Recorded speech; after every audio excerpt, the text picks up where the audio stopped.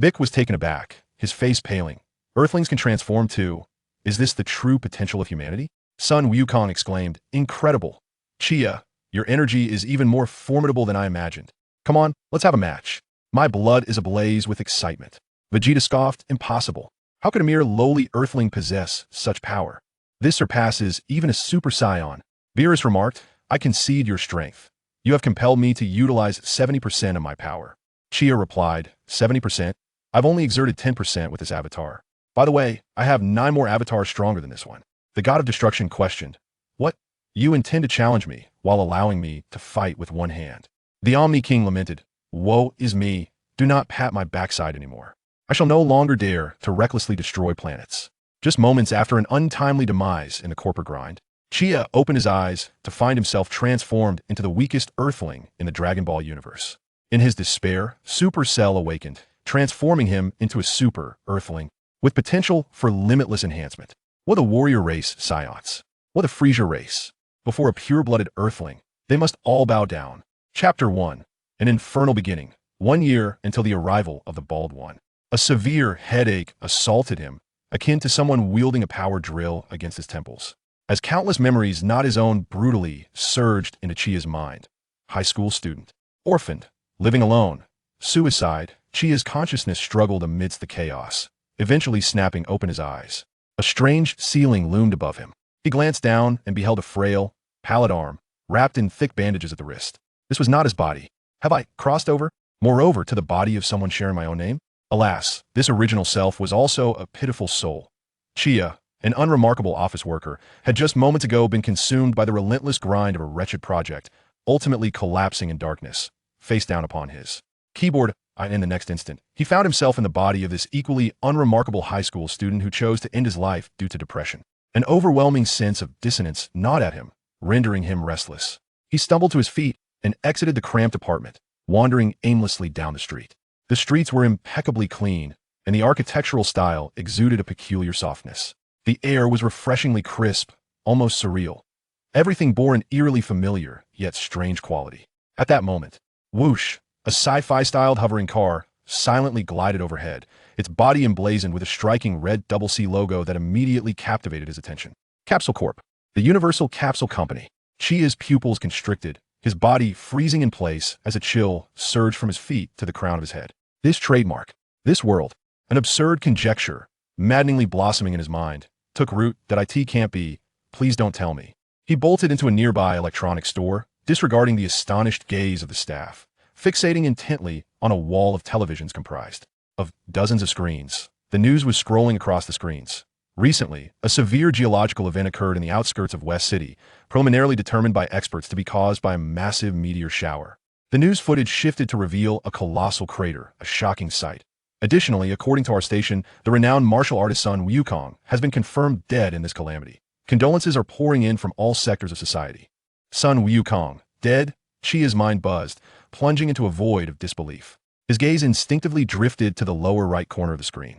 Age 761, November 12th.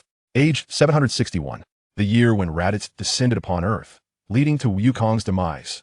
In just 1 year, the monstrous beings Vegeta and Nappa would arrive, unleashing indiscriminate slaughter. Although Wukong would ultimately return to resolve everything. That was the end. Who knows how many cities that bald-headed brute Nappa would obliterate before then?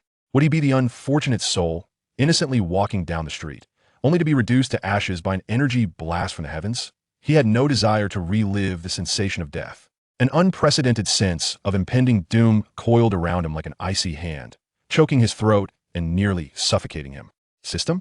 Oh man? Cheat. Chia screamed within, desperately grasping for a final lifeline. Yet, silence was his only response. No chime, no other reaction. Damn it. A curse escaped his parched throat. This was not a game, nor a dream. This was Dragon Ball, a terrifying realm where planets could be annihilated at a whim, and one with a power level below 10,000 was unworthy even to be cannon fodder. And here he was, a mere ordinary high school student who had just narrowly escaped death, utterly powerless. Power level? A paltry 5 at best. Returning to the cramped bedroom of mere dozen square meters, Chia threw himself heavily onto the bed. The cold, biting despair drowned every fiber of his being. What now? 1 year. Less than a year remained before Earth would face the monstrous Nappa, capable of obliterating a city with a mere flick of his fingers, along with the even more terrifying Vegeta. He abruptly sprang from the bed, approaching the weathered wall, inhaling deeply before summoning all his strength to deliver a powerful punch. Thud.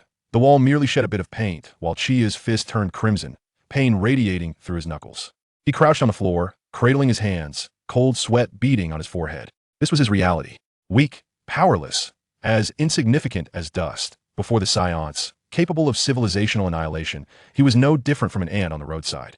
Should he crumble? Should he scream? Should he cower in a corner like a true youth, trembling in anticipation of the apocalypse?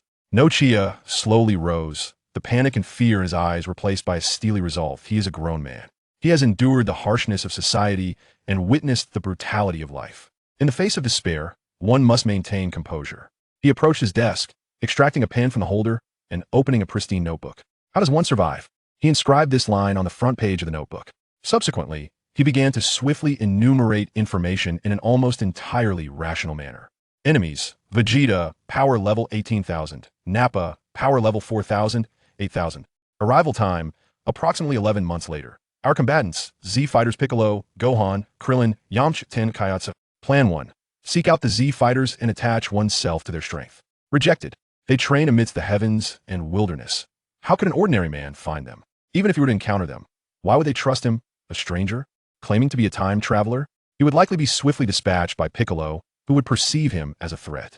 Plan 2. Seek the Dragon Balls and make a wish. This too was summarily dismissed. Without a dragon radar or means of transportation, the world is vast, making the search futile. One impractical fantasy after another was ruthlessly crossed out in red ink. Ultimately, only one path remained on the paper. Rely on oneself. He must grow stronger, not aspiring to be a savior, nor to rescue the world like Son Goku.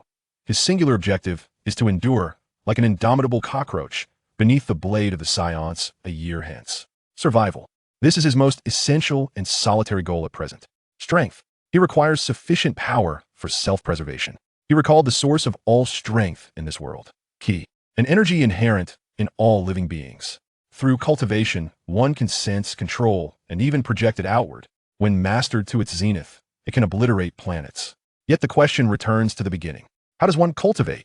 His current physique cannot withstand even the most basic martial training that a single push-up leaves him gasping for air, and a 100-meter run could cost him half his life. With such a frail foundation, how could he hope to sense ki, let alone surpass his limits? The Z Fighters have trained since childhood, often bearing hundreds of pounds of turtle shells while delivering milk. And he is merely a quintessential weakling, a reclusive nerd. There must be a breakthrough point, he muttered, tugging at his hair in frustration, that a golden finger that can transform me in a short time. Otherwise, all is naught. Just as Chia's thoughts reached a heightened concentration, entwined with a fervent desire for power and an acute fear of death, the mental strain peaked. He suddenly felt an unusual sensation. A faint yet persistent tremor emanated from deep within his being. It was not the beating of his heart. That feeling was deeper, more primal. Every cell within his body vibrated at that moment with a profound hunger. An indescribable yearning surged from the depths of his soul, fervently clamoring for energy. It craved to devour something to fill the void. Chapter 2. Super cells activate. The pulsation grew increasingly distinct. It was not a mere figment of his imagination. Chia could even hear the thunderous roar emanating from the depths of his being. Every cell within him was howling, hungry, famished to the point of madness. This was not a mere emptiness in his stomach, but a yearning that resonated at the very core of his soul. It felt as though a black hole had formed within him, intent on devouring everything in its path to fill the ineffable void. Reason was utterly shattered in that moment. Food, he needed food. Chia's eyes blazed crimson, and a feral growl erupted from his throat. Like a beast cornered by hunger, he stumbled toward the kitchen. Bang! He yanked open the refrigerator door with reckless abandon. A rush of cold air, mingled with the aroma of food, engulfed him, triggering an explosion of appetite within. Leftover pizza from the previous night lay half-eaten. He seized it, packaging and all, tearing it open with his teeth, devouring it ravenously. The cold crust, congealed cheese, and tough sausage, was it unpalatable? Such a notion had vanished from his mind. He only knew that the moment the food entered his body, a faint warmth surged forth, momentarily soothing his restless cells. Not enough. Far from it. A carton of milk caught his eye. He twisted off the cap and tilted it back, chugging it down. Gulp. Gulp. The icy liquid cascaded down his throat. He barely had time to breathe before he drained the carton dry. Everything in the refrigerator, raw or cooked, was swept away in a frenzy. A few raw eggs. He cracked one open and drank it straight. A shriveled cucumber was crushed between his teeth. A pack of frozen dumplings. He couldn't wait for them to thaw, shoving them into his mouth like popsicles. The clash of teeth against ice produced a painful crunch, yet he remained oblivious. The refrigerator was soon laid bare. Yet that terrifying hunger merely receded slightly, only to rebound with greater ferocity. Still not enough, still not enough. Chia's gaze darted to the cupboard. There lay his last reserves: chips, cookies, instant noodles, canned luncheon meat. He lunged forward, the sound of tearing packaging resonating sharply in the silent room. Like an emotionless eating machine, he voraciously stuffed his stomach with those calorie-laden junk foods. His mouth was crammed to capacity, the speed of his chewing leaving shadows in the air. A true glutton, a spirit of consumption. In his final act of desperation, he even tore open a 5-kilogram bag of rice. He scooped a handful of raw grains, hesitated for a mere moment, then resolutely stuffed them into his mouth. Crunch, crunch. The texture was indescribable, yet a look of satisfaction spread across Chia's face. He could distinctly feel pure energy surging from his stomach, flowing into his limbs, nourishing his countless starving cells. That sensation was more exquisite than anything in the world. Time became a blur when he finished the last pack of seaweed. The kitchen lay in utter disarray. Packaging, cans, and food remnants littered the floor. The hunger that had nearly driven him insane finally ebbed away, replaced by an overwhelming wave of drowsiness. An intense weariness enveloped every corner of his body. His eyelids felt impossibly heavy. So tired, Chia mumbled, his body giving way as he collapsed onto the chaotic kitchen floor. Just before his consciousness sank into darkness, his last thought was, "This is it. I'll have to clean up tomorrow." Morning. Sunlight streamed through the window, illuminating the floor. Chia's eyelids fluttered and slowly opened. He felt none of the backaches typically associated with sleeping on the floor. His mind was startlingly clear, his thoughts exceptionally lucid. He sat up, rubbing his eyes, dazedly surveying his surroundings. Did I sleep in the kitchen last night? Memories flooded back, the frenzied feast and the irresistible urge to sleep. He glanced down at himself. His clothes were speckled with rice grains and oil stains, presenting a disheveled appearance. Yet his body felt extraordinarily good. He moved his limbs, and the joints emitted a crisp cracking sound. A sensation of power coursed through every muscle.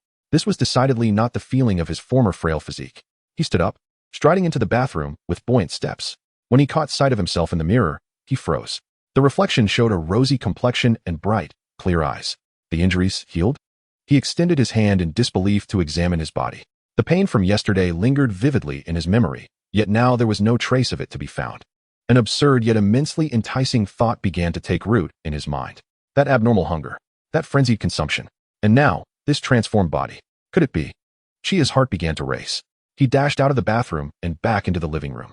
He dropped to the floor, hands planted, assuming a standard push-up position. 1, 2, 3. His movements were precise and powerful. Each descent and ascent bore no hint of fatigue. The muscles in his arms brimmed with explosive strength. 30, 40, 50. He continued.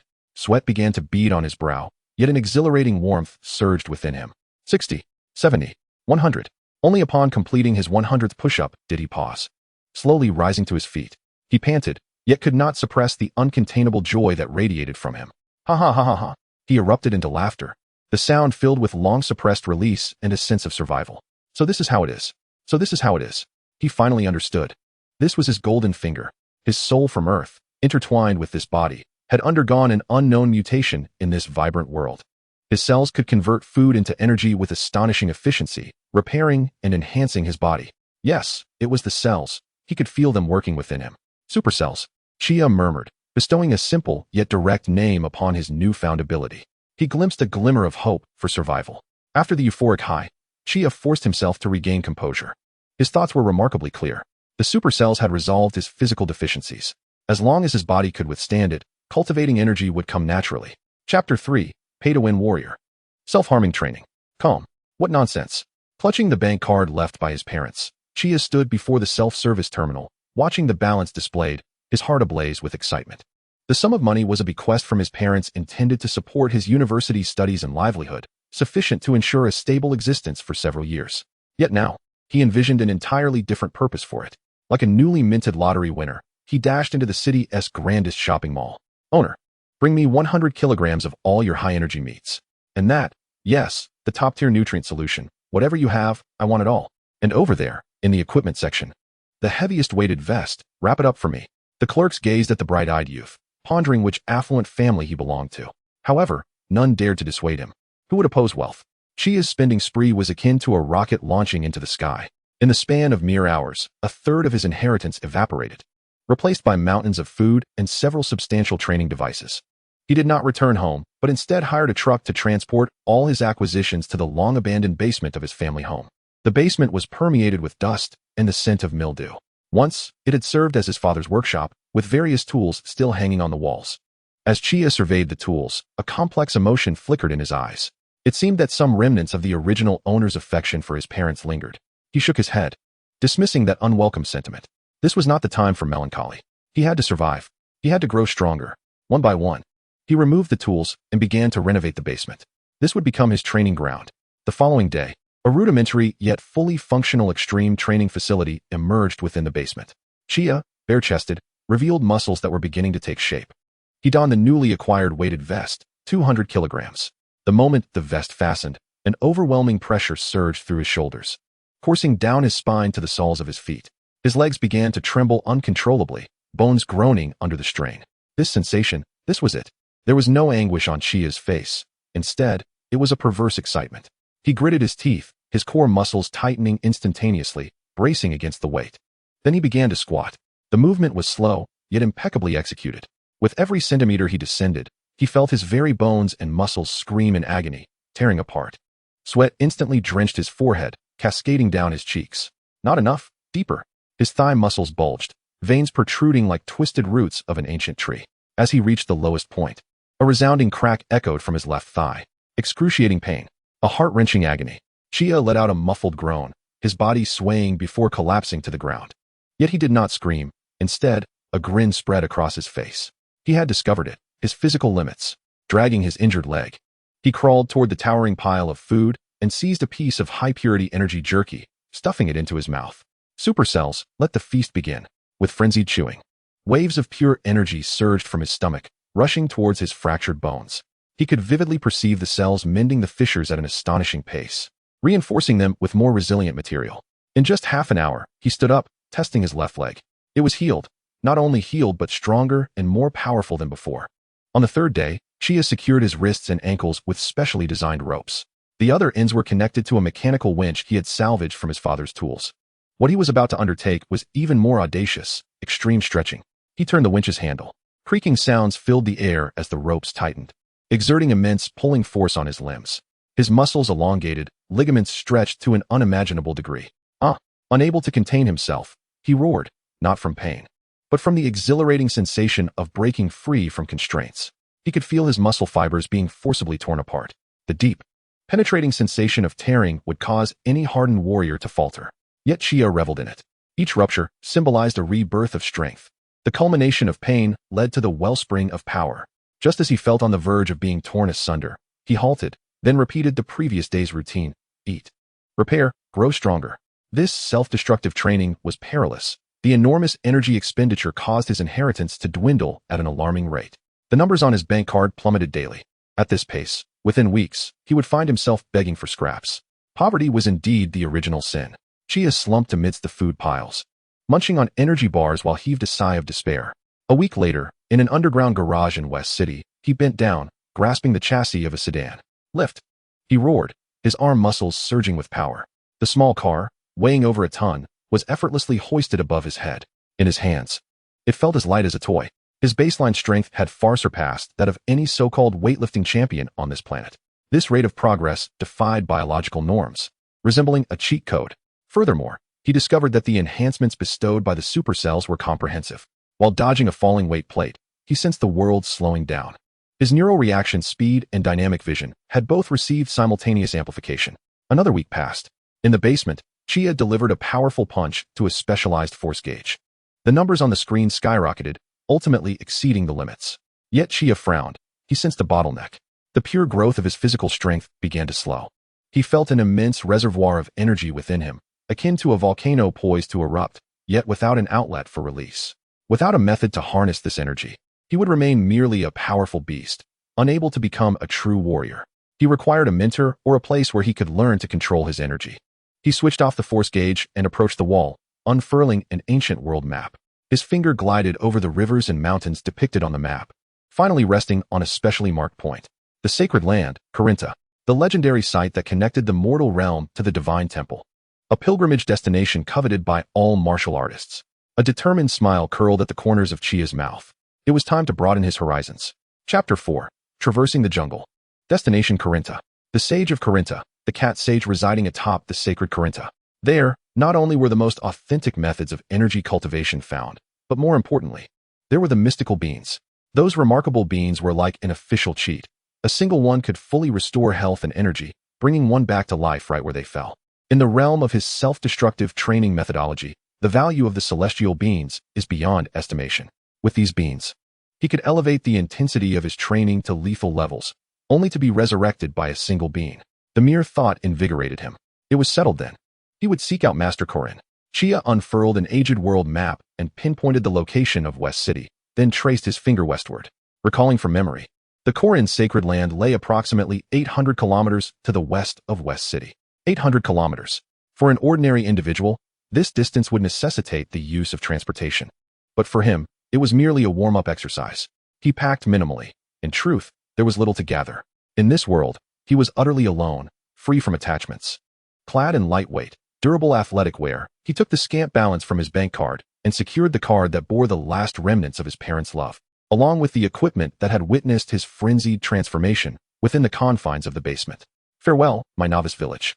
As he stepped onto the bustling streets of West City once more, he gazed at the throngs of vehicles with not a shred of nostalgia in his heart. This world felt both familiar and alien to him. His singular aim was to grow stronger and to survive. Finding a secluded corner, he lowered his body slightly, his leg muscles instantly tensing like two springs compressed to their utmost limits. In the next instant, boom, the ground beneath him fractured, and he launched forward like an arrow released from a bow. His figure darted through the shadows of the buildings, a tempestuous wind stirring the fallen leaves at his feet. The ordinary eye could scarcely perceive his trajectory, only sensing a gust of wind passing by. Such was his current speed. When he ran at full throttle, he surpassed even the swiftest cars on the highway. Thus began his journey of 800 kilometers, with Chia heading westward. The towering edifices gradually faded from behind him, replaced by undulating hills and expansive plains. The wind howled past his ears as the scenery rushed by in a blur. He required no navigation. His body's instincts and his perception of the sun's position served as his finest guide. Hours later, a vast and primordial jungle lay before him. The air was thick with the scent of damp earth and decaying vegetation, colossal trees obscuring the sun, while the roars of unknown beasts echoed from the depths of the forest. This was a forbidden zone for humanity, but a paradise for wild beasts. Intriguing, rather than deterring. Chia grinned widely and plunged headlong into the thicket. For him, this jungle was not a land of death, but rather an exceptional training ground for enhancing his combat prowess. Within half an hour of entering the jungle, he encountered his first welcoming party, a gigantic python, as thick as a barrel, silently descending from the treetops, attempting to constrict him with its formidable body. Any ordinary person would have already become the serpent's meal at this moment. Yet Chia merely glanced at the gaping maw of the creature. He did not flinch. Instead, he allowed the massive serpent to coil around him. The terrifying constriction was powerful enough to crush the bones of a bull instantly. However, when applied to Chia, he merely felt a slight tightness. Is that all the strength it possesses? Have you not eaten? He jested lightly, then braced himself outward, gripping tightly with his hands. The python's resilient body was as fragile as pasta before him. Accompanied by the sickening sound of bones fracturing, the jungle's apex predator froze abruptly, its colossal head drooping lifelessly. Chia casually discarded the serpent's carcass to the side and ventured deeper. Soon, he encountered a new companion, a saber-toothed tiger, its size comparable to that of a small elephant. Regarding him as prey, the sharp fangs glimmered ominously in the dim light of the forest. Shall we compare speeds? Chia was filled with mischief. Instead of engaging, he turned and sprinted away. The saber-toothed tiger roared in pursuit. An ancient chase unfolded through the jungle. The tiger, the king of speed in the forest, possessed astonishing explosive power. Yet, it soon despaired, realizing that the bipedal creature ahead of it was far swifter. No matter how it accelerated or attempted shortcuts, its quarry effortlessly maintained a maddening distance. Chia weaved between trees and vines, his form shifting like a wisp. He toyed with the beast, utilizing it to hone his evasion skills and reaction speed. When the novelty wore off, he executed a sudden stop and pivoted, meeting the oncoming saber-toothed tiger with a simple, forceful punch. Boom. The tiger's massive head burst apart like a crushed watermelon. How dull. He shook the blood from his hands, his expression betraying no emotion. Such encounters barely constituted a warm-up for him. In the ensuing days, Chia fully embraced the life of a wild man. When hunger struck, he hunted a few beasts, employing rudimentary techniques learned from his past life to prepare them over a fire. The flavor was unremarkable, yet it sufficed. When thirst arose, he sought out clean water sources. When fatigue set in, he made do with a night in trees or caves. He even discovered a colossal waterfall, cascading from a height of 100 meters. He shed his shirt and stepped beneath the torrent, allowing the ferocious water to batter against his body. Boom, boom, boom. Each second, his form endured the impact of several tons. His muscles wailed, his bones trembled, yet he reveled in it. This relentless external pressure maximally stimulated the activity of his supercells. Pain, yet filled with joy. In this struggle and coexistence with nature, he could distinctly feel the power within him beginning to swell anew. The previous bottlenecks were gradually being worn away. Unbeknownst to him, his combat capabilities continued to ascend. 2 days later, as Chia emerged from the vast primordial jungle, his clothes had frayed to mere rags, yet his gaze was brighter and sharper than ever before. He lifted his head, gazing toward the distant horizon. There, the outline of a colossal tower emerged, shrouded in mist. It seemed to stretch infinitely upward, piercing the heavens, as if linking the mortal realm with the divine. This was the Korin Tower. After considerable effort, he finally reached this sacred land of martial arts. Chia flashed a wild grin, sensing that after this primal baptism, the power within him had accumulated to a new critical point. Chapter 5. An appetizer before the tower ascent. Chia was poised to step forward when he caught a glimpse of several shadowy figures from the corner of his eye. There were others. He halted, his gaze sweeping toward the grass nearby. Concealed within were at least a dozen individuals, their sun-kissed skin clad in rudimentary animal skins, grasping sharpened spears. They were the guardians of the sacred land. With a rustling sound, before Chia could react, the hidden figures surged forth from all directions, surrounding him completely. The spear tips glinted with a cold metallic sheen, all aimed squarely at him. At the forefront of the encirclement, a man of extraordinary stature emerged. His bare torso revealed a bronze-hued skin, under which muscles coiled and bulged like rock, brimming with explosive power. An Indian-style feather ornament adorned the back of his head, while his gaze was as sharp as that of an eagle. He wielded a spear, thicker than those of his companions, fixated on Chia, his entire physique taut with tension.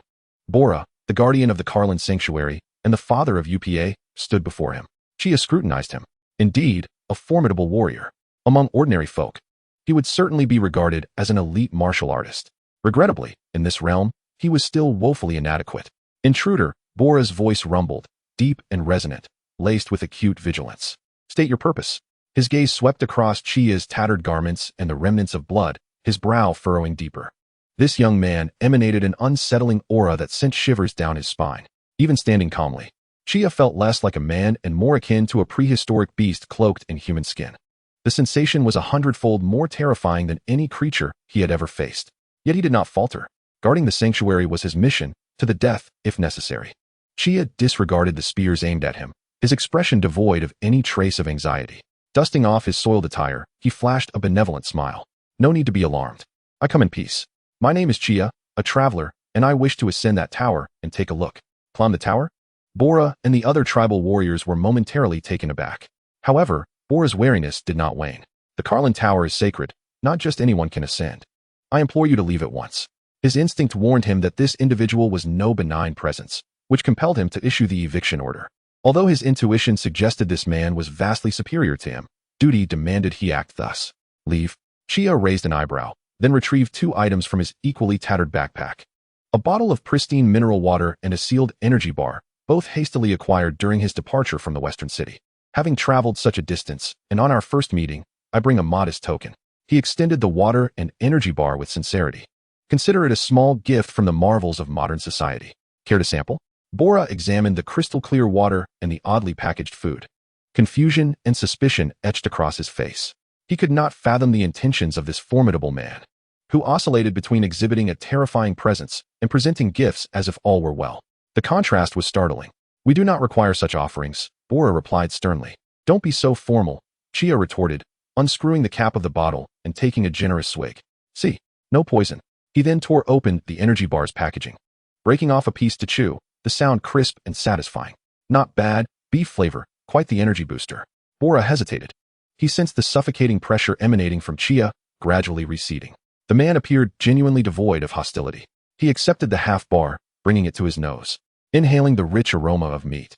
What astonished him further was the pure energy he could discern emanating from this seemingly trivial item, distinct from any food he had ever encountered. His wariness began to wane.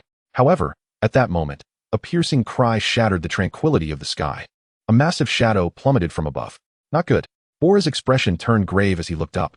A colossal pterosaur, with a wingspan exceeding 10 meters, folded its wings and dove toward the tribal camp like a bolt of black lightning.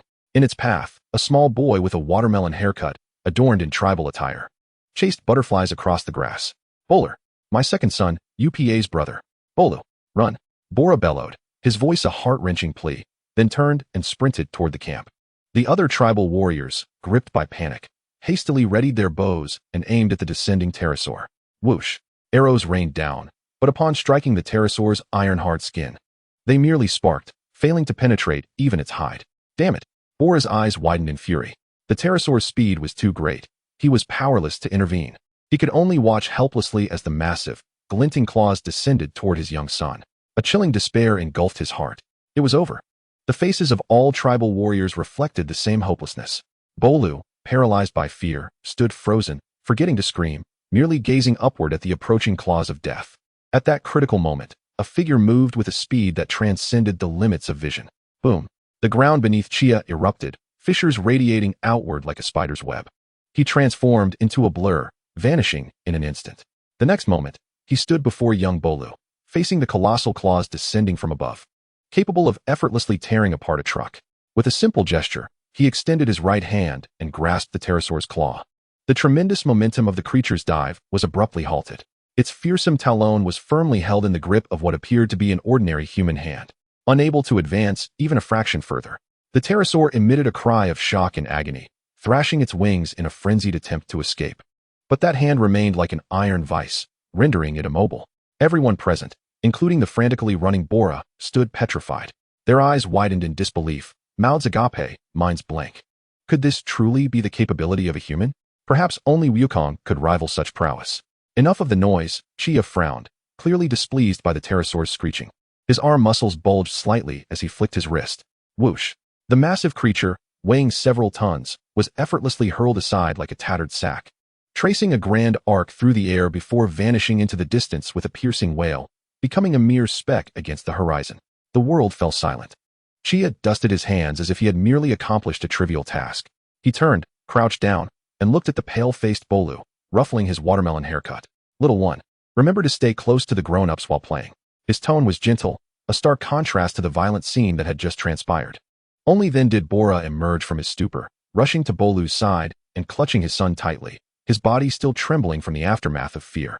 He briefly checked on Boru, confirming that he was unscathed before lifting his gaze to Chia with a look akin to that reserved for deities. Releasing Boru, he approached Chia and, to his surprise, knelt down, his ironclad demeanor faltering. Thank you for saving my son, he exclaimed, performing the most respectful gesture of his tribe. All the warriors behind him discarded their weapons, kneeling in unison, their eyes filled with reverence and fervor as they gazed upon Chia.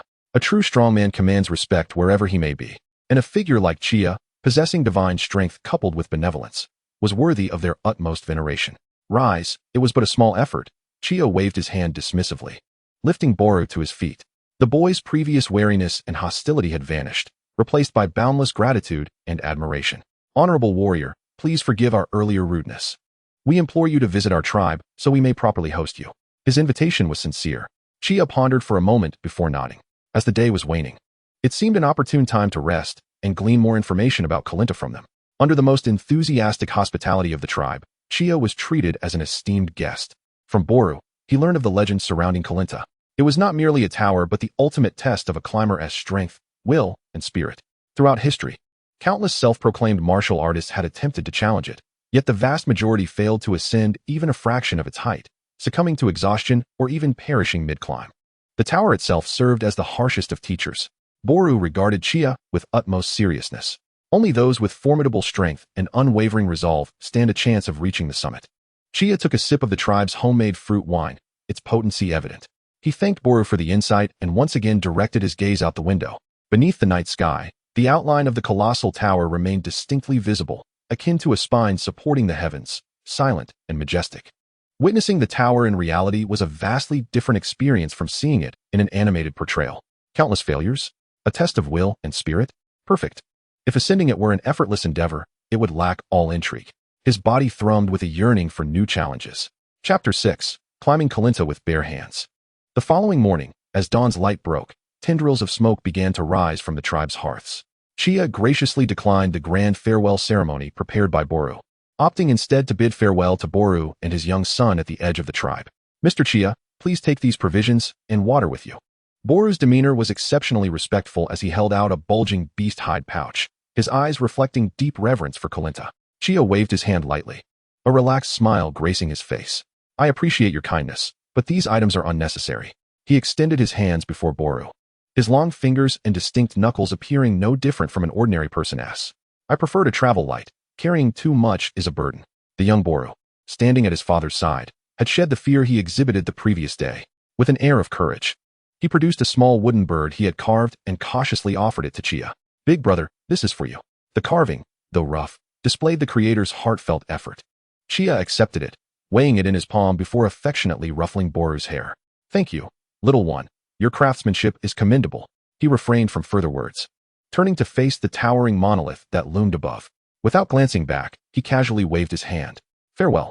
No sooner had the words left his lips than he vanished from sight. Boru could scarcely comprehend the fleeting moment, and when he refocused, Chia had already appeared several dozen meters away. God, Boru whispered, his astonishment palpable. Standing beneath the tower, one could truly appreciate its grandeur and oppressive presence. The tower pierced the heavens, its upper portion shrouded by dense clouds, rendering its pinnacle invisible. The surface of the tower was far from smooth, marred by the ravages of time and dotted with near-invisible protrusions. For an ordinary person, it represented an insurmountable chasm. Chia made no preparations, his legs bent slightly, and the ground beneath him suddenly caved inward with a resounding boom. He shot upwards like a cannonball, instantly soaring several dozen meters into the air. In mid-flight, his hands deftly grasped the edge of the tower. His fingers exerted pressure, akin to iron talons, firmly securing themselves to the structure. The ascent had begun. The initial few hundred meters felt like mere warm-up exercises. He hardly needed to alternate between hands and feet. Relying solely on his formidable arm strength, he ascended rapidly, resembling a nimble monkey traversing the vertical wall. The tribal encampment below shrank swiftly in his view, eventually becoming a mere speck. The wind roared past his ears, and the exhilaration of speed sent warmth coursing through his veins. However, as he pierced through the first layer of clouds, everything around him shifted dramatically. The howling wind turned abruptly icy and biting. The air felt as though a significant portion had been siphoned away, making each breath a laborious effort. Strangely, an overwhelming pressure materialized out of nowhere, crashing down upon him. It felt as if an invisible mountain had suddenly settled on his back, with every part of his body, shoulders, spine, and limbs, bearing the weight of this terrifying force. His ascent slowed drastically. What was once a swift climb now felt akin to trudging through a quagmire. Every upward motion demanded the engagement of his entire musculature, requiring several times the effort he had exerted previously. Interesting, Chia grinned, his eyes igniting with excitement rather than gravity. He pressed onward. As he ascended, the invisible pressure intensified, the air grew progressively thinner, and the temperature dropped alarmingly. His breath crystallized into frost upon his eyebrows and hair. The minuscule protrusions on the tower's surface became razor-sharp under the immense pressure. His fingers were soon bloodied. Yet, the bleeding would not last long. The small wounds healed at a visible pace, only to be reopened and healed again in a ceaseless cycle. His supercells were being wildly activated in this extreme environment. For any ordinary martial artist, the exhaustion and pain in their fingers would likely have led to a fall. However, Chia discerned the underlying marvel. This pressure, while depleting his stamina, was also refining his body. With every tear and regeneration of muscle, with every cell's struggle and adaptation in the oxygen-deprived environment, Chia ceased to view this pressure as an obstruction. Instead, he embraced it, seeking to feel and adapt to it. His ascent transformed into a unique form of spiritual practice. As the fatigue of his body reached a critical threshold, a trial of the spirit ensued. The lack of oxygen and exhaustion induced vivid hallucinations in his mind. Everything before him began to warp and blur. He beheld the office of his past life, the blank faces of colleagues ensconced in cubicles. He glimpsed a convenience store in the dead of night, his weary reflection mirrored in the glass. Suddenly, the scene shifted. He found himself in this world. A future battleground drenched in blood, grotesque monsters, and the grateful visage of Bora. Fragments of memory surged forth like a tidal wave, battering his consciousness. Then, a sinister whisper, akin to that of a devil, echoed deep within his mind. The voice was indistinguishable from his own. Tired, are you? Look below, jump, and you will find liberation. What exactly are you striving for? What significance is there in remaining here? Surrender. It is merely the illusion of a heart failing at work. The demonic voice penetrated his thoughts, tempting him to relinquish his hold, luring him into the abyss. In the face of this hallucination and the insidious whispers capable of shattering any strong will, Chia's gaze remained resolutely serene. Silence, he managed to utter through clenched teeth. His soul, infused with the memories of 2 lifetimes, had transcended the limits of an ordinary person. He consciously shielded himself from all distractions and illusions. In his perception, the world distilled to 3 singular elements: the next foothold above, the solid sensation in his hands, and the rhythmic thrum of his heartbeat within his chest. With his left hand, he grasped and exerted force. With his right hand, he grasped and exerted force, breathing, inhaling, and exhaling. His movements became mechanical, yet possessed a unique cadence, as if he were synchronized with the very breath of the tower itself. In this confrontation with his own will, his soul was forged anew, becoming purer and more indomitable. Time became an abstract concept. Perhaps it was a day, or perhaps longer. Suddenly, Chia felt an exhilarating lightness envelop him. The immense pressure that had weighed upon him did not dissipate, yet he had fully acclimated to it. The thin air no longer felt burdensome. Each breath became profound and elongated, his lung capacity reaching unprecedented heights. He glanced at his hands. The wounds had vanished, replaced by a new layer of skin that glimmered with a faint sheen. A warm current surged from the depths of his being, coursing through his limbs in an instant. The power within him, after this extreme trial, shattered an invisible barrier, achieving yet another leap in his evolution. He felt an unparalleled strength surge through him.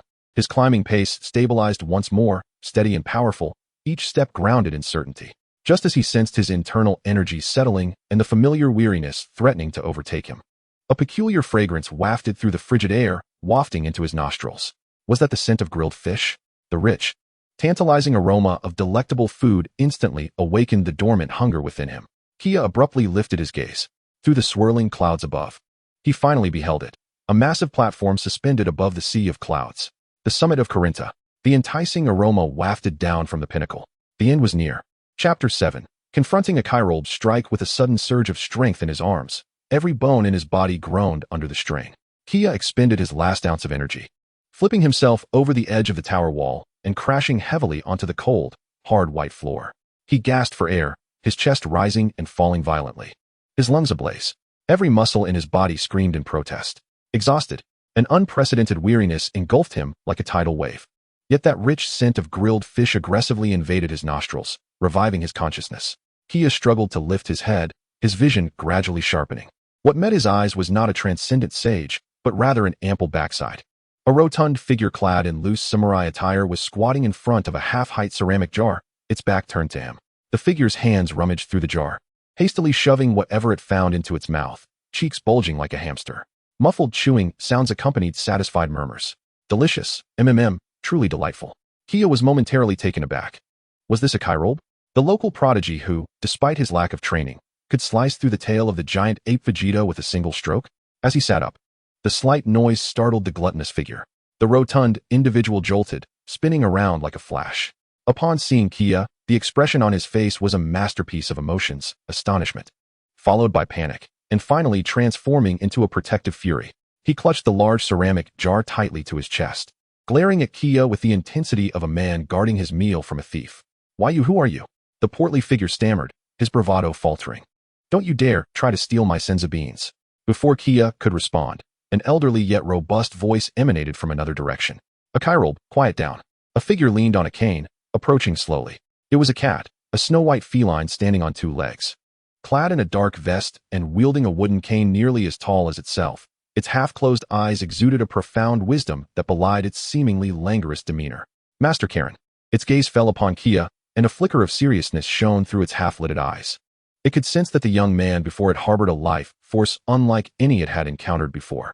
This power was vast, yet as tranquil as the deep sea. Unlike any martial artist it had previously met, lacking the mastery of ki, it was pure, physical strength. Since the days of Sun Wukong and his companions, it had been a long time since anyone had scaled this tower using only their corporeal form. Master Karen halted, tapping the floor gently with its cane. Who are you? The voice carried a peculiar authority. What is your pursuit of martial arts for? A Chirobe, emboldened by the presence of the sage, shifted the jar behind him and placed a hand on the hilt of his sword. In the face of this cat and human duo, Chia simply stood calmly, brushing off the dust from his attire. The wounds from his climb had long since healed, save for a few tattered garments. He paid no heed to the raucous figure beside him and fixed his gaze upon Master Karen. Then, he inclined slightly, performing a simple bow, his demeanor neither servile nor arrogant, his eyes clear and sincere. I am Chia. I have come to grow stronger. His voice resonated steadily, articulating a straightforward truth. After a moment's pause, he continued. I also seek to possess some means of self-defense when the Saiyans come to invade. The entire summit platform was enveloped in an eerie silence. The half-closed eyes of the sage Carlin suddenly snapped wide open. Akalobe's hand, gripping the hilt of his sword, froze in place, his face a canvas of bewilderment. Yet, Kiara's nonchalant tone ignited an inexplicable anger within Akalobe. This fellow had not once regarded him with a serious glance. What was this? Indifference? There are limits to what one can endure. This individual was far too arrogant. Akalobe's fury surged to its peak. Although he exuded a laid-back demeanor, his prowess was undeniably formidable. To be so contemptuously dismissed by an enigmatic newcomer shattered his meager samurai pride. Little did he know, Kiara's dismissal was intentional. Having just achieved a remarkable breakthrough, who could serve better as a sparring target than the prodigious Akalobe? Enough of your theatrics. Akalobe bellowed, drawing his katana with fierce resolve. A glint of cold steel flashed through the air, the blade slicing with a sharp whistle, aimed straight for the nape of Kiara's neck. However, Kiara did not even turn his head. He maintained his posture facing Carlin, seemingly oblivious to the lethal strike approaching from behind. Just as the blade was about to make contact with his skin, he casually extended his right hand, raising 2 fingers. Clang. The sound of metal meeting metal rang out clearly. Akalobe's fierce expression froze in utter disbelief. He widened his eyes, incredulity washing over him as he beheld the scene before him. His assured strike had been effortlessly caught between 2 fingers of his opponent, unable to advance an inch further. What? Akalobe felt as though his worldview had been shattered. How could this be possible? He exerted every ounce of strength to withdraw his sword. Yet those 2 fingers held it as if they were the strongest of vices, rendering his beloved blade immovable. Kiara's fingers shifted slightly, and an irresistible force coursed down the blade. Akalobe felt a violent tremor in his grip, his wrist went numb, and he could no longer hold onto the hilt. The katana slipped from his grasp. Before he could react, the released sword arced gracefully through the air, spinning several times before, with a soft thud. It returned precisely to the empty sheath on his back. The entire process was fluid and seamless. Akalobe stood there, utterly dumbfounded. He rigidly maintained the pose of a swordsman. Yet his hands were empty, while the familiar sensation of the hilt returned to his waist. Where's my sword? Oh, it's back. Is this some kind of magic? No. This is far more absurd than mere magic. The astonishing control of power displayed here left even the sage Carlin momentarily speechless. In its feline eyes, a deep emotion named shock flickered to life.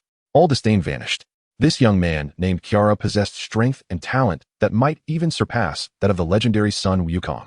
The profound silence atop the tower was shattered by the sound of Akalobe swallowing hard. The fire of his anger had long since evaporated, replaced by a sense of awe and a hint of fear. This guy is a monster.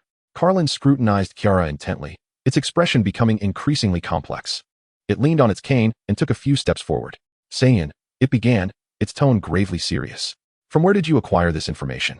Kiara turned to face the legendary sage cat, finally meeting its gaze. I have my own channels, he replied, offering no further explanation, nor did he feel the need to. Carlin fell silent for a moment, seemingly processing the immense influx of information. Finally, a mysterious smile spread across its feline face. Very well. Your strength is indeed extraordinary. A rarity in my lifetime. However, mere power is insufficient. If you wish to grow stronger, you may, but before that, you must prove to me that you possess the requisite qualifications. Carlin mischievously winked. Chapter 8. A classic trial? Bring it on. A classic trial. Carlin's voice echoed with a hint of theatricality, reverberating through the vastness of the tower's summit. Its feline eyes narrowed into slits, clearly pleased with the profound atmosphere it had conjured. Akalobe wore a look of concern, as if anticipating trouble, crossing his arms and preparing to witness the spectacle. However, Kiara's reaction once again shattered their expectations. Gurgle. A dissonantly clear sound of stomach growling interrupted the moment. Kiara calmly pressed a hand against his abdomen and, meeting the astonished gazes of the cat and the man, spoke with casual forthrightness. Before that, I'm quite hungry. Can I have something to eat first? The air thickened once more. Carlin's enigmatic feline face visibly twitched. Akalobe nearly stumbled in shock. The trial is paramount, Trivial cravings cannot interfere, Carlin began. But Kiara interrupted decisively. Climbing Carlin Tower has drained all my energy. I can't proceed without a full stomach. His tone was calm. After a few seconds of tense silence, Carlin begrudgingly managed to utter a few words through clenched teeth. Akalobe, give him the freshly grilled fish. Huh, what? Akalobe responded, flabbergasted. Carlin shot him a sharp glance, causing Akalobe to retract his neck, reluctantly retrieving a beautifully roasted, golden-brown fish from the nearby grill, steam wafting off it. With a pained expression, he tossed it towards Kiara. Here, eat. I hope it chokes you. Kiara caught it effortlessly, undeterred by the heat, and took a bite.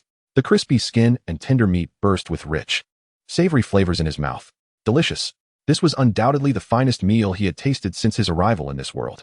In mere moments, the fish, longer than his forearm, was reduced to nothing but a bare skeleton of bones. Kiara smacked his lips, feeling his body rejuvenate slightly, yet the lingering sensation of extreme depletion remained. Not enough. He turned to Akalobe. Is there more? With a pained expression, Akalobe reluctantly handed him another fish. Minutes later. That's it. There's nothing left. Not a single drop. Observing Akalobe's protective demeanor over the food, Kiara ceased to inquire further. He contemplated whether to directly request a Sinzabine when the stout warrior, who had always harbored animosity towards him, unexpectedly made a surprising move. Akalobe, visibly conflicted, his face alternating between shades of green and white, finally seemed to reach a resolution. After rummaging through his clothes, he produced a small, green bean, vibrant and full of life. Without sparing a glance at Kiara, he tossed it in his direction, muttering, "Take it. Don't say I'm stingy." Kiara instinctively reached out to catch it. It was a Sinzabine. He paused for a moment, astonished as he looked at Akalobe. The languid yet delectable rotund figure astonishingly chooses to bestow such a precious celestial being upon a stranger. Akairobe, feeling a tad uncomfortable under his gaze, turns his head aside and, with a stiff neck, exclaims, "What are you staring at?" I simply wish for you not to embarrass yourself during the upcoming trial and tarnish the reputation of Earth's martial artists." Despite his bravado, the slight flush in his ears betrays him. Chia chuckles. This fellow is quite the tsundere, indeed an intriguing individual. He says little more, directly tossing the celestial being into his mouth and chewing gently. In the next moment, an indescribable, warm surge of life energy erupts from his abdomen, cascading through his limbs and bones. The exhaustion from scaling the Corinne Tower, the soreness in his muscles, the sense of physical depletion, all vanish in an instant. He feels as if he is the parched earth rejoicing in the long-awaited rain, every cell in his body rejoicing in exuberance. Power. An unprecedented, abundant sensation of strength. This feeling is simply exhilarating. All right, I'm restored. Chia stands, stretching his limbs, his body producing a series of explosive cracks.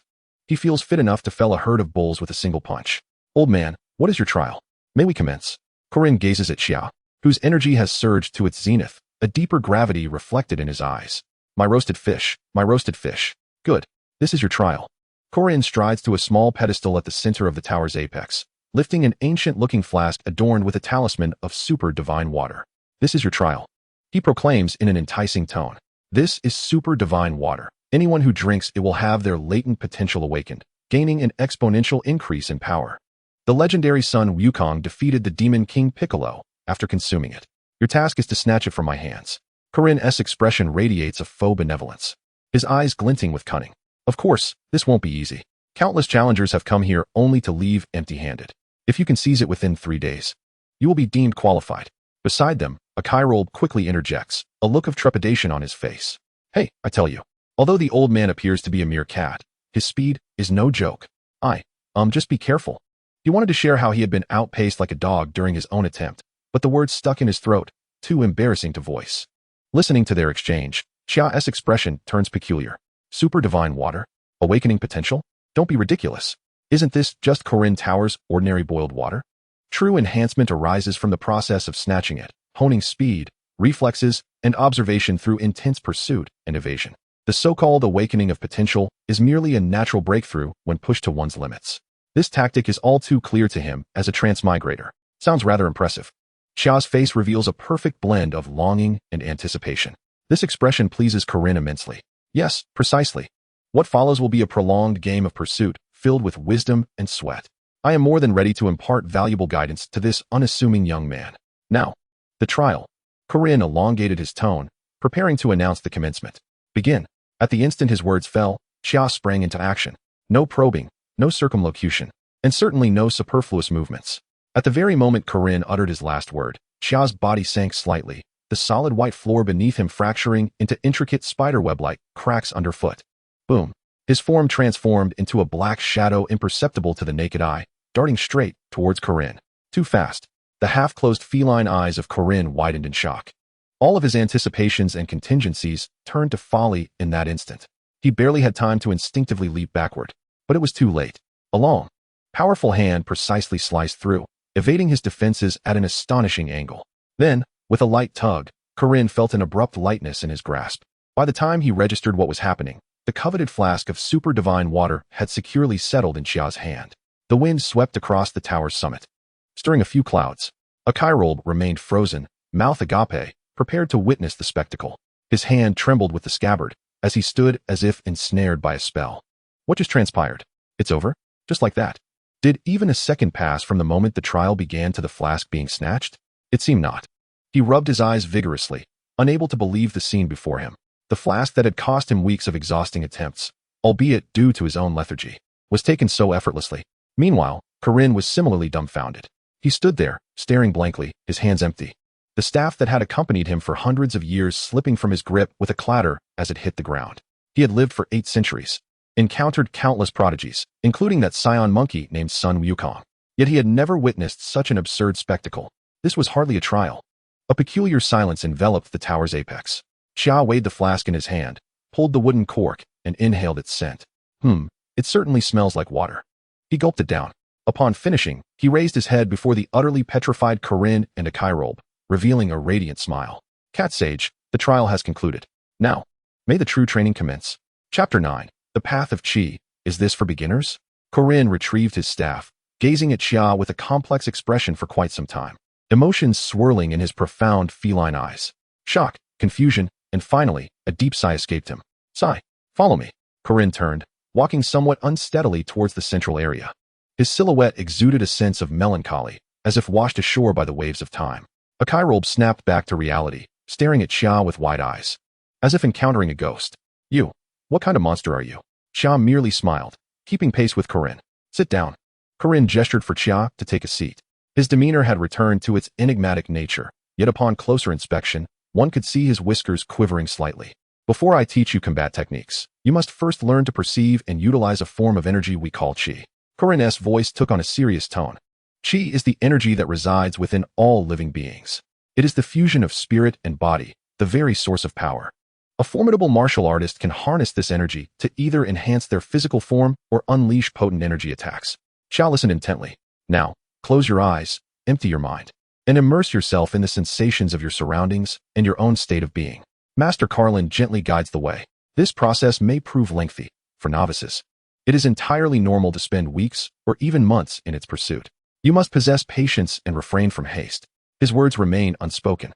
Opposite him, Chia has already closed his eyes.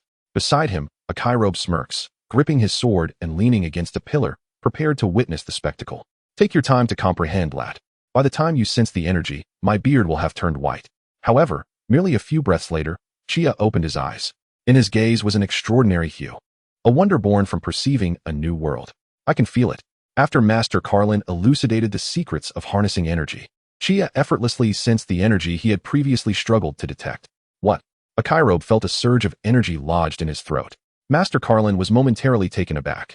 What do you perceive? A multitude. Chia organized his thoughts, striving to articulate the vision he had just witnessed. They are not confined to a single location. They pervade my entire being, akin to torrents of rivers. No, even grander and more tumultuous. They circulate within my body, brimming with power. The temple once again fell into an eerie silence.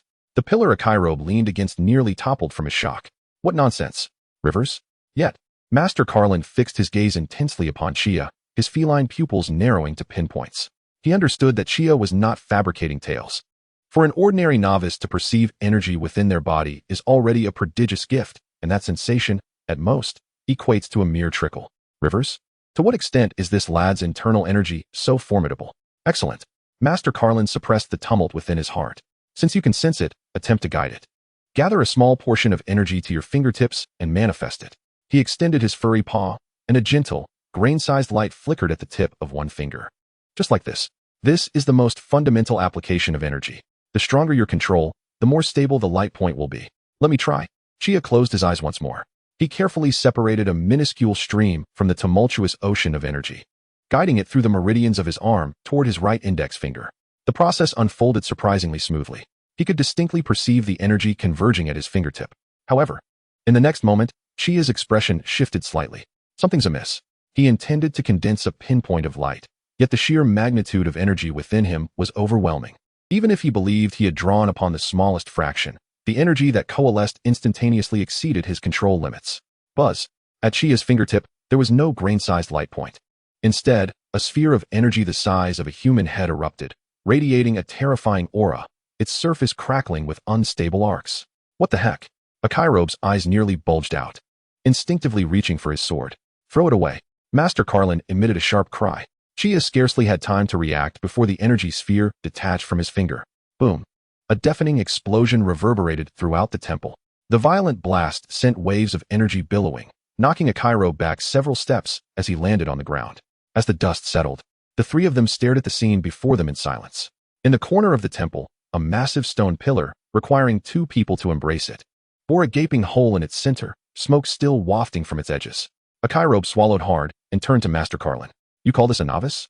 Master Carlin's beard trembled uncontrollably. He stared blankly at the hole, then gazed at the innocent-looking Chia. His 8 centuries of cultivation experience had been thoroughly shattered today.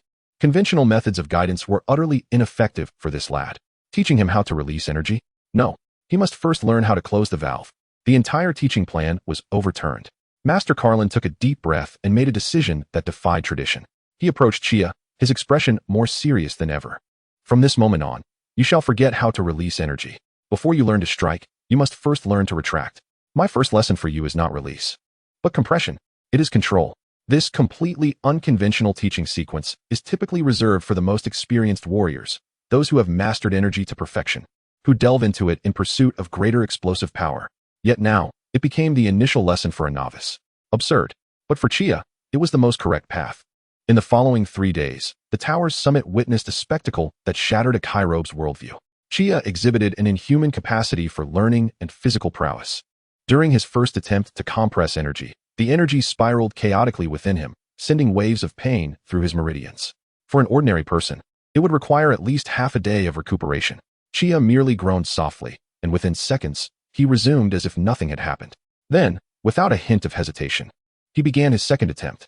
The third, the fourth, he resembled a super player with infinite opportunities for trial and error, barbarously charging through the process. On the first day, he could compress a basketball-sized energy into a marble. By the second day, he was able to consistently cover his palm with a thin layer of energy. On the third day, Chia stood at the edge of the tower, facing the howling winds. He slowly raised his hand, and a magnificent energy surged forth from within, enveloping his entire body like a transparent coat. Instantly, his presence transformed. Strength, speed, and defense all surged exponentially under the enhancement of energy. He could sense that his combat prowess had achieved yet another qualitative leap. Master Carlin leaned on his cane, observing the transformed Chia with mixed emotions. He rejoiced at the emergence of such a remarkable anomaly in the Earth's martial arts realm. Yet he lamented that this lad, brimming with divine power, could only execute the simplest of straight punches and side kicks, possessing strength devoid of technique. This was unacceptable. He must find someone to refine his skills. Master Carlin's gaze inadvertently drifted toward the corner of the temple. There, Akairobe was stealthily retrieving a green bean from his pocket, furtively glancing around before hastily tossing it into his mouth, producing a sound of satisfaction as he chewed. Master Carlin's feline eyes narrowed instantly. Ah, Akairobe, sneaking my celestial beans. Are we? Akairobe, Master Carlin began ominously. It is time for you to make a small contribution to the defense of Earth. Chapter 10, Sparring Partner Akairobe. Ready to take a beating. Master Carlin's gaze drifted toward the corner where the nervous, rotund figure lingered. As Akairobe continued to chew, he sensed the piercing gaze of the celestial being, causing him to freeze momentarily and swallow the heavenly beans whole. It was over. He had been caught red-handed. Akairobe. Master Karen's tone was flat, yet it sent chills racing down the stout warrior's neck. What is it, Master? Your grilled fish has been consumed by Chia. The heavenly beans, too, have been devoured by him. Do you not feel a sense of dissatisfaction? Akairobe nodded vigorously, like a chick pecking at grain. Not merely dissatisfied, he felt utterly cheated. Now, however, there exists an opportunity for you to recoup your losses, perhaps even profit handsomely. The glint of shrewdness sparkled in Master Karen's feline eyes, extending 2 fuzzy fingers. He offered, double the heavenly beans, if you become Chia's sparring partner until I am satisfied. Yakalob's breath quickened, his eyes widening in disbelief. Double heavenly beans. Yet, casting a glance at Chia, who stood rigidly with an entirely transformed demeanor, anxiety gripped his heart. Sparring with this monster? Surely, he would be beaten to a pulp. What? Are you unwilling? Master Karen detected his hesitation. Of course not. Yakalob thumped his chest, exuding righteousness. For the future of Earth's martial arts, we must rise to the occasion. Before delectable cuisine, what is dignity worth? Observing the interaction between the two, Chia's lips curled into a subtle smile. Indeed, Master Karen was a cunning old cat, masterfully manipulating the hearts of men. Very well, Master Karen nodded in satisfaction, then turned to Chia. Before you commence your training, I shall impart some fundamental martial arts techniques. As he spoke, he drew in the earth with his cane, illustrating the so-called sky dance technique, which involved releasing energy from the soles of one's feet, enabling one to hover and fly through control of the energy's propulsion. Master Karen imparted to Chia the most basic stances, techniques of force application, and the principles of the sky dance technique. Then, retreating to the side, he leaned on his cane, resembling an elder preparing to enjoy a spectacle.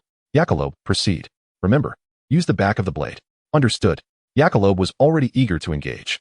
Drawing his katana, he gripped it with the back facing outward, beckoning Chia with a finger. Youngster, let me show you what true combat experience entails. Chia flexed his wrist, feeling the surge of power within him. Then, I look forward to your guidance. He deliberately suppressed his strength to match Yakalob's level. After all, he was merely a sparring partner, not a punching bag. Let the sparring commence. Without hesitation, Yakalob propelled himself forward, his agile form defying his stoutness, as his long blade carved a devious arc, aiming directly at Chia's ribs. Chia's eyes sharpened as he sidestepped. Yet Yakalob's strike was a feint. With a flick of his wrist, the blade's back rose, delivering a solid thud against Chia's shoulder, eliciting a pang of discomfort. Chia furrowed his brow, swiftly creating distance and launching an energy blast. However, Yakalob slipped away like a slippery eel, anticipating the move just before the blast was released. Ducking effortlessly. Too slow. Too slow. Yakalob's taunts echoed from his left. Chia turned to face him, only to receive another solid thud, this time on his back. Is your energy only capable of going straight? Thud. Your movements are far too rigid, full of openings. Thud. Hey, are you even capable? Is this all you've got? The battle had barely begun, and Chia found himself thoroughly outmatched. Though he possessed brute strength, he was ensnared at every turn. His gathered energy blasts failed to connect with the nimble Yakalob, and in close combat, he could not keep pace with the seasoned warrior's cunning blade techniques. Accustomed to overpowering opponents with sheer strength, he felt as though all his might was striking against cotton.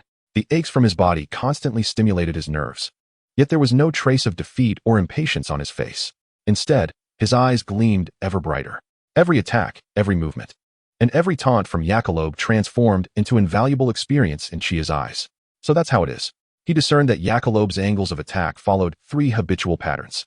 This hefty warrior might boast a sharp tongue, yet his swordsmanship was indeed exceptional. Each strike landed precisely on his most sensitive muscle points. These pains were merely the cost of learning. Yakalob, thoroughly engrossed, boasted with pride. How do you find it? Do you now understand the disparity? Let me tell you. Combat is not merely about strength. He slid behind Chia, raising the back of his blade, prepared to deliver another harsh blow. Yet, at that moment, Chia, who had been on the receiving end, suddenly sprang into action. Without turning around, he slightly shifted his body and delivered a precise punch backward. In this strike, he allowed a fraction of his restrained power to surge forth. Yakalob was utterly unprepared for such an abrupt counterattack. By the time he sought to block with his blade, it was already too late. Bang! A dull thud echoed. Yakalob's rotund form was sent flying, rolling several times on the ground before finally coming to a halt. Ouch! He cradled his abdomen, curling up like a shrimp, his face contorted in agony. You little rascal, playing dirty. Chia shook his hand. The aches in his shoulder and back had nearly vanished thanks to his remarkable recovery. Meanwhile, Yakalob, after being struck once, struggled to rise. Such was the difference. He gazed at the groaning Yakalob, wearing a benevolent smile. It's mutual. The first day of their sparring concluded amidst Yakalob's anguished cries. On the second day, as Yakalob brandished his sword again before Chia, the smugness had vanished from his face, replaced by a palpable wariness. Let us do this. The battle erupted once more. Yet this time, the tides had dramatically turned. Yakalob's swordplay remained cunning, but every strike was anticipated and deftly evaded by Chia. Clang. The crisp sound of impact rang out. However, this time, it was Jackalope who found himself on the receiving end. Your footwork is far too predictable, Chia's voice echoed near him. Jackalope was taken aback, swinging his blade in a desperate horizontal slash, but it met nothing but air. Chia's figure appeared like a specter at his other side, delivering a precise chop to his wrist. Clatter. The katana flew from his grasp. Jackalope clutched his numbed wrist, disbelief etched across his face. Just a day? Merely a day? This fellow had already matched his speed. Even predicting his attacks? What extraordinary learning ability was this?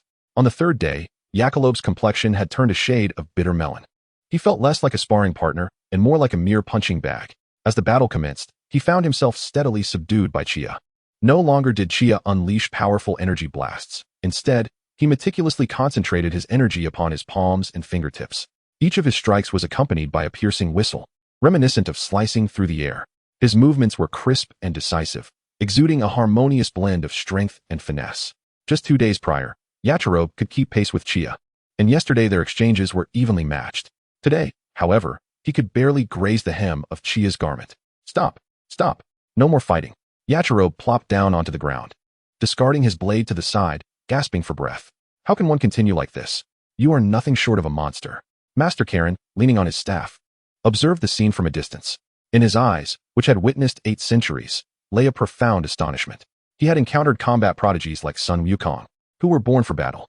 Yet, he had never seen a learner quite like Chia. Such a rate of growth could not merely be labeled as genius. It was the epitome of monstrosity.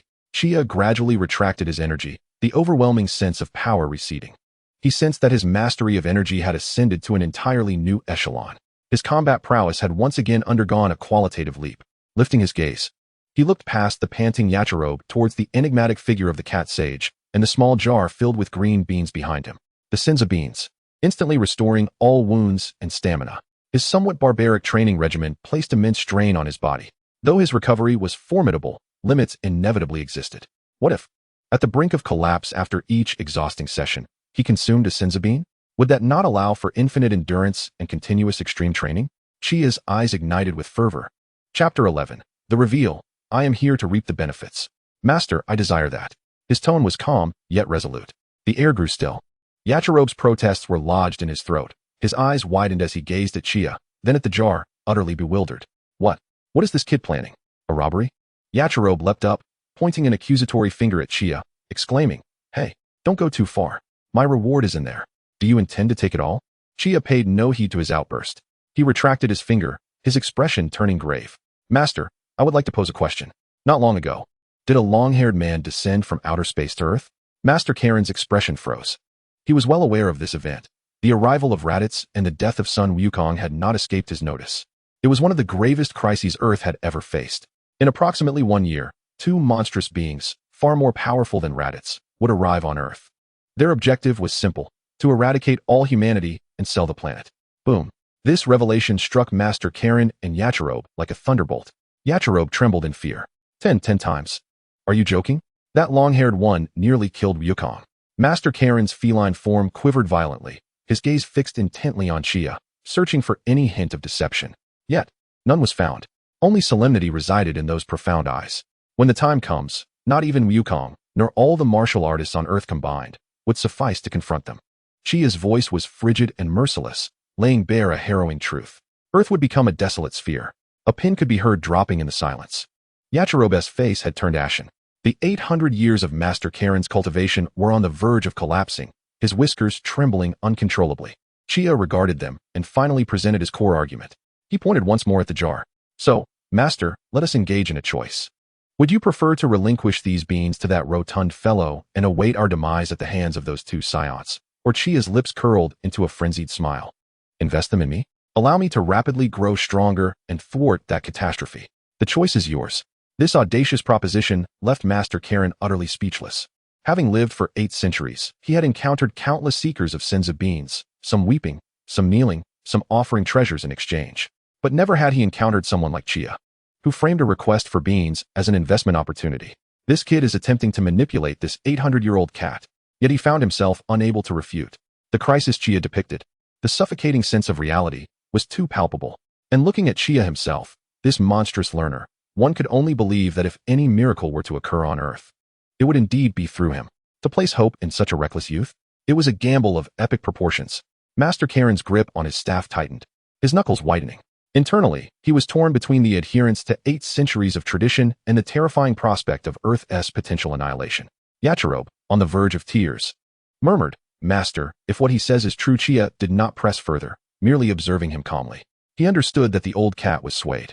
After what felt like an eternity, Master Karen exhaled a long breath, his posture appearing somewhat weary.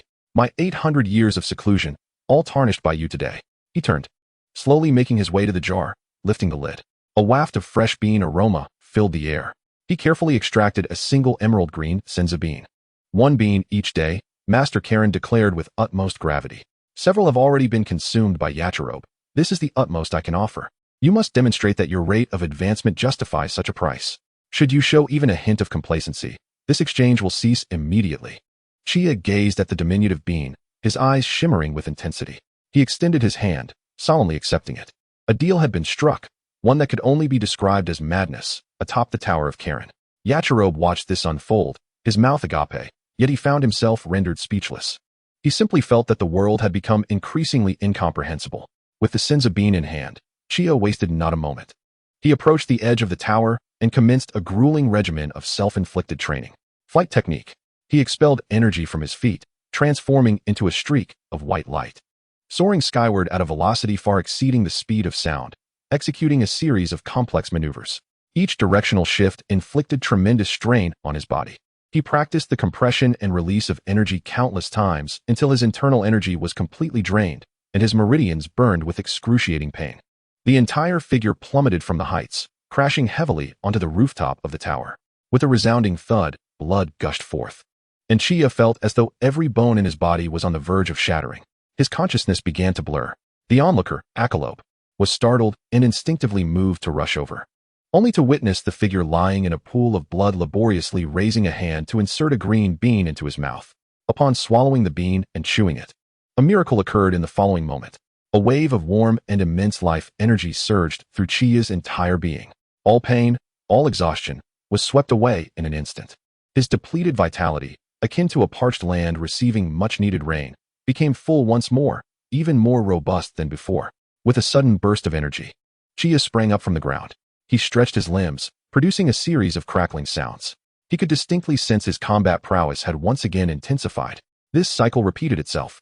On the first day, Chia faced death and consumed a magical bean. On the second day, he faced death again and ingested another magical bean. On the third day, Akalope transitioned from initial shock to subsequent numbness, ultimately left in a state of awe. He watched as this man repeatedly pushed himself to the brink of despair, only to rejuvenate each time, eagerly continuing to challenge his limits. He finally understood that monsters and geniuses are entirely different beings. Meanwhile, Master Karen leaned on his staff, silently observing. He could sense the energy emanating from Chia expanding at an unfathomable pace, defying all reasoning. This rate of growth had utterly overturned his understanding. Time flew rapidly in this hellish training, and in the blink of an eye, 3 months had passed. In the distant celestial temple, enveloped in mist, serene and sacred, Mr. Bobo, with his dark skin clad in Arabian garb, was cautiously watering a flowerbed. The deity of Earth sat cross-legged in the center of the temple, eyes closed in meditation, attuning himself to all that transpired in the human realm. Suddenly, the deity's tightly shut eyes flung open. A look of unprecedented shock and confusion graced his face. "Bobo." "Yes, my lord." Mr. Bobo immediately ceased his actions, standing respectfully nearby. The deity's gaze pierced through the endless clouds, locking onto a specific coordinate in the lower realm. It was in the direction of Karen Tower. "Do you feel it?" The deity's voice carried a barely perceptible tremor. Mr. Bobo closed his eyes, concentrating, and his expression shifted dramatically. What an overwhelming aura. The deity's countenance grew grave. Who is it? When did such a terrifying presence arise on Earth? Chapter 12. The gaze from the temple. Above the temple, the winds stirred and clouds billowed. The deity's seated form was more taut than ever, and the normally placid expression on his face was now filled with uncertainty. "Bobo, are you certain?" His voice was low, tinged with an unrecognized sense of oppression. The aura emanating from the direction of Karen Tower had been growing in an unfathomable manner over the past 3 months, completely contradicting the principles of cultivation. "Yes, my lord."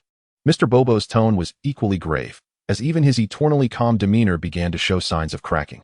Each surge in that aura was accompanied by a moment of near dissipation, only to instantaneously recover and grow stronger. Who could he possibly be? The deity murmured, a profound unease swelling within him. Ever since he had separated the dark thoughts within him to become a deity, giving birth to the demon King Piccolo, he had harbored immense wariness toward uncontrollable powers appearing on Earth. Just one Piccolo plunged the world into years of darkness. One Raditz cost son Goku his life. And now this. The deity dared not ponder further. Meanwhile, atop Karen Tower, a thunderous crash resounded as Chia's figure descended like a cannonball, creating a shallow crater on the tower's apex, spiderweb-like cracks radiating outward. Coughing violently, he knelt on the ground, each gasp tinged with the metallic taste of blood. The energy within him had been drained to its final drop. His meridians felt as if they were being scorched by flames, while every limb wailed under the unbearable strain. Piccolo, clutching a skewered fish, squatted nearby, utterly numb. For 3 months, he had borne witness to miracles, or rather, madness. This man before him was not merely cultivating. He was wagering his life against the heavens, betting that he could shove a magical bean into his mouth before succumbing to death. Chia spat out a mouthful of blood, laboriously retrieving a magical bean from his pocket and tossing it into his mouth. With a crisp crunch, an overwhelming vitality surged through him once more. His injuries healed instantly, and his exhausted energy reservoir replenished, even more vast and pure than before. He stood, feeling the tumultuous power raging within him, a satisfied smile gracing his face. Delightful. Piccolo rolled his eyes in exasperation. You freak. Master Karen, leaning on his staff at the tower's edge, felt a chill run down his spine at Chia's progress. This lad was no longer content with merely increasing his energy reserves. In recent weeks, he had begun attempting some unfathomable practices. For example, at the brink of exhaustion, he compressed all his energy to a single fingertip and then unleashed it in a sudden burst, simulating the principles of energy wave projection to refine the efficiency of his energy's explosive power. Alternatively, in moments of utter fatigue, he forcibly maintained the flight technique, using mental acuity to sense the flow of energy, seeking a more agile method of flight. This monster was teaching himself at an alarming pace. His understanding of energy deepened at a rocket-like velocity. Even this 800-year-old immortal had little left to teach him. In the Celestial Temple, Mr. Bobo waved his hand, summoning a pool of clear water that shimmered with light, gradually revealing the image of Karen Tower. The deity's gaze, sharp as a hawk's, fixated intently on the black-haired youth within the water's reflection. He witnessed Chia's fervent training, saw him unhesitatingly consume magical beans, observed Master Karen's expression of utter despair, and noted Piccolo's fish-like complaints. Everything appeared so harmonious. The anticipated scene of malevolence seeking to obliterate the world never materialized. In the image, the young man named Chia, during moments of respite in his training, even took the time to offer pointers to Piccolo. Hey, fatty, your sword-drawing stance is all wrong. Chia's voice resonated clearly through the water's surface. Piccolo, taken aback, retorted defiantly, Huh? My sword technique is a family heirloom. What do you know? Chia scoffed, casually picking up a nearby stick.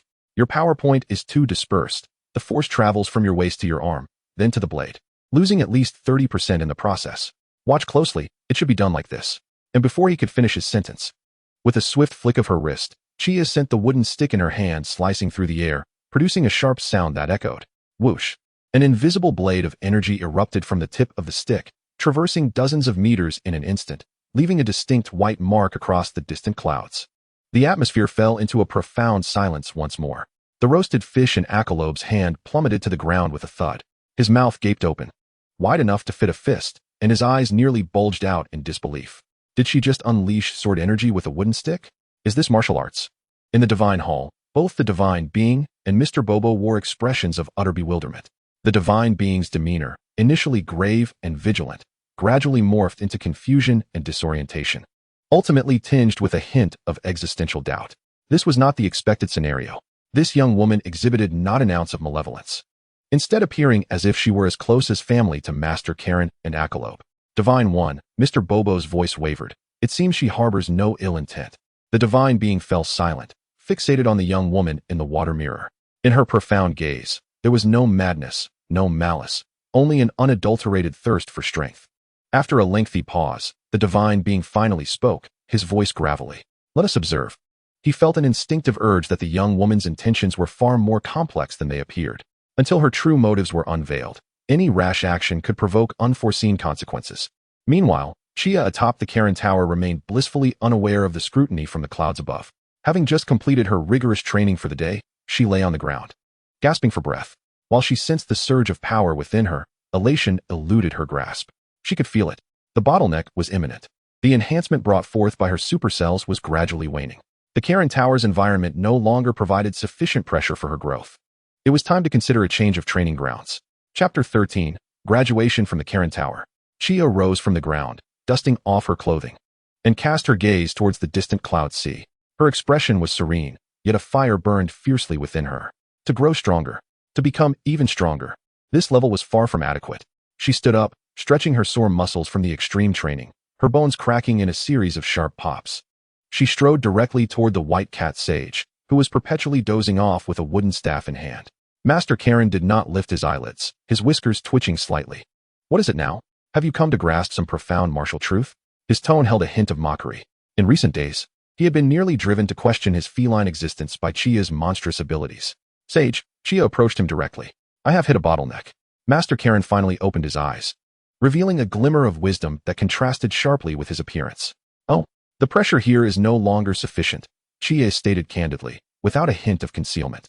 The training environment of the Karen Tower had become akin to a greenhouse for her. Master Karen fell silent, gazing intently at Chia. Within his deep black eyes lay no impurities, only a pure longing for power. Your abilities are truly unprecedented. Master Karen spoke slowly, his tone complex. Teetering on the brink of life and death in a mad pursuit to awaken your potential, pushing yourself to the limits each time. This method of training is fraught with peril. I understand, Chia nodded, her expression devoid of excess emotion. But it is the fastest way. The quickest is often the most perilous.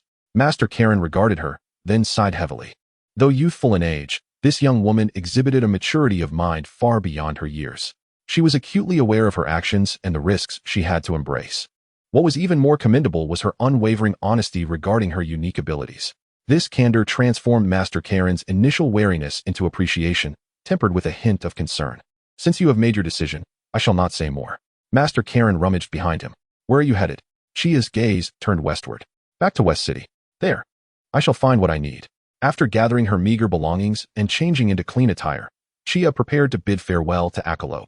Before she could speak, the stout warrior stood before her, arms crossed and a disgruntled expression etched across his face. Hey, you're leaving? Piccolo's tone was as explosive as if he had swallowed gunpowder. Chia raised an eyebrow. What, you'll miss me? Huh. I can't wait for you, this freak. To get lost. Piccolo retorted with a huff, though his eyes betrayed a flicker of uncertainty. You being around makes my roasted fish taste bland. Watching you torture yourself daily is just bad luck. Despite his grumbling, his actions were in stark contrast. With a swift motion, he tossed a small cloth bag towards her. Chia caught it, feeling its weight. When she opened the bag, a peculiar fragrance wafted towards her. It was filled with vibrant green celestial beans. Stunned, Chia looked up at Piccolo, who awkwardly turned his head, stealing glances at her from the corner of his eye. Ahem. Piccolo coughed heavily, attempting to mask his embarrassment. The sage said your training method will eventually lead to your demise. Take these beans. I wouldn't want you starving halfway through your journey. That would be too humiliating. A freak should meet a freak's end, but starving to death? That's just pathetic. Chia couldn't help but chuckle at his haughty demeanor. Thanks, chubby. Who needs your thanks? Just hurry up and scram. Piccolo puffed up like a cat whose tail had been stepped on, then darted away like a flash. Chia weighed the celestial beans in her hand, her smile broadening. The heft of this bag likely contained years' worth of Master Karen's reserves. This stout fellow had his charm after all. She stored the beans carefully and turned to leave. Chia. Master Karen's voice called from behind her. This time, his tone was devoid of its usual languor, infused with a gravity she had never before encountered. Chia turned back to see the white cat sage, leaning on his staff, standing quietly at the edge of the tower, with the tumultuous cloud sea as his backdrop. Remember this. Power bears no inherent good or evil, but those who wield it do. Your pursuit of strength is bordering on madness. Each time, you dance upon the edge of a knife. Such extreme behavior amplifies all your emotions, including desires and ambitions. His gaze was sharp as a blade, piercing deeply into Chia's soul. Remember, do not let power devour your true essence. Guard it fiercely. Otherwise, all that you seek today may become the very source of your own destruction in the future. The air fell into a profound stillness. Atop the towering spire, only the howling winds remained to fill the silence. Chia listened intently, refraining from utterance. He could sense the gravity of the sage Carlin's words, an elder imparting the most sincere counsel to a junior. After a considerable pause, he solemnly bowed to the sage. I shall remember. There were no grandiloquent phrases, no further assurances. Yet these 4 words were uttered with utmost sincerity by Chia. The sage regarded him, slowly nodding in acknowledgement. There was little more he could do. The path ahead ultimately lay in Chia's own hands. Chia straightened and approached the edge of the Carlin Tower. With an endless sea of clouds beneath him, he turned back to glance at the timid Akairobe, peeking from a corner, and offered him a radiant smile. Startled by Chia's grin, Akairobe recoiled, retreating into the shadows. Without hesitation, Chia stood at the tower's brink, confronting the vast expanse of the sky, his posture unwavering. In the next heartbeat, boom, an indescribable, terrifying aura erupted from within him. A plume of white energy surged forth, akin to a volcanic eruption, enveloping him entirely. The violent shockwave radiated outward from his core, expanding wildly in all directions. The entire Carlin Tower trembled under this formidable force. Akairobe, sheltered at a distance, struggled against the gale, clinging desperately to a nearby pillar, his face etched with astonishment. Just how powerful had this fellow become? It was utterly unreasonable. As Akairobe and the sage Carlin gazed in shock, the blinding white aura suddenly contracted. Then whoosh! A resplendent beam of white light burst forth from the tower's apex. It tore through the dense cloud cover at an astonishing speed, leaving behind a lengthy, lingering streak across the limitless sky. The beam raced toward the western city, vanishing at the horizon in the blink of an eye.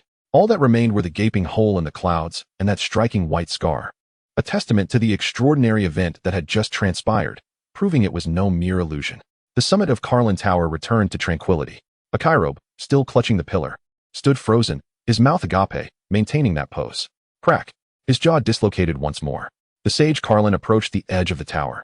Gazing into the distance where Chia had vanished, his ancient eyes filled with a complex array of emotions. He extended a paw, gently stroking his whiskers. This young man was like an uncontrollable meteor, streaking across the sky with resolute determination. Would he fall, or would he become an unprecedented sun? I hope you choose wisely. A soft sigh dissipated into the wind. Chapter 14. A one-handed stop. The first encounter with the genius girl Bulma. West City. Chia descended from the heavens. Standing atop a skyscraper, his black hair dancing in the wild winds. Beneath him, countless flying capsule vehicles wove through the air, creating an unceasing river of steel, accompanied by a low, humming drone. Enormous holographic advertisements flickered between the buildings, as virtual idol singers beamed sweet smiles to the entire city. The glass facades reflected a cold light, and the throngs of pedestrians bustled about like a hive of industrious ants. This extreme opulence instilled in Chia a peculiar sense of disconnection. The stark contrast between his solitary cultivation at Carlin Tower and the cacophony of this bustling world was strikingly vivid. At last, he had returned to this place, Chia mused. He did not rush to descend. Instead, he stood quietly, closing his eyes. The surrounding clamor, the din of the crowd, the roar of traffic, were instantaneously stripped from his perception. His world descended into a realm of absolute silence. Moments later, an invisible awareness emanated from him, like pebbles cast into a lake, swiftly expanding outward. He did not flail about aimlessly in search of a place known as Capsule Corporation. That would be too slow. His aura swept across the entire city. He was searching, seeking that most distinctive, vast, and brimming with genius ingenuity energy field. The aura of ordinary people was calm and weak. The aura of martial artists was condensed and powerful. Yet the place he sought would exude an energy suffused with creativity and a sense of advanced technology, something truly unique. Seconds later, a subtle smile graced Chia's lips. He had found it. He abruptly opened his eyes, his gaze precisely locking onto a colossal spherical structure in the city center. That building was nothing short of an emblem of the city, the headquarters of Capsule Corporation. In the next instant, his figure vanished from the rooftop. Capsule Corporation, hailed as the world's greatest technological enterprise, boasted an astonishingly vast headquarters. Chia strolled leisurely down the tree-lined avenue leading to the headquarters, akin to an ordinary visitor. His eyes swept over the iconic spherical edifice, absorbing the technological force within capable of altering the world's landscape. Gravity chambers, Dragon Ball radar, these were the keys to his impending empowerment. As he approached the exit of an underground parking garage, a sudden roar erupted from below. A sleek scarlet hovercar, resembling a bolt of lightning, burst forth from the shadowy exit, accompanied by a piercing sound that sliced through the air, traveling at breakneck speed. It was astoundingly fast, utterly defying the city's safety driving regulations. At this distance, at this speed, an ordinary person would have no time to react, destined to be reduced to mere pulp in the next heartbeat. Yet, Chia merely paused momentarily. He did not even glance sideways. His body remained oriented towards the entrance of Capsule Corporation, calmly extending his right hand toward the source of the sound. His fingers spread wide. The car, hurtling at over 200 miles per hour, collided headlong into his seemingly unremarkable palm. Screech. An exceedingly brief, yet piercing sound of brakes echoed. The frenzied scarlet vehicle came to an abrupt halt. The immense inertia caused the rear of the car to lift high before crashing back down, tires screeching against the pavement, filling the air with a burning scent. Yet it could advance no further, frozen in place before Chia's outstretched hand. Inside the car, thud. A 30-something young woman with flowing blue hair slammed her forehead heavily against the steering wheel. Ouch! That hurts, she exclaimed, fuming as she pushed open the car door and leapt out. She had just completed the tuning of her new anti-gravity engine and was eager to take it for a spin, only to nearly collide. However, as she stormed around to the front of the car, ready to unleash a torrent of curses, they lodged in her throat. What she first beheld was not the fool who had obstructed her path, but rather her car. Her meticulously crafted crimson flame, forged from the latest high-strength alloys and embodying her countless efforts, remained utterly unscathed. The front of the car gleamed like a mirror, devoid of even the slightest scratch. There were no dents, no distortions.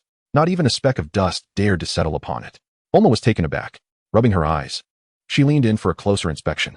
Indeed, nothing was amiss. How could this be possible? At the speed it had just been going, even a 10-meter-thick steel wall would have been reduced to a gaping hole. How on earth had this individual managed to achieve such a feat? To dissipate such terrifying kinetic energy in an instant without inflicting any damage on the vehicle? What sort of monstrous control over power did this require? This was beyond the realm of physics. It had entered the domain of the metaphysical. For the first time, the brilliant mind of this young genius experienced a moment of paralysis. Her brain raced to compute the energy equations from that fleeting moment, yet every result screamed impossibility. Overwhelmed with questions and an ungraspable shock, she finally lifted her gaze to the architect of this anomaly. She was once again rendered speechless. Before her stood a tall, strikingly handsome young man. His short black hair and dark eyes complemented his sharp features, exuding an almost unreasonable charm. The most captivating aspect, however, was his eyes, profound and tranquil as the night sky, devoid of even the slightest ripple. He stood there in serene silence, as if he were not the one who had just single-handedly halted a supercar. The fury within Bulma was abruptly doused, as if doused by a bucket of ice water, replaced by an overwhelming surge of curiosity and infatuation. Who was this guy? He was astonishingly good-looking. Bulma cleared her throat, forcing herself to regain composure from the stunning blow of his appearance. No, this could not be left unaddressed. Her pride as a young lady demanded acknowledgement. She placed her hands on her hips, striving to project an air of indignation. Hey, who are you? Do you realize how dangerous that was? How do you intend to compensate for the damage to my car? Her voice was loud, yet anyone could discern the false bravado and the excitement that she could barely conceal. However, his reaction once again surpassed her expectations. Chia withdrew his hand, barely sparing a glance at the expensive sports car. His gaze landed calmly on Bulma's face. There were no apologies, no explanations, nor any sign of being intimidated by her haughty demeanor. He spoke directly, cutting to the heart of the matter. You must be Miss Bulma Brief. Bulma froze, her posture of indignation momentarily paralyzed. He knows me? I require your assistance to save the Earth. Chia's next statement left Bulma utterly bewildered. What on earth? Save the Earth? This seemingly well-mannered individual was exhibiting symptoms of a severe case of delusions. She nearly burst into laughter, ready to mock him for perhaps forgetting to take his medication. Yet, Chia provided no opportunity for her to respond, calmly adding a third sentence. This statement struck her like a thunderbolt from the heavens, crashing into her consciousness. You wouldn't want the Saiyans to annihilate all Earthlings, would you? The mocking smile on Bulma's face instantly froze. Saiyans. How could he know? This information should not be known to anyone other than herself and Goku. Yet, this excessively handsome man had uttered it so casually. Bulma's mental faculties felt as if they were on the verge of overheating. Countless thoughts collided within her mind. Who was he? How did he know? That single-handedly halting a car was beyond what ordinary humans could achieve. Instinctively, Bulma took a step back, her back colliding with her flashy red sports car, the cold metal grounding her slightly. Chia observed the seemingly tough exterior of the genius girl, whose inner turmoil was a chaotic storm. He took a step forward, prompting Bulma to instinctively retreat again like a startled cat. My name is Chia. He halted, locking eyes with Bulma. His profound gaze possessed an uncanny ability to penetrate her facade, making her feel as though all her pretenses were laid bare. I need a variable gravity training room. The maximum multiplier must reach at least 100 times. Chia's voice was soft, yet each word resonated clearly in Bulma's ears. Initially taken aback, she responded, "A gravity room? Of course, I know what that is. It's a cutting-edge device developed by my father for simulating various planetary environments for material testing and astronaut training. But 100 times gravity? 100 times gravity?" Bulma exclaimed, her voice piercingly sharp. Her gaze towards Chia transformed from one of a delusional individual to that of a complete madman. "Do you comprehend the implications? What kind of international joke are you making?" Bulma animatedly waved her arms. Akin to a math teacher whose authority was challenged by a student with a score of 113. Any carbon-based life form subjected to an environment of 100 times gravity would be instantaneously crushed into a two-dimensional biological layer. What would you even use that for? To commit suicide? The rigor of science momentarily overshadowed her fear regarding the term Saiyan, as she instinctively launched a vehement critique against such anti-physical rhetoric.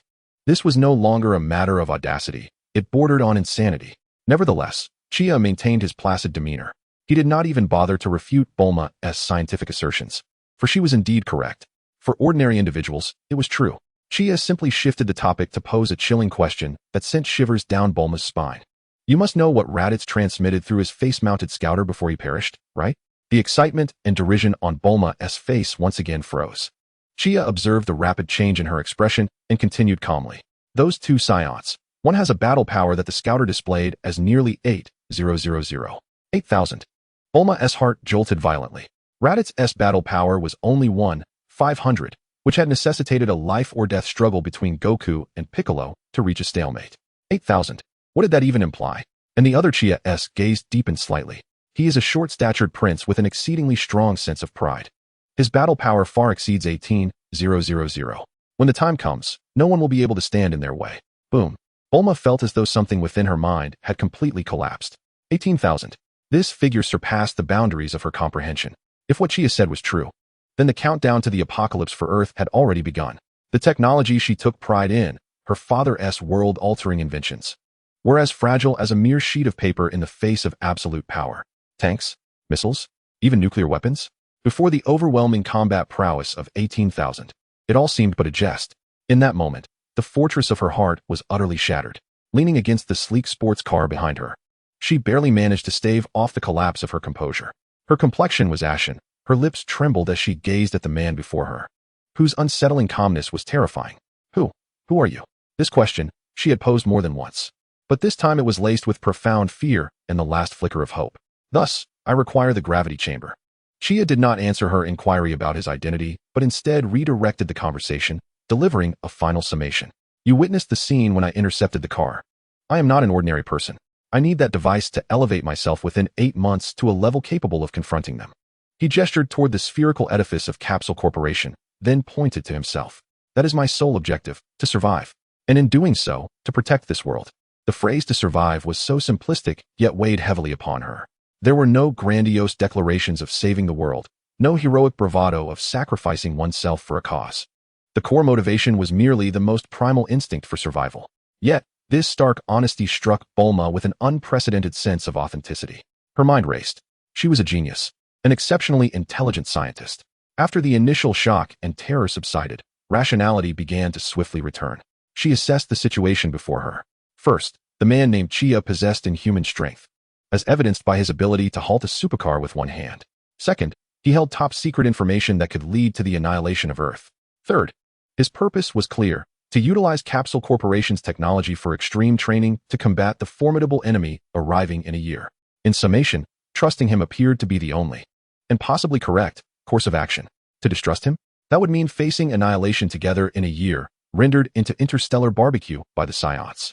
To trust him might offer a glimmer of survival. This decision was far from difficult. Bulma inhaled deeply, her chest heaving violently. Finally, she lifted her gaze. And in her blue eyes, for the first time, the imperiousness of a noble lady and the arrogance of a genius were replaced by a resolute determination. "Very well. I can find a way to procure the gravity chamber for you. In fact, I can have my father specifically modify one for you." Her words spilled forth rapidly, betraying her urgency. Chia's brow arched slightly, impressed by the audacity of the daughter of the world's wealthiest man. However, Bulma's tone shifted abruptly as she pointed a finger sharply at Chia's nose, her gaze sharpening. "You must agree to one condition. You must tell me everything about yourself. Where do you come from? How do you know all this? I need to know it all." She fixed her gaze on Chia, enunciating each word carefully. After all, entrusting the fate of Earth to an enigmatic stranger was not an act of naivete she was willing to undertake. Chapter 16. Spoilers from the Future. Combat power of 10,000. Faced with Bulma's finger almost poking his nose, Chia's expression remained unchanged. He merely observed the seemingly aggressive yet internally tumultuous genius girl before him. Her blue eyes brimmed with doubt, fear, and a hint of anticipation she herself had not yet recognized. She was wagering the fate of the world. My story is long. Chia finally spoke, his voice devoid of emotion, yet possessing an uncanny power that silenced the surrounding clamor. And it is rather unpleasant. Are you certain you wish to know? Bulma was momentarily taken aback by his words, her earlier bravado diminishing. What did he mean by unpleasant? This man had a penchant for delivering the most terrifying revelations in the most mundane tones. Yet, the words had been spoken. She could not back down now. Enough with the preamble. I have seen my fair share of storms. I have dealt with aliens. Speak. Very well. Chia nodded, seemingly anticipating her reaction. He eschewed lengthy explanations or cryptic remarks. Instead, he stated a stark reality, dropping a bombshell. I come from a future that has been utterly annihilated. A future where your father, son Goku, Krillin, and everyone else is dead. Bulma's expression froze. What did you say? This is time travel? Her voice was hoarse, instinctively feeling this notion absurd. A plotline suited for films. Yet the man before her, along with his knowledge, was relentlessly challenging her scientific understanding. You could interpret it that way. Chia did not afford her much time to process. In that future, we lost. Catastrophically. Goku perished in battle, Piccolo died, the gods fell, and the Dragon Balls vanished. Those two Saiyans treated Earth as a hunting ground. Humanity's resistance was but a jest to them. Chia's narration lacked any emotional embellishment. Yet this icy recounting evoked the utmost terror. The imagery was overwhelming. Bulma could almost envision the apocalyptic scene, cities ablaze, people wailing. As two monstrous figures clad in battle armor laughed maniacally in the sky, her body trembled uncontrollably.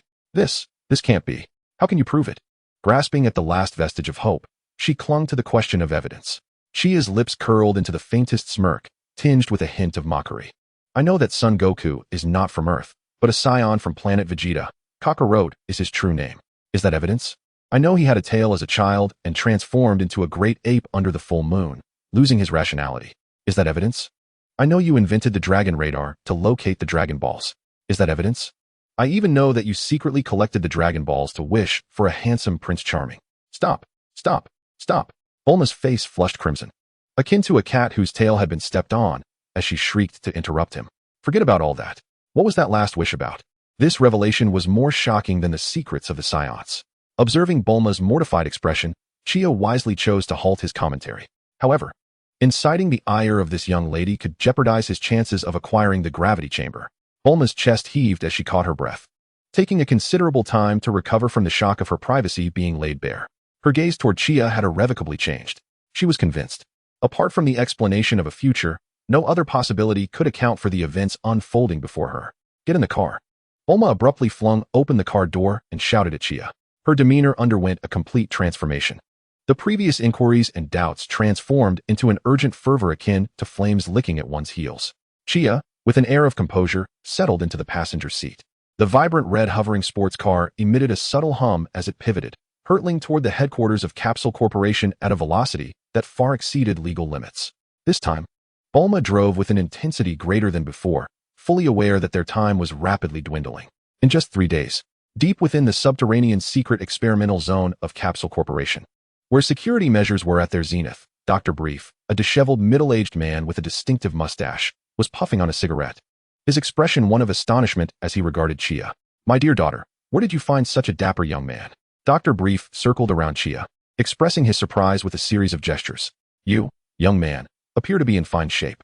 However, I must caution you, this endeavor is no trifling matter. One misstep. And he mimicked a squashing motion with exaggerated flair. Bulma, exasperated, swatted her father's hand away. Dad, let's stick to business. She turned her attention to Chia, who had been residing at Capsule Corporation since 3 days prior, spending his time mostly in meditation, aside from eating and sleeping. In his hand, he held a green monocle, a combat power detector salvaged and modified from Raditz equipment. Hey, before you go into the lion's den, let me assess your capabilities, Bulma insisted, donning the detector over her eyes and activating it. I'm curious to know just how formidable a creature is brave enough to challenge 100 times gravity. She had entertained various hypotheses, Raditz was at 1,500. Surely this guy must be around 2,000? Or perhaps 3,000. Such figures were already terrifying. Chia shrugged nonchalantly, allowing her to proceed with the assessment. Bulma pressed the button. Beep. The device emitted a soft chime, followed by a series of rapid beeps as the numbers on the lens began to ascend at a dizzying pace. 500, 1,500, 3,000, 5,000. Bulma's breath caught in her throat. She watched in disbelief as the number easily surpassed her expectations. 8,000. Chia had mentioned that the Saiyan named Nappa had a battle power of that magnitude. Yet, the digits continued to climb. 9,000, 9,500, 9,900. Beep. Finally, after a crisp tone, the number stabilized at a staggering figure. 10,000, 10,000, a full 10,000. Doctor. Brief leaned closer, intrigued. What is the number, my daughter? Let me see. Bulma mechanically turned her head, her complexion pale, her lips quivering, unable to utter a single word. Her mind was a blank slate, consumed solely by that alarming, vivid number. 10,000. Before undergoing any gravity training, he already possessed a battle power of 10,000. A mere 8,000 shy of the impending Saiyan Prince. This was merely the beginning? In that moment, Bulma finally grasped the gravity of Chia's earlier declaration. I need to use that device to elevate myself to a level capable of confronting them within 8 months. He was not merely boasting. He was not caught in a delusion. He truly possessed the potential. An unprecedented wave of hope erupted within her, akin to a volcano bursting forth, flooding her entire heart. Victory was within reach. Perhaps they could indeed triumph. She pointed toward the enormous white gravity chamber, her voice trembling with excitement. Whatever you need, just let me know. We have ample energy. Even if it means draining the entire capital city's power, I will ensure you achieve mastery. This brilliant young woman was ablaze with determination. She could already envision a year hence, this man delivering blows to Vegeta and kicking Nappa. Chia smiled, choosing not to elaborate further as he turned and entered the gravity chamber. The heavy alloy doors gradually sealed shut. A low rumble emanated from the massive sphere, heralding the commencement of an intense training regimen that would transcend human limits. Time, in the midst of monotonous and grueling training, raced by. 8 months passed in the blink of an eye. Throughout this duration, the thunderous sounds of the gravity chamber rarely ceased. Each day, Bulma would descend to review the data, each time rendered speechless by the gravity levels and Chia's vital signs displayed on the screen. From 10 times gravity, to 20, 50, and ultimately, a staggering 100 times. He truly accomplished it. This man had not only survived in a 100-fold gravity environment, but was also engaged in rigorous training. He was undoubtedly a monster. On this particular day, as Bulma entered the experimental zone with a cup of coffee in hand, she was abruptly met with the piercing sound of alarms resonating throughout the facility. Beep, beep, beep. Warning. 2 high-energy signatures are rapidly approaching Earth's orbit. Estimated time of arrival, 10 minutes. They have arrived. Bulma's coffee cup shattered upon impact with the floor, her heart racing as she lifted her gaze to the large screen. 2 brilliant red dots were hurtling toward their azure planet. The tranquility of the past 8 months was shattered in an instant. At that moment, a resounding crash echoed as the massive alloy doors of the gravity chamber, which had been operational for 8 months, slowly slid apart. A figure emerged from within. Chapter 17, The Saiyan Strike. Eastern Wasteland. 2 enormous spherical metallic objects, trailing fiery tails, descended like 2 malevolent stars from the heavens, piercing through the blue sky. Accompanied by a sharp, piercing howl, they struck the barren earth with a cataclysmic force. Boom. The ground quaked violently, as if groaning in agony. Instantaneously, 2 unfathomable craters formed, sending shockwaves that stirred up clouds of dust. After a brief moment, crack. One of the deep pits opened, releasing a plume of white steam. A man of imposing stature emerged, his head bare, with a fierce countenance clad in a black and blue battle suit. A cruel smile curling at the edges of his lips. It was Nappa. Shortly thereafter, another hatch opened. Vegeta, relatively shorter, yet emanating a more chilling presence, strode forth with arms crossed, his demeanor exuding arrogance as he surveyed the desolate landscape, his eyes filled with disdain and contempt. Humph. Vegeta pressed a button on the green detector at his ear. Raditz, that fool, was defeated by the scum of this planet. Such disgrace brings shame upon us, Saiyan warriors. Nappa soared from the crater, stretching his limbs with audible cracks. Forget about that worthless fool, Vegeta. He grinned wickedly, casting his gaze towards the distant outline of the city. I can hardly wait to hear the delightful screams of this planet's natives.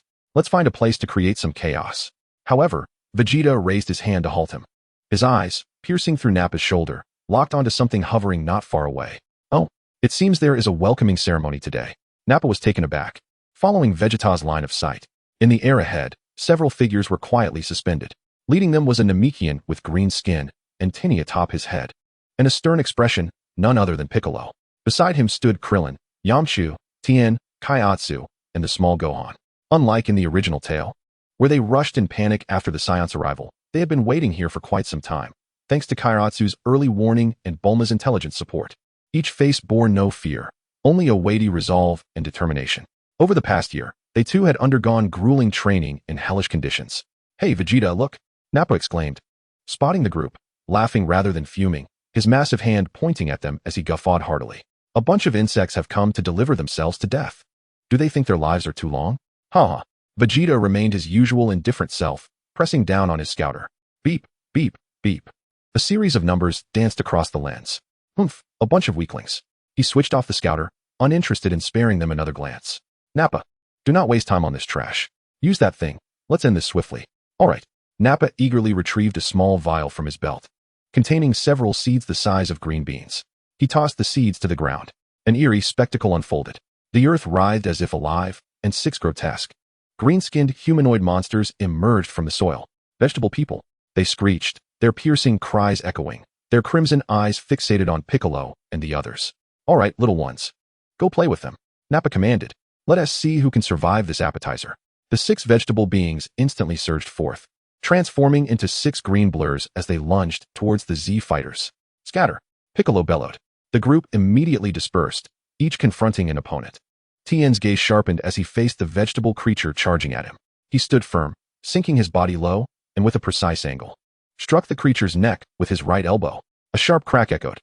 The vegetable being could not even emit a cry as its body stiffened and collapsed, lifeless in an instant, clean and decisive. Meanwhile, watch this.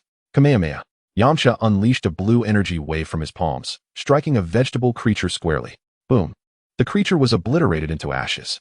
"Hey, is that all you've got?" Having swiftly dispatched an opponent, Yamcha felt a surge of confidence. He wiped his nose and struck what he deemed a cool pose, beckoning the remaining 4 vegetable beings with a flick of his fingers. "Hey, don't all rush at me one by one. It's too slow. Come at me together. I'm on a tight schedule." "Yamcha, don't be careless," Krillin shouted from a distance. "No worries. Leave it to me," Yamcha replied, brimming with confidence.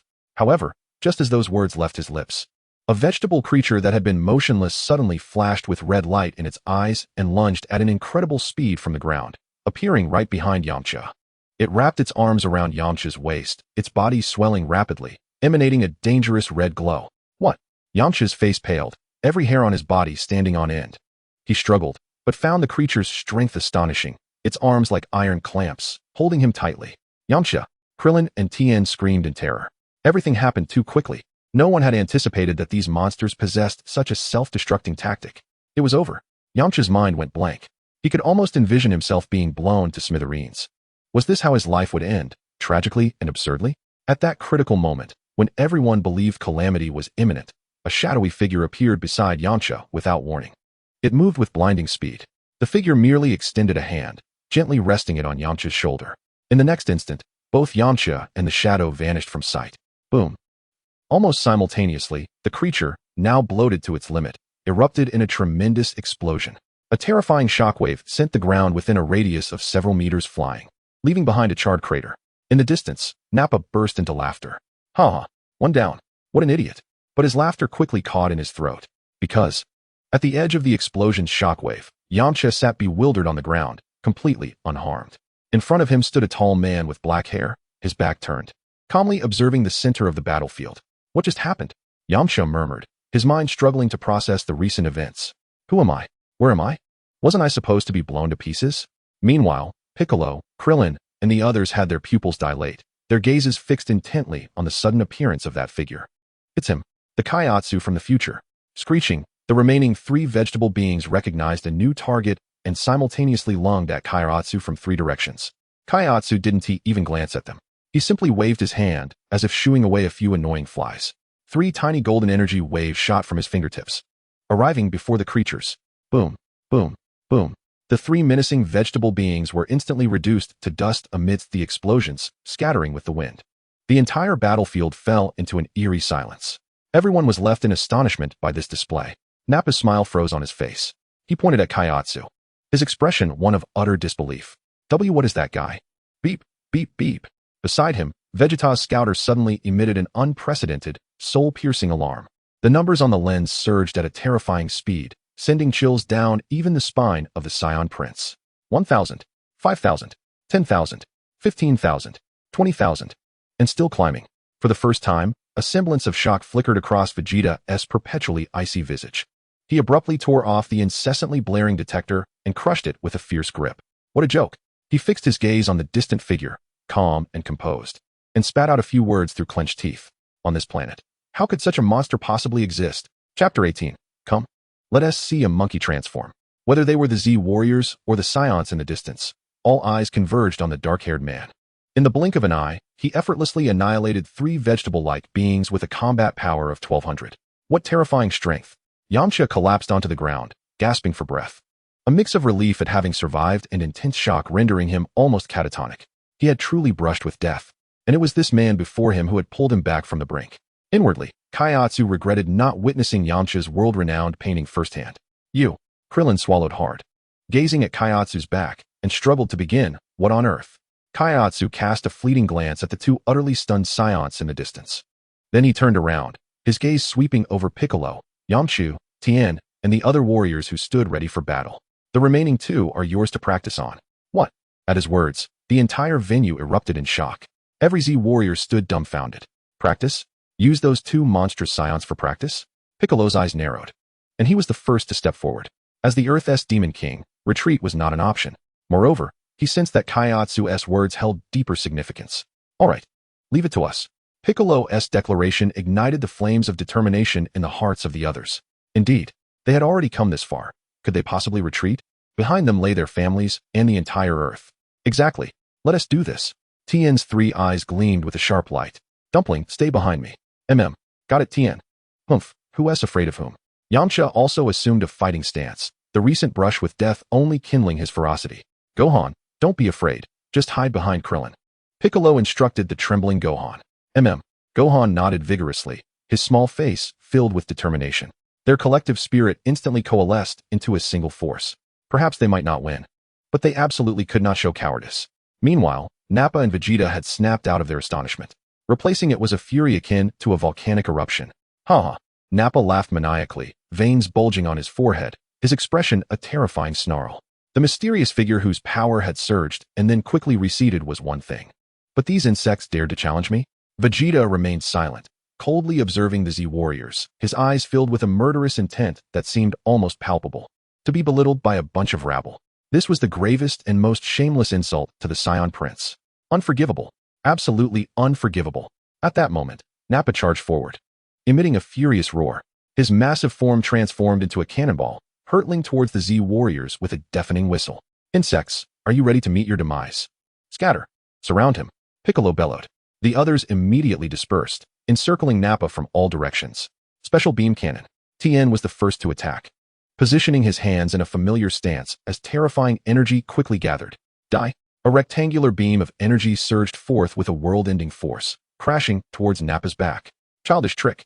Nappa didn't even look back. With a swift motion, he deflected Tien's attack with a wave of energy. But just then, Masenko. Piccolo had already charged his attack, his fingers forming a deadly spiral of energy aimed directly at Nappa's chest. Solar flare. Krillin unleashed a blinding burst of light from the other side. Damn it. My eyes. Nappa was caught off guard, his vision engulfed in a blinding white haze. Instinctively, he tried to evade Piccolo's attack, but it was too late. Thud. The special beam cannon accurately pierced through Nappa's shoulder blade. Ah! The searing pain elicited a primal roar from Nappa. We did it! Krillin exclaimed with delight. Don't let your guard down. Piccolo warned sharply, fully aware that this strike was far from fatal. As expected, Nappa clutched his bleeding shoulder, his expression contorted with rage. You filthy insects! I will crush your bones one by one. He opened his mouth wide. Boom! A massive wave of energy erupted from his mouth, sweeping outwards like an uncontrollable flood. The Z warriors' faces paled, and they scrambled to evade the onslaught. In an instant, the air was filled with explosions, roars, and the thunderous sound of clashing energies resonating across the wasteland. The Z warriors, through their seamless cooperation and an array of techniques, surprisingly held their ground against the enraged Nappa. Though perilous, with each sustaining injury, they managed to keep the Saiyan giant at bay. At the edge of the battlefield, Kaiatsu observed the chaos with a satisfied expression. Not bad. It was better than he had anticipated. Just then, he felt a cold, piercing gaze directed at him. Turning his head, he locked eyes with Vegeta, whose eyes were filled with murderous intent and vigilance. From beginning to end, this Saiyan prince had not moved. His entire focus was fixed on Kaiatsu. He understood clearly that this dark-haired man before him was the true threat. Aren't you going to help your companions? Kaiatsu suddenly spoke, his tone casual. Vegeta crossed his arms and snorted. Just a worthless fool, not worth saving. Oh, Kaiatsu raised an eyebrow. Saiyans were indeed cold-blooded. Enough with the nonsense. Vegeta's patience had evidently worn thin. Who exactly are you? A warrior of your caliber could not possibly exist on this remote planet. Me? Kaiatsu smiled, slowly advancing towards Vegeta. 1 step, 2 steps. Though his pace was slow, it made every muscle in Vegeta's body tense, beads of sweat forming on his forehead. Danger. An overwhelming sense of peril. With each step Kaiatsu took, the pressure increased exponentially. I'm merely an ordinary passerby, unable to tolerate your bullying. Kaiatsu stopped 10 meters away from Vegeta. In an instant, his figure vanished from Vegeta's sight. Not good. Vegeta's battle instincts screamed in alarm, without a second thought. He unleashed his energy, attempting to protect himself. However, it was already too late. A fist, moving at an incredible speed, struck heavily against his abdomen. Thud. Vegeta's eyes widened in disbelief, his entire form curling up like a boiled shrimp, as a surge of acid mixed with blood erupted from his mouth. He could scarcely comprehend the movement of his opponent. The overwhelming force swept him away, transforming him into a shooting star, which violently pierced through a massive mountain hundreds of meters behind him. The ground trembled with a thunderous roar, rocks tumbling down as a colossal crater appeared on the mountainside. The battlefield, caught off guard by this sudden spectacle, fell into a brief state of suspension. Nappa, engaged in combat with the Z warriors, froze mid-action, incredulously turning to gaze at the mountain. Vegeta. Meanwhile, Piccolo and the others were left in shock, their eyelids twitching uncontrollably. One punch, merely a single punch, had sent the Saiyan prince, whose power eclipsed Nappa's, flying. What level of strength does this individual possess? Moments later, as debris cascaded from the mountain's gaping wound, Vegeta crawled out, bloodied and disheveled. His battle armor lay in tatters, blood trickling from his lips, his eyes ablaze with humiliation and madness. He fixed his gaze on Kaiatsu in the distance, his chest heaving violently. Kaiatsu, still standing nonchalantly, even poked at his ear with a finger, exuding an air of boredom. Observing the battered Vegeta, he smirked and remarked, "You're so weak. This is rather disappointing." He beckoned to Vegeta with a finger, his tone laced with malicious mockery.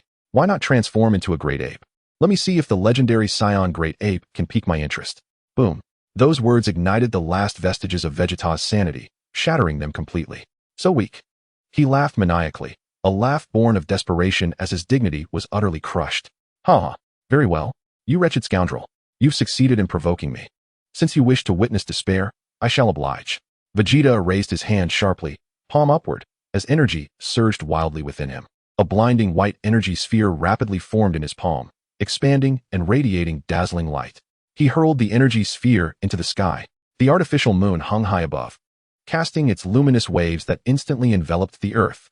A deafening roar erupted from Vegeta as his heart raced, his body visibly swelling and contorting.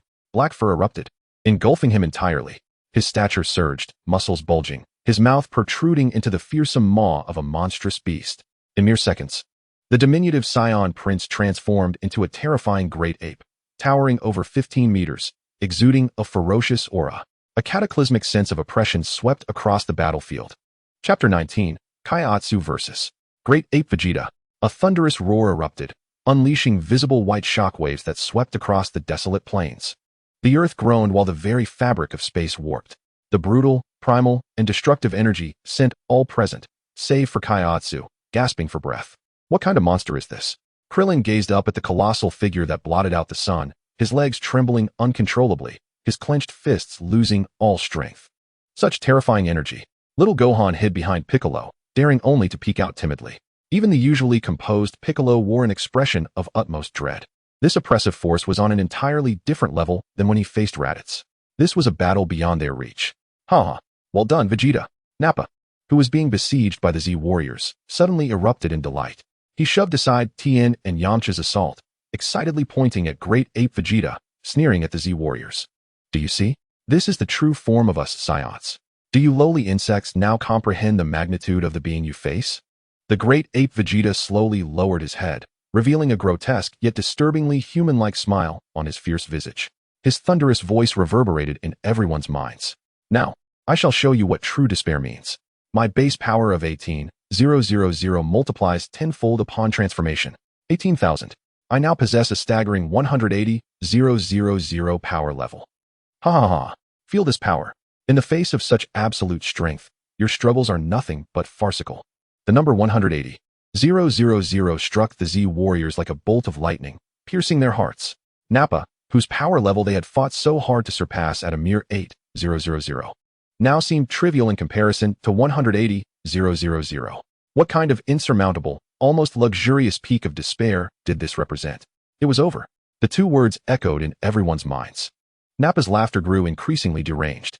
Did you hear? Prince Vegeta with a power level of 180,000 is invincible. You worthless trash, along with that pretentious fool. Prepare to be reduced to cosmic dust.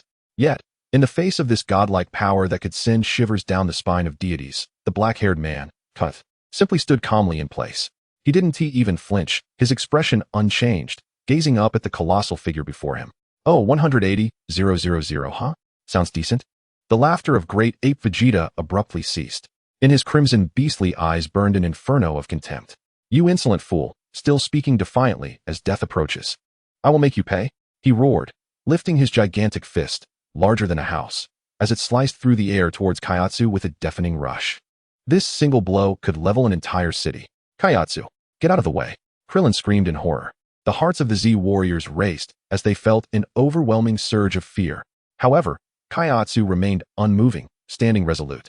In the shadow cast by the impending doom of the colossal fist, he appeared as insignificant as an ant.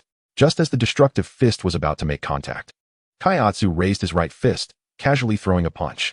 When that minuscule fist met the massive one, a profound and soul-shaking sound erupted. An indescribable shockwave radiated from the point of contact, expanding in a circular fashion. The earth was upheaved, as if being crumpled by a giant's hand. The Z warriors and Nappa were swept away by the ferocious gust, unable to maintain their footing. Everyone's eyes widened in disbelief as they witnessed a scene that would be etched into their memories for eternity. The once mighty and terrifying great ape, the entity that claimed to possess a staggering combat power of 180,000 was, astonishingly, brought down. The roar of Vegeta was caught in his throat. Morphing into a painful grunt, he felt an irresistible and incomprehensible force emanating from the opponent's fist. His colossal frame, akin to a mountain, staggered back several steps from a single blow. Boom, boom, rumble. Each step he took left a deep imprint upon the earth. Ultimately, he could no longer maintain his balance, and his massive body crashed to the ground, stirring a cloud of dust. The world fell silent. The maniacal laughter on Nappa's face froze in an instant. The despair etched on the faces of the Z warriors transformed into sheer stupor. All stood with mouths agape, their minds blank, utterly unable to process the surreal scene before them. The dust gradually settled. Kaiatsu remained rooted in place, retracting his fist. He gazed down at the bewildered giant ape Vegeta sprawled on the ground, his tone delightfully calm. Not bad. At least it serves as a warm-up. His mundane tone struck like a series of resounding slaps across the face of the giant ape Vegeta. No, it's impossible. The giant ape Vegeta struggled to rise, his injured arm devoid of sensation, his crimson beastly eyes filled with shock and confusion. This simply cannot be. I have transformed. I possess a combat power of 180,000. How can you? Oh, I forgot to mention, Kaiatsu replied calmly. My current combat power is roughly similar to yours, around 250,000. He casually stated a number that sent chills down the spines of everyone present. 250,000? Nappa shuddered, nearly losing his footing. Krillin and Yamcha's legs buckled, and they collapsed to the ground. Insanity. This world has surely gone mad. Meanwhile, the giant ape Vegeta was completely stunned. 250,000? Comparable to himself? You dare call that comparable? This prince transformed into a giant ape at only 180,000. You bastard. The utmost humiliation overwhelmed the excruciating pain and inner dread. The giant ape Vegeta let out an unprecedented furious roar, bracing himself with his uninjured hand and forcefully rising. I will kill you. I shall undoubtedly kill you. He opened his gaping maw, a terrifying energy wildly coalescing within. A thick, horrifying purple energy beam erupted forth like a celestial river, aimed squarely at Kaiatsu. In an instant, Kaiatsu vanished from sight. The energy beam struck the distant mountains. Rumble.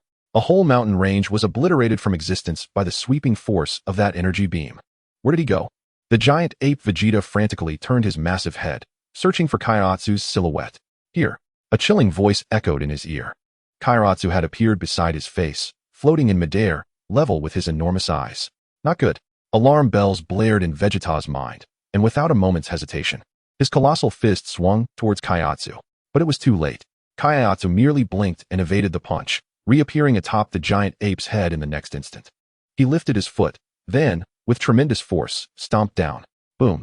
The giant ape Vegeta's massive head was brutally slammed into the ground. Rumble. The earth trembled violently once more, a vast spiderweb of cracks radiating from the point of impact. But, how infuriating. Vegeta felt the world spinning, his consciousness beginning to blur. Dignity, pride, everything that constituted the Saiyan Prince was shattered in that moment. Too slow. Kairatsu's voice was like a whisper from a demon. Bang. Bang. Bang. Bang. Bang. Kairatsu's fists fell upon the giant ape Vegeta like a torrential downpour, each strike imbued with terrifying power. Each blow sent the giant ape's massive body into violent convulsions. This was no longer a battle. It was a one-sided, brutal beating. The distant Z warriors had become utterly numb. Their worldviews were repeatedly shattered and ultimately crushed. Meanwhile, Nappa watched as Vegeta was mercilessly pummeled, his body bristling with dread. A chill surged from his feet to the crown of his head. Run. I must flee. If I don't escape now, I am doomed. What on earth is happening on this planet? How could such a monstrous creature exist? Without a shred of hesitation, he unleashed his energy and turned to flee frantically into the sky. Trying to escape? Piccolo was the first to react, his gaze turning icy. Though they couldn't intervene in that celestial battle, they could still claim this prey. Don't let him get away. Pursue. At Piccolo's command, Krillin, Tien, Yamchu, Kairatsu, and even Gohan instantly sprang into action, darting like streaks of light toward Nappa's fleeing form. On the desolate ground, only the terrifying echoes of Kairatsu's relentless assault on the giant ape remained. The giant ape Vegeta had been beaten to a pulp, his consciousness fading. Kairatsu ceased his barrage, hovering before the barely conscious giant ape, looking down upon him. He extended a finger, golden energy slowly coalescing at its tip. The game is about to end. Chapter 20. Goku's Return, challenging Kairatsu. The golden energy gathered at Kairatsu's fingertip, transforming into a razor-sharp energy blade several meters long. The brilliance of that energy blade reflected in the beastly crimson eyes of the giant ape Vegeta. His pupils constricted sharply. A fear that originated from the depths of his soul gripped his heart. What is this man planning to do? The giant ape Vegeta struggled to roar, to resist. But now, even moving his body was a monumental challenge. He could only watch helplessly as that finger gently traced a line towards him. Whoosh. A golden thread flashed through the air. The tail, the source of the Saiyan's fury, was severed with a single stroke. Roar ah! The giant ape Vegeta let out a final, anguished scream. His immense body, once casting shadows over the sun, began to shrink at a visible rate under the blinding light. As if punctured like a balloon, muscles atrophied, bones reformed, and his black fur fell away, revealing his original skin. Boom. A bloodied and dirt-streaked figure fell heavily to the ground. Vegeta lay prostrate, his body convulsing from agony and weakness, lacking even the strength to lift his head. The once proud visage was now stripped bare of dignity, leaving only humiliation and bewilderment. Defeated, the self who transformed into a giant ape, boasting a combat power of 180,000, had, astonishingly, lost, and lost so disgracefully. Chia descended gracefully from the sky, standing before the disheveled prince and gazing at him with an air of reproach. Would it not have been better had you behaved sooner? Her tone was reminiscent of a teacher chastising a disobedient child. You compel me to take action. With a scoff, Vegeta could no longer contain himself, spitting out a mouthful of blood. This was an affront, a humiliation 10,000 times more cruel than a physical beating. How could a proud Saiyan prince, an elite warrior of the cosmos, be reprimanded in such a manner? Who are you? Vegeta summoned all his strength, trembling as he raised his head. His eyes filled with bloodshot fury and resentment. Just then, a gentle yet vibrant voice echoed from the horizon. Nimbus. Speed up. Chia raised an eyebrow, glancing skyward. A small yellow cloud was racing towards them with astonishing speed. On it stood a man clad in an orange martial arts gi, his hair styled in a peculiar fashion. His aura was pure, potent, and brimming with indomitable spirit. Son Goku. He had finally arrived. It's Dad. Gohan exclaimed excitedly. Goku. Krillin was so overwhelmed with emotion that tears welled in his eyes, feeling as though their steadfast anchor had returned. Piccolo let out a sigh of relief. Though Chia was incredibly powerful, Goku was still their most familiar ally. Nimbus halted above the battlefield. Goku looked down, his expression frozen in shock. What on earth happened here? The ground was riddled with enormous craters and fissures, entire mountain ranges had vanished, and the air was thick with remnants of formidable and malevolent energy. A tall bald Saiyan, Nappa, lay in pieces, utterly defeated. And another. Goku's gaze fell upon the battered and barely conscious Vegeta on the ground. This energy, so potent, even in his weakened state, it surpassed that of the bald Saiyan by far. This must be the formidable foe Piccolo had spoken of. But why had he succumbed? Wonderful. Goku, you're finally back. Krillin waved excitedly at Goku above. The battle is over. We won. Huh. Goku jumped down from Nimbus, scratching his head, looking utterly perplexed. Over? But didn't T-Raditz mention that two Saiyans far stronger than him were on their way? As he spoke, he approached Vegeta. Upon seeing Vegeta's dire condition, his pupils dilated slightly. Such grievous injuries. This was undoubtedly the aftermath of an unimaginable battle. Yes, it was those two. Krillin pointed nervously at Nappa's corpse and the fallen Vegeta. We almost faced total annihilation. Listening to Krillin's account, Goku's face reflected relief. Thank goodness everyone is still alive. Yet, deep within, an indescribable sense of loss began to quietly spread. I rushed back from King Kai's planet with great effort, only to find the battle was already over. Goku's gaze began to scan the battlefield. Then, it landed on a man with black hair and eyes who was quietly watching him. Chia. Boom. In Goku's perception, Chia's presence was akin to the sun in the night. That vast, calm, unfathomable energy made his blood boil uncontrollably. Strong. So strong. Far mightier than any aura he had encountered on King Kai's planet. It must be him. He must have won this battle. You. Goku's expression changed instantly. No longer was there confusion or despondency. Instead, a fierce flame of fighting spirit ignited within him. He strode purposefully to Chia, excitement glimmering in his eyes. You are incredibly strong. Let us have a spar. Goku's declaration left the nearby Z fighters, who had just caught their breath, in stunned silence. Krillin's mouth fell open, his eyes nearly popping out. Goku, are you alright? You have no idea what he just did. He crushed that Saiyan who could transform into a giant ape. An ape with a battle power of 180,000. Fighting him was like battling a child. And you want to challenge him now? Yet Goku seemed oblivious to Krillin's caution. His focus was solely on Chia. It was a joy akin to meeting a worthy opponent. Come on, let us have a friendly match. I just learned some impressive techniques on King Kai's planet. Goku assumed his stance, his aura surging, powerful energy radiating from him like waves. Piccolo, Krillin, and others were forced back a few steps, their faces etched with shock. Goku had become this strong after just a year. Chia regarded the fervent Goku before him, a slight smile gracing his lips. Truly, he was Goku, forever on the path of challenging the strong. He did not immediately acquiesce, but instead scrutinized Goku with a discerning gaze, appraising him from head to toe. It seems your body cannot fully withstand your current strength. Chia pointed out the issue with piercing clarity. Goku paused, then sheepishly chuckled. Hey, you caught me. King Kai said the same thing. But it's fine. As long as I can fight a formidable opponent like you, taking a risk is worth it. Seeing the purity in his eyes, Chia smiled. Very well. He nodded. I have no issue sparring with you. Fantastic. Goku leaped in excitement.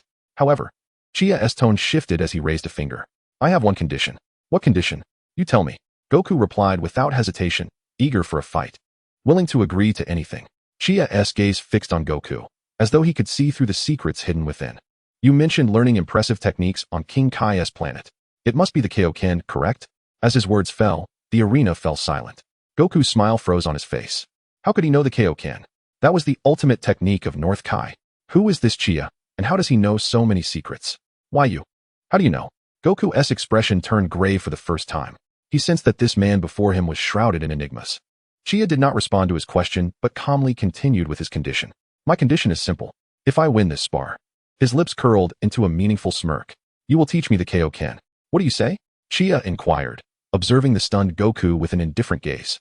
This deal seems quite fair, does it not? With your ultimate technique, grant me the chance to engage you with all my might. Goku snapped back to reality.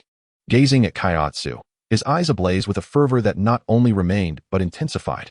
How intriguing. Utterly fascinating. Very well. Goku beamed, revealing an incandescent smile that radiated the indomitable spirit of a warrior, ignited in that very moment. I accept your challenge. No sooner had the words left his lips than a surge of crimson energy erupted explosively from within him. It was as if a layer of red flames engulfed his body, his muscles taut and bulging, and in an instant, his aura doubled in intensity. twice the Kaioken. Goku roared, his foot striking the ground with such force that it instantly fractured. His figure transformed into a streak of red lightning, hurtling towards Kaiotsu with unrelenting speed. Chapter 21. A fierce battle against Kakarot. The red lightning cleaved through the dim battlefield. In Krillin and Piccolo's sights, Goku had become nothing more than a blurred afterimage. Under the enhancement of the Kaioken, both his speed and strength had surged to unprecedented heights. Incredible, how swift! Krillin's voice quivered. He could barely discern a flicker of red light, flashing frantically beside the man named Kaiotsu. Each flicker was accompanied by a thunderous impact that made their hearts skip a beat. Boom! Goku's fist, imbued with enough force to shatter mountains, descended upon Kaiotsu's face with tremendous power. He poured every ounce of his strength into this strike.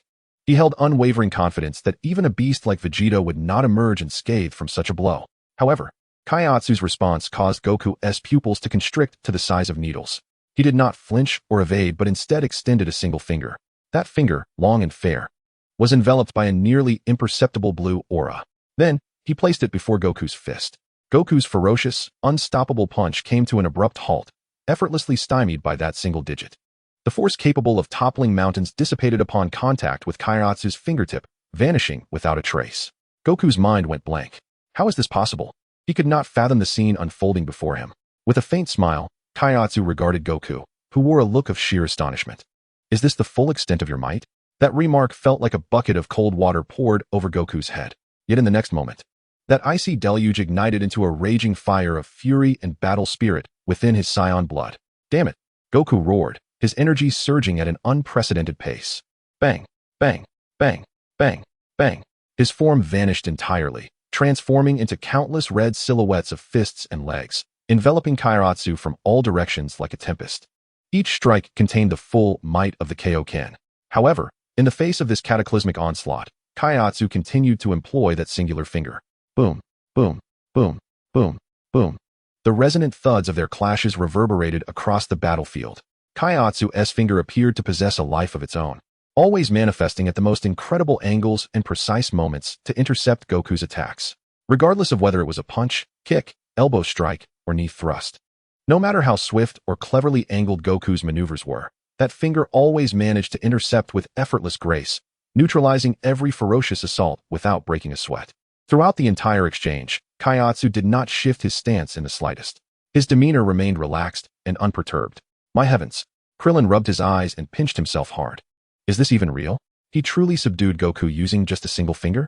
Beside him, Piccolo's expression darkened, nearly dripping with disbelief. He perceived the situation more clearly than Krillin. This was a complete domination across power, speed, technique, and combat awareness. They were not even on the same dimensional plane. Bam! Goku's figure was once more thrust back by an unseen force, skidding across the ground for several dozen meters before he managed to steady himself. He gasped for breath, his martial arts GI drenched in sweat. The strain of the Kaioken was immense. That brief flurry of attacks had already left him feeling distinctly fatigued. In stark contrast, Kaiotsu remained rooted in place, unbothered, his breathing steady and calm. It's not over yet. Gritting his teeth, Goku felt the veins in his forehead bulge. An even more ferocious aura erupted from within him. The crimson energy morphed into a blazing inferno, enveloping his entire being. He locked his gaze on Kaiotsu, forcing the words out with deliberate clarity. Triple Kaioken. Boom. The ground could no longer withstand the overwhelming pressure. Fissures resembling spider webs erupted around Goku's feet. His muscles swelled significantly. In an instant, his aura surged once more. Huh! With a fierce roar, Goku's form vanished again. This time, his speed had increased dramatically. Now, this is getting interesting. Kaiotsu still did not move, merely adjusting the casual position of his extended finger with a hint of seriousness. Clang! A sound tenfold louder than before erupted. Goku's fist was met with unwavering resistance. Yet, he did not relent. Harnessing the terrifying explosive power of the triple Kaioken, he unleashed a relentless barrage of strikes. Clang, clang, clang, clang. Each collision sparked blinding flashes and visible shockwaves. The entire battlefield trembled under the weight of their ferocious exchanges.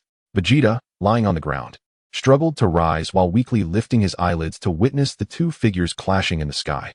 His eyes brimmed with disbelief.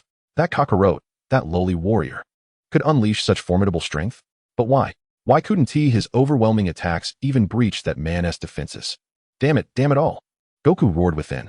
every punch feeling like it collided with a solid mountain. The backlash was excruciating, sending pain through his knuckles and numbness through his arms. Meanwhile, Kaiatsu maintained his nonchalant demeanor.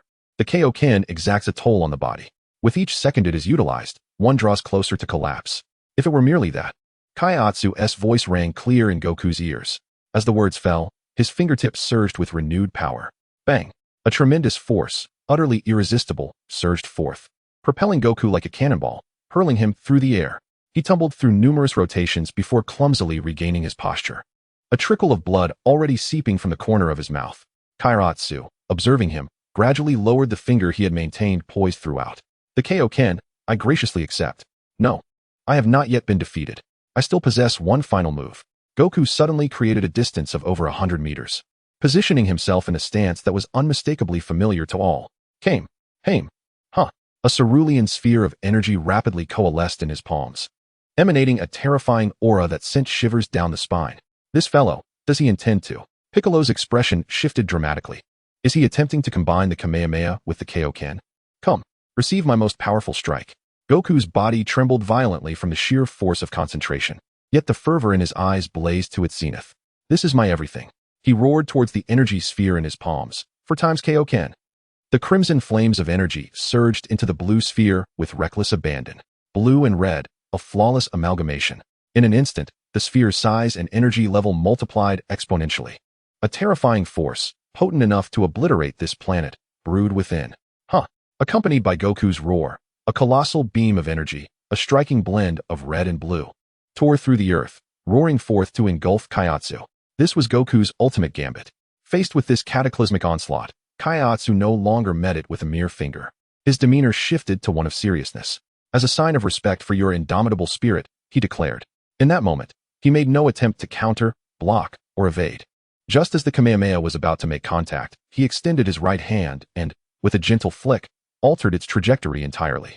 The next second, a sight that left all spectators agape unfolded. The beam, capable of evaporating mountains and piercing planets, was effortlessly redirected by his casual gesture. Boom! The colossal energy beam grazed Kaiatsu's body, rocketing towards the boundless sky. In the distant horizon, it left a dazzling yet lethal trail, ultimately vanishing into the depths of the cosmos. The arena fell silent, enveloped in an eerie stillness. Krillin's jaw hung open, nearly dislocating, while Piccolo's astonishment turned his complexion a shade of green. Even the weary Vegeta momentarily forgot his agony, captivated by the unbelievable spectacle. Meanwhile, Goku, who had unleashed this supreme strike, was now at his limits. The overwhelming burden of the fourfold Kaioken had torn his muscles, leaving his body in disarray. He hovered in the air, devoid of strength even to move a finger. Incredible, Goku managed to utter with great difficulty. His vision began to blur, and his gaze lost focus.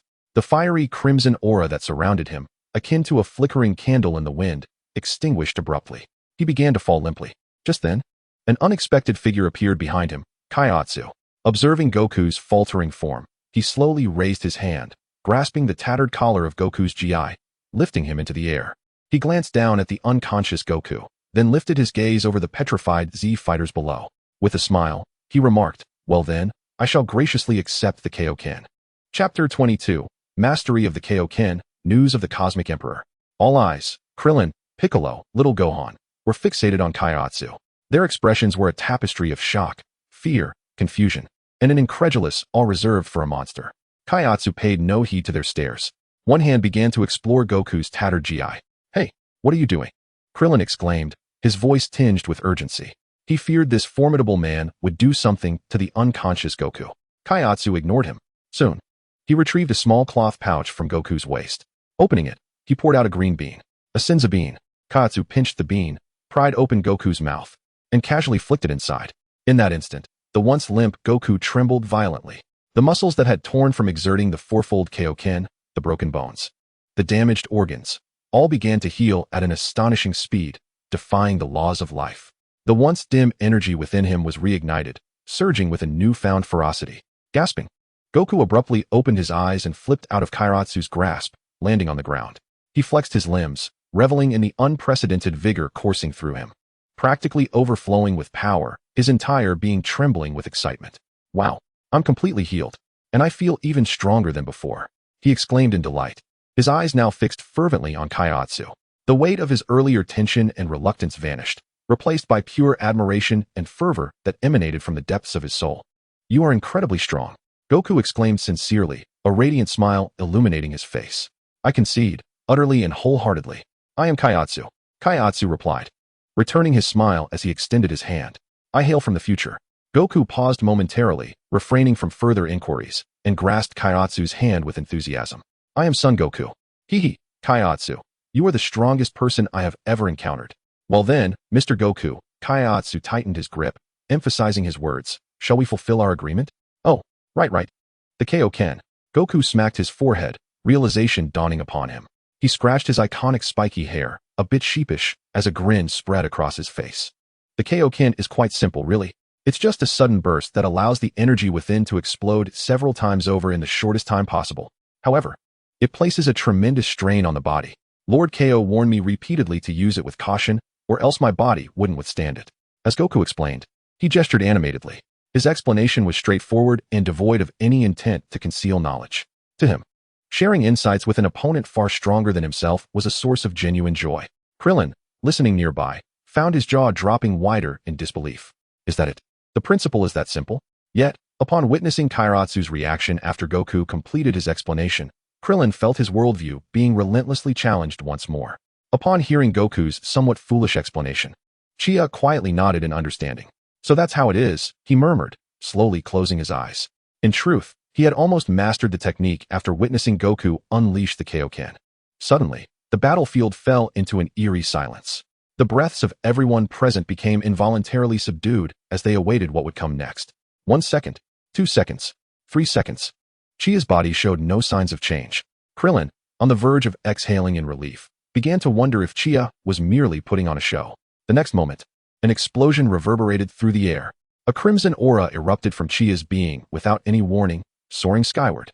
The ferocity and heat of the overwhelming energy swept across the battlefield in an instant, causing Krillin and Piccolo to stagger backward, their faces etched with incredulity. Double Kaioken. Goku's eyes widened in disbelief, his mouth agape as if he could fit a fist inside, emitting a scream of astonishment. There was no mistaking it. The essence of this energy, the enhancement it provided to his body, was undoubtedly the Kaioken. Goku felt as though his brain had short-circuited. What has all my hard work amounted to? He thought, while Krillin, overwhelmed, collapsed onto the ground, muttering to himself, "Is this even human?" Chia slowly opened his eyes, savoring the torrent of power coursing through him, a satisfied smirk gracing his lips. For him, mastering the Kaioken had not been a daunting task. His arduous training in the gravity chamber had already honed his control over ki to an extraordinarily refined degree. He merely made a slight adjustment to his existing method of ki manipulation. Thus, the Kaioken was born. Chia couldn't help but reflect on the journey he had taken. A year prior, he was merely a human with a power level below 5, utterly powerless against Raditz. And now, he stood before the Z fighters, possessing a strength that left them in awe. The sensation of gradual empowerment was simply exhilarating, while everyone was captivated by Chia's divine display. On the opposite side of the battlefield, a figure, smeared with dirt and blood, was summoning the last of his strength to crawl painfully toward the silver spherical spacecraft. Vegeta's nails clawed at the hard rock, leaving trails of blood. His lungs felt like a ruptured bellows, each breath a searing agony. Yet his gaze burned with an indomitable resolve. Kakarot, and that mysterious man. Wait for me. I will return. With a final push. He trembled as he opened the hatch of the spacecraft with all his might. Vegeta awkwardly rolled inside. The spacecraft hummed to life, emitting a faint engine sound. This is bad. Piccolo was the first to react, his expression shifting dramatically. That bastard is trying to escape. He roared, his ki surging as he prepared to charge and obliterate the spacecraft along with Vegeta. However, a hand blocked his path. It was Chia. Let him go. Chia's voice remained eerily calm. What? Piccolo whirled around, his green visage contorted with rage and confusion. Have you lost your mind? Let him go? Do you understand how dangerous he is? Once he recovers, he will undoubtedly return for revenge. He could destroy the entire Earth. Krillin and Yamcha shared expressions of disbelief and urgency. Indeed, we must eliminate the root of the problem. He's not coming back, Chia stated, delivering a revelation that left everyone perplexed. At least, not for the time being. He withdrew his hand, surveying each person present with a gaze so profound it was inscrutable. We have more pressing matters to confront immediately than a frightened, cornered dog. With that, his gaze fixed intently on Piccolo. Piccolo, you have always believed yourself to be the Dark King, the demon of Earth, correct? Piccolo paused, taken aback by the sudden remark. I am, he retorted stiffly. No. Chia shook his head, dropping a bombshell. You, like the Supreme Kai, are an extraterrestrial. Your homeworld is called Namek. As the words fell, Piccolo's body trembled violently, and for the first time, the unchanging ice-like expression on his face revealed shock. What? What are you babbling about? Am I babbling? Chia cut him off. Speaking rapidly. And Vegeta, the fleeing Saiyan prince, is currently seeking a place that can make him stronger. That place is directly linked to Namek. Chia paused, allowing them a moment to digest this information before continuing. Vegeta and Nappa have been serving a cosmic tyrant named Frieza. Frieza? Krillin instinctively echoed the unfamiliar name. Yes, Frieza. Chia's demeanor grew ever more serious. A true cosmic demon who trades in planets as if they were mere commodities, regarding life as inconsequential. The Saiyan homeworld, planet Vegeta, was annihilated by his hand. To completely eradicate the Saiyan threat, he will soon descend upon us personally. When that time comes, his intent will not merely be to eliminate one person. He will obliterate this Earth and all of us from the universe entirely. The fleeting joy of their recent victory over the Saiyans was washed away in an instant, replaced by a deeper, more profound fear that enveloped each heart. Even Vegeta, a being of such monstrous power, was merely a pawn in Frieza's game. How formidable must this cosmic emperor be? Krillin felt his teeth chatter as he gazed at the composed Chia, his voice trembling. What should we do? Chapter 23, Expedition to Namek. What to do? Chia met their gazes, a smile suddenly curling at the corners of his mouth. The grin was so incongruous with the current atmosphere that it seemed almost surreal. What else is there to do? We must journey to Namek and eliminate Frieza. What? Krillin was the first to exclaim, his eyes nearly popping out of their sockets. Go to Namek? Are you joking? Setting aside whether we can even defeat him, how do we get there? By airplane. Piccolo also wore an expression of disbelief. He had only just come to terms with the explosive revelation of his extraterrestrial identity, and now he was expected to venture to this so-called homeland? Not by airplane. Chia shook his head, as if stating the most ordinary of facts. By spaceship. As the words left his lips, he glanced toward the distant direction of West City. Just follow me, Chia declared, and with that, his figure soared into the sky, transforming into a streak of light as he sped towards the western city. Hey, wait for us. Sun Wukong, the swiftest among them, shouted as he immediately took flight after him. His admiration for Chia had reached monumental heights. He believed everything this enigmatic figure said. Krillin and Gohan exchanged glances and quickly ascended into the air as well. Piccolo paused momentarily, his green visage reflecting a myriad of complex emotions, but ultimately gritted his teeth and followed suit. The words Namek stirred tumultuous waves within his mind. As Chia descended with Sun Wukong and the others onto the lawn, Dr. Brief was leisurely sipping a cup of coffee, playfully engaging with his black cat. The sudden appearance of so many individuals barely fazed him. He merely adjusted his glasses. Oh, Chia, you've arrived. The items you urged me to expedite are ready. He indicated towards a massive warehouse nearby. Following his gesture, everyone's mouths dropped open in collective astonishment. The warehouse's enormous doors creaked open, revealing two sleek, futuristic silver spaceships. One was colossal, resembling a small mountain, while the other was more compact, elegantly designed with smooth lines. Well, what is this? Krillin stuttered, pointing at the spacecraft, unable to complete his thought. Spaceships. Indeed, Dr. Brief replied, taking a sip of his coffee. His tone as nonchalant as if he were unveiling a new toaster. As he spoke, he gave the larger ship a firm pat, producing a crisp metallic sound. These vessels, when at full throttle, can achieve astonishing speeds. Gulp. Chia, you rascal. Bulma emerged from the villa, hands on her hips, her expression one of bewilderment. You even had the foresight to prepare the spaceships? Chia simply smiled enigmatically. He stepped forward, his demeanor shifting to one of solemnity. Time is of the essence. Allow me to outline our forthcoming plans. His commanding presence compelled everyone to hold their breath. This journey to Namek is fraught with peril. It is not a mere excursion. Therefore, not all of you will accompany us. His gaze settled on Tianjin, Jiaozi, Krillin, and Yamcha. You four shall remain on Earth. What? Tianjin was the first to protest, his face etched with defiance. Why? We can fight too. You are simply too weak, Chia stated plainly and directly. At your current level, going to Namek would be tantamount to seeking death. The expressions of Tianjin and Krillin turned ashen. Their lips moved, but no protests emerged. Jiaozi hung his head in shame. Remaining on Earth does not imply you will be idle, Chia continued, retrieving a small notebook from his pocket and tossing it to Tianjin. This contains some insights and methods I've developed during my training in the gravity chamber. The Capsule Corporation has won. Your task in the interim is to devote yourselves to rigorous training and elevate your power to its utmost potential. When we return, I expect to see your growth. Tianjin caught the notebook and flipped through a couple of pages, his pupils dilating in shock. The training techniques documented within were unlike anything he had ever encountered. Brilliant, efficient, and akin to unlocking the door to a new realm. He clenched the notebook tightly and nodded emphatically at Chia. I understand. We will not let you down. Having arranged for the personnel to remain behind, Chia turned his attention to Sun Wukong. Wukong, there is something you must do now. Contact King Kai. We require the precise cosmic coordinates of Namek. Okay. Sun Wukong promptly complied, closing his eyes to concentrate on establishing communication with the king residing far across the universe. Seizing this moment, Chia addressed Bulma. Bulma, for this voyage, I need you to pilot the spaceship. Absolutely. Leave it to me. Bulma exclaimed, her excitement flushing her cheeks. An adventure to an alien world. This had been her lifelong dream. The larger ship will be for Wukong, Gohan, and Piccolo. Chia indicated towards the mountain-like vessel. I've instructed Dr. Brief to equip it with a gravity chamber, more than enough for the three of them to make full use of on the journey. The two of us will take the smaller one. Huh, just the two of us? Bulma hesitated, her cheeks inexplicably warming. Yes, Chia affirmed with a nod. The smaller ship is also equipped with a gravity chamber. I need to continue my own training during the voyage. Furthermore, splitting into two ships enhances safety. We won't put all our eggs in one basket. His reasoning was sound, leaving no room for dissent. At that moment, Sun Wukong abruptly opened his eyes. I've made contact. The king has given me the coordinates.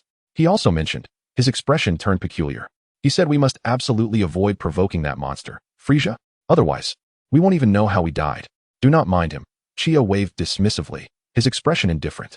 The king is simply a coward. He knows nothing of Frisia. All right.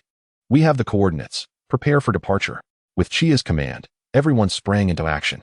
Wukong, Gohan, and Piccolo boarded the enormous spaceship. Piccolo stood at the gangway, casting a deep, contemplative glance back at the blue planet, his eyes reflecting a complex array of emotions. Perhaps this journey would unravel the mysteries of his lineage. Meanwhile, Chia and Bulma entered the cockpit of the smaller spaceship. The cockpit was imbued with futuristic technology, with numerous screens and buttons glowing in a mesmerizing azure light. Buckle up. This lady is about to hit the gas, Bulma exclaimed, taking her place at the controls and eagerly preparing for takeoff with a flurry of dazzling maneuvers. With a deep rumble, the engines of both ships roared to life, resonating with a powerful growl. The vessels gradually ascended, hovering above the capsule corporation. On the ground, Krillin, Tianjin, Jiaozi, and others gazed upwards, their expressions filled with a mix of concern and hope as they watched the two ships embarking on their expedition. Chia, do you truly have confidence in this? In the cockpit, Bulma glanced at the man beside her, who remained astonishingly composed throughout. She couldn't help but ask, that Frisia? Just hearing the name sends shivers down my spine. Chia did not meet her gaze. Instead, his eyes were fixed on the vast, unfathomable universe beyond the window. He smiled lightly, his tone relaxed. I would say a 98% chance of success. Bulma. She pressed the main thruster's ignition button. Boom. Two brilliant blue trails sliced through Earth's atmosphere as the two ships, bearing the last hopes of the planet, transformed into twin meteors, hurtling towards the dark, uncharted depths of the cosmos. Chapter 24. The Devil's Training in the Universe. The spacecraft has entered automatic cruising mode. In the vast expanse of darkness, countless distant and dazzling stars adorn the sky, while magnificent nebulae flow gently in the distance, resembling a palette overturned by the divine. Wow. Son Gohan's cherubic face is nearly pressed against the porthole, his bright eyes sparkling with a brilliance that outshines the stars outside. Daddy, Uncle Piccolo, look quickly. The universe is so beautiful. Indeed, it is truly magnificent, Son Goku chimed in, drawing closer to behold this breathtaking sight he had never encountered before. A smile spreading across his face. However, the fire of battle soon reignited in his gaze. But remember, we are not here for sightseeing, go on. Humph. In the corner, Piccolo, seated in meditation, opened his eyes, his tone as cold as ever. Do not be deceived by this facade. Beneath this beautiful starry sky lurks monsters far more terrifying than you can imagine. His words instantly quelled Gohan's excitement. Yes, they were here to fight. To confront the cosmic tyrant, Frisia? All right, enough of the awe. Time to get to work. Son Goku exclaimed, clapping his hands together. The sound of his joints cracking echoing through the air, his entire being invigorated. That guy Kairatsu really knows me well. He rushed to a sealed metal door, eyeing the label affixed to it. Gravity Room Number 1. They actually prepared 3 independent gravity chambers. Now the 3 of us can train simultaneously. No one can afford to slack off. Piccolo and Gohan also approached, observing the adjacent Gravity Room Number 2 and Gravity Room Number 3. A glimmer of approval flashed in Piccolo's eyes. That man named Kaiatsu is astoundingly meticulous. He clearly anticipated the vast disparity in strength among the three of them, as well as their differing training needs. I'll go first. Son Goku could hardly contain his enthusiasm as he dashed into the first gravity chamber. Let us start with a warm-up at 20 times gravity. He pressed the buttons on the control panel. With a hum, the lights in the gravity room transformed into a warning red, an invisible, terrifying pressure crashing down from all directions. Oh no! Son Goku's body suddenly felt heavy, his expression shifting from excitement to strain. Damn it, this sensation, I feel so weighed down. Yet, instead of despair, he found exhilaration. His legs trembled slightly. Yet he forced his back to remain straight, gritting his teeth while a wild grin spread across his face. But, this feeling is absolutely exhilarating. This is what training is truly about. Watching Son Goku, who had already begun to move under the 20 times gravity, Piccolo diverted his gaze to Gohan. Gohan, come with me. He led Gohan into the second gravity chamber. We'll start with 3 times gravity. Yes, Uncle Piccolo. Determination was etched across Gohan's face. The moment the 3 times gravity descended, Gohan felt as though a small mountain had been placed upon his tender shoulders. His legs buckled, and with a thud, he collapsed to the ground. Get up. Piccolo's voice held no warmth. If you can't handle this little pressure, how will you confront Frieza? Your potential is far greater than this. Focus your energy within your body, and use your will to resist this pressure. Yes. Gohan gritted his teeth, sweat instantly soaking his hair. He pushed against the ground with his hands, the muscles in his arms bulging from the exertion, struggling inch by inch to rise again. Piccolo observed him, adapting to the pressure himself. For him, 3 times gravity was also no easy feat, but it was a hurdle that must be overcome. Thus, within the immense spacecraft, a fierce competition of training unfolded.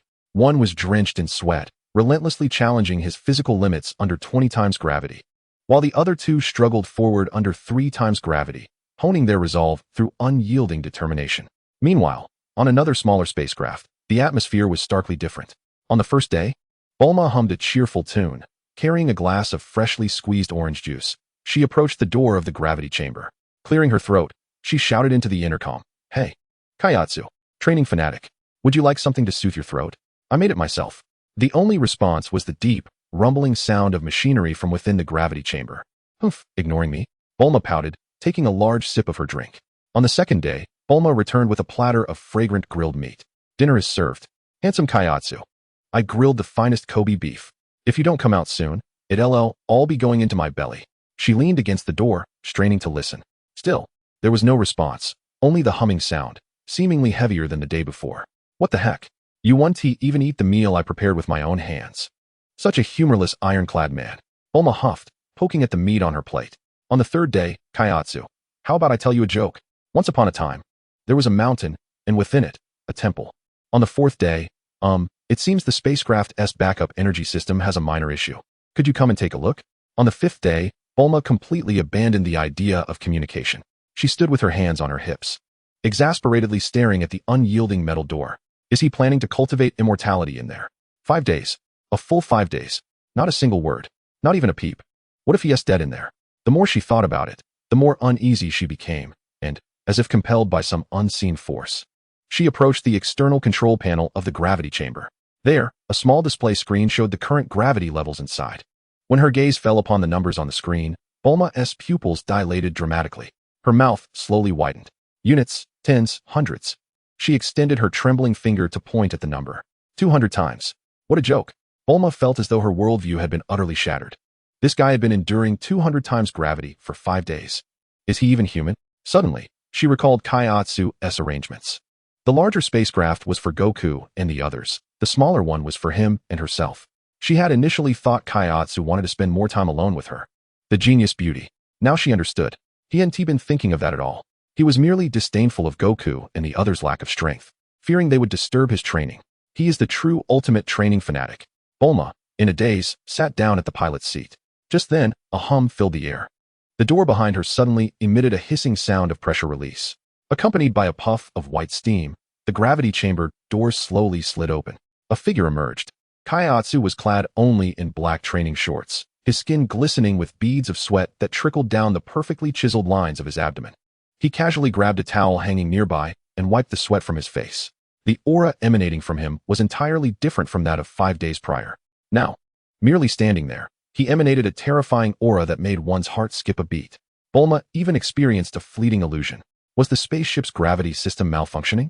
Why did she feel as though the air had become thick and viscous? What was happening? Chia spoke, his voice somewhat hoarse yet imbued with a peculiar magnetism. Your expression resembles that of someone who has seen a ghost. You. Bulma stammered, pointing at him, struggling to articulate a coherent thought. You're still alive. Upon hearing this, Chia raised an eyebrow and chuckled softly. Indeed, I am very much alive.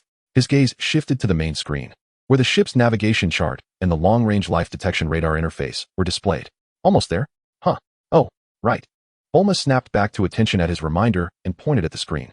Look, we have entered the star system of Namek. The radar has detected numerous massive energy signatures. Her voice trembled with anxiety. The radar screen displayed dozens of red dots of varying sizes, several of which shone with astonishing brightness. In the midst of these dots, one stood out, not pulsating wildly but quietly existing, its energy readings far beyond what could be described as immense. It was an astronomical figure. Frisia, Bulma's voice quivered. Yet, there was no trace of fear or gravity on Chia's face. He gazed at the colossal energy source on the screen, his calm black eyes igniting with a flicker of intrigue. Chapter 25. Arrival, the hunt begins. Outside the spaceship's porthole, the enormous green planet was rapidly magnifying in view. It was entirely different from Earth, its surface a pale green. We have arrived. Bulma's voice quivered uncontrollably, her hands gripping the control stick tightly, her palms slick with sweat. The terrifying energy signature on the radar, representing Frisia, weighed heavily on her chest like a mountain, nearly suffocating her. However, Chia beside her remained unnaturally calm. He simply observed the planet, his black eyes betraying no emotion. Only when the ship began to experience friction with Namek's atmosphere, causing a slight tremor, did Chia's expression sharpen. Bulma. His voice was low yet carried an undeniable sense of command. Maximize the energy concealment system. Disable all non-essential equipment. We'll slip in. Understood. Bulma instantly shifted into a professional demeanor, her tension quelled by her formidable training, her fingers dancing across the console like a blur. Buzz. The lights inside the spaceship extinguished completely. Even the roar of the engines reduced to near silence, transforming the entire vessel into a fragment of cold cosmic dust, gliding stealthily toward the green planet.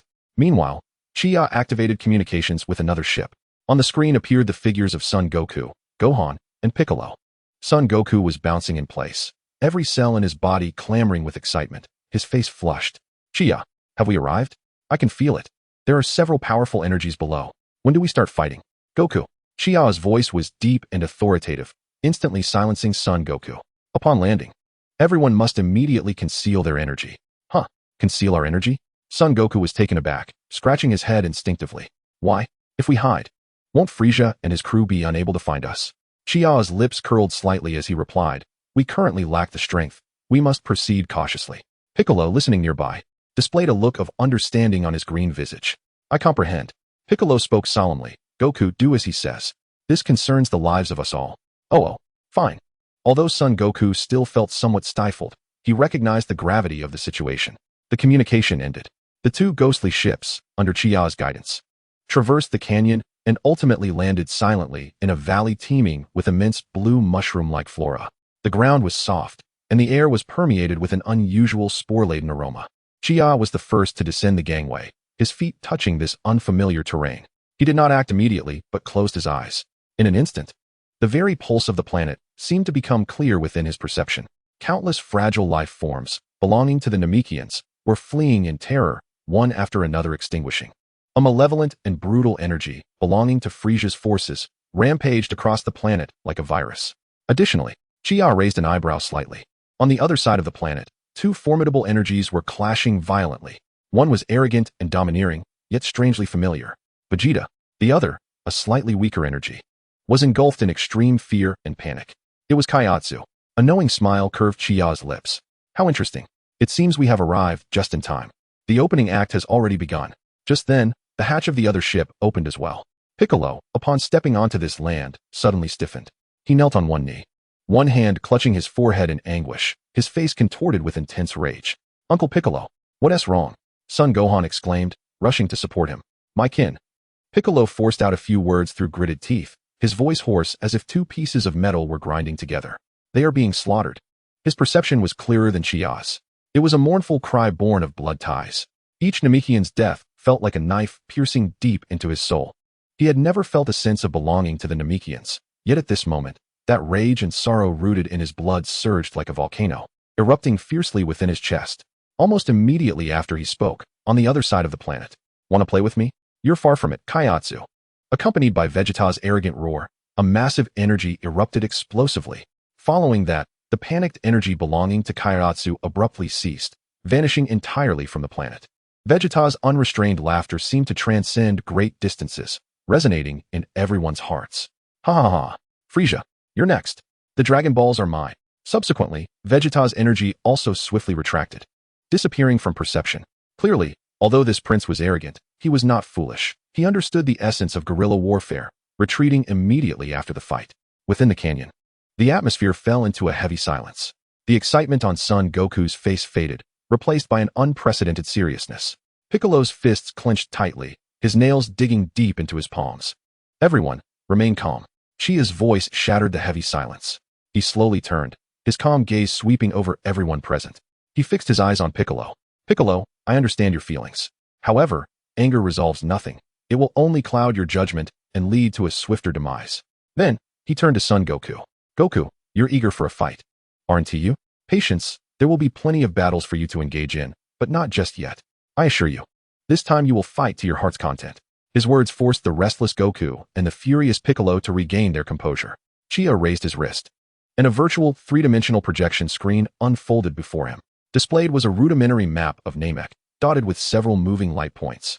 This is a tactical map I've created based on Dr. Brief's radar, combined with the energy signatures I sensed moments ago. His finger pointed to the largest, brightest, yet stationary light on the map. Frieza himself is likely in his flagship, sipping wine and enjoying the show. However, he has dispatched two of his subordinates. His finger glided across the screen, indicating two other red light points moving rapidly in different directions, their energy levels astonishing. Dodoria and Zarbon. These two are responsible for the massacre of the Namekians and the theft of the Dragon Balls. All eyes were fixed on those two moving light points. Chia's expression revealed no sign of anxiety. Instead, it bore the thrill of a hunter zeroing in on its prey. Our first step is not to confront Frieza, who sits comfortably in his crib. His finger traced an arc in the air before firmly pressing down on the light, representing Dodoria. His voice, though soft, resonated clearly in everyone's ears. Our primary objective is straightforward: to seize the Dragon Balls from Dodoria and Zarbon. His declaration left everyone present momentarily stunned. Piccolo, Gohan, you will accompany me. Chia offered them no further time for contemplation, handing over the modified radar map. Bulma, you stay on the ship, activate all defense systems, and be prepared for extraction and relocation. You are not to follow. This is an order. He turned to Goku. You should still have some senzu beans, right? Go to my gravity chamber and continue your training. With that, his figure left a faint afterimage in place, and he vanished like a specter into the blue mushroom forest ahead. Gohan and Piccolo exchanged a glance, their hesitation evaporating as they immediately concealed their energy and followed suit. The hunt had begun. Chapter 26. The Yellow Sparrow lurks, awaiting gains. Chia and his companions moved like phantoms through the shadows cast by the enormous blue mushroom-like plants. Their movements were swift and silent, not disturbing any of the creatures dwelling in this peculiar jungle. Suddenly, Piccolo came to a halt, straining his ears. His hearing far surpassed that of ordinary beings, augmented by the peculiar connection to this planet's lifeblood. There were sounds of explosions and screams of his kin. His expression grew increasingly grim, muscles tensed beneath his green skin, barely suppressing his murderous intent. Gohan clenched his fists, his youthful face etched with worry and anger. Beneath the ridge lay a village ravaged by violence. Circular white houses lay shattered, the ground littered with massive craters, billowing black smoke. An enormous, grotesque alien, entirely pink with fleshy spikes protruding from its head and arms, floated menacingly in the air. Dodoria. Before him, several surviving Namekians were fleeing for their lives. At the forefront was an elderly elder, leaning on a wooden staff, his skin wrinkled and mottled. Clutched tightly in his arms was an orange Dragon Ball inscribed with 4 red stars. Behind him were 2 young Namekians protecting him, along with a small child named Dandy, visibly trembling. Run! Dodoria cackled with a piercing laugh, reveling in this game of cat and mouse. Run faster. Let me see where your limits lie, you green-skinned insects. Raising his arm casually, he aimed at one of the young Namekians. A pink energy wave shot forth, instantly piercing through the young warrior's chest. The figure crumpled to the ground, life extinguished before a scream could escape his lips. No, the elder cried out in despair. Run! Dandy, run. Another young Namekian shouted angrily, turning to face Dodoria, desperate to buy time for his companions. Oh, some spirit left in you, Dodoria sneered, his smile growing crueler. But in the face of absolute power, spirit is the most useless thing. He vanished, reappearing before the Namekian, his massive arms swinging with ferocity, delivering a brutal punch. Boom. Another body fell. Now, only the elder clutching the Dragon Ball and the terrified, trembling Dandy remained. Dodoria had grown weary of this game. He grinned menacingly as he approached the final elder and Dandy. Old man, hand over that ball, and I can grant you a swift end. The elder shielded Dandy with his frail body, his wrinkled face betraying no fear, only the resolve of one marching toward death. Not a chance, you monster. Very well. The smile faded from Dodoria's face, replaced by a chilling intent to kill. He raised his palm, directing it at the elder and Dandy, pink energy gathering ominously. Then let both you and this little brat turn to cosmic dust. Stop. Piccolo, having just arrived, shouted in fury at the scene unfolding before him. His energy erupted like a volcano.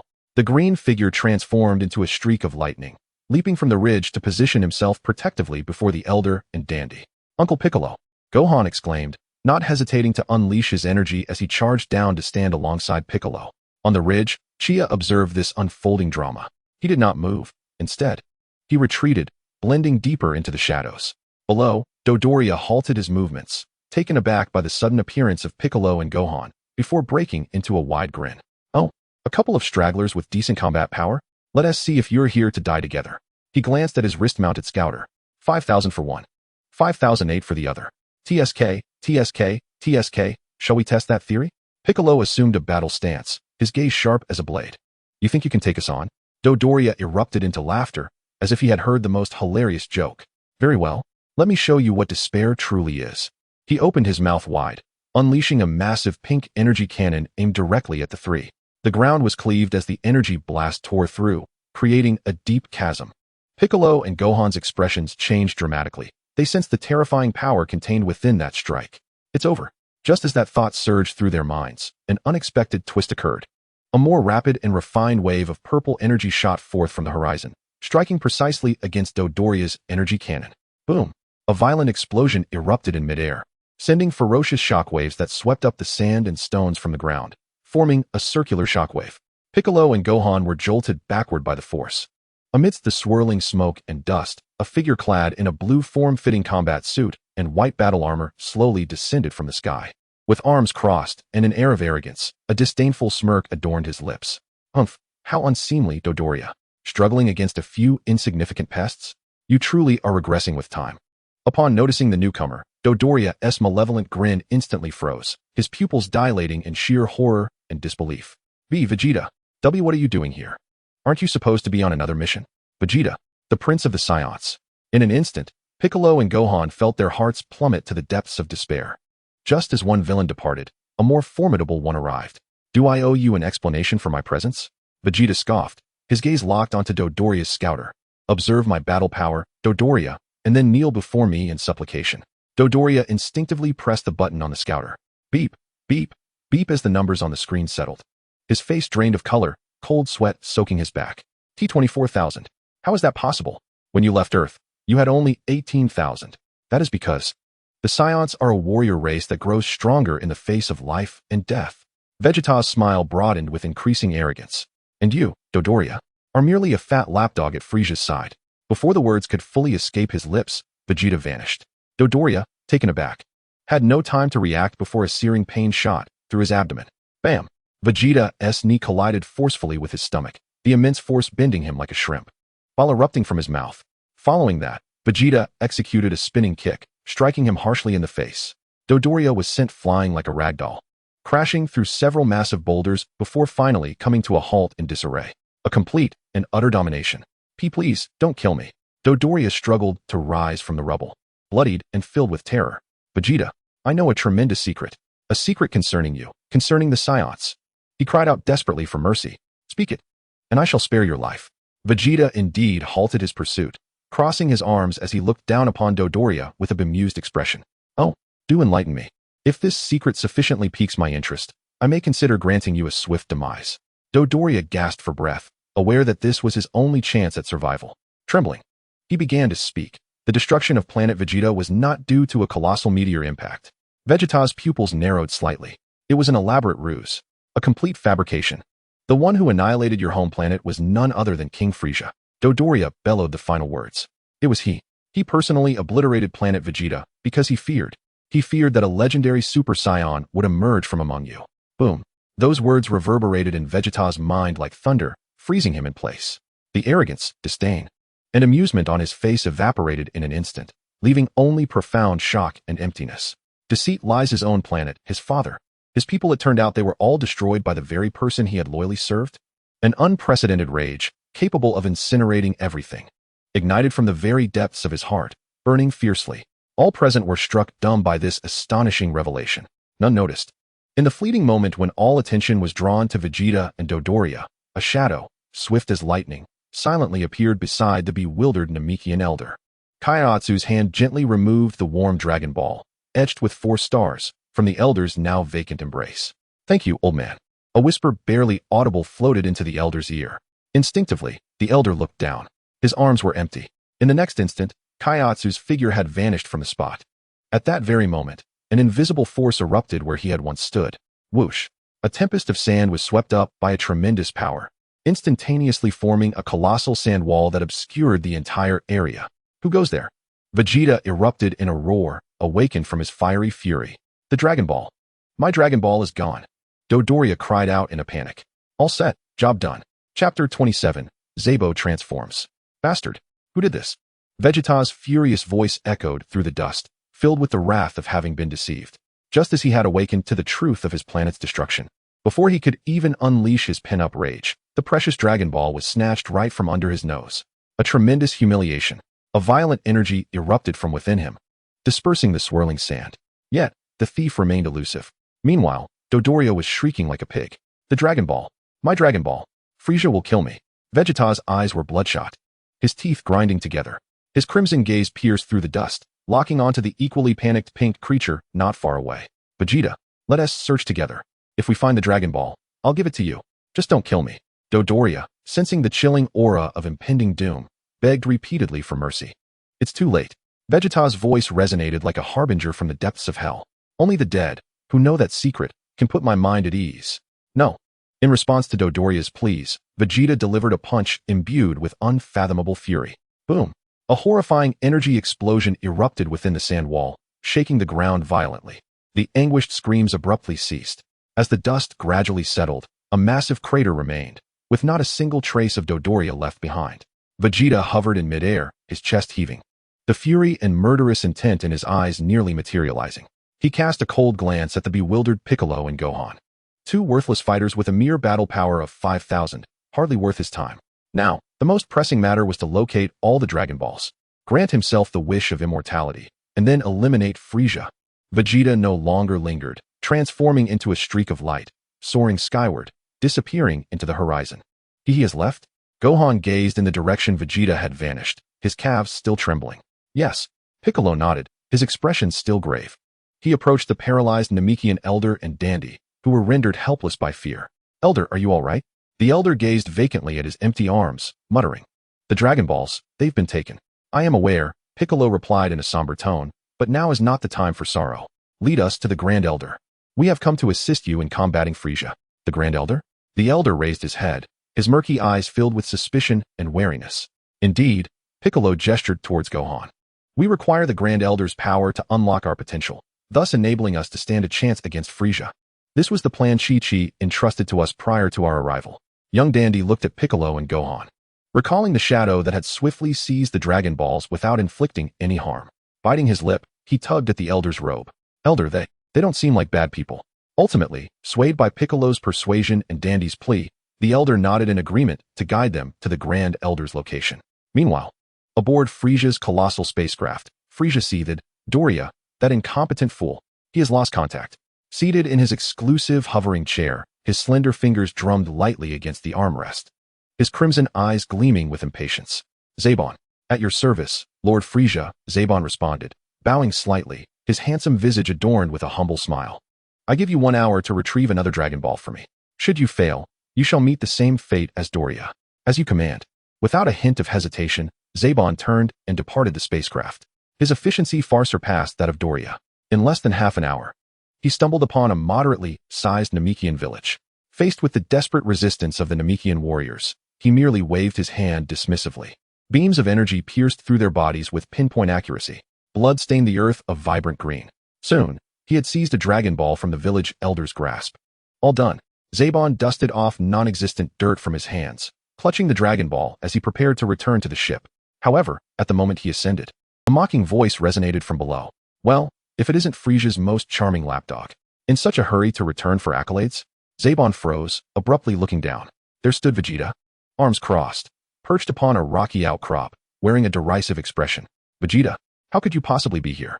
Didn't you complete your mission long ago? He instinctively pressed the detector. Beep, beep, beep, battle power, 24,000. Zabon's handsome face contorted in disbelief. Surprised, are you? Vegeta grinned, revealing his pearly white teeth. It's your turn to take a journey, Zabon. Before he finished speaking, Vegeta's figure vanished in an instant. Boom. Zabon hastily raised his hand to block, but was sent flying by an overwhelming force. Damn it. Zabon steadied himself mid-air, his expression darkening. He could not fathom how Vegeta's battle power had soared to such heights after merely visiting Earth. Vegeta's laughter grew increasingly audacious, pouring all his resentment towards Frisia onto Zabon. Fists and feet clashed, energy surged. From the onset, the battle unfolded as a complete rout. With a battle power of 24,000, Vegeta held an undeniable advantage over Zabon's 22,000. Bang, bang, bang. Zabon was akin to a punching bag, struck from the sky to the ground, then kicked back into the sky. His once handsome face had swollen grotesquely, greenish blood oozing from the corners of his mouth. Cough, cough. Zabon crashed heavily to the ground, creating a deep crater, feeling as though all his bones were about to shatter. Is this all you can do, Zabon? Vegeta slowly descended, looking down upon him with disdain. You have thoroughly disappointed me. Yet, just as Vegeta believed victory was assured, the battered Zabon suddenly erupted into a low, sinister laugh. Ha ha, ha ha ha. What are you laughing at? Vegeta frowned. I laugh at your naivety, Saiyan monkey. Zabon struggled to lift his head, his face, now completely marred, twisting into a grotesque grin. Did you truly believe this was all my power? What? Allow me to show you. This cursed, hideous form of mine. Roar. Accompanied by a roar that was anything but human, Zabon's body began to undergo violent transformation. His form swelled as if filled with air, muscles bulging, grotesque scales and bone spurs sprouting from his skin. The once handsome face twisted into an indescribable, demon-like monstrosity. An overwhelming, sinister energy erupted forth. Vegeta's smile instantly froze. Now, it is you who will despair, Vegeta. Zabon's voice turned hoarse and grating, his murky eyes brimming with murderous intent. Whoosh. His massive frame unleashed a speed that belied its size. Not good. Vegeta's instinct screamed, and just as he attempted to retreat, a colossal fist slammed into his abdomen. G.U.H. Vegeta doubled over, blood mixed with internal fragments spewing forth. The tide of battle had shifted in an instant. Zabon's assaults were frenzied and relentless. Each punch and kick contained the power to obliterate everything. Vegeta found himself utterly defenseless before him. He was sent flying by a single punch, crashing through several mountain peaks. Then, with a brutal kick, he was forcefully driven down into the depths of the earth. Finally, Zabon, now transformed, opened his gaping maw, unleashing a thick energy beam that struck Vegeta squarely in the chest. Boom. Accompanied by a violent explosion, Vegeta's body plummeted like a meteor, helplessly descending into an unfathomably deep lake, sending up a massive splash before slowly sinking, his fate uncertain. Humph, foolish monkey. Zabon panted heavily, reverting to his original form, albeit pale and visibly drained. He loathed the hideous appearance he took on during his transformation. Casting a glance at the tranquil surface of the lake, he picked up the Dragon Ball that had fallen during the battle.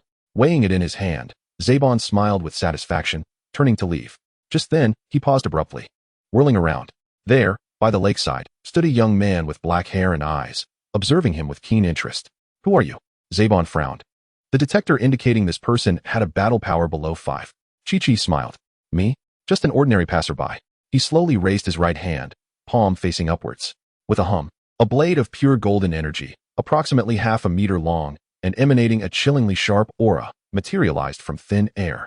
The pupils of Sabo contracted to the size of a pinhead the moment he beheld that blade of air. An unprecedented sense of impending doom enveloped his entire being. What on earth is that? His words were left unspoken, for Chia casually swung his hand downwards. A golden crescent flashed by in an instant. With a soft thud, Sabo stood frozen in place, looking down. A thin line of crimson appeared at his waist, swiftly expanding. His upper body began to slide slowly from his lower half. What? His eyes were filled with endless astonishment and confusion. He could not comprehend how he had met his demise until consciousness ultimately faded into darkness. Chia stepped forward, casually retrieving the Dragon Ball from beside Sabo's severed body. Chapter 28. Investment, the Worth of a Prince. Chia weighed the Dragon Ball in his hand, its smooth texture transmitting warmth to his palm. He cast a glance at the two halves of Sabo's twitching corpse, where the expression of shock and confusion still lingered on his face. Chia's gaze transcended Sabo's remains, settling upon the profound lake. Extending his left hand, he grasped at the air above the lake's surface. With a resounding splash, the tranquil lake erupted violently, and a massive pillar of water shot skyward. Following this, a blood-soaked, disheveled figure was forcibly thrust from the lake's depths. It was Vegeta. His battle armor lay in tatters, a horrifying penetrating wound visible down to the bone at his chest, with no part of him unmarred. Blood dripped continuously from his body, pooling on the ground beneath him. His breath was feeble, akin to a flickering candle in the wind, on the verge of extinguishing. Yet, he remained conscious. Those eyes, belonging to the Saiyan Prince, stared defiantly at Chia, brimming with boundless humiliation, rage, and a trace of unmistakable despair. He had been defeated by Sabo, the very creature he had always scorned as a cowardly monster. His pride in his combat prowess, his transcendent sense of self-worth, had been trampled beneath the most brutal and direct means, shattered to pieces. Now, he found himself in the clutches of this enigmatic man with black hair. Vegeta's heart plummeted to the abyss. Gazing at Chia, he summoned the last vestiges of his strength and rasped out hoarse words. What do you want? To kill me? Chia approached him, calmly gazing into his bloodshot eyes. Kill you? Chia chuckled softly, a faint smile that sent an inexplicable chill through Vegeta.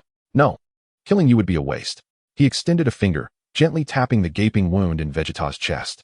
Vegeta's body trembled violently. The excruciating pain nearly caused him to faint. Yet he gritted his teeth, uttering not a single word. Chia's voice, akin to a demonic whisper, resonated in his ears. Do you wish to live? Vegeta's pupils constricted sharply. Do you wish to take revenge on Frieza, the one who obliterated your home planet and viewed you as a mere plaything? Revenge. Frieza. Those words struck like thunder, reverberating through Vegeta's fractured consciousness. An overwhelming wave of hatred drowned out all rational thought. Indeed, he could not die. He had yet to exact vengeance upon Frieza. He had yet to reclaim everything that belonged to the Saiyans.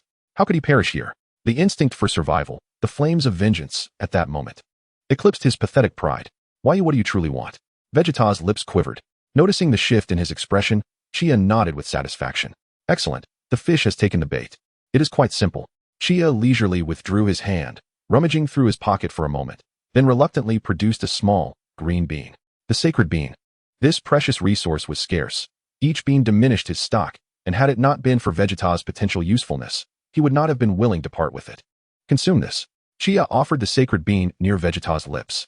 A peculiar fragrance wafted into Vegeta's nostrils. He could sense that this tiny bean contained an unimaginable surge of life energy. Yet, he did not open his mouth. He regarded Chia warily. Why? Why do you want to save me? I do not require anyone's pity, especially not from an unknown powerhouse. Pity? Chia's expression turned curious as he scrutinized Vegeta. You are overthinking it. As I said, killing you would be a waste. I save you purely because Chia paused, uttering a word that caught Vegeta completely off guard. It is an investment. An investment? Vegeta was taken aback. Indeed, an investment.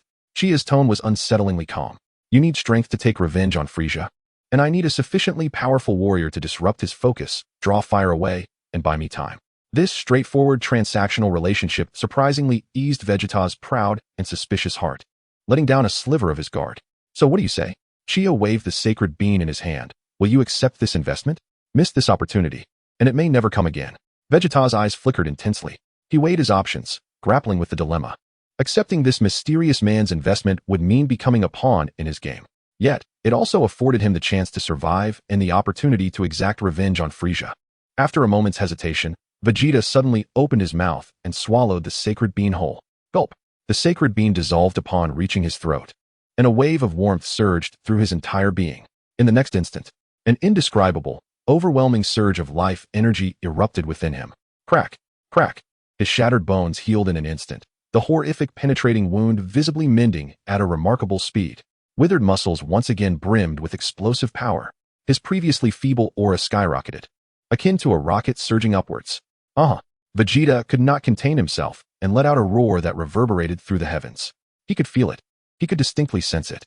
An unprecedented, formidable power that made him tremble was coursing through his body. This sensation was exquisite. Is this the power that comes from revival at the brink of death? Frieza, just wait. Immersed in the ecstasy of his surging strength, Vegeta clenched his fists, feeling the energy within him nearly overflowing. How does it feel?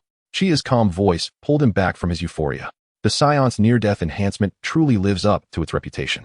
Vegeta looked down at his hands, then lifted his gaze to Chia, his expression becoming exceedingly complex. Elation, apprehension, and confusion intertwined within him. Who is this man?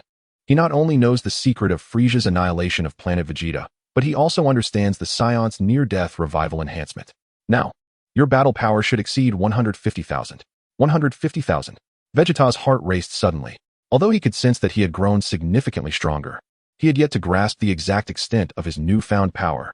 Yet, this man before him articulated the precise figures with uncanny accuracy. How did he know? Very well.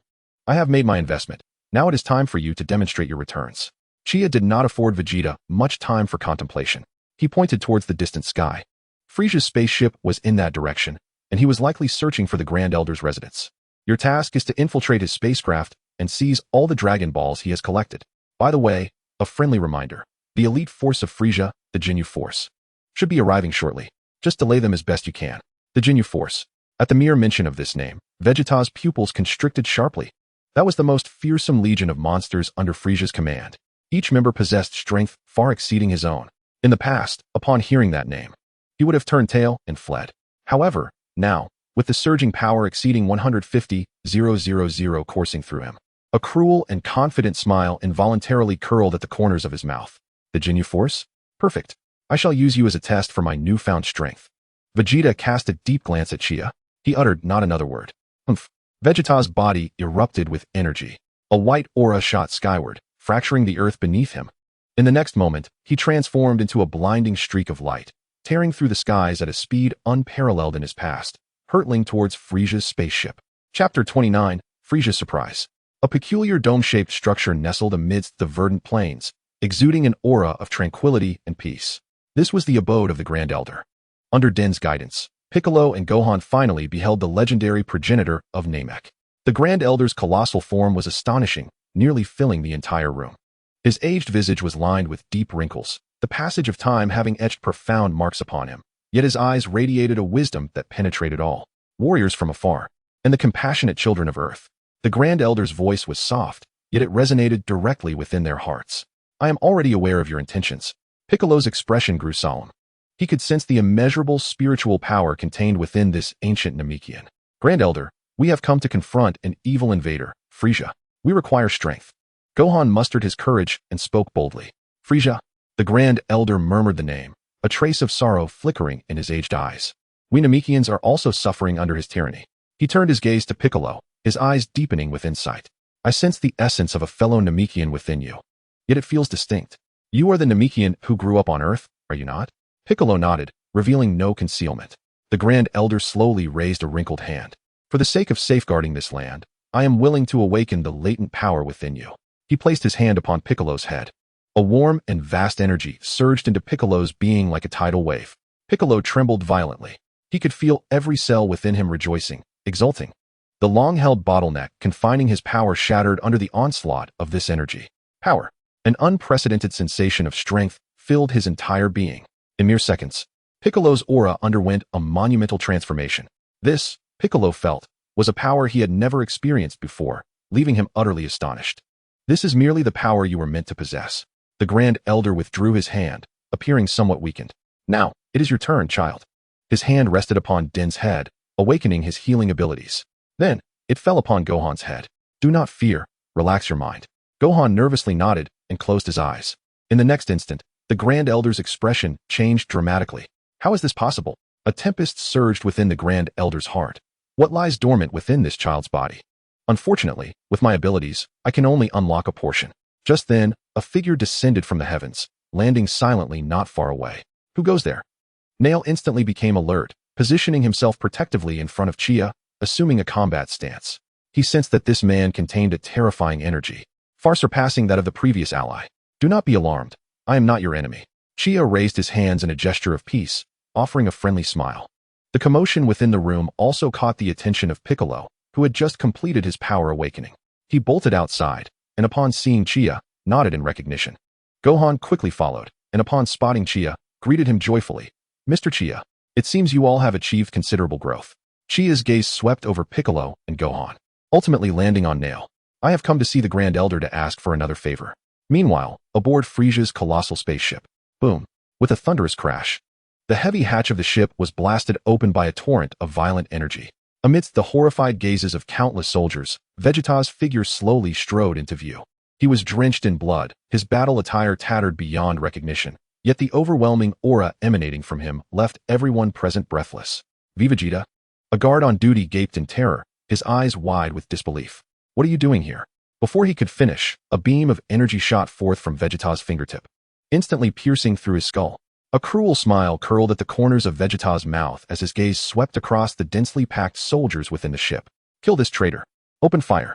In an instant, countless energy beams rained down upon Vegeta like a torrential downpour. Haha, come at me. Vegeta stood firm, allowing the attacks to bombard him without flinching. Boom, boom, boom. Explosions erupted continuously within the ship, smoke and flames consuming everything in their wake. Did we get him? He must be dead. No one could survive such an onslaught. The soldiers gasped for breath, anxiously fixated on the center of the smoke. As the haze gradually dispersed, Vegeta's figure stood unscathed, not a single hair out of place. He hadn't even activated his protective aura. Is this all you've got? A look of utter disdain spread across Vegeta's face. Truly too weak. Now it is my turn. With that, he moved. His form became a blur, weaving through the crowd, leaving behind a trail of afterimages. With each flicker, anguished screams and the gruesome spectacle of blood and gore followed in his wake. Vegeta unleashed the surging power within him, reveling in the exhilarating sensation of manipulating his foes at will. Within mere minutes, he had slaughtered hundreds of soldiers aboard the spacecraft.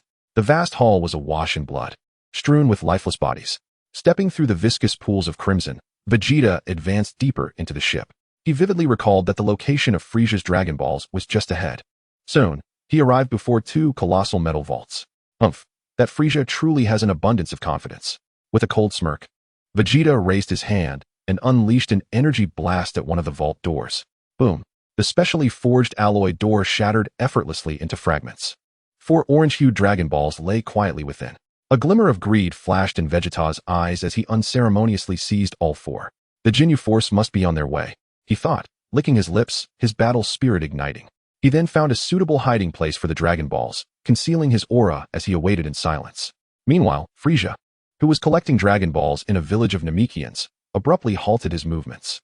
Through his scouter, he sensed a violent energy reaction emanating from the direction of his spaceship. One by one, the life signals of his soldiers began to vanish from the device. Ultimately, the entire screen fell into a deafening silence. Oh ho ho ho. Frisia let out his signature laughter, yet it was devoid of any mirth, only the chilling essence of murderous intent. How audacious, to dare run rampant on my territory. Before the words had fully escaped his lips, Frisia vanished from his spot. His personal spacecraft tore through the sky, racing back to his ship at an astonishing speed. Minutes later, upon his return, Frisia was met with a nightmarish sight. The hall was piled high with the corpses of his subordinates. The ground stained a deep crimson with blood. The air was thick with the pungent aroma of iron and gunpowder. Frisia's expression darkened incrementally. He treaded through the sea of death until he reached the vaults. When he beheld the violently breached, now empty vault, all expressions drained from his face. He stood there in silence, motionless. The soldiers who had returned with him felt the oppressive stillness, trembling in fear, too terrified to even breathe. They understood that this was the calm before the storm. Suddenly, Frisia burst into laughter. He laughed joyfully, even shedding tears of mirth. Oh ho ho ho. Oh ho ho ho ho. How delightful, truly delightful. Someone dared to take what is mine. The Dragon Balls I have painstakingly gathered, on the verge of completion. Gone. A piercing, inhuman roar erupted from Frisia's throat, reverberating with a terrifying intensity. Boom. An indescribable aura of dread radiated from him, sweeping outward with cataclysmic force. The immense spacecraft groaned under the strain of this overwhelming pressure. Outside, the entire sky of Namek darkened at that moment. The earth trembled violently, mountains crumbled, and rivers flowed backward. Chapter 30, Chia's Breakthrough, the Ginyu Force approaches. The sky above Namek turned ominous. In front of the Grand Elder's dwelling, Piccolo, having just completed his transformation, felt an unprecedented lightness. He abruptly lifted his gaze toward the horizon. That energy, it belongs to Frisia? Gohan's small face turned pale. His body trembling uncontrollably, teeth chattering. Nail's muscles were taut, bulging beneath his green skin. As Namek's strongest warrior, he could sense more acutely than anyone else what this power signified. It represented an absolute annihilation capable of effortlessly erasing this planet. Chia's black hair whipped in the wind. It seems that Vegeta has succeeded. His voice was soft yet remarkably calm, resonating clearly amidst the chaos. Succeeded? Piccolo suddenly turned to him, confused. What do you mean? It's nothing, Chia replied, offering no further explanation. Amidst the ruins of Frisia's spacecraft, the earth-shattering roar finally subsided. Frisia slowly straightened his posture, the muscles on his face, twisted by sheer rage, gradually relaxed. Ultimately, a smile crept onto his lips. Oh ho ho ho, oh ho ho ho ho. How amusing. So very amusing. This little planet has provided me with such surprises. He extended a finger from his right hand and gently pressed down on the communicator. Jinyu. A vibrant voice immediately responded from the other end. Yes, Lord Frisia, we are en route to your next destination at full speed. Change of plans. Frisia's voice was casual, yet imbued with an undeniable authority.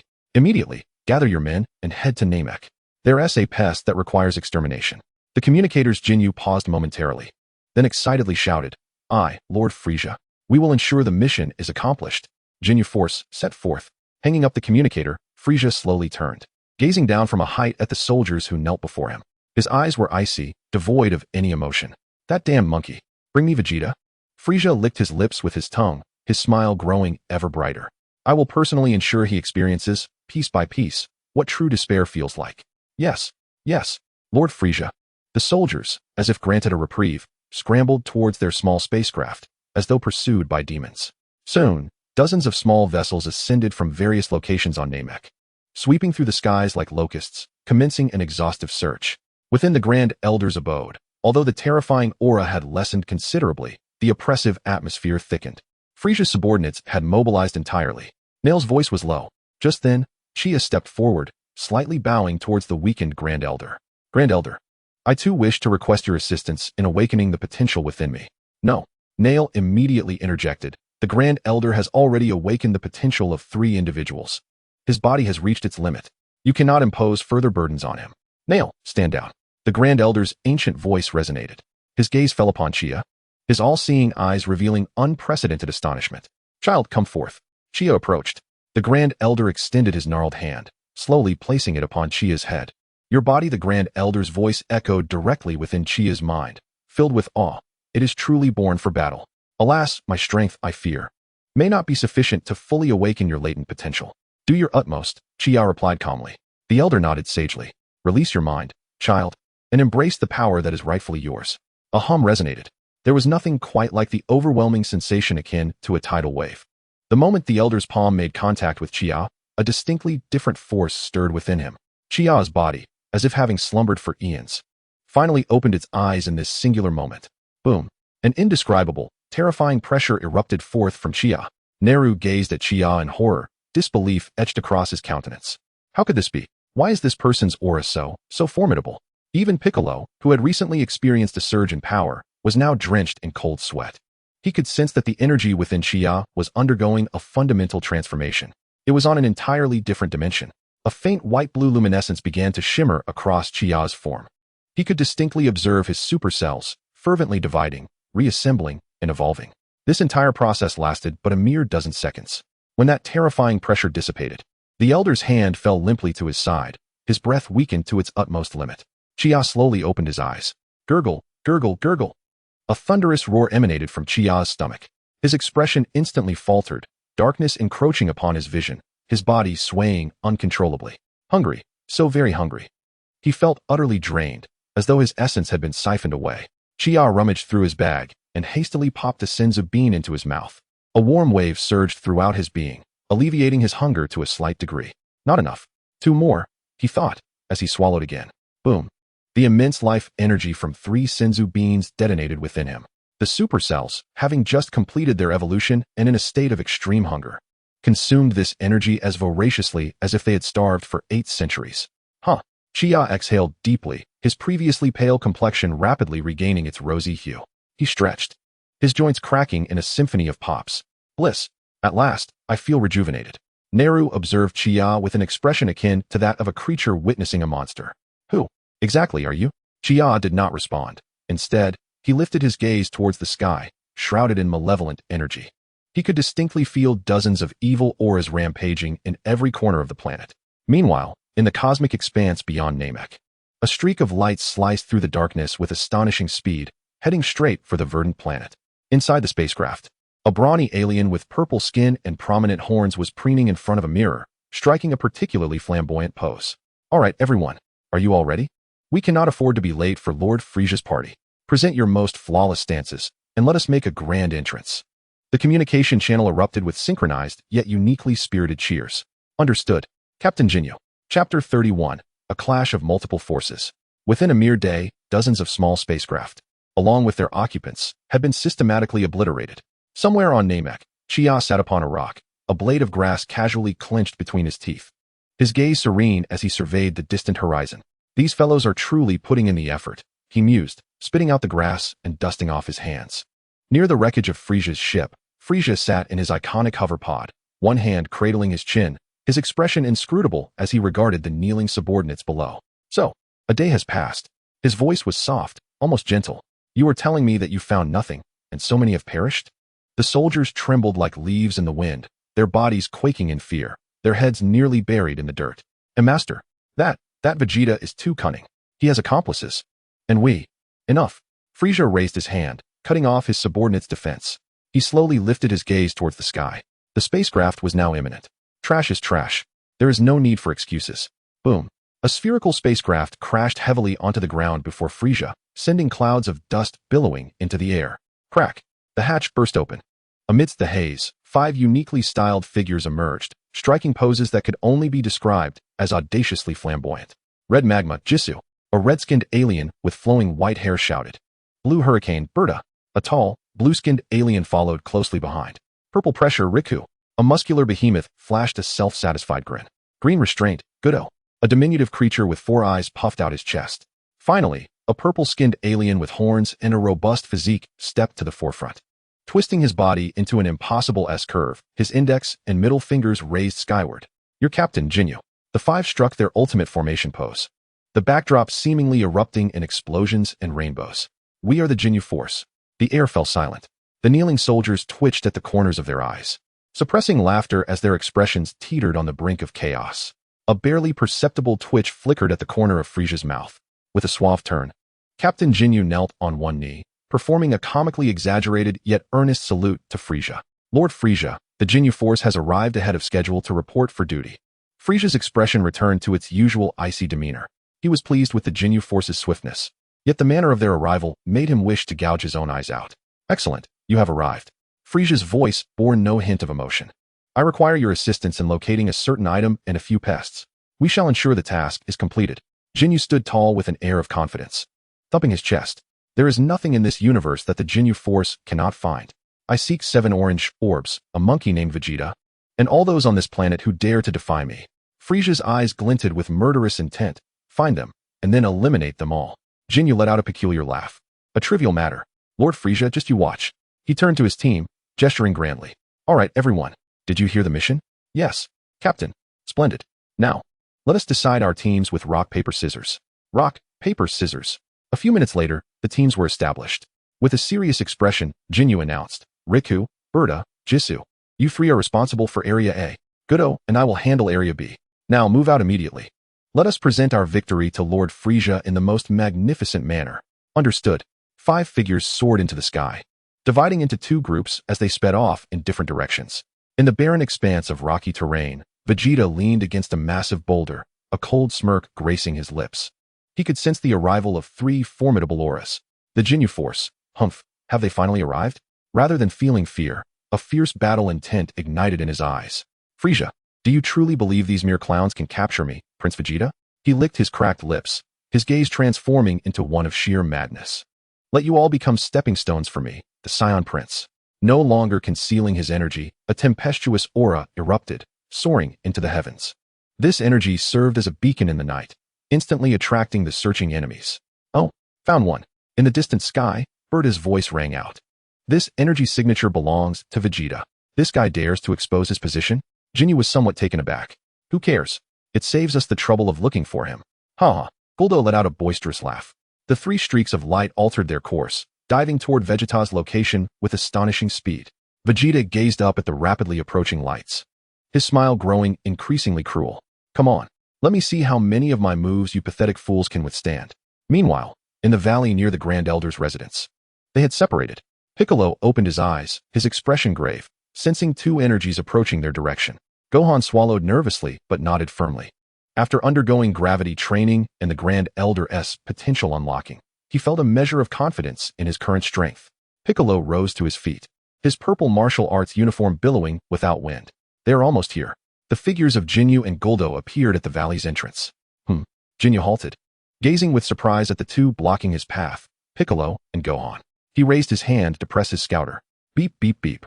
The readings on the scouter fluctuated wildly before settling on a number that left him slightly astonished. A Namekian with a battle power exceeding 10,000? And a little brat with a battle power below 5,000? Jinyu stroked his chin, revealing an intrigued expression. Guldo peeked from behind him, his 4 eyes spinning. Captain, should I take action directly? Hold on, Guldo. Jinyu waved his hand, first inquiring if they had seen a Saiyan named Vegeta or 7 orange balls. Piccolo snorted coldly. Save your spiel, Frisia's lapdog. We are here to exterminate you. Oh, Jinyu's brows arched, his expression turning playful, quite bold for a Namekian. Aren't you? Since you wish for death so eagerly, I shall oblige. The battle was on the verge of igniting. Just at that moment, as both sides were about to collide, Frisia, lounging on his floating chair while awaiting news from the Jinyu force, suddenly frowned. He shot up, his eyes sharpening. Another insect arrives? Frisia slowly rose from his seat, his feet finally touching the soil of Namek. A man clad in an orange martial arts uniform and sporting short black hair descended from the sky. Goku's gaze quickly locked onto the diminutive alien radiating overwhelming malevolence nearby. Frisia was also observing him. Their eyes met. Your energy is exceedingly sinister. Goku's expression turned serious. You are Frisia, aren't you? Frisia appraised Goku, a dangerously sinister smile curling at the corners of his mouth. Oh ho ho ho, splendid. Absolutely splendid. What a delightful day this is. All the surprises have come knocking at my door. Frisia extended a finger, pointing at Goku from a distance. Tell me your name, monkey. As a reward for your imminent demise. Goku was undeterred by Frisia's imposing presence. Instead, he assumed the starting posture of the turtle school, his eyes reflecting an unprecedented seriousness. My name is Son Goku. I am a Saiyan raised on Earth. I have come to defeat you. Chapter 32, Goku's Domination. Frisia's 3 Transformations. Goku's voice was not loud, yet every word resonated clearly in Frisia's ears. Frisia was momentarily taken aback. Then, he covered his mouth, bursting into an exaggerated fit of laughter. Oh ho ho ho ho. Defeat me? With you? A monkey that emerged from who knows where dares to speak such words to the Emperor of the Universe? Frisia's laughter was filled with disdain and contempt, his body nearly bending with mirth. To him, this was undoubtedly the most ludicrous joke in the universe. A being with a slightly higher battle power, yet still within the realm of insects, dared to challenge Frisia? Truly, a fool unaware of his own mortality. It seems I must awaken you to the reality of the insurmountable chasm that lies between us. Frisia's laughter abruptly ceased. His gaze turned icy and piercing.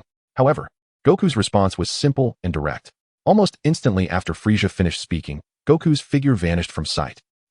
Frisia's pupils dilated sharply. So fast. His dynamic vision barely caught a glimpse of Goku's movement.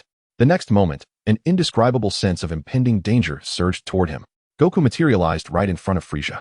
His expression remained calm, yet his eyes blazed with the fire of martial arts. A punch was thrown. Frisia's face changed completely in that instant. His mind screamed in alarm. Extreme danger. He wanted to evade. Yet, his body could not keep pace with Goku's speed. That fist loomed larger in his vision. No. Frisia's heart roared in panic. Boom.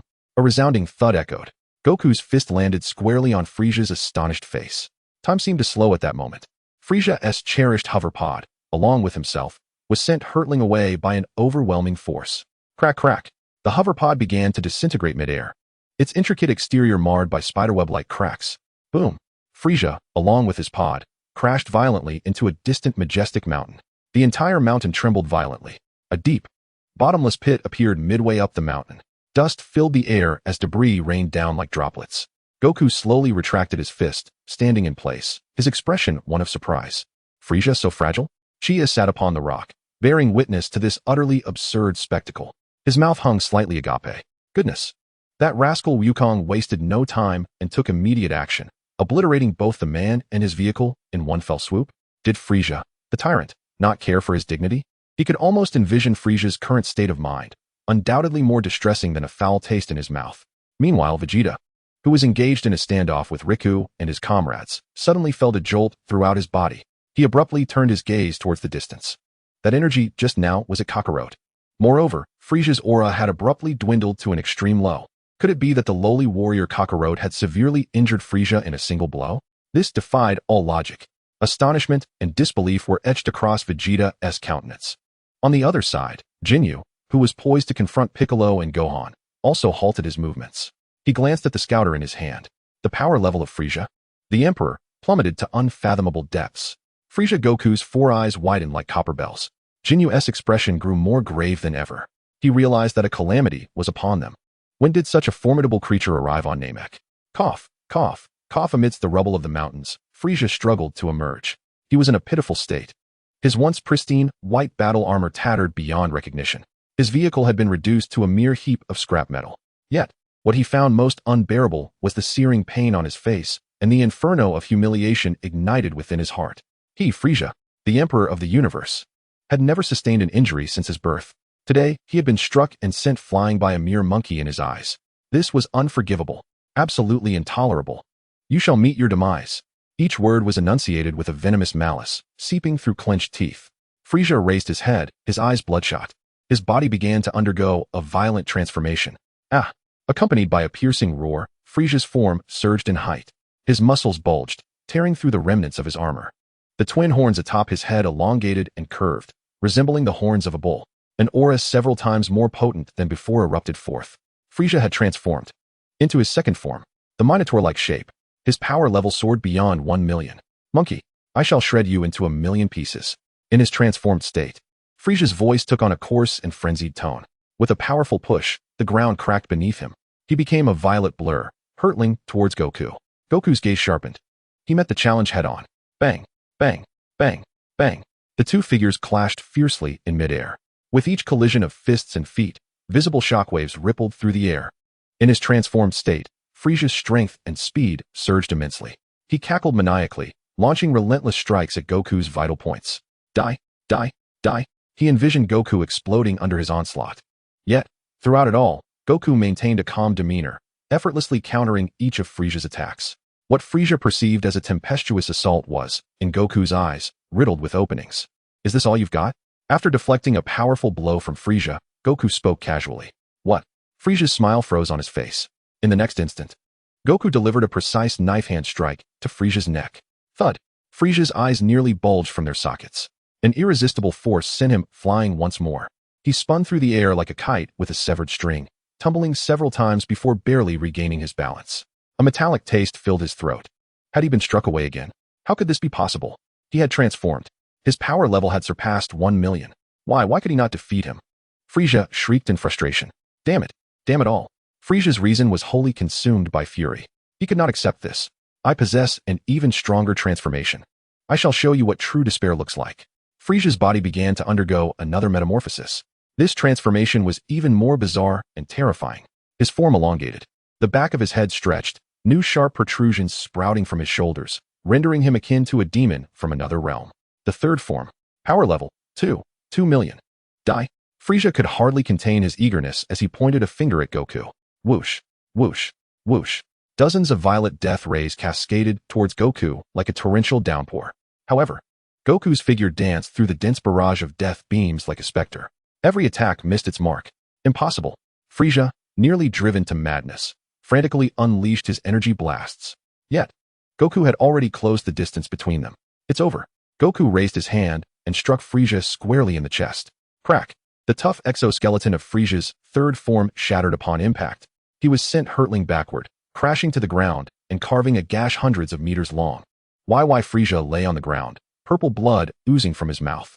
He could not comprehend it. After transforming twice, his power grew with each iteration. Yet, before this man, he remained utterly impotent. I still have my final form. A fierce instinct for survival compelled Frieza to rise once more. His gaze was no longer merely filled with rage, but was laced with terror, resentment, and a hint of determination. You have forced my hand. I rarely resort to this form, for I myself cannot perfectly control this power. Frieza's voice became sharp and hoarse. But now it matters not. Today you must die? I shall reveal to you the true essence of Frieza. Boom. An aura more terrifying than all previous forms combined erupted from Frieza's being. The very planet of Namek trembled under the weight of this energy. The sky darkened. The earth fractured. As the dust settled, a new figure emerged before Goku. No longer towering and monstrous, it had shrunk, its entire form gleaming white, smooth-skinned, with only the shoulders and head adorned with purple, armor-like structures. The form was reduced to the utmost simplicity. Yet, the malevolent and formidable aura emanating from within him was sufficient to instill trepidation even in the divine. Frieza, in his ultimate form, a chilling laughter, reminiscent of his initial mirth yet entirely distinct, escaped his lips. He slowly raised his hand, first admiring his immaculate, snow-white palm. Then, lifting his gaze, his crimson eyes fixated intently on Son Goku. So, Saiyan Monkey, are you prepared to embrace death? Chapter 33, Goku in Despair, the Legendary Saiyan. For the first time, genuine gravity appeared on Son Goku's face. The Saiyan Monkey. Frieza flexed his wrists, producing a crisp, resounding crack of bones. The game time is over. His voice returned to its original gentleness. Yet beneath that softness lurked a chilling, murderous intent. Son Goku remained silent, merely crouching down slowly, his body leaning slightly forward. In the next moment, boom! A surge of deep crimson energy erupted from him, akin to a volcanic eruption, soaring skyward. Double, Kaioken. Son Goku's skin, muscles, and even hair were enveloped in an otherworldly shade of crimson. Without a hint of hesitation, he activated the Kaioken. The ground beneath him shattered instantly as he transformed into a streak of red lightning, hurtling toward Frieza. Oh, a scornful smile curled at Frieza's lips. He didn't even shift his stance, casually raising a hand. Bam! Son Goku's fist was effortlessly caught by Frieza's palm. A violent shockwave erupted, sending debris flying in all directions. Yet, Frieza remained utterly unmoved. Your struggles are rather feeble, aren't they? Frieza's crimson eyes were filled with mockery. Son Goku's pupils constricted suddenly. He could sense that his power was dissipating into the void, having inflicted no substantial harm upon his opponent. Then, for times, he roared, his crimson aura swelling once more. Muscles bulged, veins throbbed. Power doubled once again. HAA. He abruptly withdrew his fist and launched another strike, with even greater speed and ferocity. This time, Frieza finally took a small step back. But merely a small step. How intriguing. Frieza's smile remained unchanged. Show me. How much more surprise can you bring me? He flicked his fingers. An invisible force precisely struck Son Goku's abdomen. Pooh! Son Goku's body contorted like a shrimp. Nearly spewing bile, he flew backward, carving a deep trench into the ground. Damn it! Son Goku gritted his teeth against the excruciating pain and managed to rise. He knew that ordinary multipliers were utterly ineffective. 6 times, 8 times, 10 times. Son Goku escalated the Kaioken multiplier to the conventional limit his body could endure. The terrifying crimson aura nearly engulfed him entirely. The air warped due to the intense heat radiating from him. Again, Son Goku's figure vanished once more. This speed was unprecedented. Bang, bang, bang, bang, bang. In midair, only 2 indistinct afterimages remained, engaged in a hyperspeed conflict that transcended human imagination. Each collision resonated like detonating bombs. The very skies of Namek were stirred into turmoil by the shockwaves of their clash. In the distance, Vegeta stood utterly dumbfounded. He gazed vacantly at the 2 luminous points in the sky. Kakarot, that lowly warrior. How could he, against all odds, contend with Frieza to such an extent? This reality was even harder for him to accept than his own death at Frieza's hands. The battle in the sky intensified. Son Goku, seemingly possessed, unleashed the full extent of the Turtle School martial arts. Every punch, every kick, contained all the strength he could muster at that moment. Yet Frieza stood like an immovable mountain. He began to revel in this game. Excellent. Excellent. Just like that. Amuse me further. He laughed maniacally while effortlessly deflecting Son Goku's onslaught. Occasionally, he would retaliate. A knife hand strike carved a deep, bone-exposing wound across Son Goku's chest. A whip-like kick sent Son Goku plummeting from 10,000 meters high straight into the ground. Boom. Son Goku's body crashed heavily into a mountain, stirring up a cloud of dust hundreds of meters high. Cough, cough, cough. Son Goku clambered out of the rubble, bloodied and gasping for breath. The burden of the tenfold Kaioken had pushed his body to its limits, crying out in agony. He could feel his stamina rapidly depleting. Meanwhile, Frieza stood far off, unscathed and composed. What's the matter? Is this where it ends? Frieza's figure slowly descended before Son Goku, looking down upon him from a lofty height. Your performance has truly opened my eyes. However, it is time for the curtain to fall. Frieza. Son Goku gradually straightened his posture, his voice hoarse. I admit, you are formidable, but I have not yet lost. Accompanied by his final roar, the scant energy remaining within him ignited in a frenzy. 210 times Kaioken. Boom. A wave of crimson energy, far more potent than the previous tenfold Kaioken, erupted explosively. Son Goku's body became entirely enveloped in that overwhelmingly rich red energy. His muscles tore, veins burst. Blood even seeped from his pores, transforming him into a figure drenched in crimson. This was the final blaze of life. This was the ultimate strike, betting everything on the line. What? The smile on Frieza's face finally vanished. In its place was unprecedented shock and a hint of fear. He sensed the scent of death emanating from that crimson energy. Son Goku concentrated all of this limit-defying power into his right fist. With every ounce of strength he had left, he delivered his mightiest blow toward Frieza. Frieza attempted to evade, only to discover Son Goku's fist was already before him. He could only watch in horror as that terrifying fist, imbued with crimson energy, loomed larger within his vision.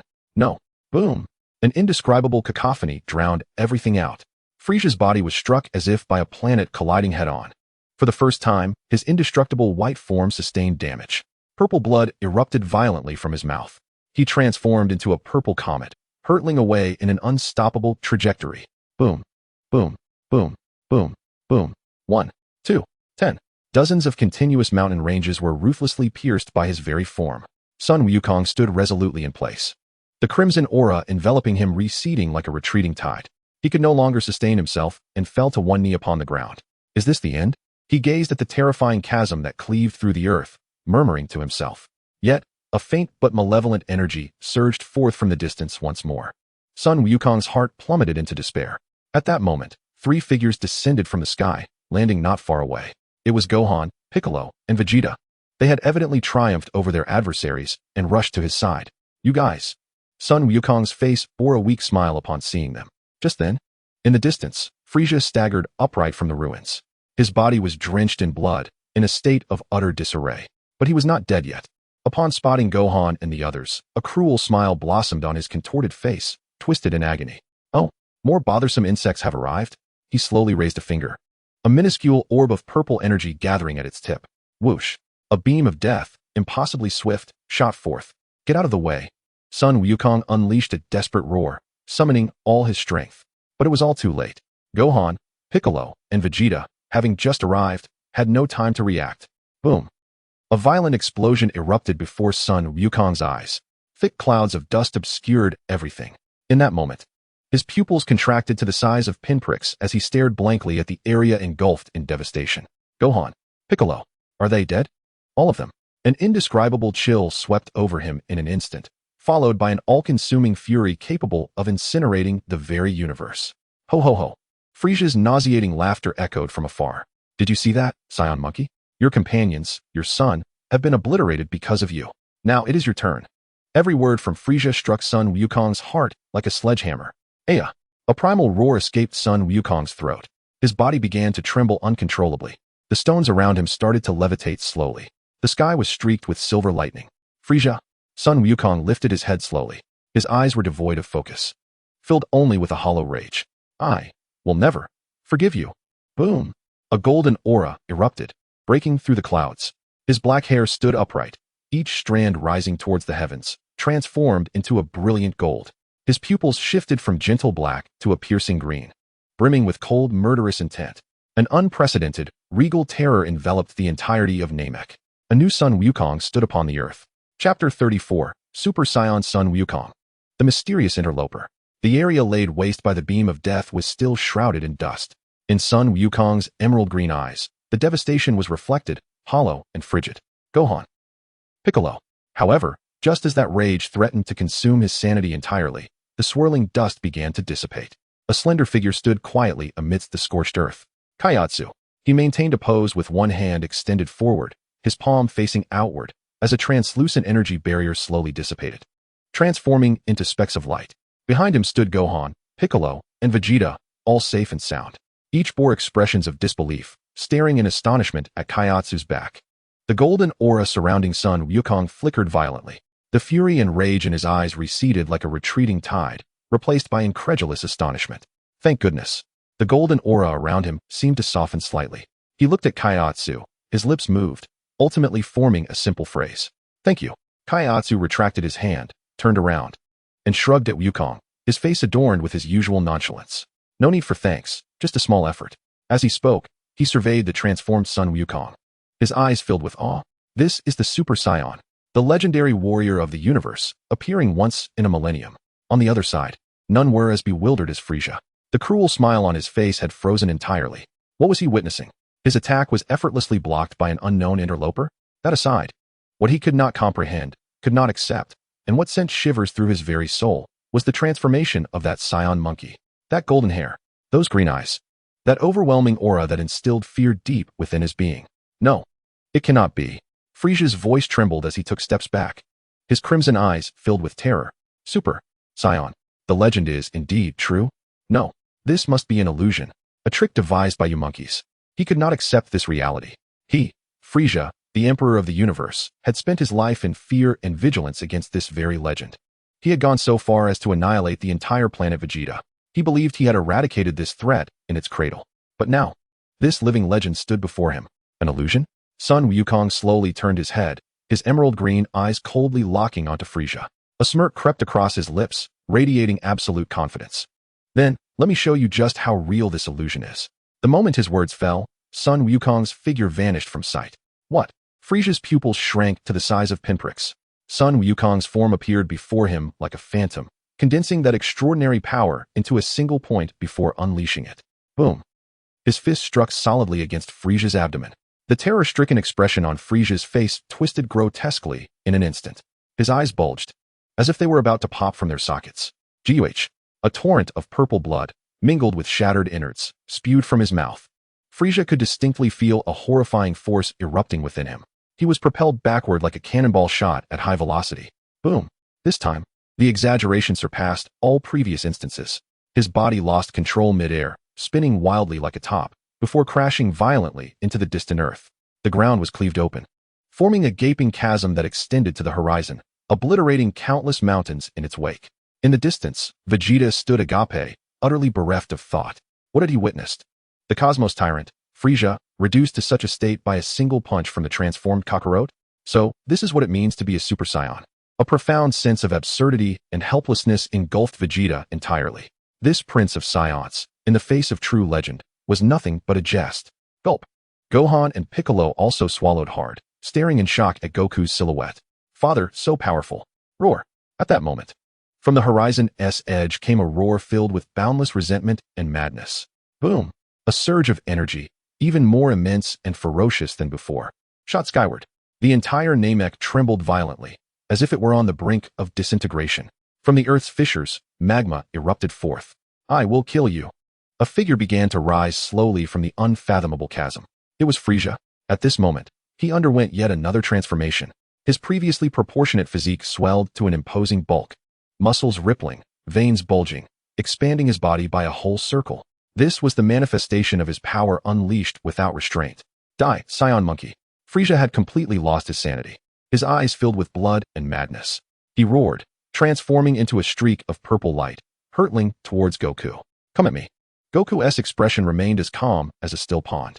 He lifted his gaze, and a glimmer of battle intent flickered in his emerald eyes. He charged forward to meet Frieza. Bang, bang, bang, bang, bang. The two lights clashed high in the sky, igniting a battle that transcended all. Their speed was astonishing, so swift that even Vegeta and Piccolo could only perceive two flickering points of light. Each collision of these points unleashed devastating shockwaves that rippled across the sky. The shockwaves spread out, leveling everything on the ground. Mountains crumbled, rivers evaporated. The entire world trembled beneath the weight of their conflict. It was utterly outrageous. Gohan gazed at the apocalyptic scene above, his voice trembling with awe. Piccolo's face turned a shade of green with astonishment. Kaiatsu watched the battle unfold. Yet a frown creased his brow. An indescribable aura of utmost malevolence descended without warning.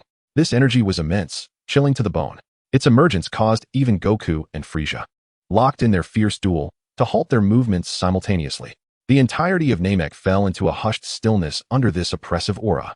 In the midst of his ferocious assault, Goku abruptly halted, his golden brows furrowing tightly as he gazed into the depths of the cosmos. This presence. On the other side, Frieza, battered and bruised, also froze in place. He felt this unfamiliar, overwhelming energy, and the madness on his face was replaced by bewilderment. In the sky, a figure floated, hands clasped behind his back. His appearance bore a striking resemblance to Frieza's final form, yet his skin was an icy, deep blue, with shell-like armor covering key parts of his body, a profound black. His power far exceeded that of Frieza's full release. He hovered serenely in the air, his gaze disdainful as he looked down upon everything below, as if a deity from on high. He has arrived. Kaiotsu's previous sense of ease evaporated in that instant, replaced by an unprecedented gravity. Chapter 35. The Frost Demon from Another Universe, Novak. The cacophony wrought by Goku and Frieza's cataclysmic battle was thoroughly devoured the moment this enigmatic figure appeared. A primal fear, rooted in the instinct for survival, gripped the hearts of all present. This being, Goku's golden aura shrank violently, clinging tightly to his form. His azure eyes fixed intently on the blue figure floating above. So powerful. Meanwhile, Frieza, having regained a modicum of rationality from his fury, was rendered utterly rigid. His muscular frame trembled uncontrollably from fear. A fellow kin. But how could this be? He knew all his kindred in the universe. Who are you? Frieza's voice was hoarse and dry, laced with an unrecognized tremor. Oh, are there kin in this universe as well? He spoke, his tone unremarkable, yet imbued with an innate superiority that transcended all. Unfortunately, too weak. Too weak. These light words shattered Frieza's pride into dust. He was Frieza, the Cosmic Emperor, Frieza. After all these years, it was the first time someone had belittled him with such disdainful remarks. What nonsense are you spouting? Frieza's anger temporarily eclipsed his fear as he roared at Novak. I am the mightiest Frieza in the universe. At this, a hint of expression finally crossed Novak's face. It was a peculiar smile, tinged with amusement and pity. The mightiest in the universe? Is this the caliber of the strongest in this universe? What utter nonsense! Vegeta could no longer contain his fury, roaring out in response, unable to bear such complete derision. Enough. The time for idle chatter is over. Novak seemed to lose interest in conversation, his hands slowly lowering from behind his back. Allow me to introduce myself. I am Novak. I was unfortunate enough to be swept into a space-time rift during a cosmic voyage, and thus arrived in your unfamiliar universe. His tone was as if recounting a trivial matter. I attempted to find a way back, but alas, I failed. Since returning is impossible, it matters not. A cruel smile slowly crept across Novak's lips, the indifference in his gaze replaced by a fervent desire for conquest. Then I shall have to dominate this universe. The overall level of this universe appears significantly inferior to that of my own. Ruling it should be quite effortless. He surveyed his surroundings, his gaze finally settling upon Goku. However, before I commence my grand endeavor, I must first eliminate some potential threats, such as you, the legendary Super Saiyan. The moment his words fell, Novak's figure vanished. Goku's senses snapped to the utmost alertness. He barely had time to react before an irresistible force slammed into his chest. Bang! A dull thud echoed. Sun Wukong's body, enveloped in a golden aura, curled into a shrimp-like shape, resembling a tattered sack as he hurtled backward. Father! Son Gohan cried out in terror. Wukong! Piccolo's green visage drained of color entirely. It was too swift. They hadn't even caught a glimpse of Novak's movements. So it was that faintly sensed malevolent aura upon arriving at Namek belonged to this fiend. Was it the butterfly effect brought by the time travel? A flurry of thoughts raced through Chia's mind. How infuriating. In the distance, Sun Wukong stabilized himself with great effort, a trickle of blood spilling from the corner of his mouth. He raised his gaze, filled with horror, towards Novak. The gap in power was insurmountable. Is this all there is? A Super Saiyan? Novak's figure had, unbeknownst to them, materialized before Sun Wukong, looking down upon him with a gaze steeped in disappointment. Truly, you have disappointed me greatly. With that, he slowly raised a finger. A small point of deep blue energy began to coalesce at his fingertip. Although minuscule, the destructive force contained within it caused the very fabric of Namek's space to emit an anguished lament under the strain. Sun Wukong's heart plummeted. He could sense death closing in on him, just at that critical moment. Hey! A sharp voice rang out from behind. Novak's energy gathering faltered slightly. He turned in surprise towards the source of the voice. It was Chia, the black-haired human who had been observing from the sidelines, now striding toward him with measured steps. Oh, Novak regarded Chia with keen interest. Are you a Saiyan as well? He sensed no formidable energy emanating from Chia. To Novak, he felt pitifully weak. Concealing his true strength? Chia did not respond to his inquiry. Instead, he simply flexed his wrists and neck. Raising his gaze to meet Novak's, Chia wore a radiant smile. It has been quite some time since I last fought. Care to experience my prowess? The declaration sent shockwaves through the arena.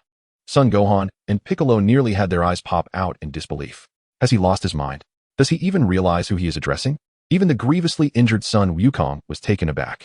Meanwhile, Novak's playful smile gradually faded, his expression growing frigid. Human, are you provoking me? A chilling aura of murderous intent zeroed in on Chia. Yet, Chia appeared oblivious. He merely crouched slightly, his body leaning forward. Don't be rash. Son Wukong strained to warn Chia, but it was too late. Boom. A deep crimson aura erupted from Chia's body like a volcano awakening from a millennia-long slumber. The ferocious energy surged across the entire battlefield. Tenfold Kaioken. Chia's form became enveloped in a rich crimson energy, muscles bulging and veins popping. In that instant, his battle power soared in a wild frenzy. What? Now, it was Novak's turn to be astonished. Huh. Chia wasted no time. The ground beneath him shattering as he transformed into a red comet, hurtling toward Novak with an overwhelming force, delivering his mightiest blow. The wind from his fist howled, even tearing through the air.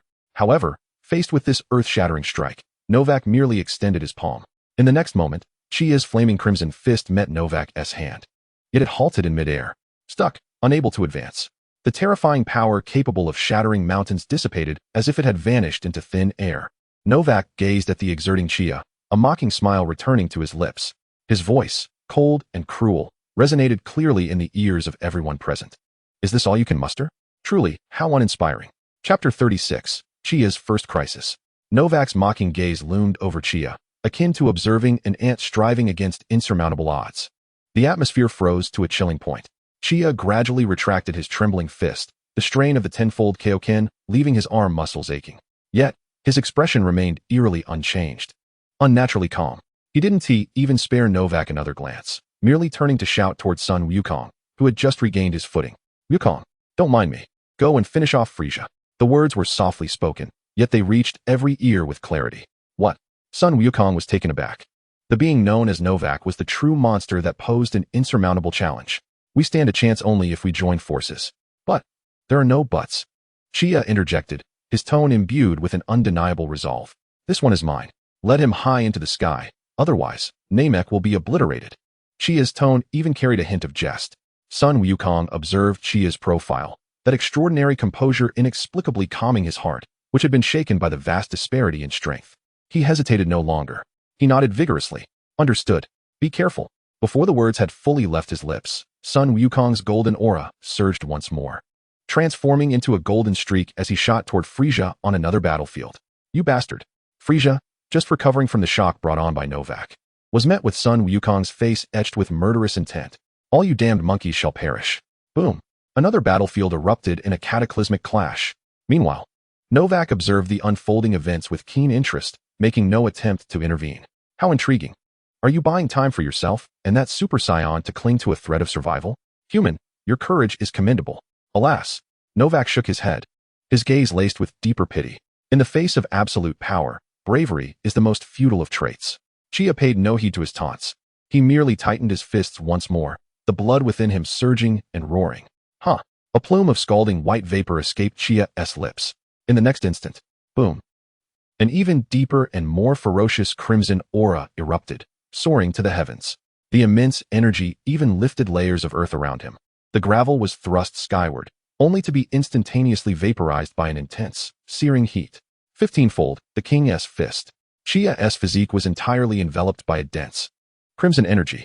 His bulging muscles strained against the fabric of his battle attire, while beneath his skin, veins twisted and writhed like coiling dragons, exuding a palpable aura of destructive dominance. Novak's brow arched slightly, as he sensed the human before him had ascended to a higher level of power, now posing a genuine threat. This continual transcendence of limits piqued his curiosity. Chia did not afford him the luxury of contemplation. With arms outstretched, two rapidly spinning orbs of crimson golden energy formed in his palms, coalescing at an astonishing speed. Prepare to receive. Chia roared, thrusting his palms forward with ferocity. However, The energy spheres did not unleash a wave of energy as anticipated. Instead, they burst apart with a resounding pop. They transformed into hundreds, nay thousands, of slender crimson-golden beams of energy, scattering outward like blossoms in the wind. The spectacle was both resplendent and exquisite, yet it harbored a lethal intent. Child's play. Novak scoffed. His figure left a fleeting afterimage as he effortlessly weaved through the impenetrable barrage of energy beams, avoiding contact with even a single thread of his attire. Yet, a look of astonishment soon crept across Novak's visage.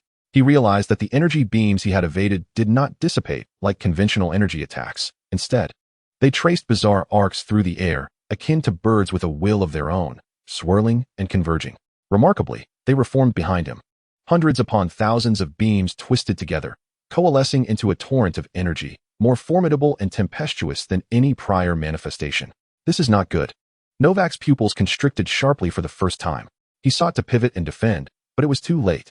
The torrent of energy, imbued with Chia's 15-fold King's fist power, struck with tremendous force against his back. Boom! An unprecedented explosion erupted in midair. A terrifying shockwave of energy materialized, visible as a white gust, expanding wildly in all directions. In the distance, Vegeta and the others were buffeted by the gale, reeling to and fro, unable to even open their eyes. The entire world seemed to be engulfed by that blinding light and deafening roar. Did it succeed? Gohan clutched Piccolo's cape tightly, his voice trembling. Piccolo remained silent, his green visage reflecting sheer astonishment. That last maneuver had been utterly breathtaking. Not far from the epicenter of the explosion, Chia's form reappeared like a wraith. It was not over yet. Chia swiftly sliced the air before him with his right hand. With a whoosh, two exquisitely refined blades of golden energy shot forth. The energy blades, shaped like crescent moons, traced intersecting paths through the air, sharp enough to rend anything in their path, plunging fiercely into the swirling dust. Boom! Another violent explosion resonated. Having executed all of this, Chia finally descended to the ground, gasping for breath, his chest heaving violently. The 15-fold King's fist, coupled with two unreserved ultimate techniques, had exacted a tremendous toll on his body. Sweat had thoroughly soaked his attire, and every muscle ached as if being torn apart. Yet, he paid no heed to his discomfort. His gaze remained intensely focused on the dissipating dust. As the haze gradually cleared, one figure remained suspended at the original spot. Upon closer inspection, blood oozed from the icy blue skin, and fine cracks appeared on the black carapace of his shoulder.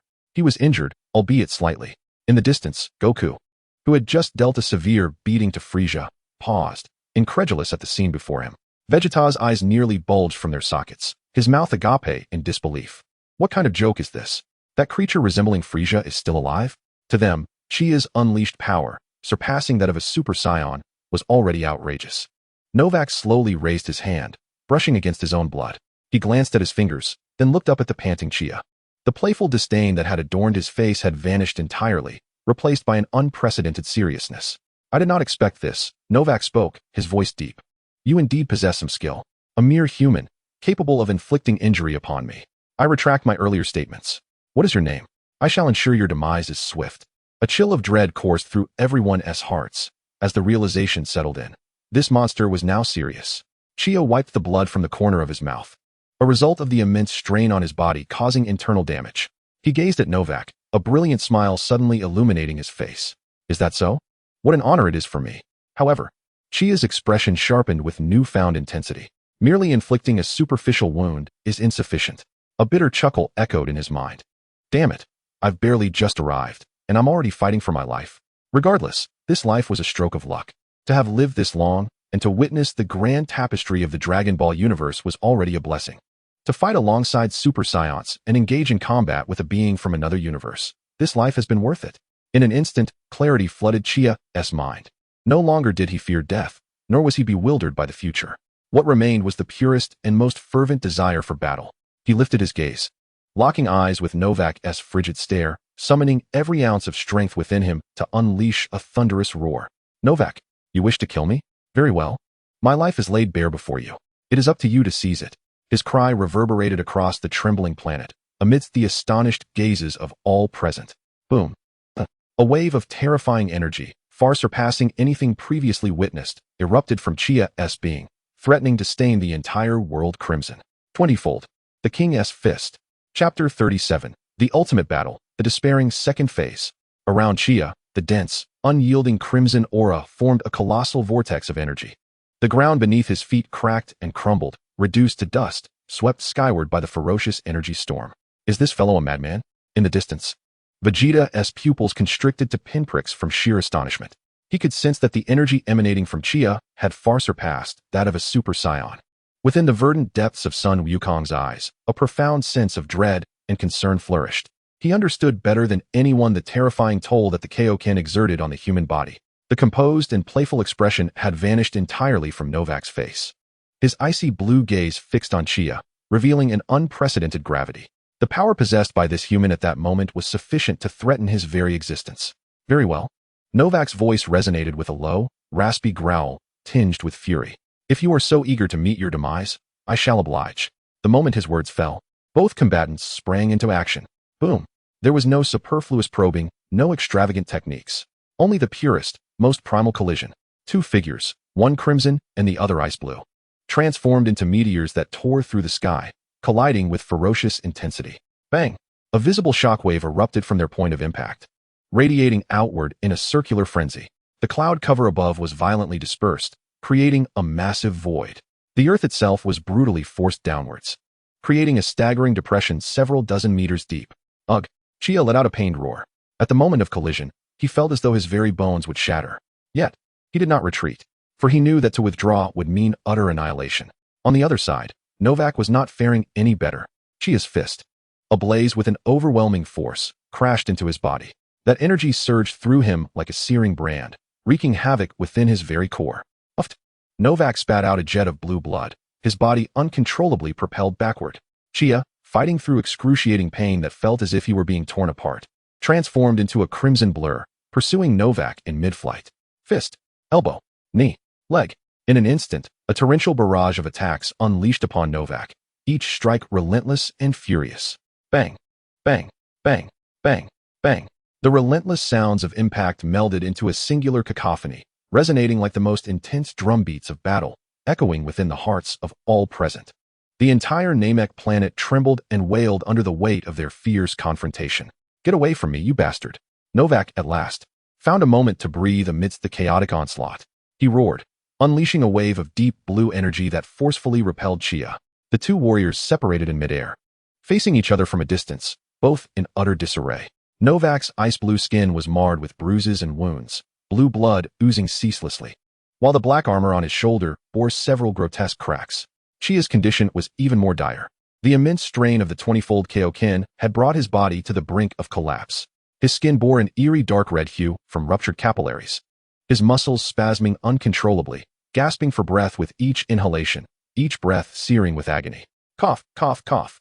Chia expelled a few mouthfuls of blood, his gaze fixed on the ravaged earth below, the result of their battle, his brow furrowing deeply. This cannot continue. If they persisted, Namek would truly be doomed. The battlefield must be relocated to greater heights. He lifted his gaze to Novak, forcing a provocative smile onto his face. Hey, little Frisia, haven't you had enough to eat? You seek death. Novak, already enraged by Chia's earlier assault, was further incensed by the unabashed mockery. He howled, transforming once again into a blue streak, charging toward Chia with renewed fervor. Bring it on. A glimmer of determination flashed in Chia's eyes as he advanced, meeting Novak head-on. But just as they were about to clash, Chia's form abruptly twisted, narrowly brushing past Novak's body, and shot upward into the vast sky. Trying to escape? Novak bellowed, pursuing him without a second thought. Two streaks of light, one red and one blue, soared into the heavens. In the upper atmosphere, their battle intensified with reckless abandon. Fists and feet collided, energies clashed. Each attack was delivered without restraint. Chia's fist struck Novak's face with such ferocity that it caved in half of his cheek. In return, Novak's energy claws left 5 deep, bone-exposing gashes across Chia's chest. This was a true fight for survival. Wounds for wounds, lives for lives. The combat had reached a fever pitch. Both warriors' injuries continued to accumulate. Time lost its meaning as Chia began to feel his consciousness wane. Every fiber of his being, every cell, screamed in agony, as if on the verge of complete disintegration. I can't hold on. I've truly reached my limit. I must resort to that technique. Wagering everything. Chia bit down hard on his tongue, the sharp pain jarring him back to clarity. Summoning the last of his strength, he kicked Novak away, creating a distance of several dozen meters. Huff, huff. Chia hovered in the frigid heights, his chest heaving violently. He glanced at the equally breathless Novak, and a glint of resolve flickered in his eyes. Novak. Slowly, he raised one hand, palm directed toward Novak below. Novak's pupils constricted, immediately adopting a defensive stance. He anticipated Chia to unleash a formidable energy wave. However, Chia's palm bore no gathering energy. In the next moment, chaos erupted. To Novak's astonishment, the ground beneath him suddenly ignited. A beam of energy more dazzling than the sun and more ferocious than a supernova erupted from below. Akin to a divine sword of retribution rising from the abyss, exploding forth with unrelenting might. In an instant, it engulfed his form. What? Novak could only emit a disbelieving gasp. There was no evasion possible. This was Chia's ultimate move, a meticulously crafted technique that detonated all his power at an unsuspecting location. Boom! An unprecedented explosion erupted in the serene sky, radiating magnificently. The blinding white light compelled even those miles away on Namek's surface to instinctively shut their eyes. After executing this monumental feat, Chia could no longer endure. The state of 20-fold Kaioken dissipated in an instant. An overwhelming wave of weakness and pain washed over him like a tide, drowning him in despair. The world around him began to spin, his body resembling a tattered rag, helplessly plummeting toward Namek below. It is over. It should be over now. This was his last strike, expending every ounce of his power. As the remnants of the explosion began to dissipate, Chia's eyes widened in disbelief as he gazed at the void above. There, a silhouette remained, suspended in the center of the explosion, and scathed. No, that was no longer the Novak of old. His stature had grown significantly, towering above his former self. And the once icy blue hue of his skin had transformed into a profound and pristine black, reminiscent of obsidian. All traces of his injuries had vanished without a trace. The aura emanating from his being was far more formidable than before, instilling an overwhelming sense of despair so suffocating that the thought of resistance could not even arise. Novak flexed his body, now brimming with explosive power. He cast a glance at his ebony hand, a satisfied smile gracing his features. Oh, it has been a long time since I've utilized this form. I never imagined that in this universe, there would still be someone capable of pushing me to such extremes. He lifted his gaze, locking his eyes onto the plummeting Chia, who was utterly devoid of any means of resistance. His expression was cold and indifferent, as if he were gazing upon a corpse. As a reward, you shall be the first sacrifice to witness my ultimate form. In the next instant, he slowly raised a finger. At its tip, a point of pitch-black energy coalesced. Whoosh! A massive beam of dark energy, capable of devouring all light, pierced through the fabric of space. Chia, in rapid descent, felt his pupils constrict violently. His body had become completely unresponsive. There was no evasion. With a sickening sound, the dark energy beam penetrated Chia's chest without hindrance. Time seemed to slow. Chia's consciousness began to blur. He could feel his life force ebbing away at an alarming rate. His body grew cold. Strength was fading. Just before Chia's awareness sank into utter darkness, he gazed at the unscathed, imposing figure of Novak in the distance and could not help but mutter, "Bid, there's still a second phase." Chapter 38, Reluctance. An unending chill surged through the gaping wound in his chest, brutally flooding his limbs.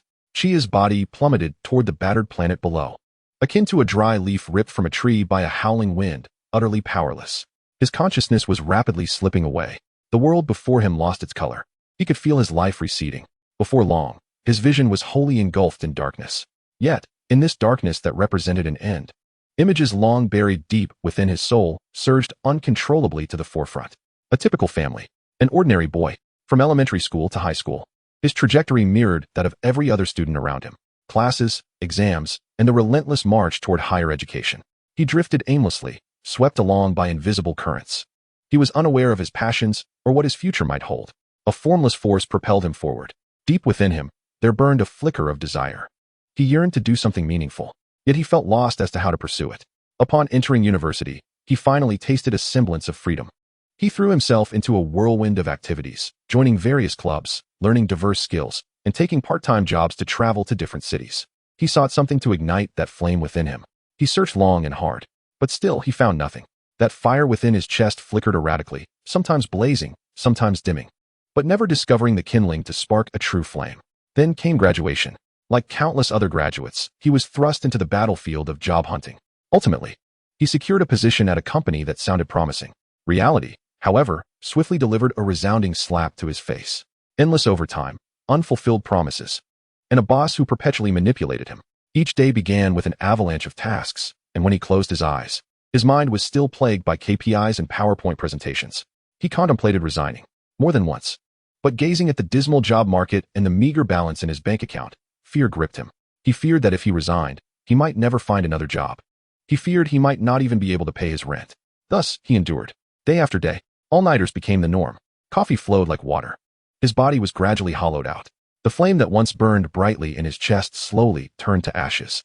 Until that fateful day, another sleepless night. When he finally completed the last report, the dawn light filtered through the window. He intended to rise and fetch a glass of water. Suddenly, a sharp pain gripped his heart. Darkness engulfed him. He collapsed onto the cold office desk without warning. In the final seconds of his life, he thought of nothing else but an overwhelming sense of profound regret. Is this how my life ends? Like a novel that never had the chance to unfold its plot. Hastily concluded, I have yet to discover my passion. I have yet to explore this world. I have yet to truly live. I will not accept this.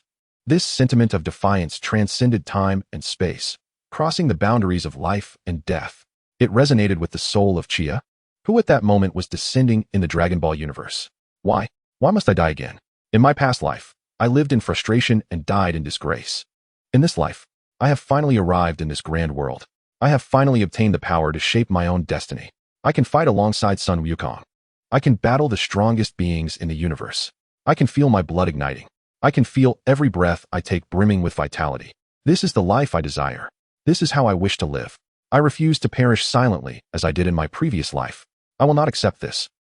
This primal roar from the depths of his soul, though silent, reverberated with a greater impact than any sound. It seemed to respond to his heart-wrenching resolve. His plummeting body abruptly halted, suspended in midair at an altitude of 10,000 meters, defying the laws of physics. In the next moment, at the horrific wound in his chest, which had been penetrated by dark energy, a radiant point of blue light, reminiscent of a cerulean planet, ignited. Following this, the blue light spread across Chia's body like a spider's web emanating from the wound. What is that? On the ground, Sun Wukong, who had been fixated on the sky, felt his golden pupils constrict sharply. He, who had flown high to observe, was left agape, his eyes nearly popping from their sockets. He could distinctly sense that Chia's once dwindling energy was surging with an incomprehensible velocity. No, this was not merely an increase. It was a complete transformation. A rebirth from nothingness to existence, from death to life. Chia's body was enveloped in a rich, cerulean energy. The lethal wound that pierced through his chest was visibly being filled, repaired, and healed by shimmering blue particles. Skin, muscle, bone, everything was undergoing a rebirth. Within just a few breaths, all the injuries he had sustained, whether from Novak's punishing blows or the scars left by the energy claws, even the horrendous strain of the 20-fold Kaioken, were being obliterated within this azure energy. His body gradually transformed in midair from a state of descent to a poised, upright suspension. Shortly thereafter, his tousled black hair began to stand upright, each strand defying gravity, under the astonished gazes of all present. The ebony hue of his hair was replaced at the roots by a pure, profound azure, reminiscent of the most pristine oceans of the planet he once inhabited. The edges of his cerulean locks were adorned with a faint, star-like white outline. Chia slowly opened his eyes. No longer were they black. They had transformed into a crystalline, unblemished silver gray. In those eyes resided an almost absolute calmness, beneath which lay a chilling battle intent potent enough to freeze everything in its wake. He gently raised his hand, presenting it before his eyes, feeling the unprecedented, vast power within him, akin to a sea of stars. This power was gentle, yet immensely formidable, perfectly harmonizing with his body and soul. No longer did he feel the tearing sensation of potential collapse that accompanied the Kaioken. Instead, there was only an absolute mastery over his being. So, this is how it feels. A confident smile curled at the corners of Chia's mouth. Scions possessed the Super Saiyan transformation. Thus, I, a mere Earthling who has traversed realms, have grasped my own transformation on the brink of life and death. Let's call it Super Earthling, shall we? He lifted his gaze, his azure eyes piercing through the distance, landing upon the black figure reveling in victory. Novak sensed the sudden, heart-pounding surge of power. He abruptly turned his head, confronting the figure who should have perished, Chia, now transformed into his radiant azure form. For the first time, an expression of sheer astonishment crossed Novak's face. Impossible. How can you still be alive? And your energy? Chia offered no response to Novak's futile inquiries. Instead, he flashed a somewhat mischievous smile. In the next instant, whoosh, his silhouette vanished from sight. Where is he? An unprecedented chill surged from Novak's tailbone straight to his crown. Without a moment's hesitation, he unleashed his energy, attempting to form a protective barrier. But it was too late. Did you enjoy your previous bout? A voice, cold yet laced with mockery, echoed in his ear. Every hair on Novak's body stood on end. He barely caught a glimpse of a handsome face adorned with a confident smile, accompanied by a fist enveloped in cerulean energy. That fist loomed larger in his field of vision. Boom! A resounding explosion erupted in the sky. Novak's face, filled with horror and disbelief, was firmly struck by the blow. The terrifying force detonated upon impact with his visage. His black skin, capable of withstanding a stellar explosion, twisted and contorted under the sheer might of the punch. He couldn't even muster a scream. His entire being was hurled away as if struck by a cosmic meteor, transforming into a streak of black light, propelled at a speed that transcended all comprehension. Across the cerulean sky of Namek, a long, white shockwave stretched across the heavens. Chapter 39, Super Earthling Chia. In the sky, that white shockwave lingered, refusing to dissipate. At its terminus, the black streak that had been sent flying was Novak. In that moment, Novak's mind was a blank slate. What just happened? Hadn't Ti already won? Hadn't Ti pierced that guy's heart? How could he? Excruciating pain, an indescribable agony, surged from his facial nerves to his brain. That once proud, indomitable black visage was now grotesquely twisted, with sunken cheeks rendering him a pitiable sight. Ugh! He yearned to roar, to bellow. Yet, all that escaped his throat were fragmented, blood-stained syllables. He was utterly unable to control his body, helplessly propelled into the boundless cosmos by that overwhelming force. At that moment, a figure appeared below his tumbling form, almost spectre-like. Chia's cerulean hair floated gently in the weightless environment, and his silver-gray eyes remained eerily calm. He merely glanced up at the disheveled black figure above and suddenly lifted his right leg. The leg, wrapped in cerulean energy, struck upward like a battle axe cleaving the heavens, connecting forcefully with Novak's soft abdomen. Thud! Novak's eyes bulged outward, bloodshot. His body folded in an exaggerated manner.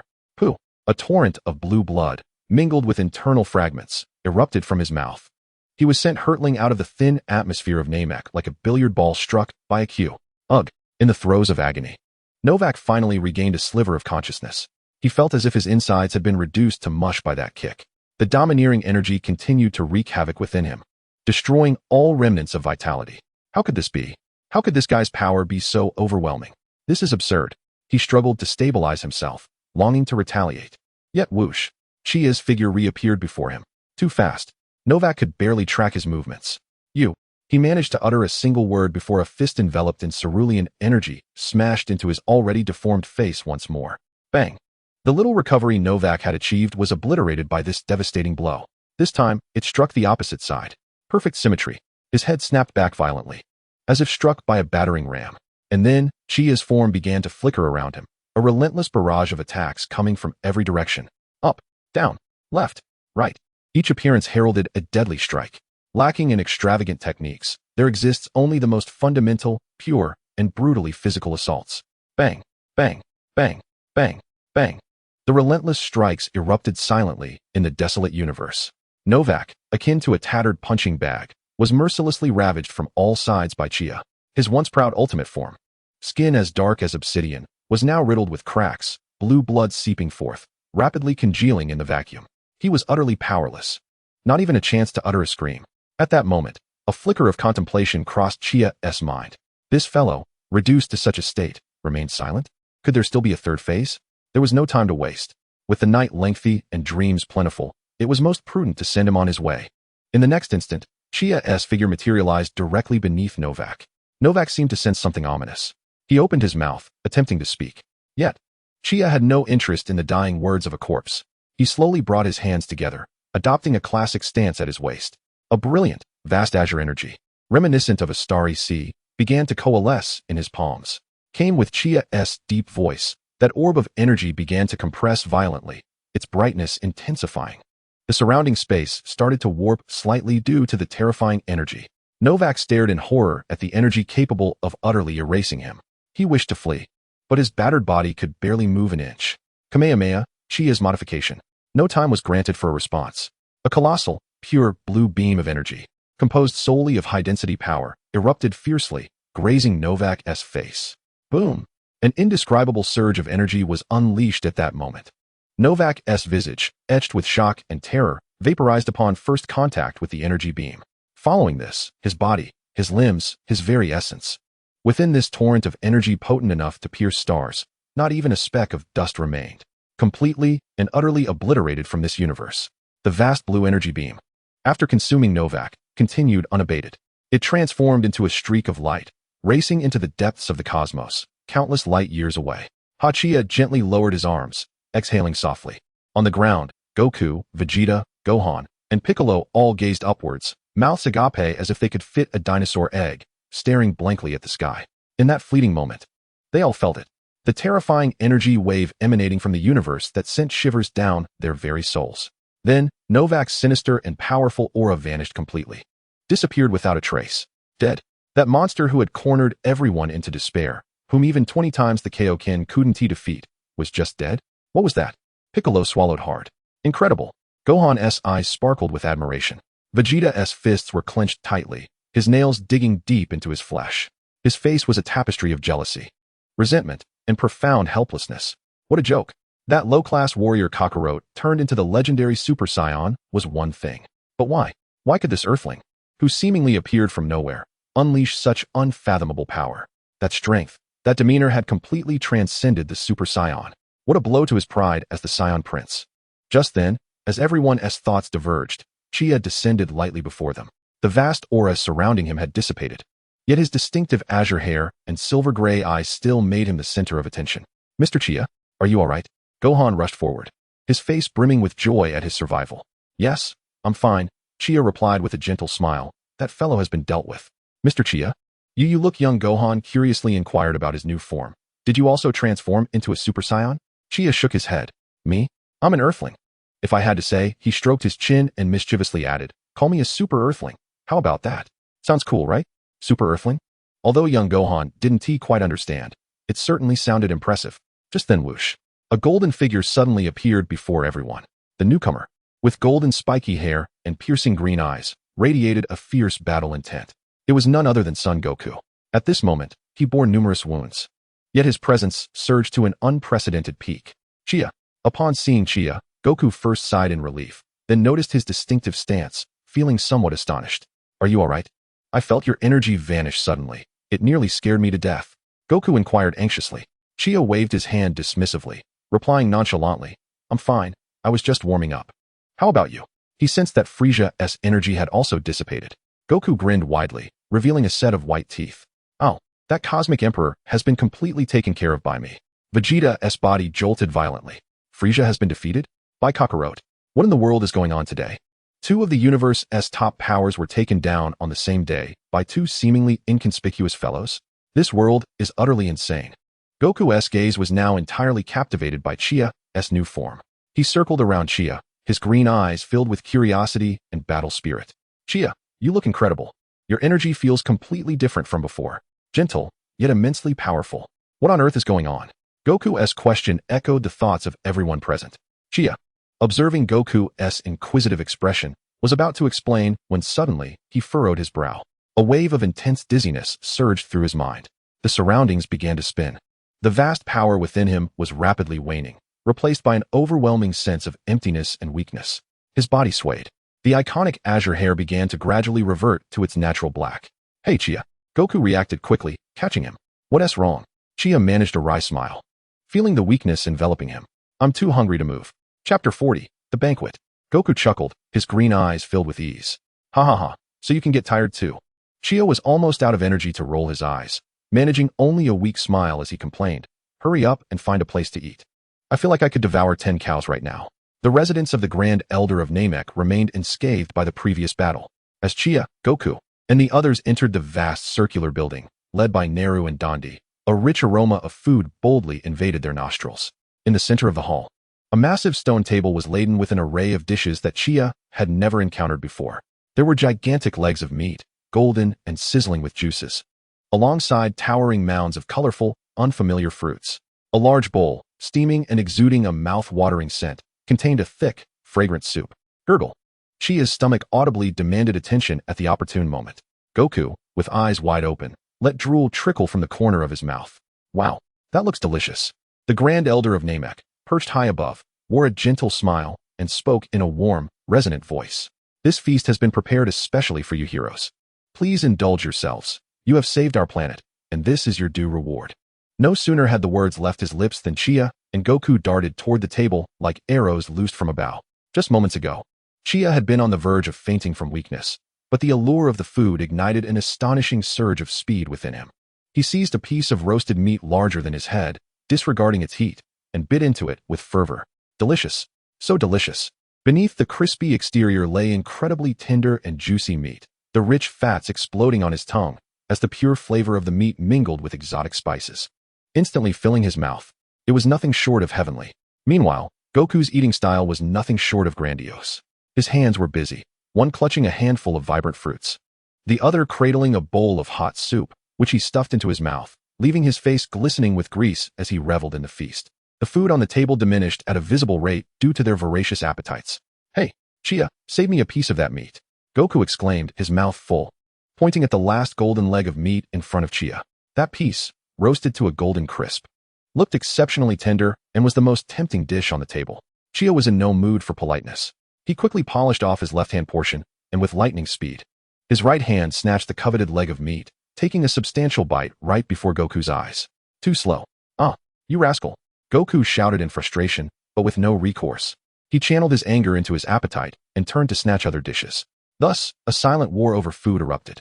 Dondi stood by, watching the astonishing consumption of these two. Mouth agape, eyes wide with disbelief. Are these really the heroes who saved the planet? Why do they seem like starving wretches released from captivity?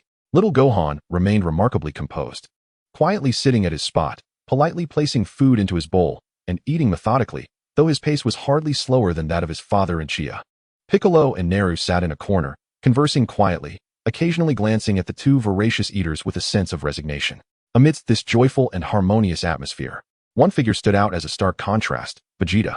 He sat alone in the farthest corner, food before him, yet he hardly touched it. Instead, he relentlessly stabbed a piece of meat on his plate with his fork, the once proud morsel reduced to shreds. His face was dark and brooding, fists clenched beneath the table, veins bulging on the back of his hands. How is it that low-class warrior Kakarot has transformed into a Super Saiyan and defeated Frieza? That is one thing. After all, he is a legendary warrior. But this Earthling, this Chia who emerged from nowhere, why does he also possess such immense power? Super Earthling? What a ridiculous title. Yet, this absurd Super Earthling had effortlessly crushed the very monster he could barely comprehend. That power even surpassed Kakarot's Super Saiyan form. A low-class warrior. An Earthling. They had both surpassed him. What about him? The proud Saiyan Prince, Vegeta? What does he amount to now? An overwhelming sense of humiliation and resentment gnawed at his heart like a venomous serpent. Crack. The metal fork in his hand could no longer withstand the pressure and twisted grotesquely. He abruptly stood, casting a dark glare at Chia and Goku, who were devouring their feast, and stormed out. "Vegeta, aren't you going to eat?" Goku called out curiously, mouth still full of meat. Vegeta paused momentarily, not turning back, and squeezed out a few words through clenched teeth. No appetite. With that, he left the hall without a backward glance. Chia watched Vegeta's retreating figure, his chewing slowing as he sensed the overwhelming negativity emanating from him. That guy must have taken a severe blow to his pride. However, perhaps this was for the best. For Science, anger was the finest fuel for strength. He shifted his focus back to the delectable food before him, intent on savoring the moment. This day was undoubtedly the happiest and most relaxing since Chia had arrived in this world. There was no life-and-death battle, no overwhelming foes pressing down upon him. Just the tranquility following survival, comrades he could trust, and an abundance of food. He recalled the life he had left behind before his journey, the one spent in a cubicle, suffocated by the pressures of work, the soul that felt unfulfilled and regretful until the very end. Now, he could share a laugh with Goku, vying for the last piece of roasted meat.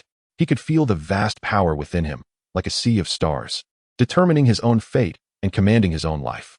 He could fight with all his might, and then after victory, enjoy a simple yet exquisite feast with friends. This was truly living. This was the life he had always desired. A smile involuntarily crept across Chia's face, his recently restored dark eyes sparkling with genuine joy. After their hearty meal, Chia and Goku, with bulging bellies, lay sprawled on the ground, belching contentedly. The table was completely cleared of food. Chapter 41, The Namekian Dragon. A new journey. The following morning, Chia, a resounding scream, imbued with both vigor and a hint of exasperation, emanated from the entrance of the elder's residence. The voice possessed a remarkable penetrating quality, drawing the attention of all present. There stood a striking young woman clad in a blue and white dress, her long azure hair cascading down her back, hands firmly on her hips and a furious glare directed towards them. It was none other than Bulma. Trailing behind her were a few surviving Namekians, each wearing expressions of peculiar discomfort. Chi-Chi's body stiffened momentarily, in the midst of brawling and feasting. He had completely forgotten about this young lady left aboard the spaceship. He scratched his head and promptly teleported to the entrance, approaching her with a forced cheerfulness. "Oh, Bulma. You've arrived. You've arrived." Bulma's voice shot up an octave, and in a swift motion, she advanced towards Chi-Chi, her finger nearly poking his nose. "You heartless fiend. Not only did you abandon me on the spaceship during the fight, but you also forgot about me afterward. If I hadn't sensed something amiss, I would have starved to death on that ship." Faced with Bulma's rapid-fire inquiries, Chi-Chi could only chuckle nervously. "Come now. I just finished dealing with the enemy and was on my way to fetch you. Look, what a coincidence that we meet now." He felt his own cheeks flush at the absurdity of the statement. Goku, standing nearby, grinned widely, unabashedly reveling in the drama. Gohan mimicked him, chuckling along. Bulma, her cheeks puffed with indignation, stamped her foot in frustration. Yet, upon gazing at Chi-Chi's handsome visage, she ultimately chose silence, huffing heavily before turning away. Chi-Chi breathed a sigh of relief and swiftly redirected the conversation. "All right, everyone is here, and it's time to get down to business." He cast his gaze towards the solitary figure in the corner, exuding an aura that warned others to keep their distance. Vegeta. Chi-Chi approached him directly. Vegeta lifted his head, his dark, brooding eyes locking onto Chi-Chi, filled with a tumult of emotions, jealousy, gratitude, but predominantly an ineffable sense of defeat. "What do you want?" he rasped, his voice low and gravelly. Chi-Chi, unwilling to dance around the subject, extended his hand. "The Dragon Balls. It's time for you to hand them over. We agreed on this beforehand." After a prolonged silence, Vegeta led Chi-Chi to the location of the Dragon Balls. Soon, all 7 orbs were gathered in the open space outside the Elder's residence. "Dondi, you may begin," Chi-Chi instructed. Dondi nodded solemnly, his small face set with determination. He stepped forward, inhaled deeply, and began to chant in the Namekian tongue. "Takaraputa, Tetarambo, Puperataparo."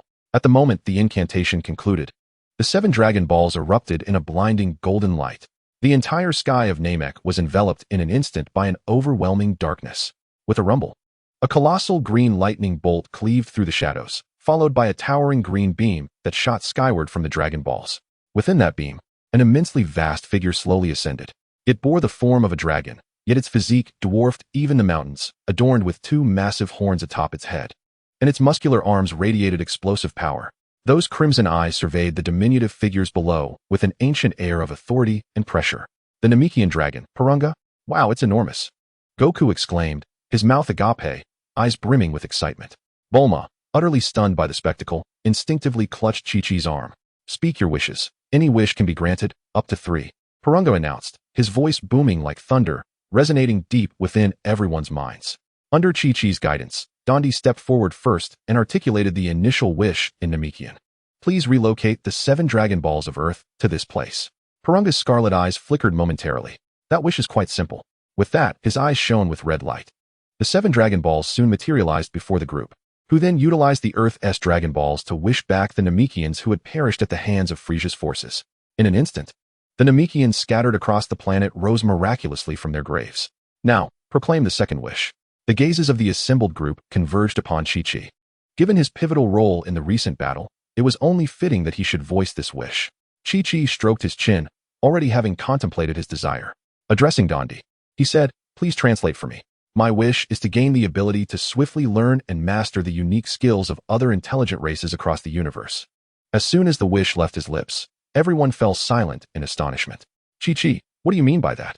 Goku asked curiously. "Learning other people's skills?" Chi-Chi nodded, explaining. "Indeed, the universe is vast, with countless races. There are bound to be hidden talents." Dondi, though somewhat perplexed, conveyed Chi-Chi's wish to Porunga. Porunga fell silent for a moment. This wish exceeds conventional boundaries. However, it is still attainable. His eyes glowed red once more. An imperceptible energy, imbued with the essence of rules, surged into Chi-Chi's brow.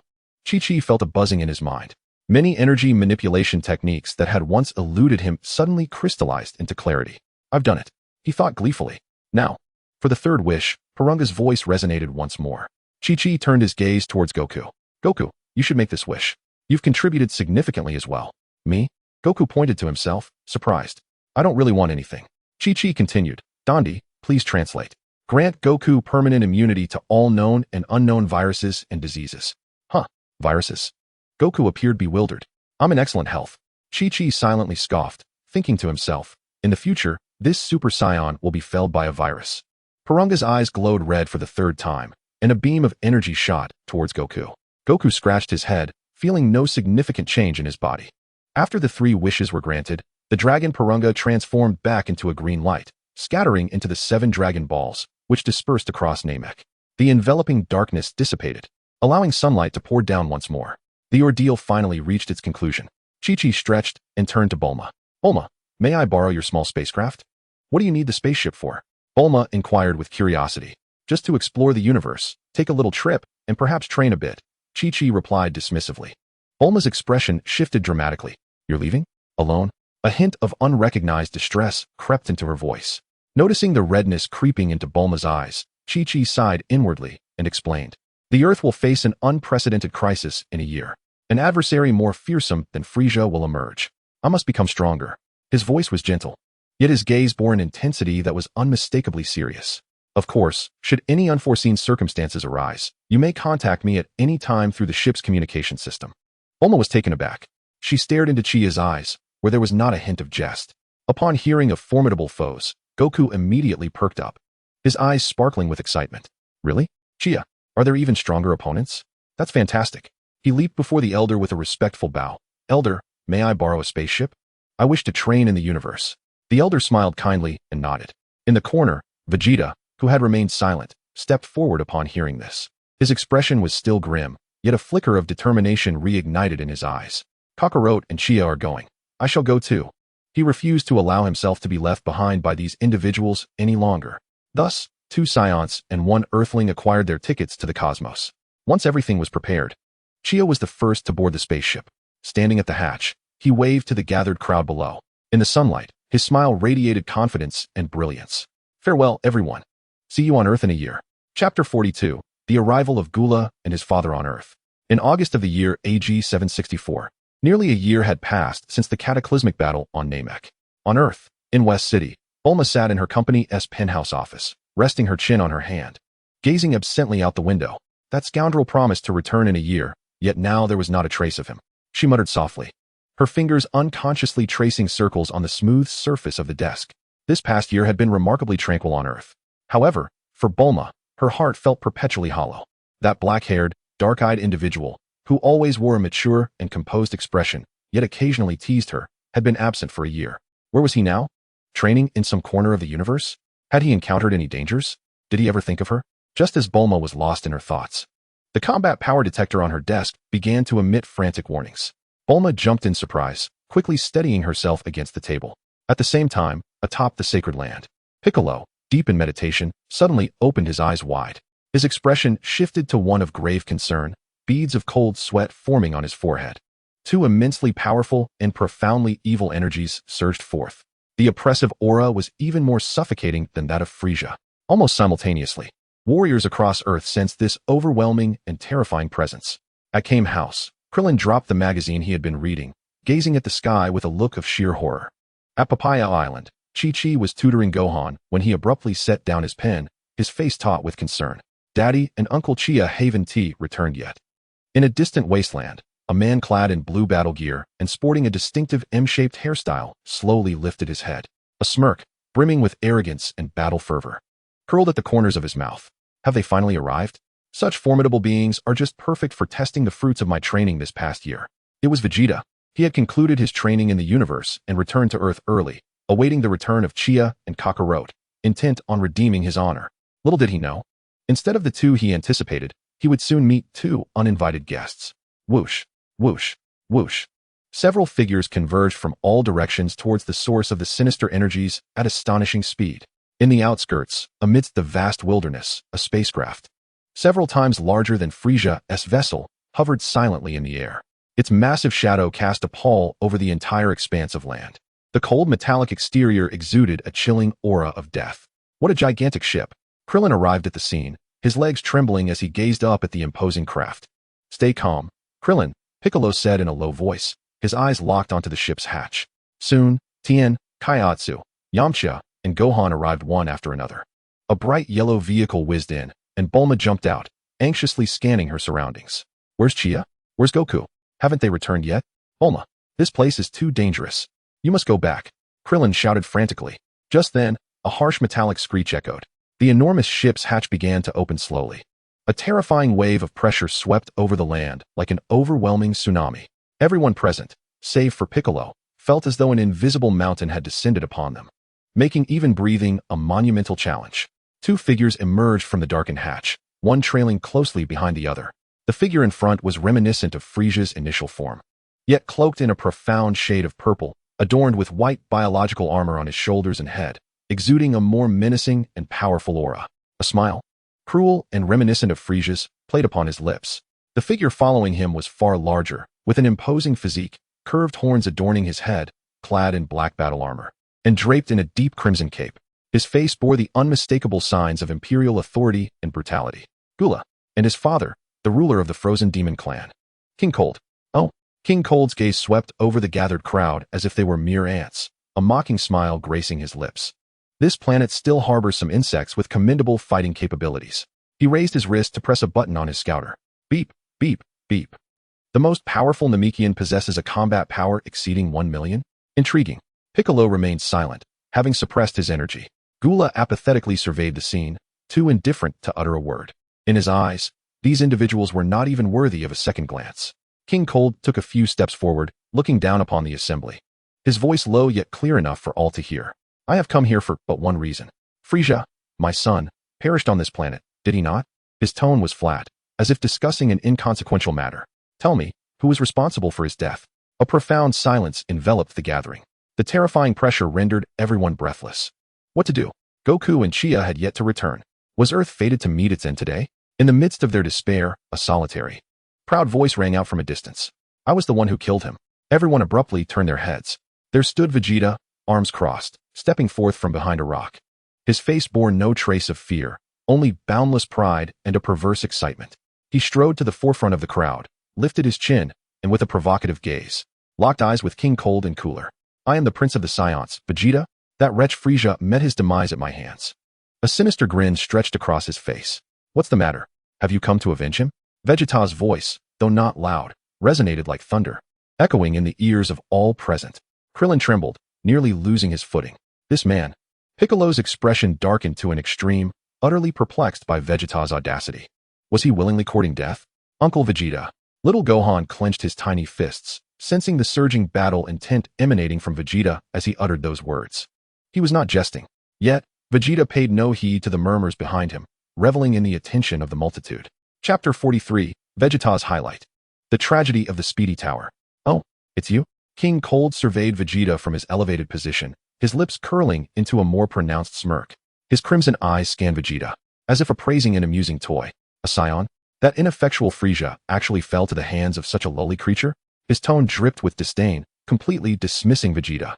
It seems I have indulged him too much, allowing him to become such a weakling. Behind him, Cooler remained silent throughout, merely crossing his arms with a cold indifference. His countenance resembling Frisia's, devoid of any emotional fluctuation, as if the events unfolding before him were of no consequence. In the face of King Cold's derision, Vegeta not only remained unfazed but laughed even more maniacally. He slowly raised his head, the provocation in his gaze nearly tangible. Weakling? Indeed, Frisia is a quintessential weakling. And you, as the father of that weakling, must be no better. The declaration sent shockwaves through the crowd. This is over. Krillin plopped onto the ground, his face ashen. This was no mere provocation. He was openly insulting them.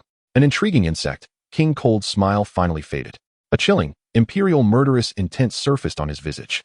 It seems necessary for you to comprehend what true fear is before you meet your end. No sooner had he spoken, a terrifying aura erupted from him. The ground trembled violently. The surrounding air thickened, weighing down upon them, rendering breaths laborious. Yet, Vegeta stood resolute, his smile unwavering. Fear? It sounded like the greatest of jokes to him. That sentiment had long been discarded. Next, prepare to witness what it means to be the mightiest in the universe. In the next instant, Aya! A thunderous roar erupted from the depths of Vegeta's throat. Boom! A surge of golden energy exploded forth from his being. This energy was infused with dominance, arrogance, and fury. The golden aura soared skyward, as if to pierce through the heavens. Vegeta's black hair stood on end, transformed into a brilliant gold. His pupils shifted from a profound black to a crystalline green. The ground beneath him could no longer withstand this overwhelming force, cracking apart and forming a massive chasm. Super Saiyan. This is... Krillin gaped in astonishment, his mouth agape enough to fit a fist. Is this the Super Saiyan that Gohan spoke of? Piccolo's pupils constricted in shock. Vegeta, he has actually... Wow. Little Gohan marveled at the proud figure enveloped in golden flames, unable to contain his awe. Bulma was equally dumbfounded, wondering if Chi-Chi's Super Earthling form would be even more stunning. How do you like that? Vegeta slowly raised his hand, reveling in the immense power surging within him. With his piercing green eyes, he mockingly regarded the dazed King Cold. He lifted his right hand, proudly pointing at himself with his thumb. Over this past year, I have endured hellish training across the cosmos to attain this Super Saiyan form. His voice carried an undeniable, formidable strength, resonating in the ears of all. King Cold's expression shifted from shock to disbelief, ultimately morphing into sheer terror. Super Saiyan. Impossible. That exists only in legends. He could not accept it. Nothing is impossible. Vegeta's voice was cold, devoid of any emotion. Now, let your life serve as a testament to this legendary power. Swish. In an instant, Vegeta vanished from sight. The next moment, he appeared before King Cold. Too fast. So fast that even King Cold's prideful prowess could not perceive him. What? King Cold barely had time to exclaim. A fist, enveloped in golden flames, crashed into his abdomen. Bang! A resounding thud. King Cold's massive form was instantly contorted into a reverse C shape. His eyes bulged, mouth agape, spewing forth a torrent of purple blood and shattered innards. The excruciating pain left his mind blank. So weak. Vegeta's icy voice echoed in his ears. Then, bang, bang, bang, bang. A relentless barrage of fists rained down upon King Cold's chest, neck, and face. Each blow carried the force to obliterate, causing King Cold's body to undergo violent deformation. In the horrified gaze of the onlookers, the Cosmic Emperor King Cold was reduced to a powerless punching bag, mercilessly battered by Vegeta mid-air. It's over, trash. With a powerful punch, Vegeta sent the barely conscious King Cold soaring into the sky. Then, he slowly raised his right hand, fingers splayed, aimed at the tumbling form above. Golden energy rapidly coalesced in his palm. Final flash. Boom. A colossal beam of golden energy surged forth, imbued with the might to annihilate all, shooting skyward. In an instant, it engulfed King Cold's form. In the sky, only a shrill and unwilling scream remained. A few seconds later, as the dust from the explosion cleared, the sky stood empty. King Cold was utterly vanquished. Krillin, Tien, Yamcha, and the others stood petrified in place, mouths agape, eyes wide, their minds completely stalled. It had taken less than a minute. Did that universe emperor, exuding an aura of unimaginable terror, truly meet his demise? Is this world not a touch too insane? Too formidable? Krillin murmured, feeling his worldview once again shattered. However, just as the crowd was still engulfed in profound shock, a cold voice pierced through the silence. Well done, Saiyan. The onlookers snapped back to reality, their gazes fixated on the entrance of the colossal spacecraft. There stood Cooler, wearing an enigmatic smile. His father was dead. Yet, he felt not a shred of sorrow. Rather, he seemed to be relishing a splendid performance. With his father's death, I have now ascended to be the sole emperor of the universe, he mused to himself, casting a frigid glance towards Vegeta hovering in midair. As a token of gratitude, allow me to showcase my true power. No sooner had he spoken than Cooler's body began to undergo a violent transformation. His stature surged, muscles expanded, and the biological armor on his shoulders and head became increasingly menacing, even sprouting a robust tail from his back. But that was not the end. His physique continued to evolve. The hue of his skin deepened, ultimately morphing into a profound and sinister shade of purple. His scalp became smooth, and his limbs grew even more powerful and agile. At this moment, his form bore a striking resemblance to Frisia's final transformation. Yet the malevolent aura and oppressive presence he radiated far surpassed that of Frisia. Come on, Cooler beckoned towards Vegeta. Let me witness the legendary Super Saiyan's true might. You're courting death. Vegeta roared, his golden form transforming into a shooting star as he charged towards Cooler with unshakable confidence in his current strength. Bang! Their fists collided fiercely in midair. A terrifying shockwave erupted, rippling outward. Yet, for the first time, astonishment flickered across Vegeta's face. His punch, capable of severely injuring King Cold, was effortlessly intercepted by Cooler. With a smirk, Cooler exerted force through his arm. A wave of overwhelming power surged forth. Vegeta grunted, his body sent flying backward. How is this possible? Before he could regain his footing, Cooler's form appeared specter-like behind him. A kick imbued with terrifying force struck him squarely in the back. Crack! The sound of bones fracturing echoed. Spitting a mouthful of blood, Vegeta plummeted to the ground like a kite severed from its string. Boom. The earth was gouged into a bottomless pit. As dust swirled, Vegeta struggled to rise from the depths of the pit, racked with pain, his golden aura flickering erratically. He lifted his gaze, incredulity flooding his bloodshot green eyes. How could this be? Hadn't he already transformed into a Super Saiyan? Why was he still no match? Chapter 44. The Return of Kaiatsu. Vegeta barely managed to maintain his stance, every bone in his body screaming in agony. The pain surged like a relentless tide against his nerves. Yet, more profound than the physical torment was the humiliation and frustration emanating from the depths of his soul. Struggling, he raised his head, his emerald eyes now laced with blood and disbelief. He had just tasted the sweetness of invincible power. He had only just slain Frisia's father, that tyrannical emperor of the cosmos. He had only just stood at the pinnacle of his life, basking in the awe and reverence of all. How could he so swiftly descend into this wretched state? He would not accept it. He absolutely refused. A feral growl erupted from Vegeta's throat. I am the strongest in the universe. Fury eclipsed reason. Pride triumphed over fear. Vegeta bellowed, extracting the last vestiges of strength within him. The once flickering golden aura reignited with fervor.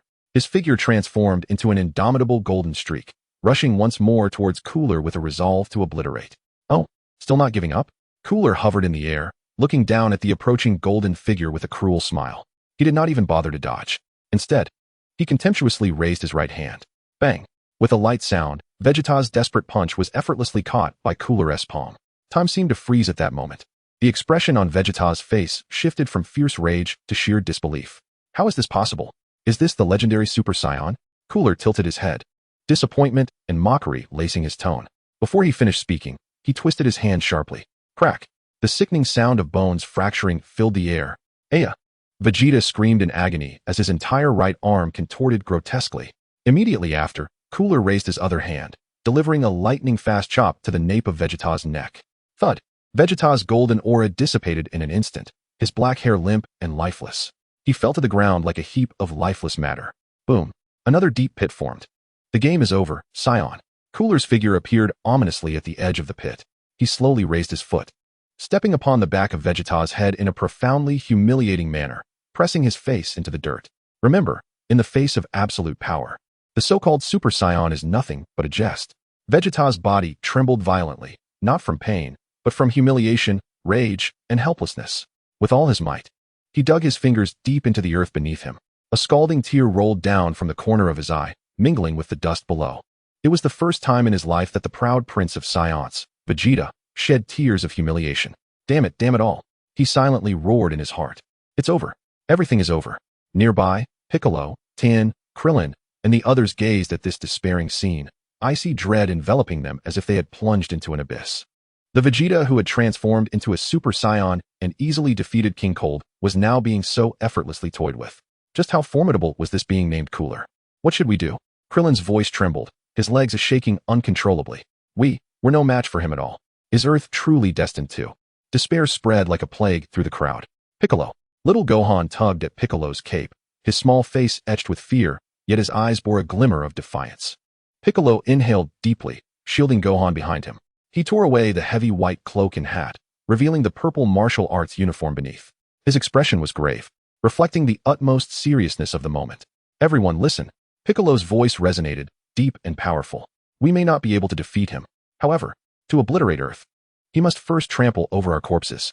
His words reignited a flicker of hope within the hearts of those who had succumbed to despair. Indeed, they were warriors of Earth. Even aware of their impending doom, they could not simply sit idly by. Well said, Piccolo. Krillin gritted his teeth and assumed a fighting stance. Tien and Kairatsu exchanged glances and silently positioned themselves beside Piccolo. Yamcha, though terrified, steeled himself and prepared to unleash the wolf-fang fist. Guldo, observing these mere ants daring to resist, revealed an amused smile. Oh, a bunch of oblivious insects aspire to be heroes? Very well. Let your blood serve as a tribute to my ascendancy as the new cosmic overlord. He slowly raised his hand, gathering a sphere of deep purple energy, exuding an aura of annihilation. The shadow of death loomed over everyone. Just as the situation reached a critical point, a figure appeared unexpectedly behind Guldo. Without a moment's pause, a long, powerful leg soared through the air, delivering a devastating kick to Guldo's side. What? Guldo's pupils constricted in disbelief. He barely managed to gasp as an overwhelming force surged through him from his waist. His entire body was propelled away at a speed surpassing the sound barrier. Boom, boom, boom. Goldo's form crashed through several towering mountains in the distance, ultimately embedding itself deep within the furthest peak.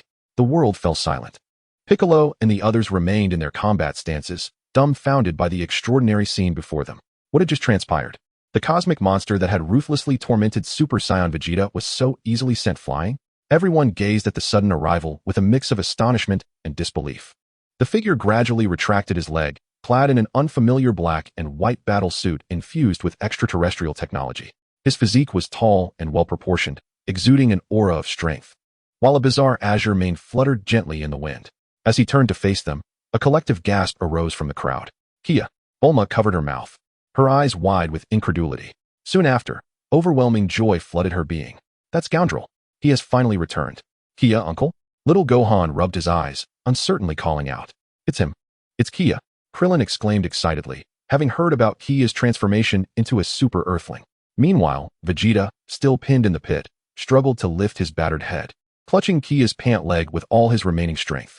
He gasped intermittently, I drained some of his power. The rest is up to you. With that, he slumped over, unconscious. Chia glanced down at the defiant Vegeta, unable to suppress a chuckle. He shook his head in resignation before raising his gaze to Bulma, Krillin, and the others nearby. Indeed, Trunks had not appeared. It seemed the future had changed. Understanding this, Chia greeted them with a smile. Hey, long time no see, everyone. You finally returned. Bulma could no longer contain herself, her eyes brimming with tears as she rushed toward him. She appraised Chia from head to toe, noting his new appearance, blue hair and gray eyes radiating a mysterious yet powerful aura, her cheeks flushing slightly. So handsome. Just as they prepared to reminisce after their narrow escape, a roar filled with boundless fury and murderous intent echoed from the distant mountains. Boom. The peak that Goldo had crashed through erupted violently. A figure, laden with overwhelming malevolence, ascended into the sky once more. At that moment, Goldo's appearance underwent a dramatic transformation, for grotesque spikes extended from his head, and a skeletal mask-like structure enveloped his jaw, revealing only a pair of blood-red eyes brimming with brutality and madness. This was Goldo's ultimate form. Who are you? In an instant, Goldo materialized before them, his voice now hoarse and distorted. Chapter 45, Instant Kill. Goldo's raspy, twisted voice resonated with a malevolence capable of freezing one's soul, extinguishing the flicker of hope that had just ignited in Piccolo and the others. This monster had grown even stronger. Facing the overwhelming killing intent, Chia maintained an air of nonchalance, casually brushing non-existent dust from his pant leg before lazily lifting his head. Me? He pointed to himself, a gentle smile gracing his lips. Just an ordinary Earthling passing by. The crowd was left speechless. Goldo was momentarily taken aback, but then his crimson eyes erupted with volcanic rage. I will tear you to shreds. The humiliation. He, the brother of the cosmic emperor Frisia, the firstborn of King Cold, the mightiest warrior of the Frost Demon clan, was kicked away by someone claiming to be an ordinary Earthling? Die! Goldo roared, dispensing with any further words. A deep purple malevolent energy surged violently around his massive form, coalescing into a colossal energy sphere capable of annihilating an entire planet. However, just as he prepared to launch this Death Star, Chia casually raised his right hand, extending his index finger. A small point of azure light flickered to life at his fingertip. That light detached from him, leisurely floating upward, transforming into a fist-sized blue energy sphere.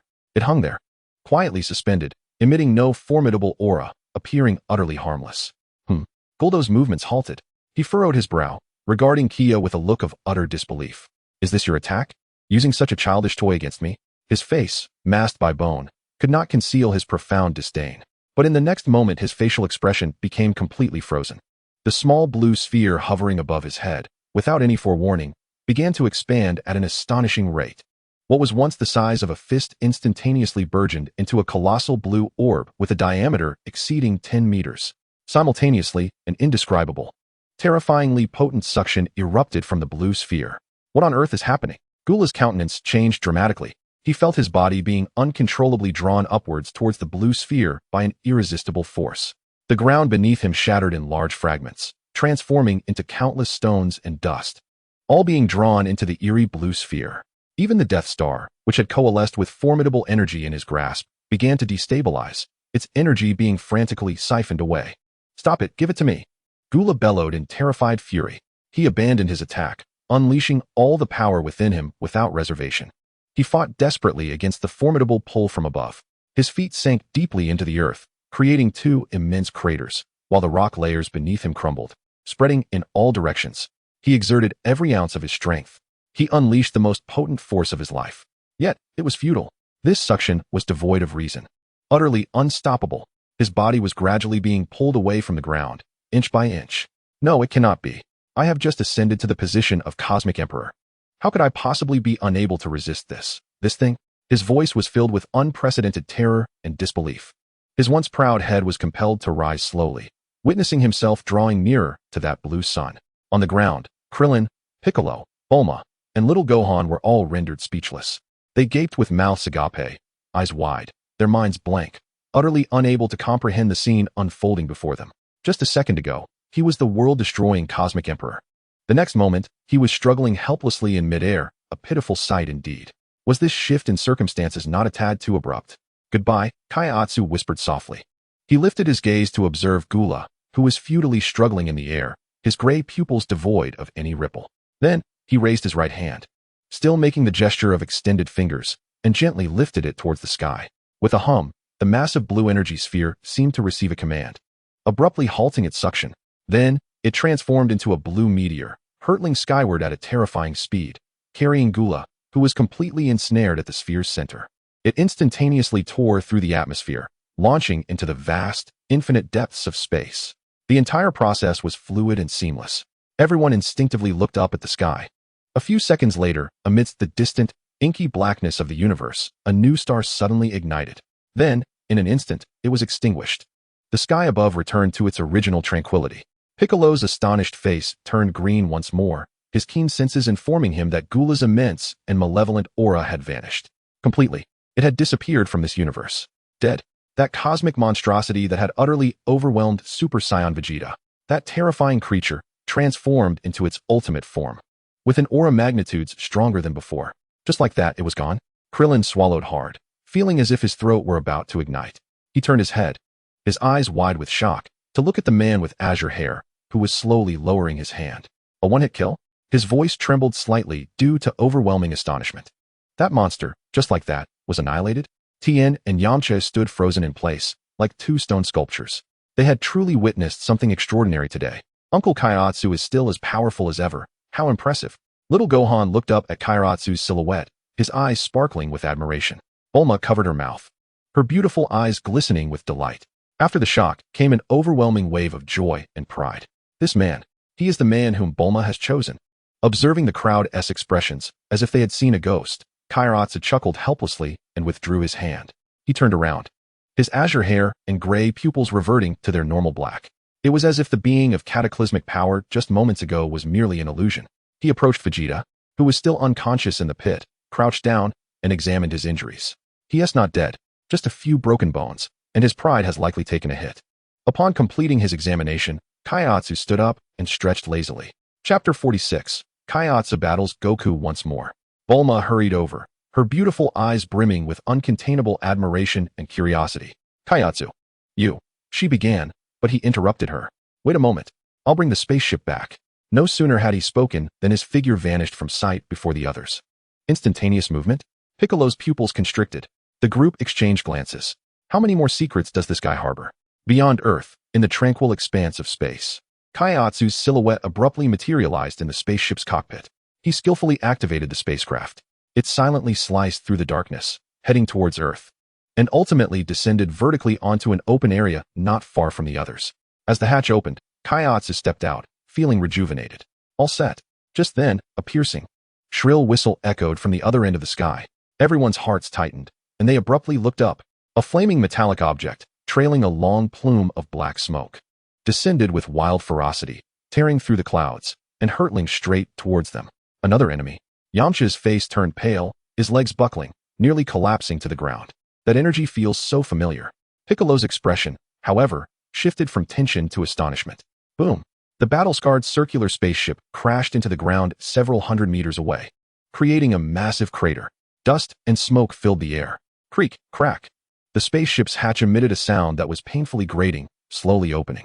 A figure clad in extraterrestrial attire emerged, scratching his characteristic crab-like head, looking somewhat disheveled, yet his smile remained pure and sunny.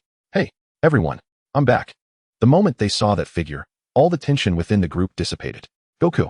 Krillin shouted excitedly, nearly in tears. "It's Dad! Dad is back!" Little Gohan leaped up in excitement, racing towards that figure. "Goku!" Bulma also displayed a joyful smile.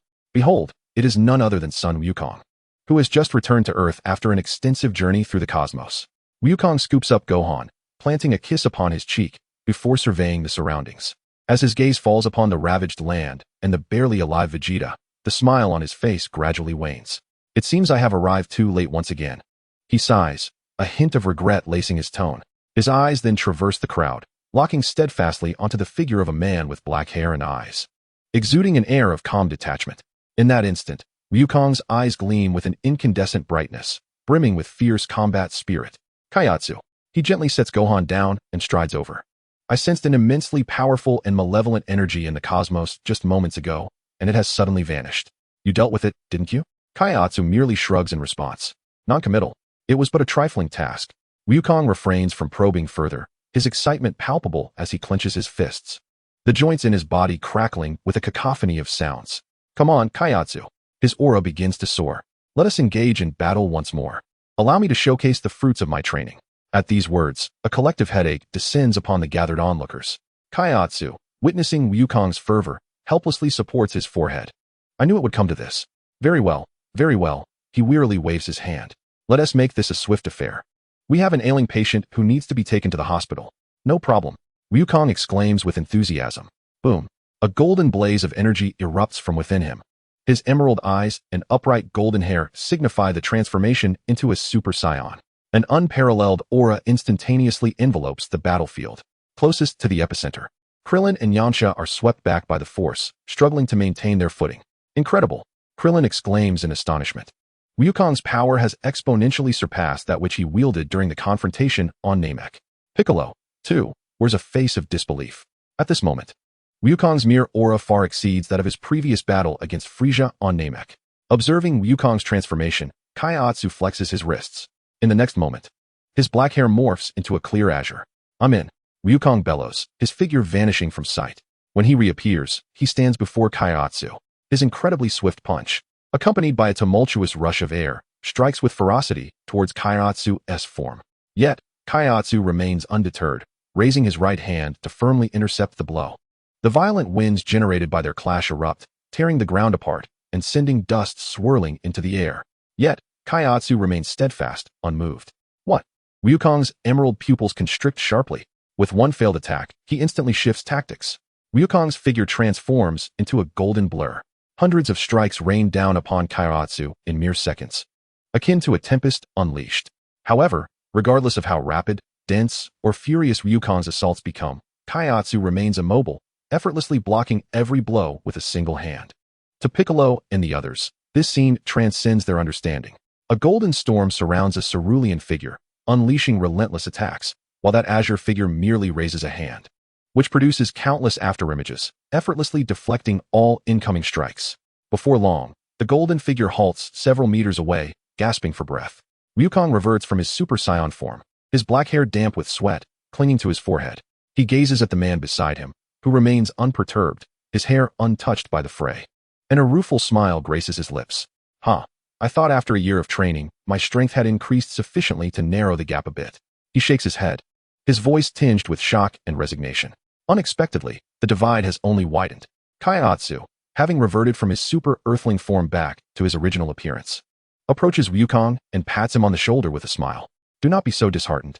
You are already quite formidable. That hulking brute named Gula, even in his final form, should be no match for your current strength." This statement leaves Piccolo, Krillin, and the others momentarily dumbfounded. Wukong can already contend with that monster?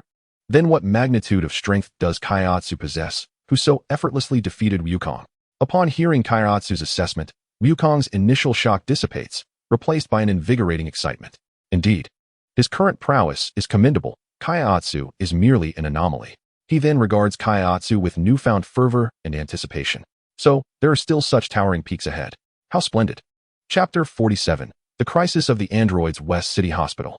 A flurry of medical personnel hastily lifts Vegeta from the stretcher. An elderly doctor, adorned with gold-rimmed spectacles, rushes over, his eyes nearly widening in shock. This gentleman, did he fall from several hundred meters in height? His voice trembles as he surveys Vegeta's condition. Approximately, Kaiatsu responds casually. Please arrange for him the finest room and the best medicine. Finances are of no concern. When he awakens, he can work to repay the debts. Kaiatsu muses with amusement. Vegeta is swiftly transported to an elite ICU, surrounded by a cadre of specialists who gasp in astonishment at his X-rays. Good heavens! Is this the bone density of a human? It surpasses even the hardest alloys on Earth. His muscle fiber strength is entirely beyond our comprehension. Most astonishingly, despite sustaining such severe injuries, his vital signs remain remarkably stable. This defies all logic.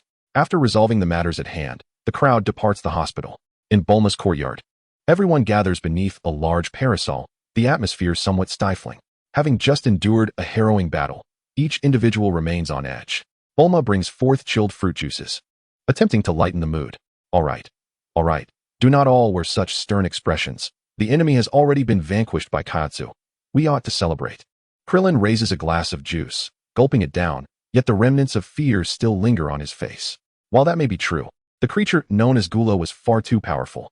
Yamcha nods in agreement, still haunted by the experience. Indeed, even Vegeta transformed into a Super Saiyan and was utterly powerless against him. Had Kaiatsu not been present, we might have faced dire consequences. All eyes converge on the enigmatic figure leisurely sipping juice with his legs crossed. Kaiatsu. This mysterious man continually reshapes their understanding of strength with each appearance. Chia felt the gaze of the crowd upon him. He set down his juice and cleared his throat.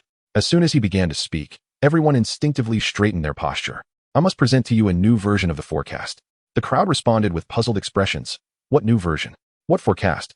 Chia, what nonsense are you spouting? A mysterious smile graced Chia's lips. It is a forecast concerning the future of Earth. His voice was soft, yet sent a jolt through the hearts of everyone present.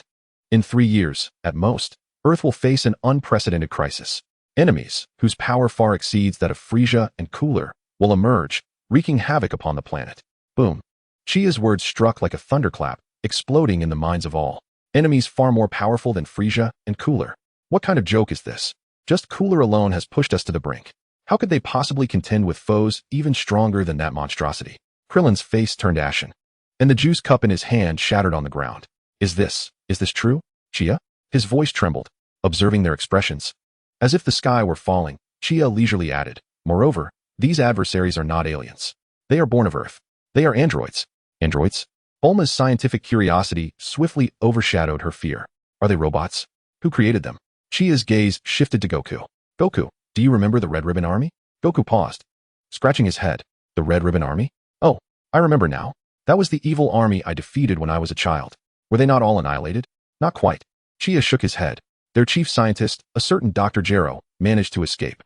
For all these years, he has hidden in obscurity, dedicating himself to a mad scheme to create the strongest androids to exact revenge upon you. This revelation plunged the room into a profound silence. Goku's expression turned grave. His fists clenched tightly. Witnessing the somber mood enveloping the crowd, Chia silently added in his mind, of course, those so-called strongest androids are merely a step below perfect Cell. However, he refrained from voicing this thought, for without pressure, these individuals would surely slack off. How could they face an even graver crisis ahead? It could not be solely his burden to bear. They needed to feel the weight of their responsibility. Thus, he deliberately adopted a somber tone. With your current strength, confronting them will be exceedingly challenging. In fact, you stand no chance whatsoever. No chance whatsoever? Piccolo echoed, his dark green face awash with shock. He glanced at Goku beside him.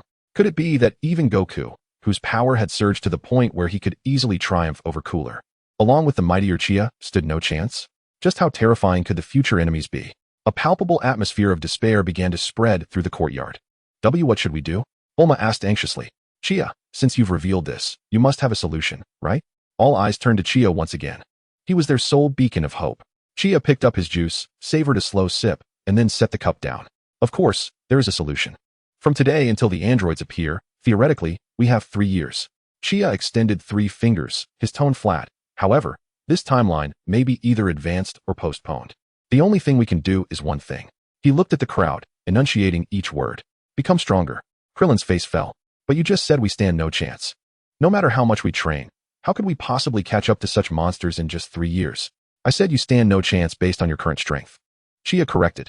This 3 years of training is merely the first step, a foundational stage. The true trump card lies ahead. His words revitalized the spirits of all present.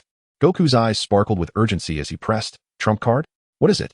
Chia's gaze turned skyward. In the Supreme Kai's realm, there exists a special place, the hyperbolic time chamber. The hyperbolic time chamber? Piccolo's keen ears perked up. He recalled hearing the Supreme Kai mention it, but knew little of its details. What is that place? Krillin asked curiously. Chia explained. It is a subspace where the flow of time is entirely different from that of the real world. A year spent inside equates to merely a day outside. However, the environment within the chamber is extremely harsh, 10 times the gravity, thin air, and temperature fluctuations ranging from 50 degrees to minus 40 degrees. Chia's expression turned serious. More importantly, each individual can only spend a maximum of 48 hours, or 2 days, within. If you were to enter now with your meager strength, I assure you, not only would your power fail to undergo a qualitative leap, but you would squander our most precious and only trump card. He regarded Goku and Piccolo, who seemed deep in thought, and continued, this 3 years of foundational training is to elevate your bodies and strength to a sufficiently high starting point. Only then, when you enter the hyperbolic time chamber, can you undergo a true transformation in that brief year. His reasoning was clear and irrefutable. The fervor on their faces gradually gave way to an unprecedented seriousness and resolve. I understand, Goku declared, his tightly clenched fists cracking with determination. The fire of battle in his eyes burning brighter than ever before. Observing the rekindled fighting spirit among them, Chia nodded in satisfaction. Excellent, the pressure is just right. Chapter 48, The Impending Crisis and Individual Journeys.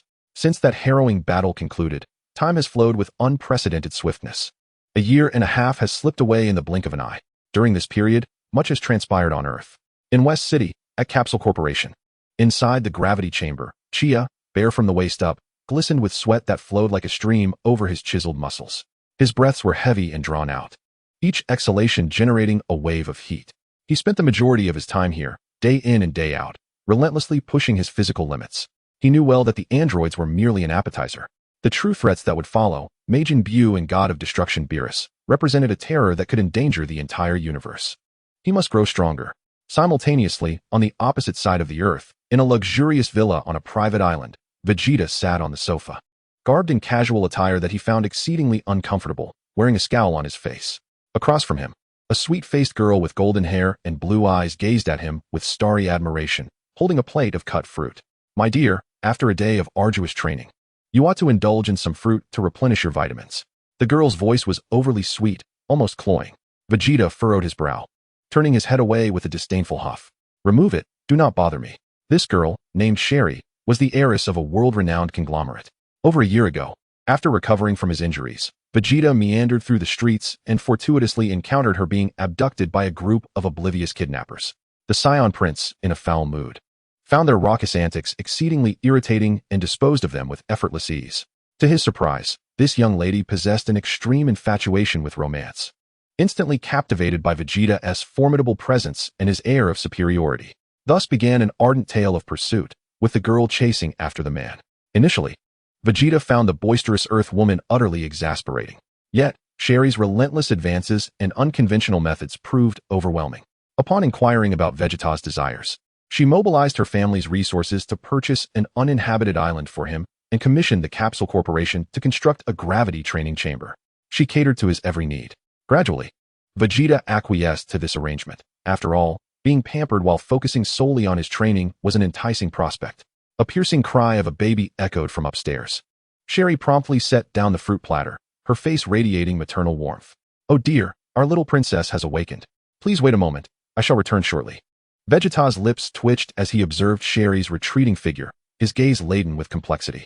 He, the prince of the Saiyans, had fathered a daughter with an Earth woman. If his father were to learn of this, he would surely rise from his grave in fury. At the Bowsy Mountain, Goten, do not scatter the food everywhere. Kiki's furious voice resonated throughout the house. A small child, resembling Goku in his youth, was crawling atop the dining table, bare-bottomed, and clutching a rice ball, giggling with delight. He was Goku's youngest son, Son Goten. Perhaps driven by their longing for each other, the child arrived in this world sooner than expected. Goku, on the other hand, chuckled foolishly from the sidelines, showing no inclination to assist. For him, the greatest joy was to witness the lively scene amidst his training. Above the clouds, in the heavenly temple, Piccolo sat cross-legged, his expression solemn. Opposite him sat the now-aged Supreme Kai. My time grows short. Over the years, I have witnessed your transformation. You have protected the earth and have truly earned my respect. Piccolo remained silent, simply listening intently. The Supreme Kai extended his withered hand. We are, in essence, one.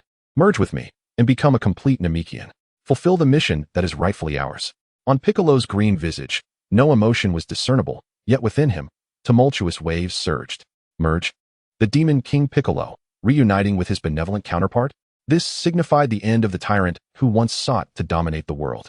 He remained silent for a prolonged moment before finally raising his head, determination shining in his eyes. Very well. He extended his hand and grasped the Supreme Kai's. A gentle white light enveloped them both. Mr. Popo stood at a distance, silently observing, removing his hat, shedding tears as he bowed deeply. As the light dissipated, only Piccolo remained. He rose slowly, feeling an unprecedented, surging power within him. The wisdom of the Supreme Kai, centuries of memories, and that unwavering heart to protect the earth harmoniously merged with his own formidable fighting spirit. Just as everyone was evolving along their respective trajectories, an unforeseen catastrophe descended without warning. In West City, at Bulma's residence, a shrill alarm suddenly blared throughout the laboratory. Warning! Warning! High-intensity energy readings detected in the South City district. The rate of urban destruction is rapidly escalating. Bulma's expression shifted dramatically as she dashed to the control panel. On the screen appeared live satellite footage of the South City Center. Two figures wreaked havoc through the streets. One was a rotund, white robot smeared with clown-like paint, while the other was a bizarre old man with a glass dome over his head, his brain exposed. Wherever they passed, buildings crumbled and flames soared. Countless civilians screamed and fled in terror. This was Bulma's pupils dilated in shock. She recalled the ominous prediction from Kaiatsu a year and a half ago. The androids. They had appeared ahead of schedule. Without the luxury of astonishment, she immediately pressed the emergency contact button. Kaiatsu, Goku, everyone. The enemy has surfaced in South City. Almost simultaneously, everyone engaged in their training received this alarming news. On Bowsy Mountain, Goku's smile instantly vanished. In the Heavenly Temple, Piccolo, who had just completed his merge, abruptly opened his eyes wide. On the uninhabited island, while savoring his afternoon tea, Vegeta crushed the cup in his hand with a resounding crack. What did you say? Their first reaction was disbelief. How could this have happened a full year and a half early? Damn it. Goku gritted his teeth, his golden aura uncontrollably surging forth. I'm on my way. Wait. A calm voice echoed through the communicator, reaching everyone's ears. Everyone, remain composed. Kaiatsu's voice, devoid of any hint of panic, was chillingly serene. The group fell silent, awaiting his next words. Kaiatsu was their only anchor in these turbulent times. You all head to the Heavenly Temple and enter the hyperbolic time chamber. There will be even stronger foes ahead. I will confront the situation in South City first. Once you emerge, I will be the last to enter alone.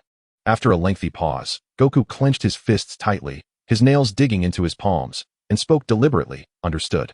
Kaiatsu, you must hold on. Humph. Vegeta snorted disdainfully, disconnecting the call. Having managed this band of warriors, Kaiatsu let out a sigh of relief. He turned his gaze towards the South City through the window of the gravity chamber.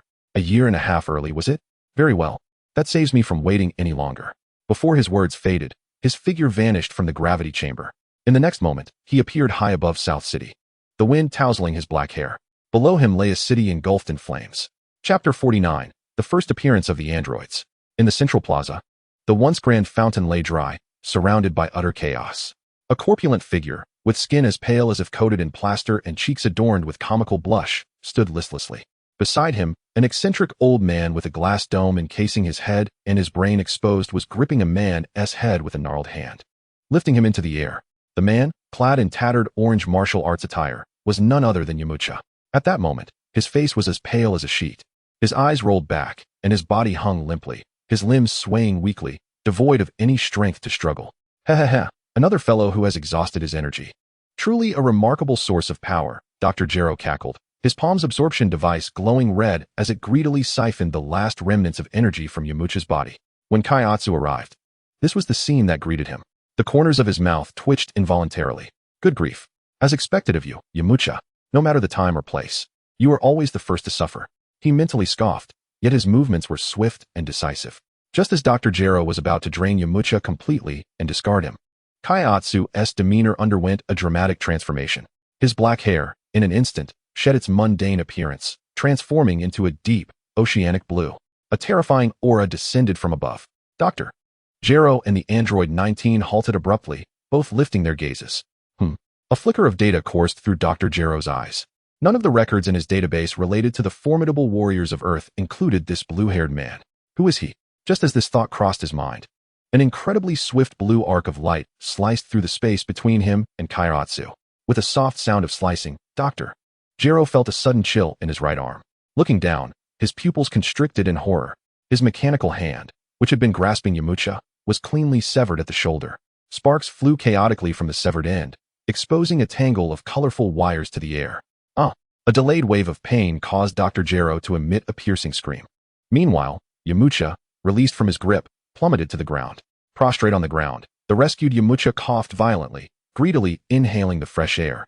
His body trembling with the relief of surviving the ordeal. Struggling to open his eyes, he beheld that familiar face, adorned with its distinctive blue hair. Though his voice was weak, he mustered the last of his strength to warn, "Be careful, their hands can absorb energy." Kairatsu nodded, placing him in a relatively safe corner.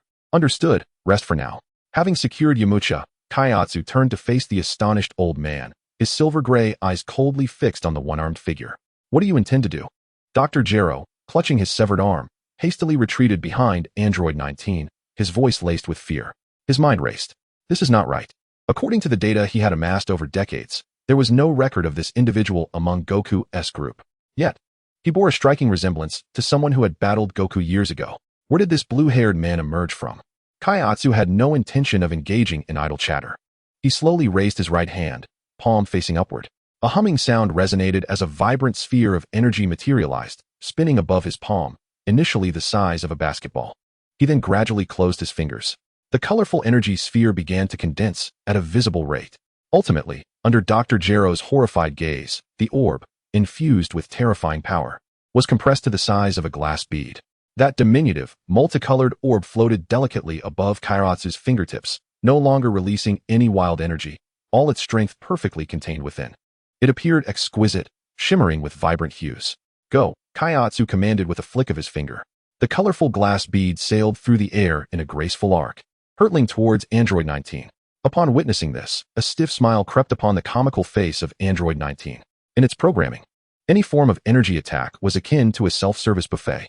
Without hesitation, it raised its pudgy hand, aiming the dark energy absorption device at the approaching orb. The moment the colorful bead made contact with its palm, it was ensnared by a powerful pull. Dr. Gero, observing this, felt a wave of relief wash over him. It had been successfully absorbed. Clearly, this blue-haired lad was merely a facade. His energy attack remained within the realm of 19's capabilities. Once absorbed, 19 would become even stronger.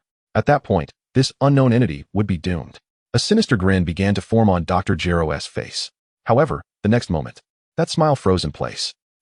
Android 19, who had absorbed the energy orb, suddenly became rigid. It glanced down at its palm, then at its body, confusion flashing in its eyes for the first time. A cacophony of blaring internal alarms erupted within 19's system. Its body began to undergo a bizarre transformation.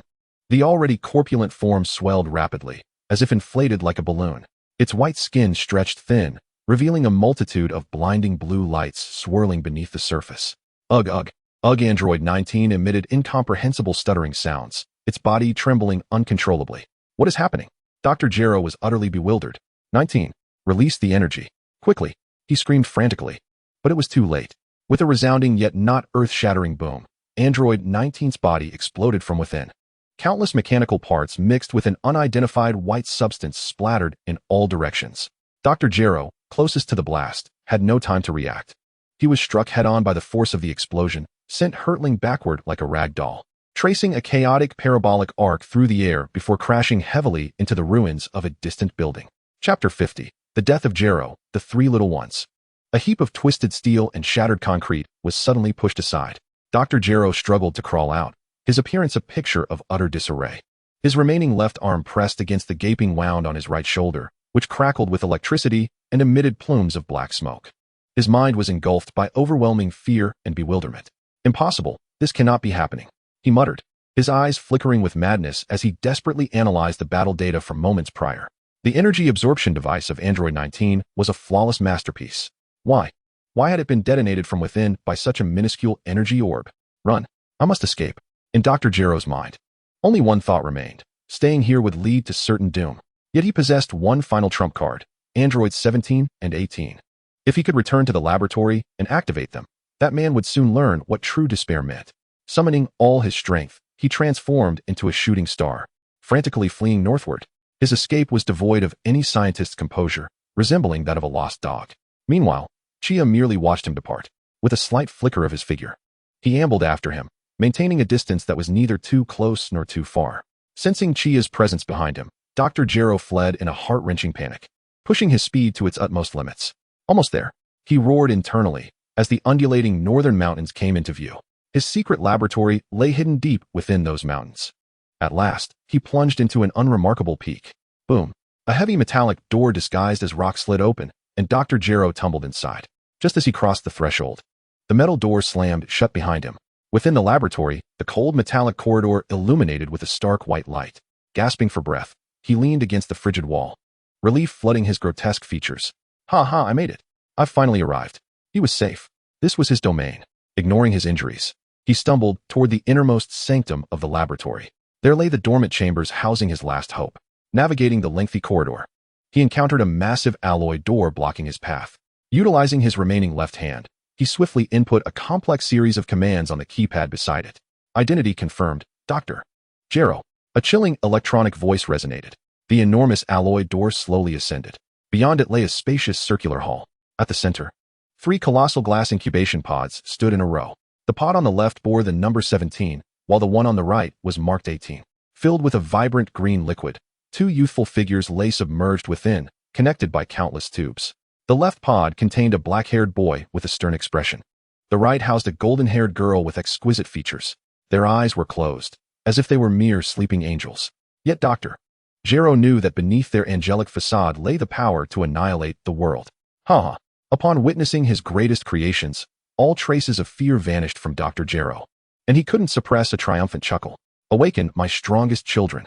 He lunged toward the control panel, trembling hands poised to press the red activation button. Alarm. Hibernate protocol forcibly terminated. Initiating liquid drainage. Vital signs activated. The fluid inside the pods diminished at a visible rate. The tubes connected to 17 and 18 detached one by one. At the moment the liquid was entirely evacuated, the golden boy and girl simultaneously opened their eyes. Stretching their necks and limbs, they produced faint cracking sounds from their joints.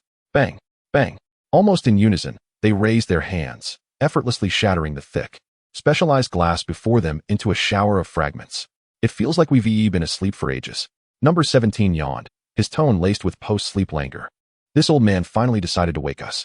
Number 18 flicked her golden short hair, her gaze landing on the disheveled Dr. Gero, devoid of any respect. Ha! My children. You have finally awakened. Dr. Gero trembled with excitement at the sight of them. An audacious intruder has arrived. Go. Eliminate him, along with son Goku and the rest. Let this foolish world tremble before your might. He extended his remaining left arm, cackling maniacally. Once you obliterate this world, I shall be its god, and you will be my. His words were abruptly cut off. Dr. Gero, in disbelief, lowered his gaze. A hand, without warning, emerged from his chest. You. Dr. Gero struggled to turn his head, meeting the unexpressive face of number 17 mere inches away. You're too loud, old man. Number 17's tone was as flat as if stating an inconsequential fact. Why betray me? Dr. Gero's eyes flickered with resentment and confusion. I am your creator. Creator? Number 17 scoffed, withdrawing his arm. Don't get it twisted, old man. You are merely a madman who transformed us from mundane humans into even more mundane toys. With that, he crushed Dr. Gero's head beneath his foot. Thus, the legacy of a once mad scientist, the last remnant of the Red Ribbon Army, met its end at the hands of his proudest creations. How boring. Number 17 shrugged off his hand, as if he had merely squashed an insect. Well, we are free now. Number 18's gaze swept across the control panel. She spotted a small remote control, which Dr. Gero had treasured, resting aside. It bore a large stop label. That was their emergency shutdown device. The last safeguard left by Dr. Gero. Number 18 approached and seized the remote. Under number 17's watchful eye, she unhesitatingly stepped on it, reducing it to shards. Now, we are completely free, she stated coolly. Having completed this act, her attention was drawn to the final incubation pod in the hall. Inside was a tall, burly man with a red mohawk. The pod was labeled 16. Without uttering a word, number 18 walked straight to pod 16 and pressed the activation button. Soon, Number 16 was also awakened. He exited the pod, standing silently like a mountain. All right, now that we're all gathered, number 17 clapped his hands. A malicious smile spreading across his face. Find Son Goku and eliminate him. Let us go? Number 17 led the way to the exit of the laboratory, with number 18 and the silent number 16 following closely behind. However, just as they were about to step through the door, a languid voice drifted in from the entrance. Is the family drama inside over? Don't be in such a hurry to leave, everyone. The footsteps of numbers 17, 18, and 16 came to an abrupt halt. Together, they looked up toward the source of the voice, where, unbeknownst to them, a figure now stood at the massive alloy door of the laboratory. He possessed a cascade of azure locks, his tall figure elegantly leaning against the doorframe. His silver-gray eyes surveyed them with keen interest. Chapter 51, An Unexpected Kiss. West City. Headquarters of Capsule Corporation. Within Bulma's private laboratory, an eerie silence prevailed, punctuated only by the faint hum of intricate machinery. 3 specially designed metal beds lay side by side, each occupied by an individual, a cold, dark-haired youth, a delicate blonde girl, and a brawny man resembling a colossal iron tower. They were none other than the androids number 17, number 18, and number 16.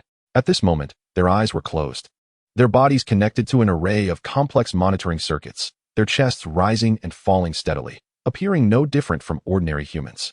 Done.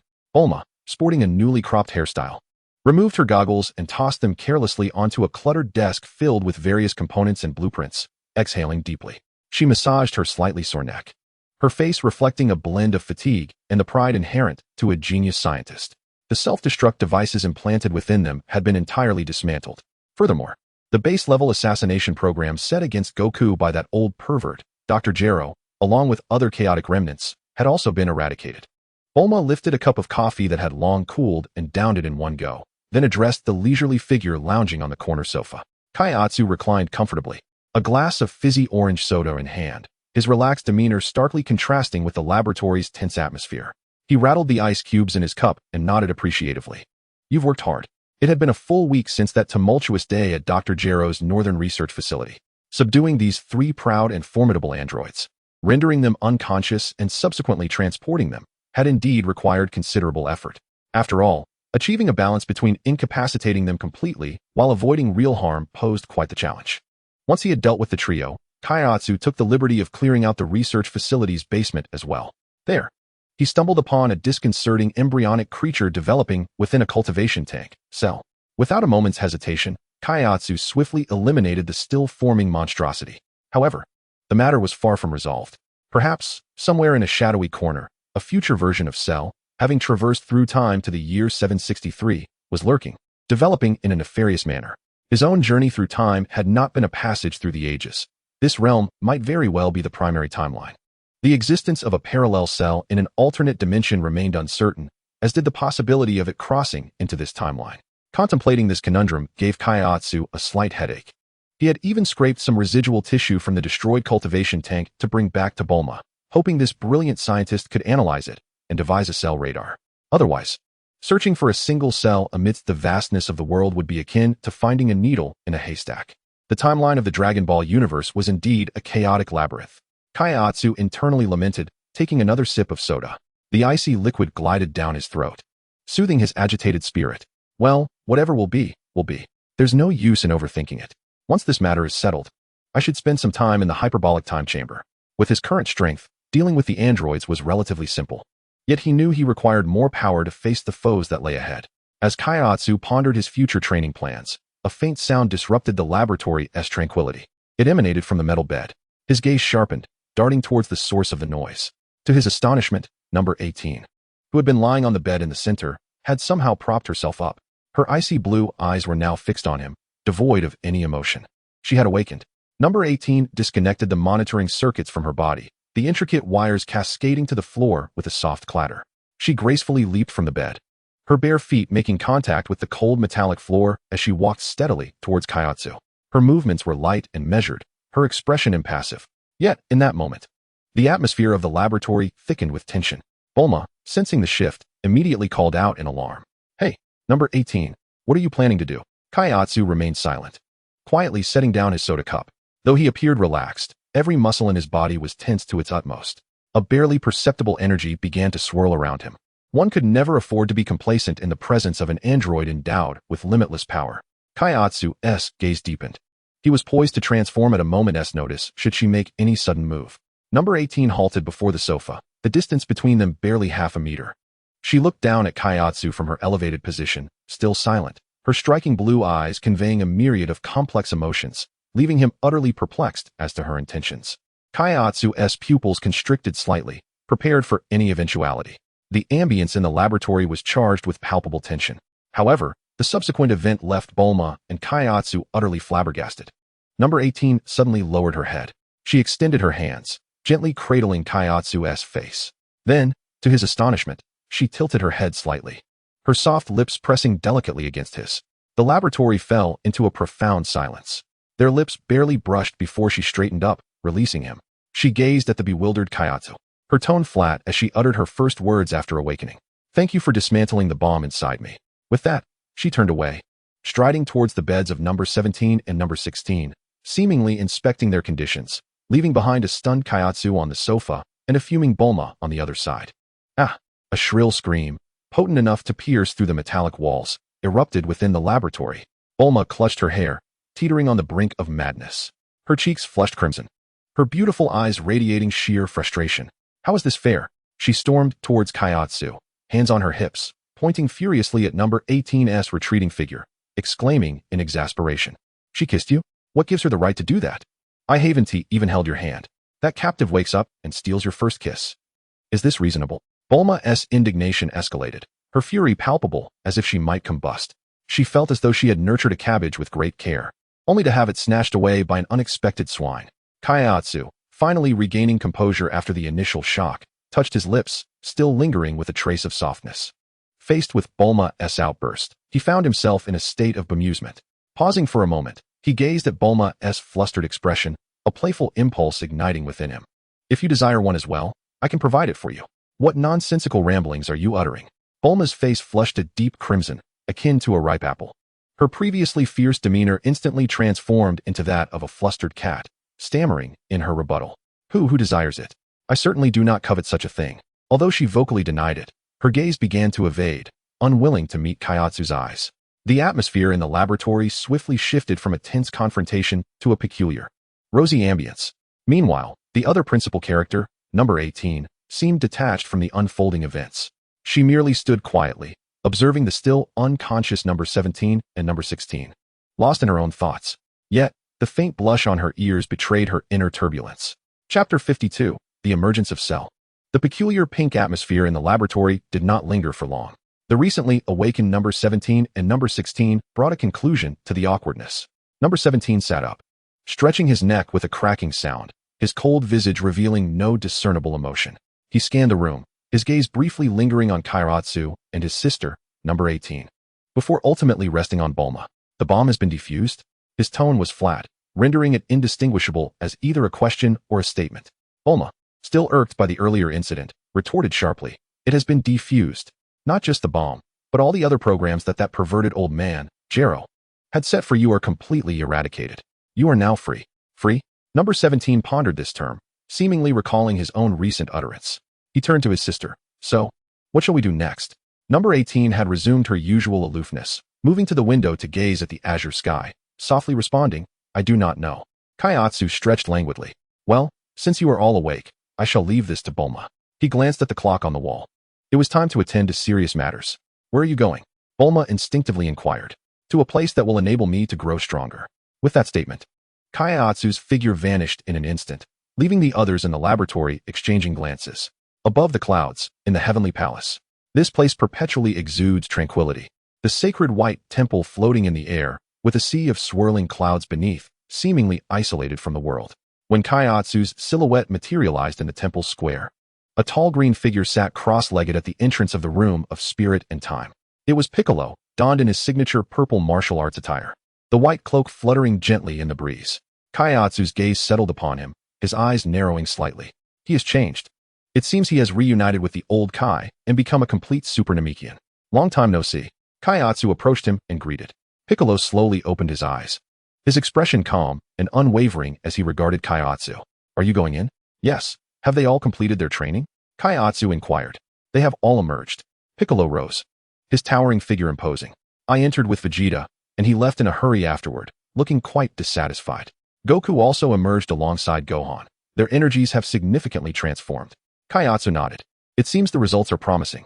Very well, I shall enter now. Kaiatsu patted Piccolo's shoulder, temporarily entrusting him with the matters outside. Understood. Piccolo responded simply. Kaiatsu said no more and turned to push open the heavy door of the room of spirit and time. Stepping inside, a world entirely distinct from the outside unfolded before him. An infinite expanse of white space. The oppressive gravity and searing heat enveloped him instantly. Kaiatsu's azure hair fluttered slightly, and a fierce resolve ignited in his silver-gray eyes. Here would be his battlefield henceforth. A day passed. At Capsule Corporation, in Bulma's private laboratory. I did it. I succeeded. An excited shriek shattered the silence of the laboratory. Bulma, with dark circles under her eyes and her hair in disarray, radiated unparalleled excitement and pride. On the table before her, an oddly shaped radar emitted a series of urgent beeps. On the screen, a glaring red dot flickered rapidly over a location on the map named Ginger Town. This was the Cell radar, crafted from the sample of the Cell organization that Kaiatsu had brought back. Found it. You vile insect. Without a moment's hesitation, Bulma pressed the emergency communicator button. Everyone, can you hear me? Urgent situation. This is Bulma. That monster has appeared. Her voice, through the communicator, swiftly reached every Z fighter on Earth. In a lavish restaurant, Vegeta paused mid-bite, while Goku, accompanying Chi-Chi as they watched television, suddenly wore a serious expression. At the Kame house, Krillin and Tien, engaged in sparring, came to a halt simultaneously.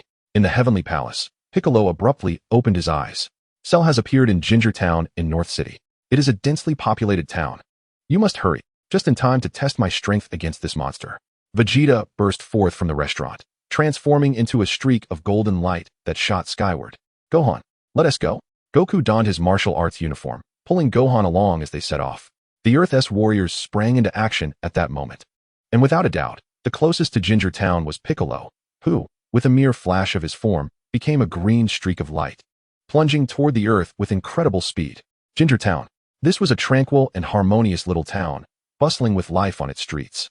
No one was aware that a creature capable of bringing death and terror had quietly arrived. In a corner of the town, a man in a suit, appearing as if he had just finished work, was retreating in terror. Before him, a grotesque creature, a fusion of insect and humanoid, advanced step by step. The monster had a green-spotted exoskeleton, small wings sprouting from its back, and most strikingly, a long, scorpion-like tail, tipped with a syringe-like absorber.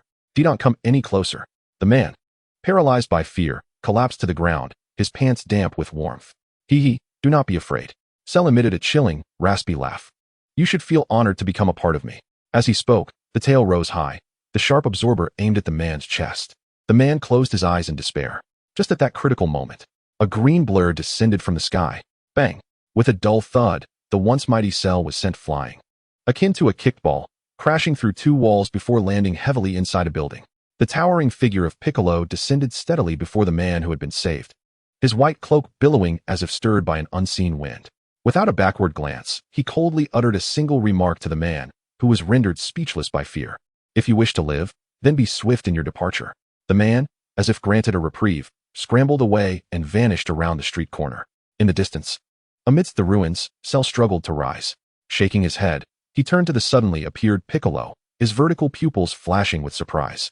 Oh, you are Piccolo? His gaze swept over Piccolo, and a greedy laugh erupted from him. Your energy is truly astonishing. If I absorb you, I shall undoubtedly become immensely powerful. Piccolo crossed his arms, a disdainful smirk curling at the corners of his mouth. So, you are the abomination created by Dr. Gero? I am Cell, not an abomination. Cell roared in fury, remember this name. Soon, everything you possess will belong to me. Before his words had fully escaped, his form vanished in an instant. The next moment, he had materialized behind Piccolo, his lethal tail striking like a venomous serpent toward Piccolo's vulnerable back. Yet, Piccolo did not even flinch. He reached back and grasped the tail effortlessly. What? Cell exclaimed, shock coursing through him. Chapter 53, The Powerful Piccolo. Cell's horrified voice echoed harshly through the desolate street. His prideful speed, the deadly tail capable of piercing steel, was effortlessly caught by his opponent. He hadn't even perceived Piccolo's movement. Desperately, Cell thrashed his tail, attempting to free it from Piccolo's grip. However, that green hand was like a vice, holding his tail firmly in place. Piccolo turned his head, a chilling mockery dancing on his lips. With such meager abilities, you dare to think you can absorb me? Before he could finish his statement, Piccolo's arm surged with force. Grasping Cell's tail, he swung the nearly 2-meter-tall creature skyward. Aya! Cell's terrified scream filled the air as he arced helplessly through the sky, only to be violently slammed into the ground. Boom! The hard asphalt shattered instantly, debris flying in all directions. Cell felt as though his internal organs had been rearranged, cracks splintering across his green exterior. But that was not the end. With a flick of his wrist, Piccolo yanked Cell from the cracked ground and executed another shoulder throw, hurling him against a nearby wall. Crash! The load-bearing wall collapsed with a tremendous roar, dust billowing everywhere. Piccolo remained expressionless, akin to a cowboy wielding a whip, while Cell became the whip that cracked under the force. Grasping Cell's tail, Piccolo wielded him like a human weapon, repeatedly slamming and tossing him about. Boom, boom, boom. The dull thuds resounded relentlessly, leaving the entire street in ruins. Cell's green shell had been shattered beyond recognition, grotesque internal fluids spilling forth, rendering him a pitiful sight. Damn it! Cell lay amidst the wreckage, gasping for breath. Finally comprehending the insurmountable chasm of power between himself and the Namekian before him. A direct confrontation would lead only to his demise. A glint of malice and determination flickered in Cell's eyes. Abandoning any thoughts of a frontal assault, he abruptly sprang from the debris, his hands coming together before his forehead. Solar flare. A blinding light, impossible to behold with the naked eye, erupted from Cell, engulfing the entirety of Ginger Town in an overwhelming radiance. The sudden and fierce brightness was too much. Even Piccolo instinctively shut his eyes, engulfed in a blinding whiteness. Humph!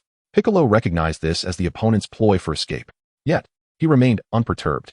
A brief loss of sight posed little challenge to him. He relinquished his vision, concentrating all his attention on his hearing. As a super Namekian fused with the essence of a deity, his senses had transcended mortal limitations. In the blinding void, he heard the wind, the crackling of buildings ablaze in the distance, and more importantly, a faint, subtle rustling sound of chitin scraping against the ground. There! A smirk crept across Piccolo's face as he precisely pinpointed Cell's escape route. Thinking he had evaded capture, just as Cell was about to burst from the street, Piccolo extended his right arm. His green arm left a trail in the air, spanning several dozen meters, and accurately seized Cell's fleeing left leg. Cell felt a tightness around his ankle, an irresistible force pulling him off balance, causing him to faceplant into the ground, mouthfuls of dirt filling his mouth.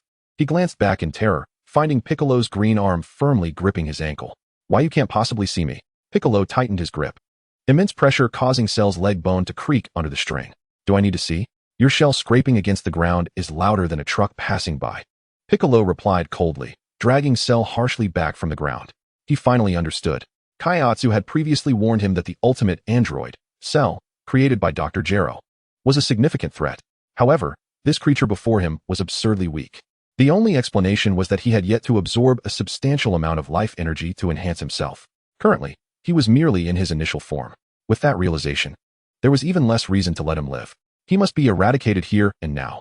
Killing intent flared in Piccolo's eyes as he began to gather a high-density golden energy sphere in his left palm, preparing to unleash a devastating attack upon this grotesque insect. Die! However, just as the energy was about to be released, a sickening sound of flesh tearing echoed. Cell's face contorted into a sinister grin as he deliberately severed his own captured leg. The severed limb twitched neurotically in Piccolo's grasp, while Cell's body utilized that fleeting moment to regenerate a brand new leg at an astonishing speed. Farewell, Namekian, Cell cackled, turning and sprinting in a different direction with unprecedented speed. Piccolo was momentarily taken aback by Cell's drastic self-mutilation for survival. To be so ruthless to himself for the sake of life. The threat level of this creature had to be reassessed. A cold glint flashed in Piccolo's eyes as he decisively abandoned the energy sphere he had been charging. Against such a fast and cunning adversary, a wide-ranging energy attack would be easily evaded. Thus, he would employ this. Piccolo brought his 2 fingers together, placing them against his forehead. He compressed all of his energy, focusing it entirely at the tip of his fingers. Zzz. A visibly spiraling, golden energy began to converge frantically, emitting a piercing hum that sent shivers down the spine. Do not even think of escaping. The magic penetrating light cannon, in its rapid version, a slender, spirally patterned golden beam, infused with a terrifying power that could pierce through anything, shot forth at a speed far surpassing that of Cell's frantic flight. As Cell fled for his life, a sudden sense of lethal danger surged from behind. He turned back in horror, only to see a glimmer of gold rapidly enlarging in his pupils. With a swift thrust, the magic penetrating light cannon pierced through his chest with unerring accuracy, leaving him no time to react. Ugh! Cell's body froze. He glanced down to find a massive, charred cavity where his chest once was, allowing him to glimpse the world behind him. Yet, he was not dead, though the magic penetrating light cannon possessed immense power. Its pursuit of ultimate penetrative force inadvertently spared his core cell situated within his head from immediate destruction. Huff! Huff! Cell gasped, resembling a wheezing bellows. Acutely aware of Piccolo's cold presence drawing near, he understood that escape was no longer an option. Thus, he ceased his flight, slowly turning to face Piccolo, a manic smile erupting on his face. Then, let us die together. His battered body began to expand at an alarming rate, like a balloon, as a wildly unstable and ferocious energy erupted within him, producing a sharp, ear-splitting hum. He intended to self-destruct, taking this powerful Namekian down with him. However, as the impending cataclysm loomed, Piccolo remained rooted in place, unperturbed. There was no trace of panic on his face. He merely stared coldly at the expanding monstrosity. Seeking mutual destruction, Piccolo slowly extended one hand, aiming it at the colossal mass in the air. An invisible, yet overwhelmingly powerful telekinetic force was unleashed in an instant. As Cell's form continued to swell, he suddenly felt a halt in his expansion, as though gripped by an unseen giant hand that forcibly restrained him. What is this? Cell's consciousness spiraled into a final terror. Piccolo raised his arm, exerting his formidable telekinesis to bind Cell's expanding body, lifting him high into the sky. Turn to dust for me, up in the heavens. Piccolo extended his other hand, palm directed at the minuscule point in the sky. Explosive demon wave. A colossal energy wave, unfathomably wide and powerful, erupted from his palm, surging skyward. In the heavens, Cell, on the brink of explosion, had no time to even emit a scream before being completely engulfed by the cataclysmic torrent of energy. His body, his core which facilitated his resurrection, and everything else, were utterly vaporized before this absolute force, leaving not a single cell behind. The sky was illuminated in a blinding white. After a considerable time, as the energy dissipated, tranquility returned. Piccolo slowly lowered his hands, the white cape billowing in the air. Chapter 54, Chia's Emergence. Above the ruins of Ginger Town, the air still retained the searing essence of energy clashes. Piccolo descended gracefully onto the cracked ground, his white cloak fluttering in the wind, accentuating his imposing stature. He had just accomplished a monumental feat, eradicating a potential massive threat from this world. At that moment, a whoosh. Goku's figure suddenly appeared, his face a blend of astonishment and curiosity. Huh, is it over? He scanned his surroundings, sensing the residual energies in the air. Shortly after, Vegeta and Gohan descended as well, having felt the two powerful presences erupting in this vicinity. Yet, by the time they arrived, that unfamiliar malevolent aura had vanished without a trace, leaving only Piccolo's deep, calm, and formidable energy. Vegeta crossed his arms, his face darkening with palpable annoyance. TCH.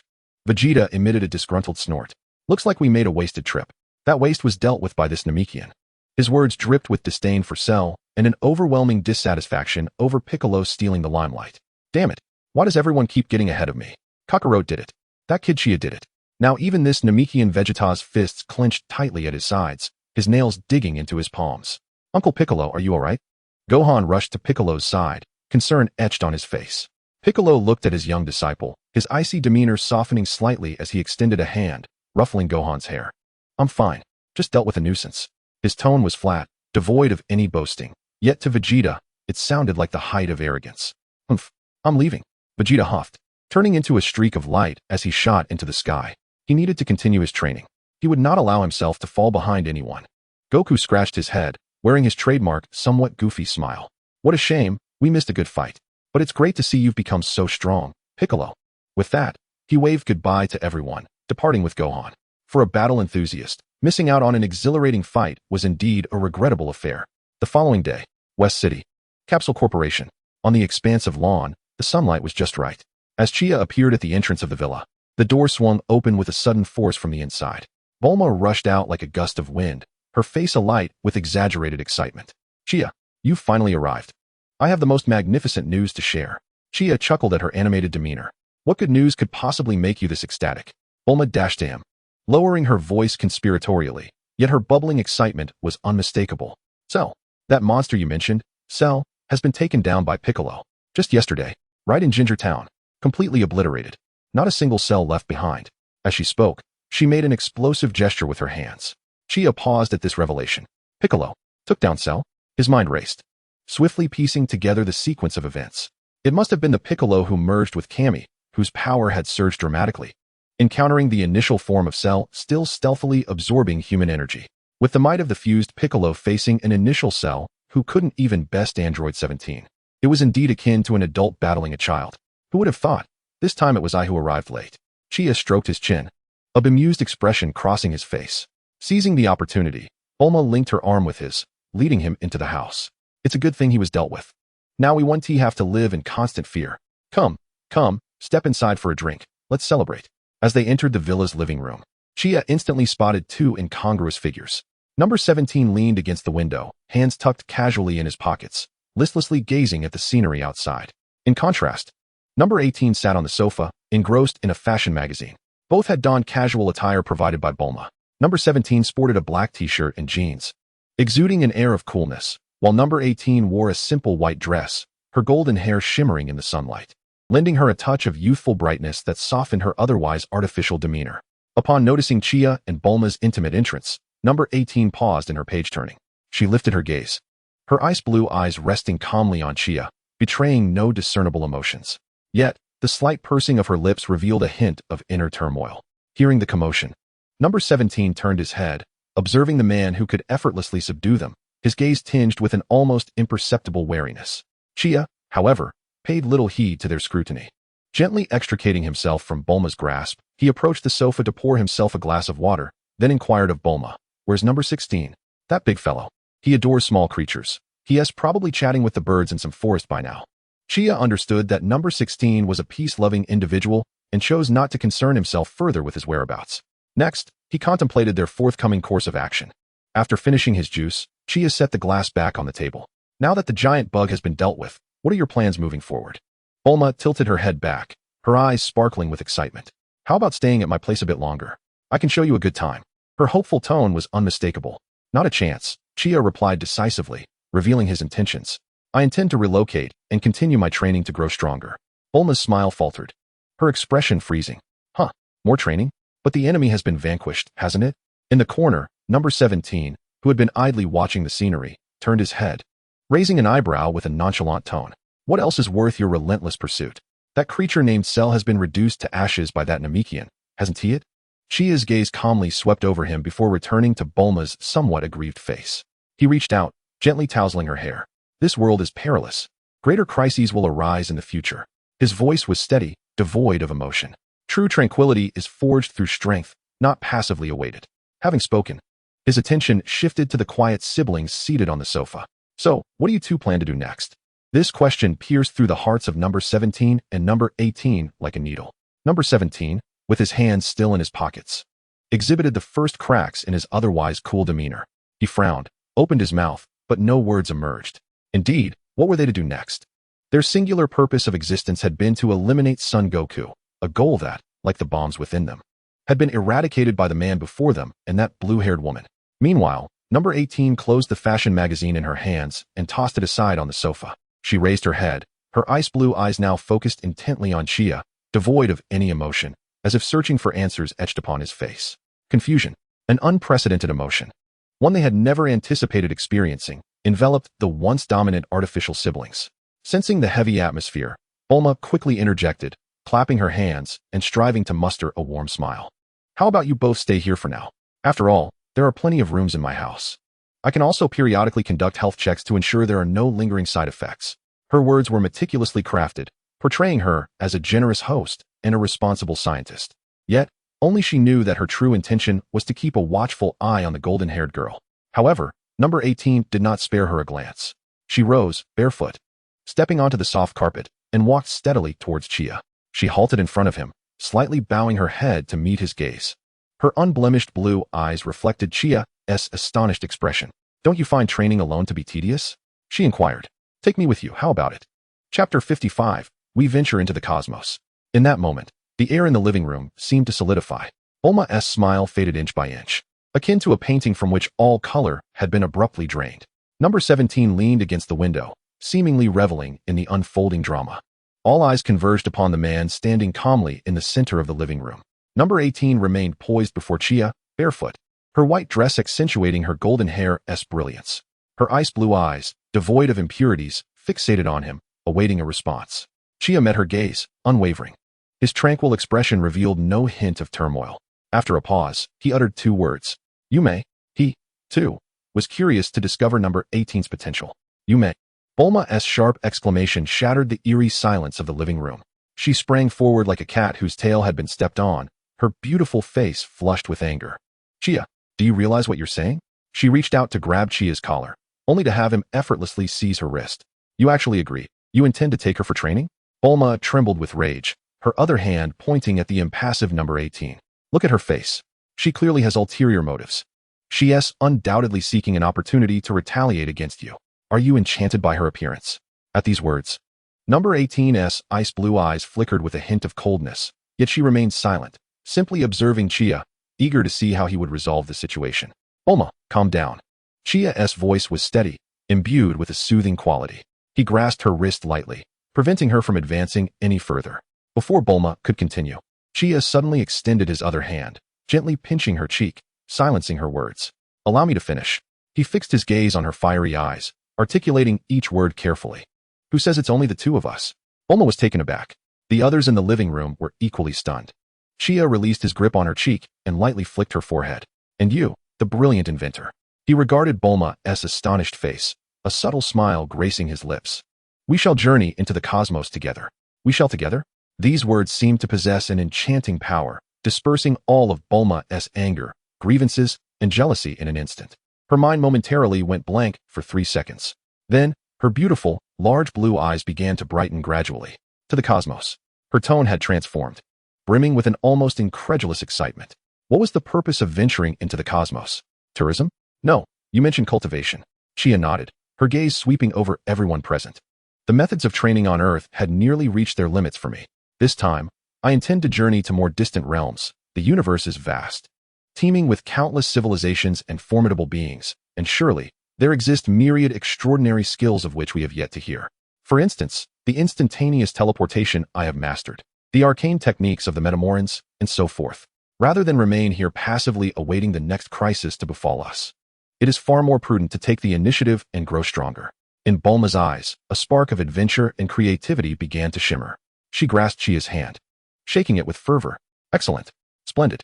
I shall construct an entirely new spacecraft capable of ultra-long-distance interstellar travel.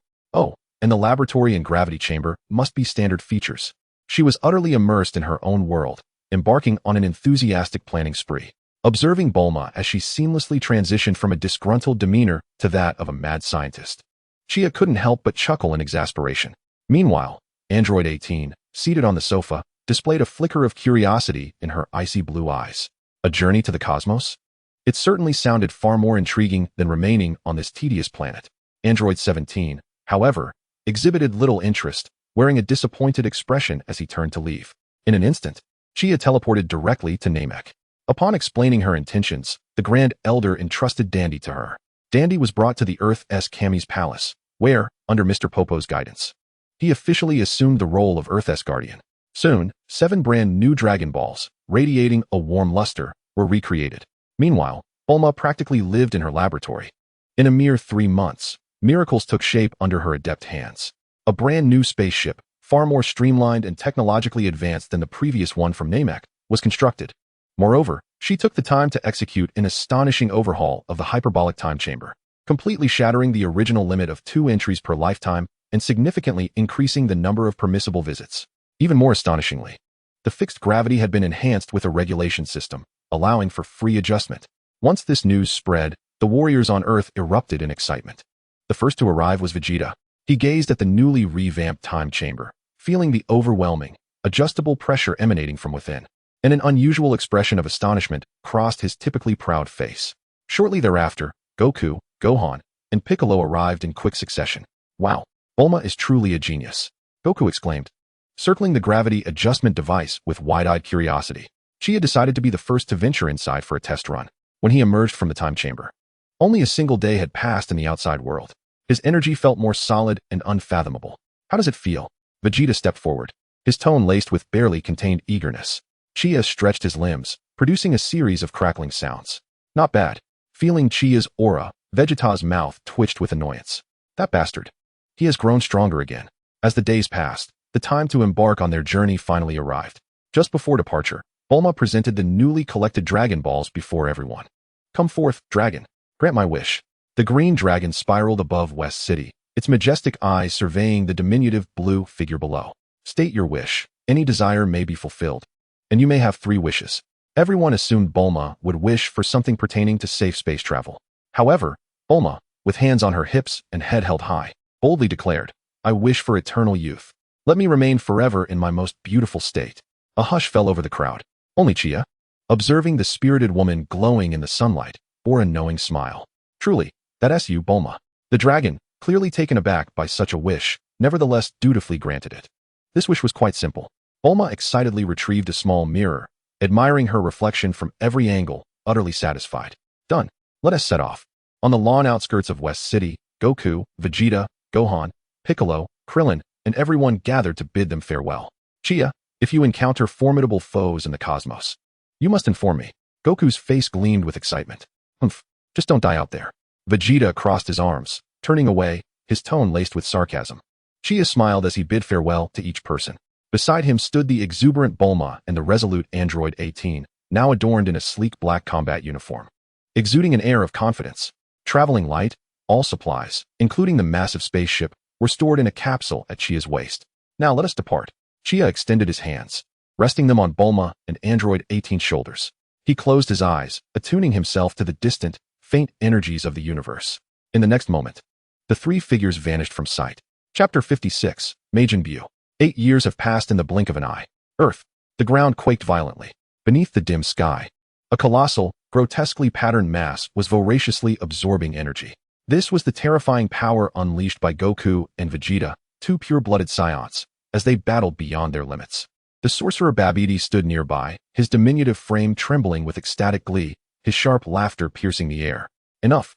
The energy is sufficient. Come forth. Majin Buu. Boom. The mass exploded. Pink smoke billowed outward. A figure slowly materialized within the haze. He was entirely pink, sporting a single antenna atop his head and clad in white baggy pants, with a belt emblazoned with his symbol. He possessed a chubby physique and an innocent, cherubic face. Curiously blinking his eyes, he surveyed this unfamiliar world. Is this the legendary Majin Buu, feared across the universe? The demon world King Beerus stood nearby, his brow furrowed in disbelief. He scrutinized the seemingly harmless pink figure with unabashed disdain. Master Babidi. Beerus spoke slowly, his voice tinged with innate arrogance. After all your efforts and sacrifices of so many subordinates, this is what you resurrect. A simpleton who can only grin vacantly? Babidi's laughter abruptly ceased, and he shot a venomous glare at Beerus. Silence. Beerus, you do not comprehend the might of Majin Buu. However, the perpetually grinning Buu suddenly lost his smile. In the next moment, a white steam erupted violently from the vents atop his head and arms, emitting a piercing shriek. His cheeks puffed out, and his expression morphed into one of fury. Buu was angry. The figure of Fat Buu vanished instantaneously from the spot. What? Dubra's pupils constricted sharply. He felt a blinding flash before an irresistible force clutched at his throat. It was that pink, rotund creature. He had no idea when it had appeared before him. One hand gripping his neck and lifting him into the air. On its face lingered that naively foolish expression. Yet, with its other hand, it extended 2 fingers, moving so swiftly that only an afterimage remained. Uffed. The 2 fingers precisely jabbed into Dubra's haughty eyes. A heart-wrenching scream erupted from the throat of the Demon King. He could hardly fathom that he would be so severely wounded by a fool, in such a comical yet brutal manner. Fat Buu released his grip and then lifted a foot, delivering a fierce kick to Dubra's stomach. Bang! Dubra's body flew backward like a cannonball, crashing violently into a distant mountainside, raising clouds of dust. Witnessing this, the high school-aged Gohan was left dumbfounded. His mouth agape, his mind blank. That Demon King Dubra, who even he found formidable, was thus defeated in an instant. Well done, Buu, Babidi exclaimed, elatedly gesticulating. Now, go and eliminate those 2 over there. He pointed at Gohan and the Supreme Kai not far away. Fat Buu made a face at Babidi, unwilling to comply. If you don't act, I'll seal you away again. Babidi threatened. Reluctantly, Fat Buu nodded, turned around, and ambled towards Gohan with comically exaggerated steps. Those seemingly slow strides, however, bore an overwhelming sense of pressure. Hurry, run, Gohan. The Supreme Kai's face turned pale with fear, his voice trembling. Gohan snapped back to reality, grabbing the Supreme Kai and exerting all his strength to flee into the distance. However, bang! Fat Buu's arm suddenly elongated, resembling a pink whip, swiftly catching up to them and striking Gohan's back with a resounding crack. Gohan cried out in agony, plummeting to the ground along with the Supreme Kai. Immediately afterward, a pink energy sphere shot from Buu's fingertips, striking Gohan's body with pinpoint accuracy. Boom! A tremendous explosion created a deep crater in the earth. At that moment, Dabra, bloodied and battered, crawled out from the mountainside. Blood tears of humiliation and rage streamed from his blinded eyes. Unforgivable, he conjured a long spear from his hands, channeling all his strength to hurl it at the back of Fat Buu. Die, you pink trash! The spear pierced through Fat Buu's body with precision. Yet, Fat Buu merely turned around, gazing curiously at the spear that had penetrated him. He extended his hand, effortlessly pulling the spear out as though uprooting a carrot. The wound, resembling pliable clay, squirmed and instantaneously healed itself. Dabra's expression froze in disbelief. He saw a malicious grin spread across Fat Buu's face. I shall turn you into a snack. The antennae atop Buu's head emitted a peculiar ray, striking Dabra. In the midst of Dabra's sheer terror, his robust form began to twist and contort, ultimately transforming into a chocolate chip cookie. Fat Buu approached, picked up the cookie, and tossed it into his mouth. Crunch, crunch. Delicious. The Demon King Dabra met his demise. Meanwhile, a dull thud echoed. Goku received a heavy blow to the back of his neck.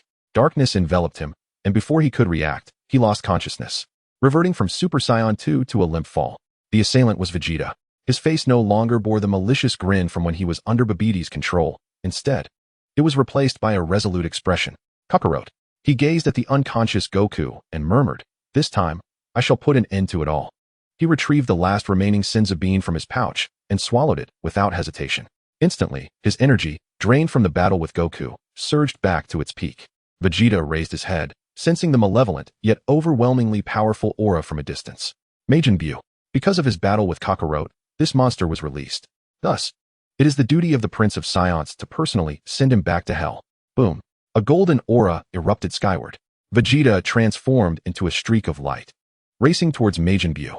Upon arrival, he witnessed Buu pursuing Gohan and the Supreme Kai. Stop! A thunderous roar erupted like thunder on a clear day. Vegeta stood defiantly before Buu. Oh! Fat Buu halted, curiously examining the newcomer with golden hair. Another fool come to die? Babidi cackled. Vegeta didn't spare him a glance. All his focus was fixed on the pink demon. Die! Vegeta bellowed, unleashing a ki blast. Boom! The energy wave struck Buu's body, creating a massive cloud of smoke. Yet the next moment Fat Buu emerged unscathed from the smoke, patting his plump belly and making a face at Vegeta. Infuriating. Vegeta's rage ignited completely. He charged forward, unleashing a flurry of punches and kicks upon Buu. Bang, bang, bang, bang, bang. However, Vegeta's strikes felt as though they were landing upon a colossal sponge. Buu's form contorted into various strange shapes under the assault, yet he remained unscathed. Instead, he began to chuckle gleefully. How delightful! How delightful! With a sudden sweep of his arm, it elongated like rubber, slapping Vegeta's face with a resounding crack. Smack! Vegeta was sent flying, tumbling helplessly across the ground. He spat out a mouthful of blood, disbelief etched across his face. He exerted all his strength, and still couldn't inflict any real harm. Vegeta stood up, his golden aura flaring once more with ferocity. I am the Prince of Saiyans, Vegeta. He gathered his hands before his chest, radiant energy coalescing. Final flash. A colossal beam of energy, infused with all of Vegeta's fury, engulfed Majin Buu in an instant. As the brilliance faded, only a deep chasm remained on the ground. Yet, the pink demon still stood there, half of his body obliterated, while the pink remnants were swiftly writhing, reassembling onto him.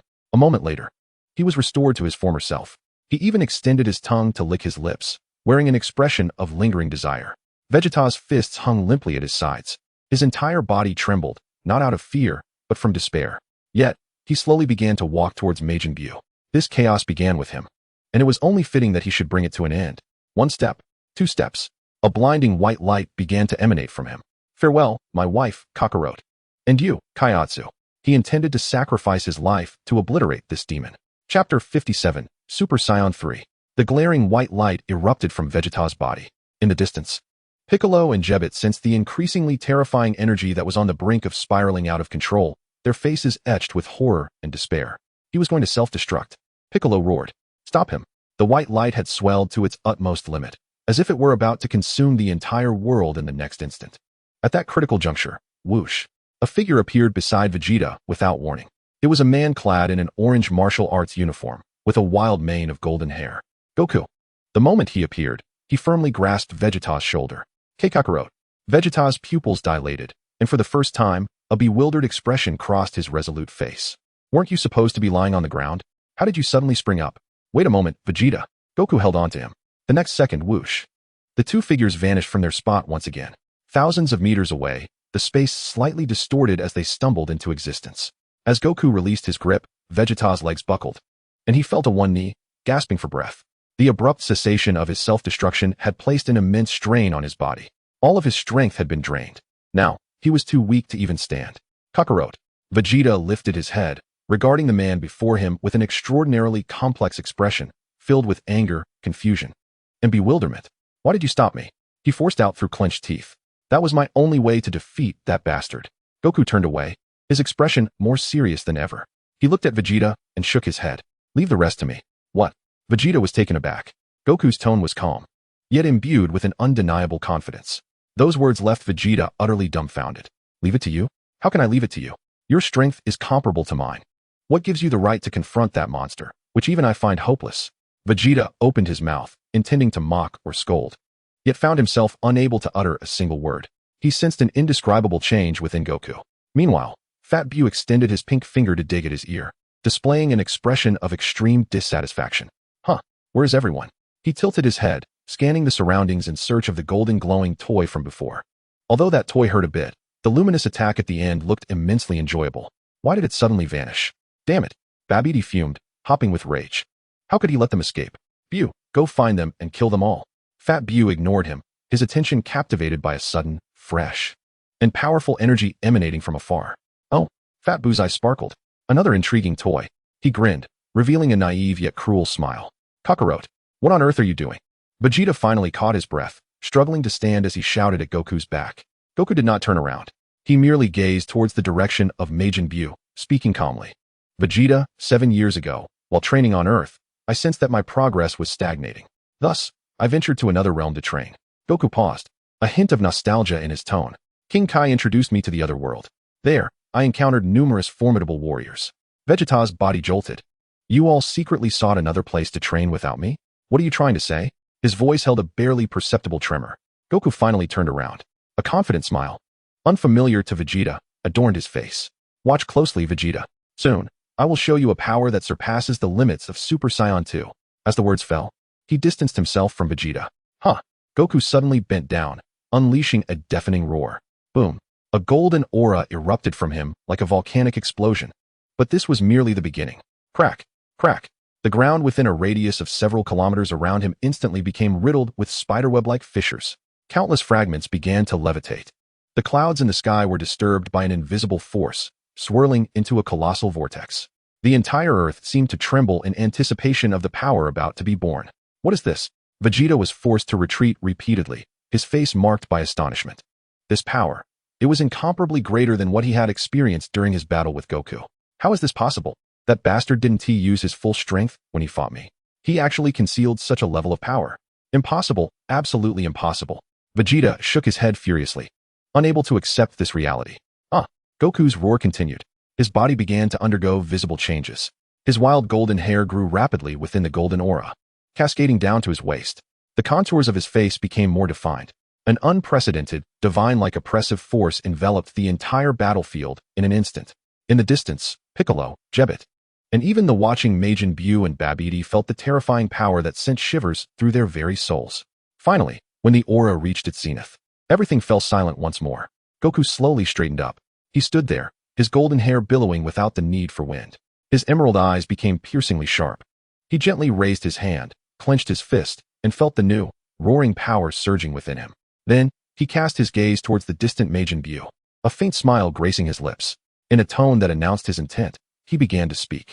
The voice resonated clearly in Vegeta's ears. This was Super Saiyan 3. Chapter 58, Goku's Defeat, Chia's Return. Vegeta's body froze. He fixated on the distant figure of Son Goku, his golden hair cascading down to his waist, his rugged, unfamiliar visage. What left him breathless was the sheer magnitude of power. Pure, vast, incomprehensibly potent. This. Vegeta's lips trembled. The pride of the Saiyan prince crushed in that instant. What nonsense is this? That bastard, that bastard. When he fought me, he was merely toying with me. Meanwhile, Majin Buu tilted his head, gazing curiously into the distance. He could sense that the toy had become significantly more entertaining. Oh ho ho ho. How delightful. How delightful. Fat Buu clapped his hands, bouncing in excitement. Buu, stop playing. Babidi screeched, hurry up and kill him. No sooner had he spoken than, whoosh. Son Goku's figure vanished from sight. In the next moment, he appeared beside Majin Buu. With a straightforward jab, he struck decisively at Buu's cheek. Boom. The fist connected with Buu's side, sending a visible shockwave radiating outward in a fan shape from the back of Buu's head. Thousands of meters away, the undulating mountains were swept away in an instant. Fat Buu's pink head exploded, scattering into a shower of pink fragments. However, the headless body began to twitch at the neck's severed edge, pink flesh writhing as if it were a mass of animated clay. In the blink of an eye, a brand new head, adorned with the same innocent, silly smile, sprouted forth. Hee hee hee. Buu shook his newly formed head, seemingly finding the game rather amusing. He suddenly extended his arms, like two pink whips, wildly striking at Son Goku. Simultaneously, his legs transformed into springs, launching his body into a rapid counterattack at an odd angle. In an instant, the air was filled with pink shadows of fists and legs. Son Goku weaved through the impenetrable barrage of attacks like a butterfly dancing in a tempest. Each evasion was perfectly timed, minimizing the movements required to avoid the strikes. His expression remained calm. When Buu's attack momentarily missed, Goku surged forward. His palm transformed into a blade, leaving behind several golden afterimages. Puff, puff, puff, puff, puff. The rapid, precise strikes sliced through Buu's limbs and head with astonishing accuracy. In the next moment, Majin Buu's body was neatly disassembled into 6 parts, scattering messily across the ground. What? Babidi's eyes nearly popped out. Buu was so easily torn apart. But moments later, the scattered pink chunks began to melt, coalescing into puddles of pink liquid. These liquids began to converge towards the center, writhing and reassembling. A fully intact Majin Buu reappeared, clapping his belly and bouncing around with vigor. Still ineffective? Son Goku observed this scene, his gaze finally shifting slightly. In that case, he quickly distanced himself, stabilizing in midair, his hands clasped at his waist. Came. A familiar starting posture. Yet this time, the aura emanating from him was starkly different. A cerulean energy sphere formed in his palms, expanding at a visibly rapid pace. The energy contained within that sphere was pure, refined, transcending the comprehension of all present. The entire world trembled before this power. Ka! With a final, thunderous roar, Son Goku thrust his palms forward. A previously unseen, brilliantly blue energy column, compressed to its utmost, tore through space, striking the unprepared Majin Buu. Is it over? The onlookers who had gathered to witness the battle all entertained this thought. However, in the air, the minuscule pink fragments that should have dissipated into nothingness began to gather from all directions, as if summoned by some unseen command. Ultimately, the pink, pudgy demon, wearing that naive smile, once again reappeared unscathed. For the first time, Son Goku's confidence faltered, his expression turning grave. How could it be? Even the Kamehameha failed to kill him? A bead of sweat trickled down Son Goku's forehead. In the distance, Vegeta keenly sensed the overwhelming energy emanating from Son Goku begin to wane. So it was. A complex emotion flickered in Vegeta's eyes. This form has a flaw. It cannot be sustained for long. Hee hee hee. Now it's my turn.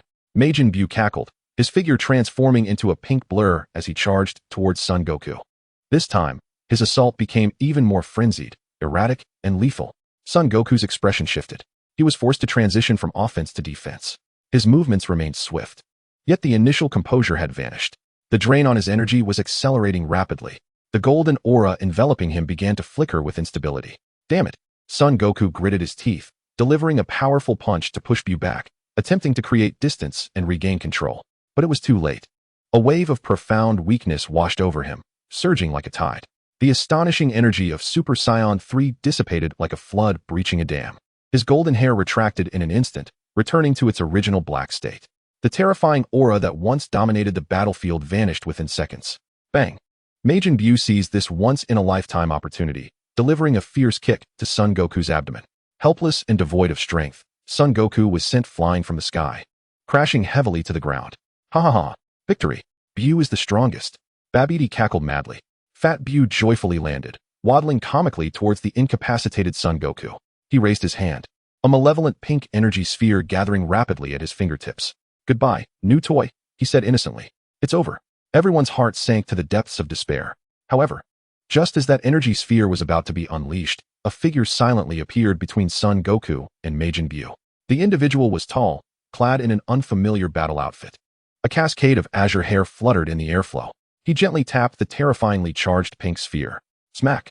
The energy sphere shattered, transforming into a myriad of luminous particles that dissipated into the air.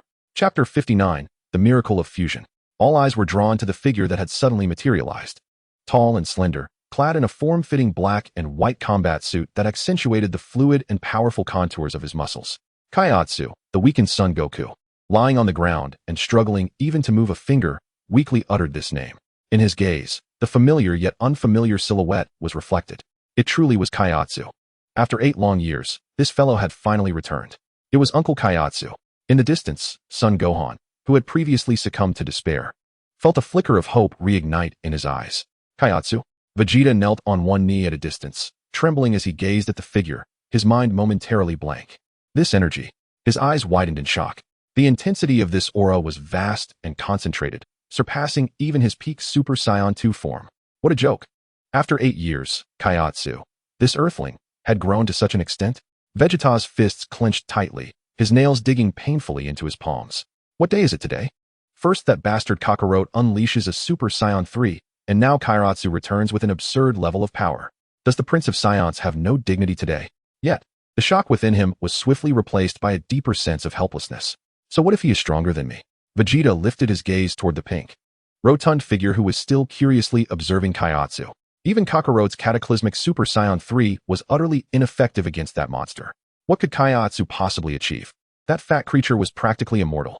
Oh, Majin Buu tilted his head, his pink eyes brimming with curiosity. He extended a chubby finger, pointing at Kaiatsu. A new toy? He seemed to be relishing the thrill of his recent battle with Son Goku.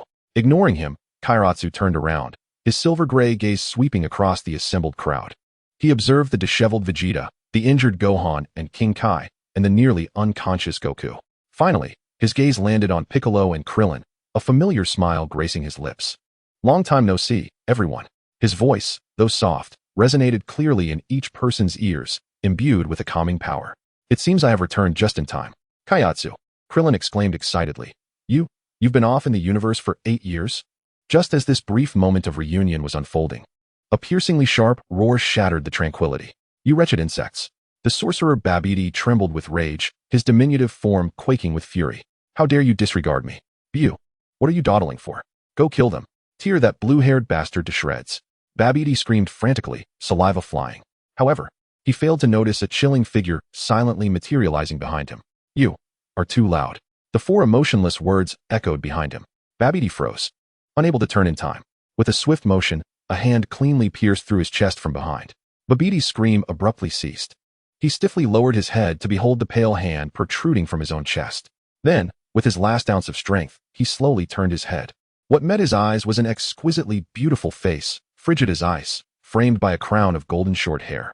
Android 18. You. Blood welled in Babidi's mouth, his eyes wide with disbelief. 18 expressionlessly withdrew her hand.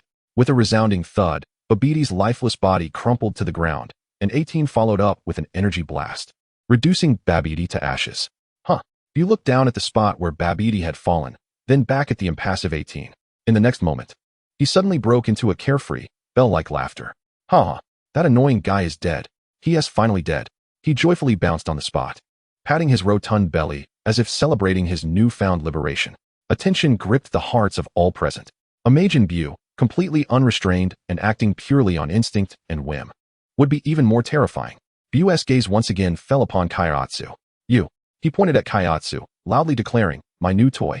Before the words had even left his mouth, his plump body transformed into a pink streak, hurtling towards Kaiatsu. Not on my watch. 18 snapped, thrusting her hands forward with great force. A hum resounded as several golden rings, composed purely of energy, materialized in midair, perfectly ensnaring Buu's limbs and torso.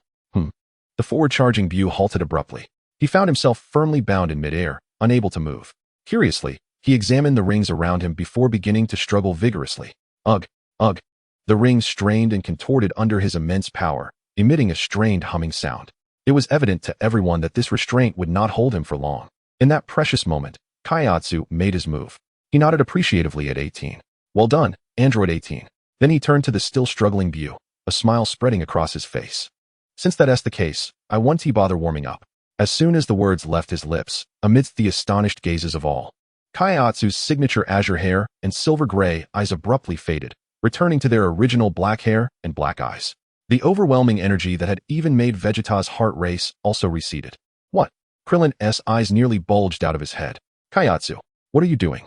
Why did you revert your transformation? Has he lost his mind?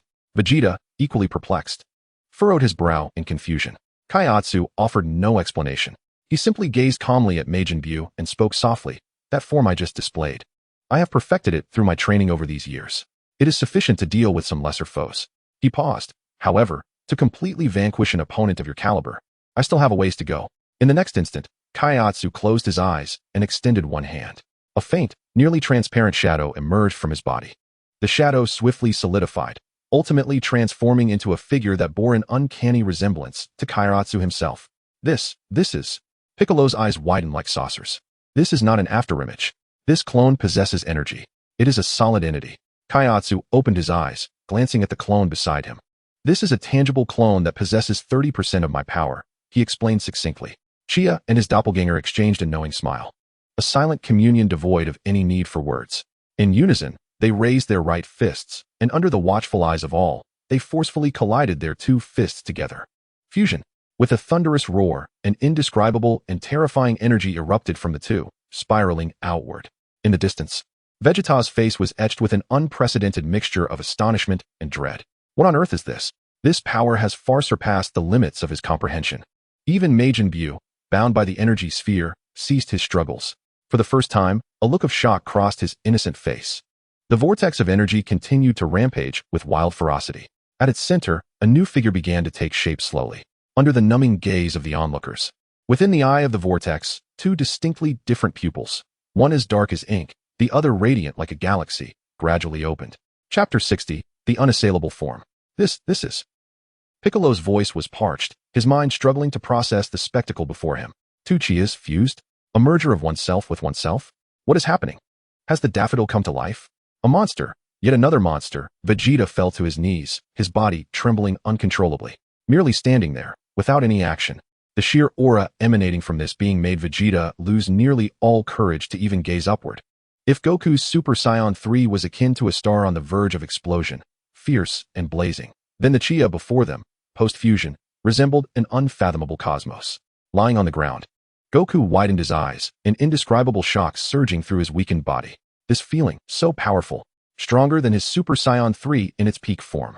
This fusion felt strangely familiar, yet there was a sense of rhythm in it, as if it were dancing. Oh, Majin Buu, who had been ensnared within the energy sphere, also halted his struggles. Tilting his head, a hint of caution flickered in his innocent eyes. This new toy seems a bit prickly. At that moment, the fused Chia moved. He slowly lifted his head, his gaze sweeping across the arena before finally landing on Majin Buu. A smirk, tinged with intrigue and mischief, curled at the corners of his mouth.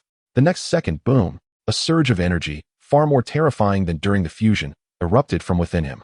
His short black hair expanded dramatically in the raging winds, each strand standing on end, transforming into an astonishingly brilliant blue. The transformation during the fusion. At the instant this aura exploded forth, the atmosphere shattered, the ground fractured, and the distant ocean surged into towering waves reaching hundreds of meters high. Once transformed, Chia reveled in the unprecedented, seemingly boundless power within him, nodding with satisfaction. He cracked his neck, producing a series of sharp pops, then stretched his limbs. With both hands clenched at his waist, he grinned broadly, revealing a set of pearly white teeth, and issued a decidedly nonsensical syllable with a flamboyant flair. Ol shrimp. Krillin. Piccolo. Vegeta. Goku. In that very moment of Chia striking a pose, Majin Buu let out a furious roar. The energy sphere created by Android 18 finally reached its limit under his brute force, shattering with a loud crack and collapsing entirely. Freed at last, Majin Buu's chubby face was a mask of rage as he charged at Chia. Swish. Chia's figure vanished. The next instant, he reappeared beneath Majin Buu. Crouching slightly, he delivered a perfectly angled uppercut from below. A simple yet powerful uppercut. Boom. His fist connected solidly with Majin Buu's chin. Immediately afterward, Majin Buu's plump body shot upwards like a baseball struck by a home run, soaring into the sky at breakneck speed. He became a mere black dot against the horizon, propelled straight into the stratosphere. On the ground, everyone, including the newly arrived Goten and others, stared upward, mouths agape, watching the rapidly vanishing pink meteor. Chia slowly retracted his fist, brushing off non-existent dust. He glanced up at the sky, his mismatched pupils sparkling with eager excitement. He extended his left hand forward, palm directed toward the 10,000-meter height. His right hand drew back, fingers splayed, mimicking a throwing motion. Starry flash. Behind him, in the void, dazzling energy spheres, resembling miniature suns, materialized one after another. 1, 2, 5, 10. Each sphere radiated an energy wave capable of shattering minds. Chia's left hand whipped upward. Whoosh, whoosh, whoosh, whoosh. The numerous suns, trailing long fiery tails, surged toward that distant black dot in the sky. The terrifying sound of their passage melded into a cacophony, tearing through the clouds. In the next moment, high above, the first sun caught up to the descending Majin Buu. Boom! A mushroom cloud, 100 times more resplendent than any explosion before, erupted violently in the sky. Following that, boom, boom, boom, boom, boom. The second, third, and 10th. An unending series of explosions, terrifying shockwaves cascaded downward like a tsunami, once again plowing through everything on the ground. The spectators had to expend all their energy merely to remain upright in the face of this apocalyptic scene. Shock was the only expression that could be seen on their faces. What level of battle is this? After a long while, the explosions in the sky finally ceased. The light faded, revealing an immense void, its edges still crackling with arcs of electricity. The dust began to disperse under the force of the wind. Has it ended? The thought flickered in everyone's minds. In the sky, the minuscule pink fragments, pulverized beyond recognition, slowly began to coalesce towards the center. Chia flickered and instantly appeared near the gathering debris. He watched silently, understanding that Majin Buu was not truly immortal. His regenerative abilities had limits. Should the total damage he sustained within a short period surpass his regeneration threshold, he would perish entirely. That last move, Starry Flash, had brought him dangerously close to that threshold. The pink fragments struggled to wriggle and merge, ultimately forming a tattered, severely weakened Majin Buu, who reappeared in midair. He gazed at Chia from a distance, his innocent and foolish visage now betraying a flicker of fear. Yu. Buu pointed at Chia, his body trembling. Ah! He clutched his head in agony, emitting a piercing scream. Hiss hiss. A torrent of white steam erupted wildly from the top of his head and from various orifices throughout his body. Chia raised an eyebrow at this sight. Here it comes. He had actually been holding back intentionally. With his current strength, he could have significantly amplified the power of the Star Flash or added a few more suns, utterly obliterating the Majin Buu. Yet, he refrained from doing so, for he knew that within Majin Buu lay a seal containing a pure embodiment of evil.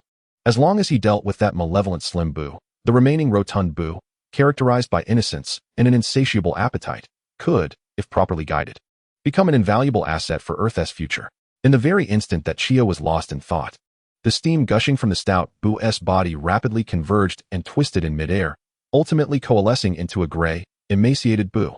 The moment the slim Buu appeared, without uttering a word, he revealed a grotesque grin, and from the tip of his long antenna, a beam of pinkish-purple light, imbued with an overwhelming aura of malevolence, shot directly toward Chia.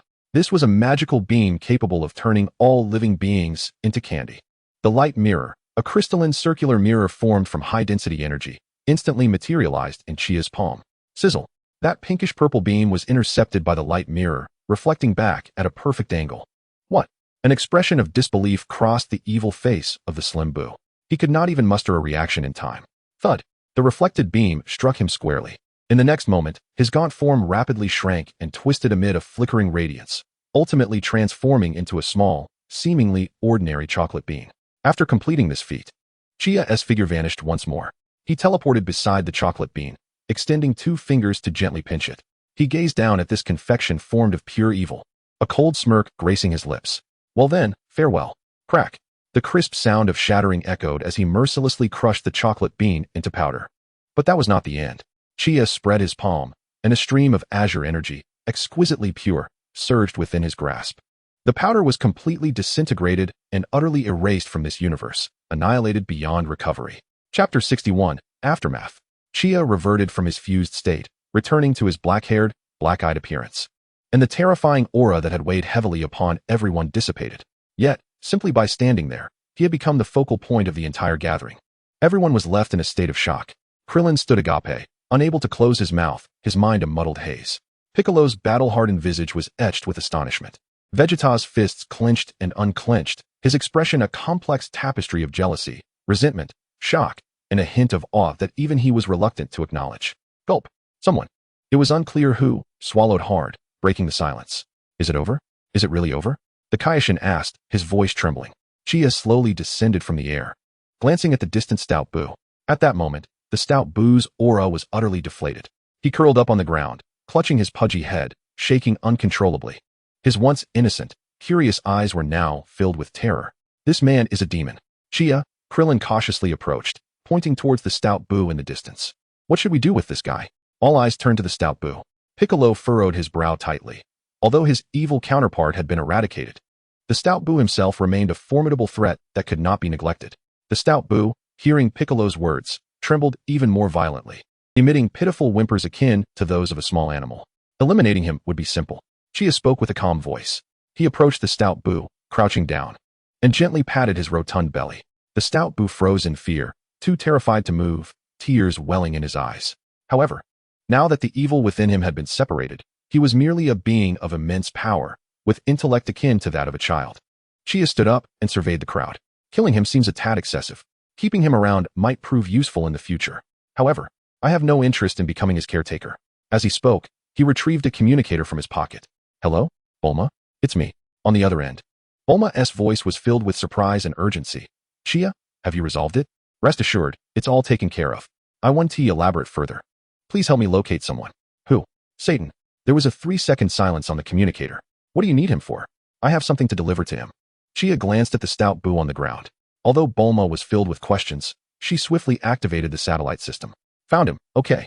Chia hung up the communicator, hoisted the Stout Boo by the scruff of his neck as one might lift an excessively plump kitten. Off we go. I'm getting you a new master. Chia, wait. Krillin shouted anxiously. Are you really going to hand this guy over to Satan? Isn't that reckless? Don't worry. I know what I'm doing. Chia turned back, waving his hand at them. This fellow is more timid than a rabbit and poses no significant threat. You all should take the injured for treatment. Before his words had fully faded, he had already soared into the sky with the Stout Boo in tow, transforming into a streak of light, vanishing into the horizon, leaving behind a group of Z warriors exchanging bewildered glances. In a desolate area, Mr. Satan was huddled in a cave with his beloved dog, trembling as he listened to the apocalyptic roars echoing in the distance, terrified beyond measure. Oh God, please protect me. Protect the world's #1 martial arts champion, Mr. Satan, he muttered fervently in prayer. Suddenly, a figure descended from the sky, landing heavily before him. Who? Mr. Satan yelped, dropping to the ground in fright. But what terrified him even more was the object that Chia held aloft, a pink, plump creature with antennae. What kind of monster is this? Mr. Satan's eyes nearly bulged out of their sockets, his legs buckling as he struggled to control a wave of panic. Don't scream so loudly. Chia casually tossed the Stout Boo onto the ground. The Stout Boo landed with a thud, casting a pitiful glance at Chia, too frightened to utter a word. Hello, Mr. Satan. Chia flashed a friendly smile. You, don't come any closer.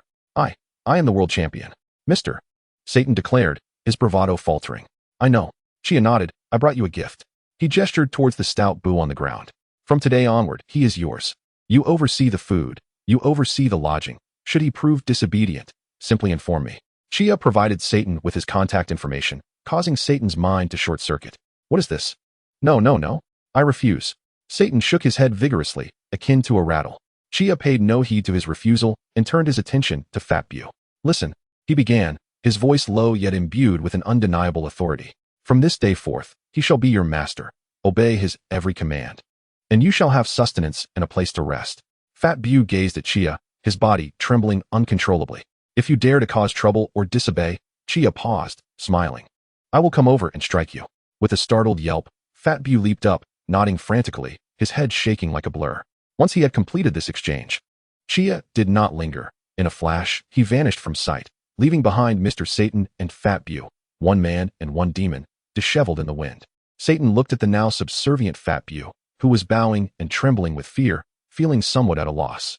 The following day, after treatment, Vegeta and Goku arrived early at Bulma's residence in search of Chia.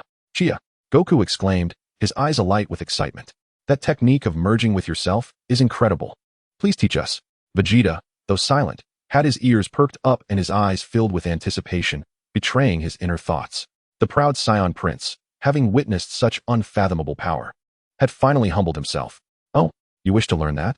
Chia turned to face them. Absolutely. Goku responded eagerly. If we master it, we will surely become immensely powerful. Chia regarded the two with a smile. Very well, I shall teach you. However, whether you succeed depends solely on your own capabilities. He briefly explained the essentials. First, you must perceive clearly. Then, attempt to detach a portion of yourself and construct a tangible doppelganger in the external realm.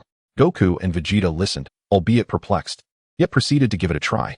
They immediately assumed their stances, closed their eyes, and concentrated fiercely. Hey, huh. They unleashed tremendous energy, golden flames soaring skyward. However, a minute passed, then 10. An hour elapsed. Yet, nothing transpired. Not even a shadow of a doppelganger materialized. Damn it, why isn't this working? Vegeta exclaimed, slamming his fist into the ground in frustration. Goku scratched his head, equally bewildered. Strange, I can't feel anything at all. What does it mean to detach? And how do I do it? Chia observed them thoughtfully. It appeared that this technique required a significant level of aptitude. Perhaps it was his unique soul as a traveler, combined with the extraordinary cells of a Super Earthling, along with the wish he had made to the Eternal Dragon, that enabled him to develop this unparalleled self-duplication fusion technique. Ah, by the way, I almost forgot to mention, Goku exclaimed excitedly. While I was in the underworld, I also learned a fusion technique. It was taught by the Metamorans, and it allows two individuals to merge and become incredibly powerful. Vegeta's eyes lit up at this. Oh, what kind of technique is it? Well, it requires two individuals to perform identical, symmetrical movements. Goku explained as he began to demonstrate. His actions were somewhat comical. First, he spread his feet apart, then raised his arms to the sides, followed by. Vegeta's expression darkened progressively as Goku continued. When Goku struck an absurd pose, with his index fingers touching atop his head and his backside protruding, veins bulged on Vegeta's forehead. Finally, you touch your fingers together, and that's it. Goku concluded enthusiastically. At this moment, Vegeta's face was as dark as a pot's bottom. He glared at Goku, managing to squeeze out a few words through clenched teeth. Kakarot, you expect me to perform this ridiculous dance with you? It's a fusion technique, not a dance, Goku attempted to clarify. Get lost. Vegeta's thunderous roar resonated through the air. Unable to endure the humiliation any longer, he whirled around, transforming into a streak of golden light, and departed without a backward glance. Would the great Saiyan Prince and Kakarot engage in such an embarrassing display of calisthenics? It would be better to perish. Goku stood there, looking innocent and scratching his head. What was Vegeta sulking about now? Wasn't this an impressive technique? Chapter 62. A rare day of leisure in the early morning, Chia opened his eyes.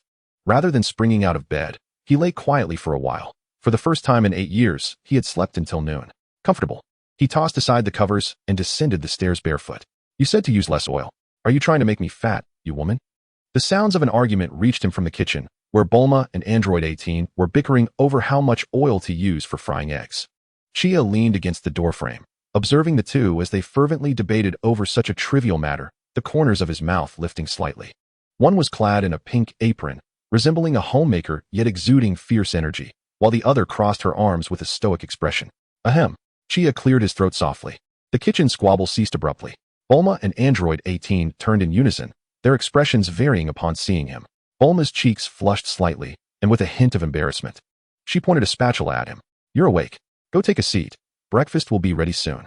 Android 18 merely cast him a fleeting glance before turning to the fridge to pour 3 glasses of milk with graceful movements. A sumptuous breakfast adorned the table, and the atmosphere was a rare blend of tranquility and warmth. Hey, Chia, Bulma mumbled through a mouthful of sandwich. What is it? Chia asked, sipping his milk. Today. No training. Bulma swallowed her food and looked at him earnestly. Chia raised an eyebrow. I said, today is a holiday. Bulma declared, slamming her fork onto the table with authority. You, the training fanatic, come back and immediately start fighting. Once that's done, you dive straight back into the gravity chamber. Today, I have decided to take you to and let you experience the splendor of modern urban life. She placed her hands on her hips, her face radiating an unmistakable determination. Beside her, Android 18 continued to eat her scrambled eggs, her expression still impassive, yet her slightly perked ears revealed her true sentiments. Chia regarded Bulma, then glanced at Android 18. He smiled. All right. Huh. Both Bulma and Android 18 were taken aback. They had anticipated a lengthy negotiation to convince this training zealot, even doubting he would agree. To their surprise, he acquiesced so readily. After 8 years in the cosmos, it was indeed time to relax. Chia stretched lazily, gazing out at the azure sky, and softly remarked. After finishing breakfast, he changed into casual attire. Chia donned a simple white t-shirt paired with black casual trousers. His raven locks and dark eyes lent an extra softness to his handsome visage under the sun. Bulma, in contrast, sported a vivacious denim skirt, radiating youthful exuberance. Android 18 exuded an air of cool elegance in her sleek black leather jacket and fitted pants, with her golden hair fluttering gently in the breeze. The trio strolled along the bustling commercial street of West City, a striking combination of attractive youth that turned heads at every corner. Where shall we go first? Chia inquired. Shopping. I want to pick out some outfits for you and Lazuli. Bulma exclaimed enthusiastically, gesturing towards the largest department store ahead. No need. I already have clothes. Android 18 replied coolly. Absolutely not. How many years have you worn those few items? Bulma retorted. Girls should take care of themselves. Without further ado, she seized Chia with one hand and Android 18 with the other, marching them into the mall. For the next 2 hours, Chia experienced a level of exhaustion surpassing that of battling Majin Buu. He was treated as a human clothes hanger, incessantly trying on various styles, from casual to formal, from athletic to trendy. Android 18, under Bulma's relentless assault and her declaration that she wouldn't be allowed to leave without trying something new, reluctantly donned several beautiful dresses. When she emerged from the fitting room in a sky blue gown, even the raucous noise of the mall subsided momentarily. A rare blush graced her previously frosty features. Leaning against the wall, Chia watched this scene unfold, a smile of admiration gracing his lips, while Bulma stood triumphantly, hands on her hips, as if a victorious general. Charge it. All of these, and those too. Wrap them up. The wealthiest woman in the world, Bulma, displayed her extravagant nature. After their shopping spree, the trio felt a bit fatigued. Where to next? Bulma asked, stowing the clothes in her universal capsule. Let us go to the amusement park, Chia suggested. The amusement park? I'm surprised you enjoy such a childish place, Bulma remarked. I never went in my past life, Chia replied, gazing at the iconic Ferris wheel in the distance. His tone half joking. This time, I'll make up for it. Bulma and Android 18 exchanged a glance, sensing a hint of confusion in each other's eyes. Yet they refrained from probing further. The amusement park was teeming with people, filled with joy and laughter. The first attraction was the most exhilarating vertical roller coaster. While they waited in line, Bulma confidently declared herself a seasoned space traveler, unfazed by such trivialities. Yet, the moment the roller coaster launched, her piercing screams echoed throughout the park. I'm going to die. Chia sat beside her, calmly feeling the rush of wind. He turned to Android 18, whose expression remained stoic as the wild wind tousled her hair, her eyes unblinking. After the ride, Bulma clung to the railing, her complexion pale and her legs trembling. No, I can't take it anymore. I'm going to be sick. Chia handed her a bottle of water, teasing. Who was it that said this was a piece of cake? Mind your own business. Bulma shot him a glare. The haunted house adventure was a complete spectacle of social embarrassment. Bulma, a top-tier scientist, clung to Chia's arm for dear life, frightened by the shoddily made mannequins. Android 18 maintained her cool demeanor, though when a hanging corpse prop suddenly dropped down, she instinctively shrank behind Chia. There's a zombie to the left up ahead. Chia warned in the darkness. Chia, you jerk. No spoilers. Bulma fumed, playfully punching him, emerging from the haunted house. Both Bulma and Android 18 bore a slight flush on their cheeks. The highlight of the day was undoubtedly the shooting game. Bang, bang, bang. Android 18 wielded the air gun with effortless precision, hardly glancing at the target, yet every shot found its mark. The booth operator's expression shifted from cheerful to utterly stunned, before contorting into a face of despair. Please, no more. My stall will be emptied. Surrounded by an array of plush toys, Android 18 wore a faint, genuine smile as she handed Chia the largest, plumpest brown bear. Take it, she said, her tone still icy. Throughout the day, the trio indulged in every attraction at the amusement park, enjoyed cotton candy, and sipped ice-cold cola, relishing their youth and the fleeting moments of joy. As night descended, the city lights began to twinkle. The three sat in the cabin of the Ferris wheel, slowly ascending towards the highest point of the city. Below them lay a dazzling tapestry of lights, a radiant river of colors. After a day filled with excitement, Bulma, finally exhausted, rested her head on Chia's shoulder, drifting into a deep sleep with a satisfied smile gracing her lips. In the cabin, only two pairs of eyes met in silence, the atmosphere charged with a subtle tension. Chia turned to gaze at the night view outside. Yet the delicate fragrance emanating from the girl beside him distracted his thoughts. Hey, Android 18's voice broke the stillness. Chia turned his head. In the dim light of the cabin, her profile was sharply defined, her skin almost translucent, and her ice-blue eyes quietly gazing at him. Thank you for all these years, Android 18 said, shifting her gaze towards the vibrant nightscape, her tone devoid of discernible emotion. In the universe, every time we faced those unbeatable monsters, it was you who always had my back. Chia observed her profile, catching the gentle glow of her golden hair under the lights. He chuckled softly. No need for formalities. After all these years together, we're good friends. Friends. The word caused Android 18 to momentarily stiffen. Her fingers instinctively curled, clutching the fabric of her skirt. Just friends? A voice echoed in her mind. Her lips moved as if to say something, but ultimately, no words escaped. The cabin fell into silence once more, the atmosphere growing even more delicate than before. At that moment, high above West City, beyond the clouds, a figure materialized silently. Draped in an opulent, deep purple robe adorned with intricate diamond patterns depicting celestial maps, the figure's pale, handsome face was obscured beneath a hood, his eyes closed. Yet a peculiar smile of pity graced his lips. The malevolent starry sky sorcerer, Loka. He spread his arms wide, as if embracing the entire world, and in a lyrical tone, softly proclaimed, "Let the life of this distant planet offer its congratulations for your rebirth." Suddenly, he opened his eyes, pools of pure darkness devoid of pupils. "Come forth, shattered star."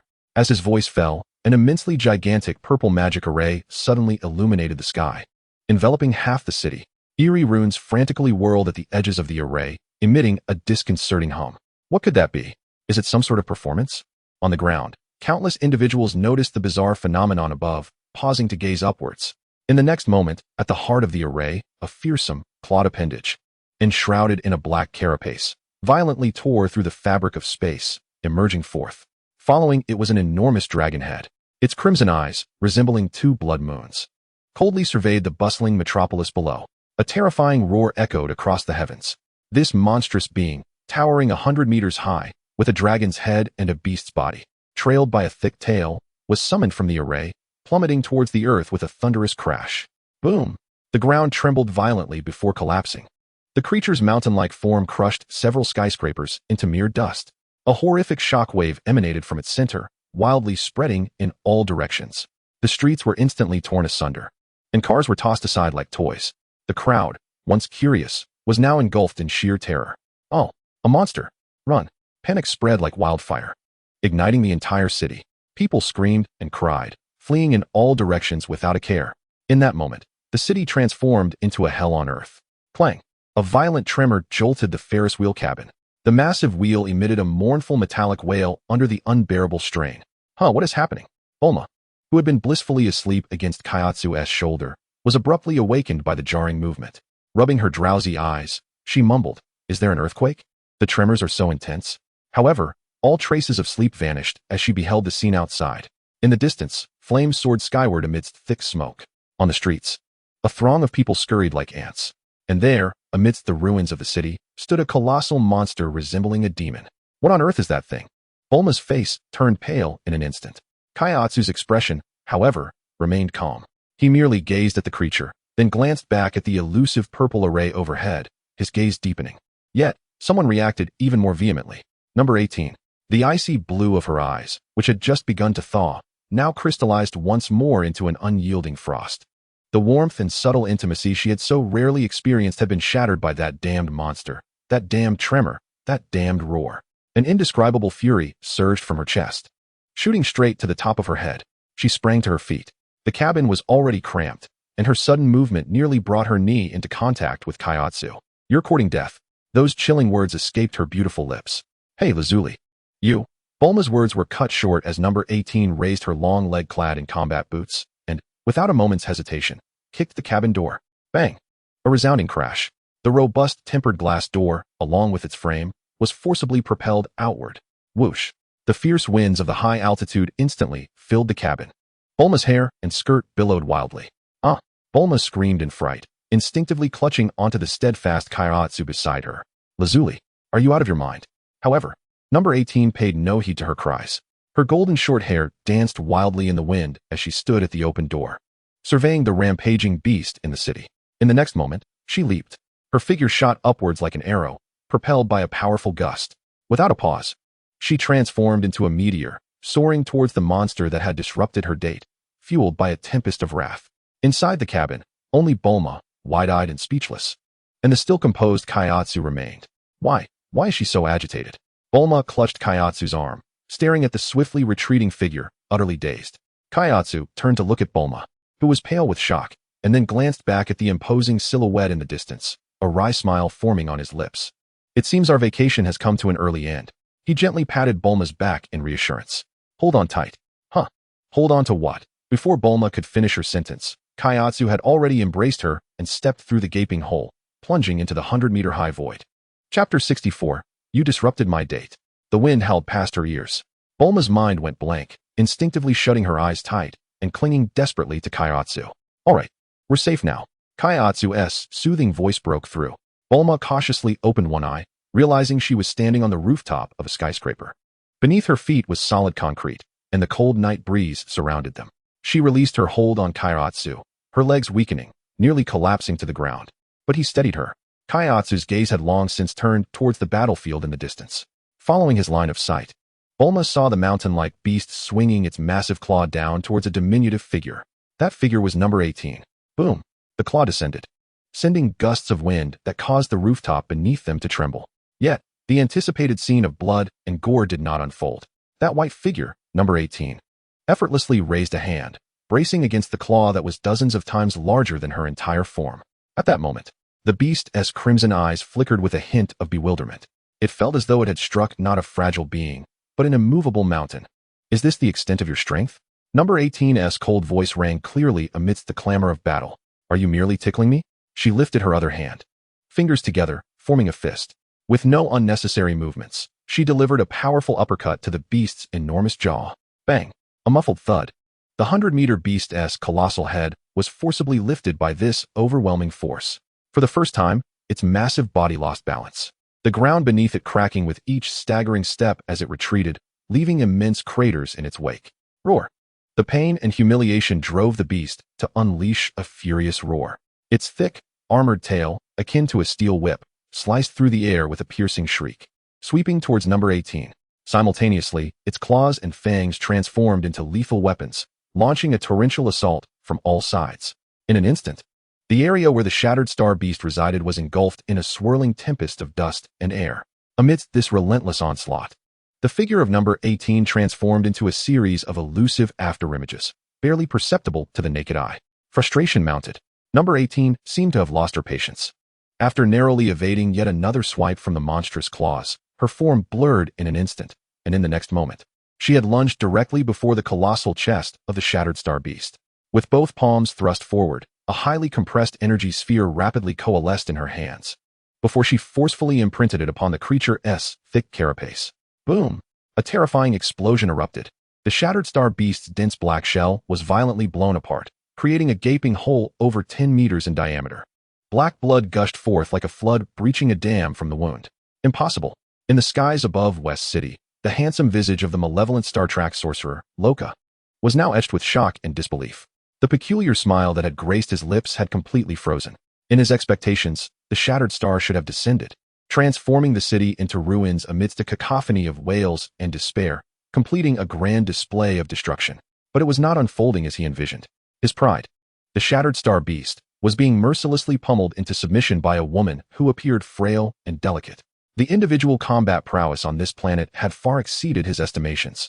Just a mere native. Loka's expression darkened. He could not bear to witness his creation endure such humiliation. Slowly, he raised the staff crafted from an unknown metal in his hand. At its pinnacle, a flawlessly cut gemstone emitted a profound purple beam that precisely struck the shattered star beast, which was writhing in agony below. In my name, I bestow upon you the power of divine retribution. Buzz. The purple light fused with the shattered star beast's body. The massive wound on its chest began to heal at an observable rate, with the gushing blood reversing its flow. Under the catalyst of the purple light, its size swelled once more, reaching nearly 150 meters in height. Strange purple magical runes manifested upon the surface of its heavy shell, exuding an ominous aura. In that fleeting moment, its energy level surged exponentially. Roar! The enhanced shattered star beast unleashed a more ferocious roar towards the heavens.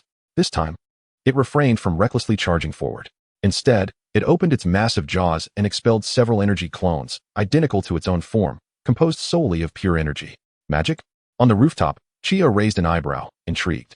The energy clones surrounded number 18 in a pinwheel formation from various angles, launching a synchronized assault. However, Number 18 didn't even spare them a glance. Child's play. A glint of cold light flashed in her eyes. Boom. A golden aura erupted violently from within her. The powerful shockwave expanded in a spherical manner, and the seemingly formidable energy clones, along with the surrounding air, disintegrated into countless specks of light upon contact with the golden wave. The area was cleared. Number 18's figure vanished once more. In the enormous crimson eyes of the shattered star beast, a flicker of confusion briefly appeared. In the next moment, an unbearable pain surged from its right knee. Crack! The sickening sound of shattering bones echoed. Number 18 materialized beside its kneecap, striking a stylish high-kick pose. That leg bone, harder than steel, was forcibly shattered by her kick. Thud! The massive form, towering at 150 meters, could no longer bear its own weight and collapsed to one knee upon the ground. The earth trembled. Useless! Useless! Loka's expression morphed from dark to a twisted fury. Through a mental link, he issued his final command to the kneeling shattered star beast. Since it could not please me, then let it transform into the most magnificent firework and obliterate everything. The shattered star beast, upon receiving the command, slowly lifted its head. It abandoned all defensive postures. Its crimson eyes filled solely with the will for annihilation. All the augmented energy within its body, along with its life core, began to converge frantically towards its mouth. A black energy sphere, adorned with purple lightning and collapsing inward, rapidly formed within its maw. Starfall obliteration. Faced with the terrifying energy capable of annihilating everything, Number 18 simply hovered silently in midair. Her beautiful face remained icy and resolute. A splendid date, the kind that made her heart flutter with an inexplicable atmosphere, had been utterly ruined by this grotesque monster before her. Unforgivable. Number 18 slowly raised her hands, positioning them at her chest, palms facing each other. She infused all the fury from her interrupted date into the energy wave before her. Die. Almost simultaneously, the starfall obliteration was released, transforming into a black beam that consumed all light, shooting towards number 18. And number 18, too, propelled forth the golden energy wave infused with all her rage. One black, one gold. Two energies representing ultimate destruction collided fiercely in the skies above the city. The standoff between them lasted not even a second. The golden energy wave, in an unstoppable surge, shattered the seemingly terrifying black beam. The golden torrent continued unabated, instantly piercing through the shattered star beast's colossal and despairing body. The immense force propelled its battered form through the thick atmosphere, tracing a brilliant meteor across the sky before ultimately vanishing into the vast depths of the cosmos. The battle was over. In the night sky, the eerie purple magical circle began to dissipate as the spellcasting medium vanished. The city returned to tranquility. High above, Loka stared blankly at the golden beam disappearing into the cosmic abyss, his rage long since faded, leaving only boundless bewilderment and stupefaction. His most formidable weapon of destruction was simply gone.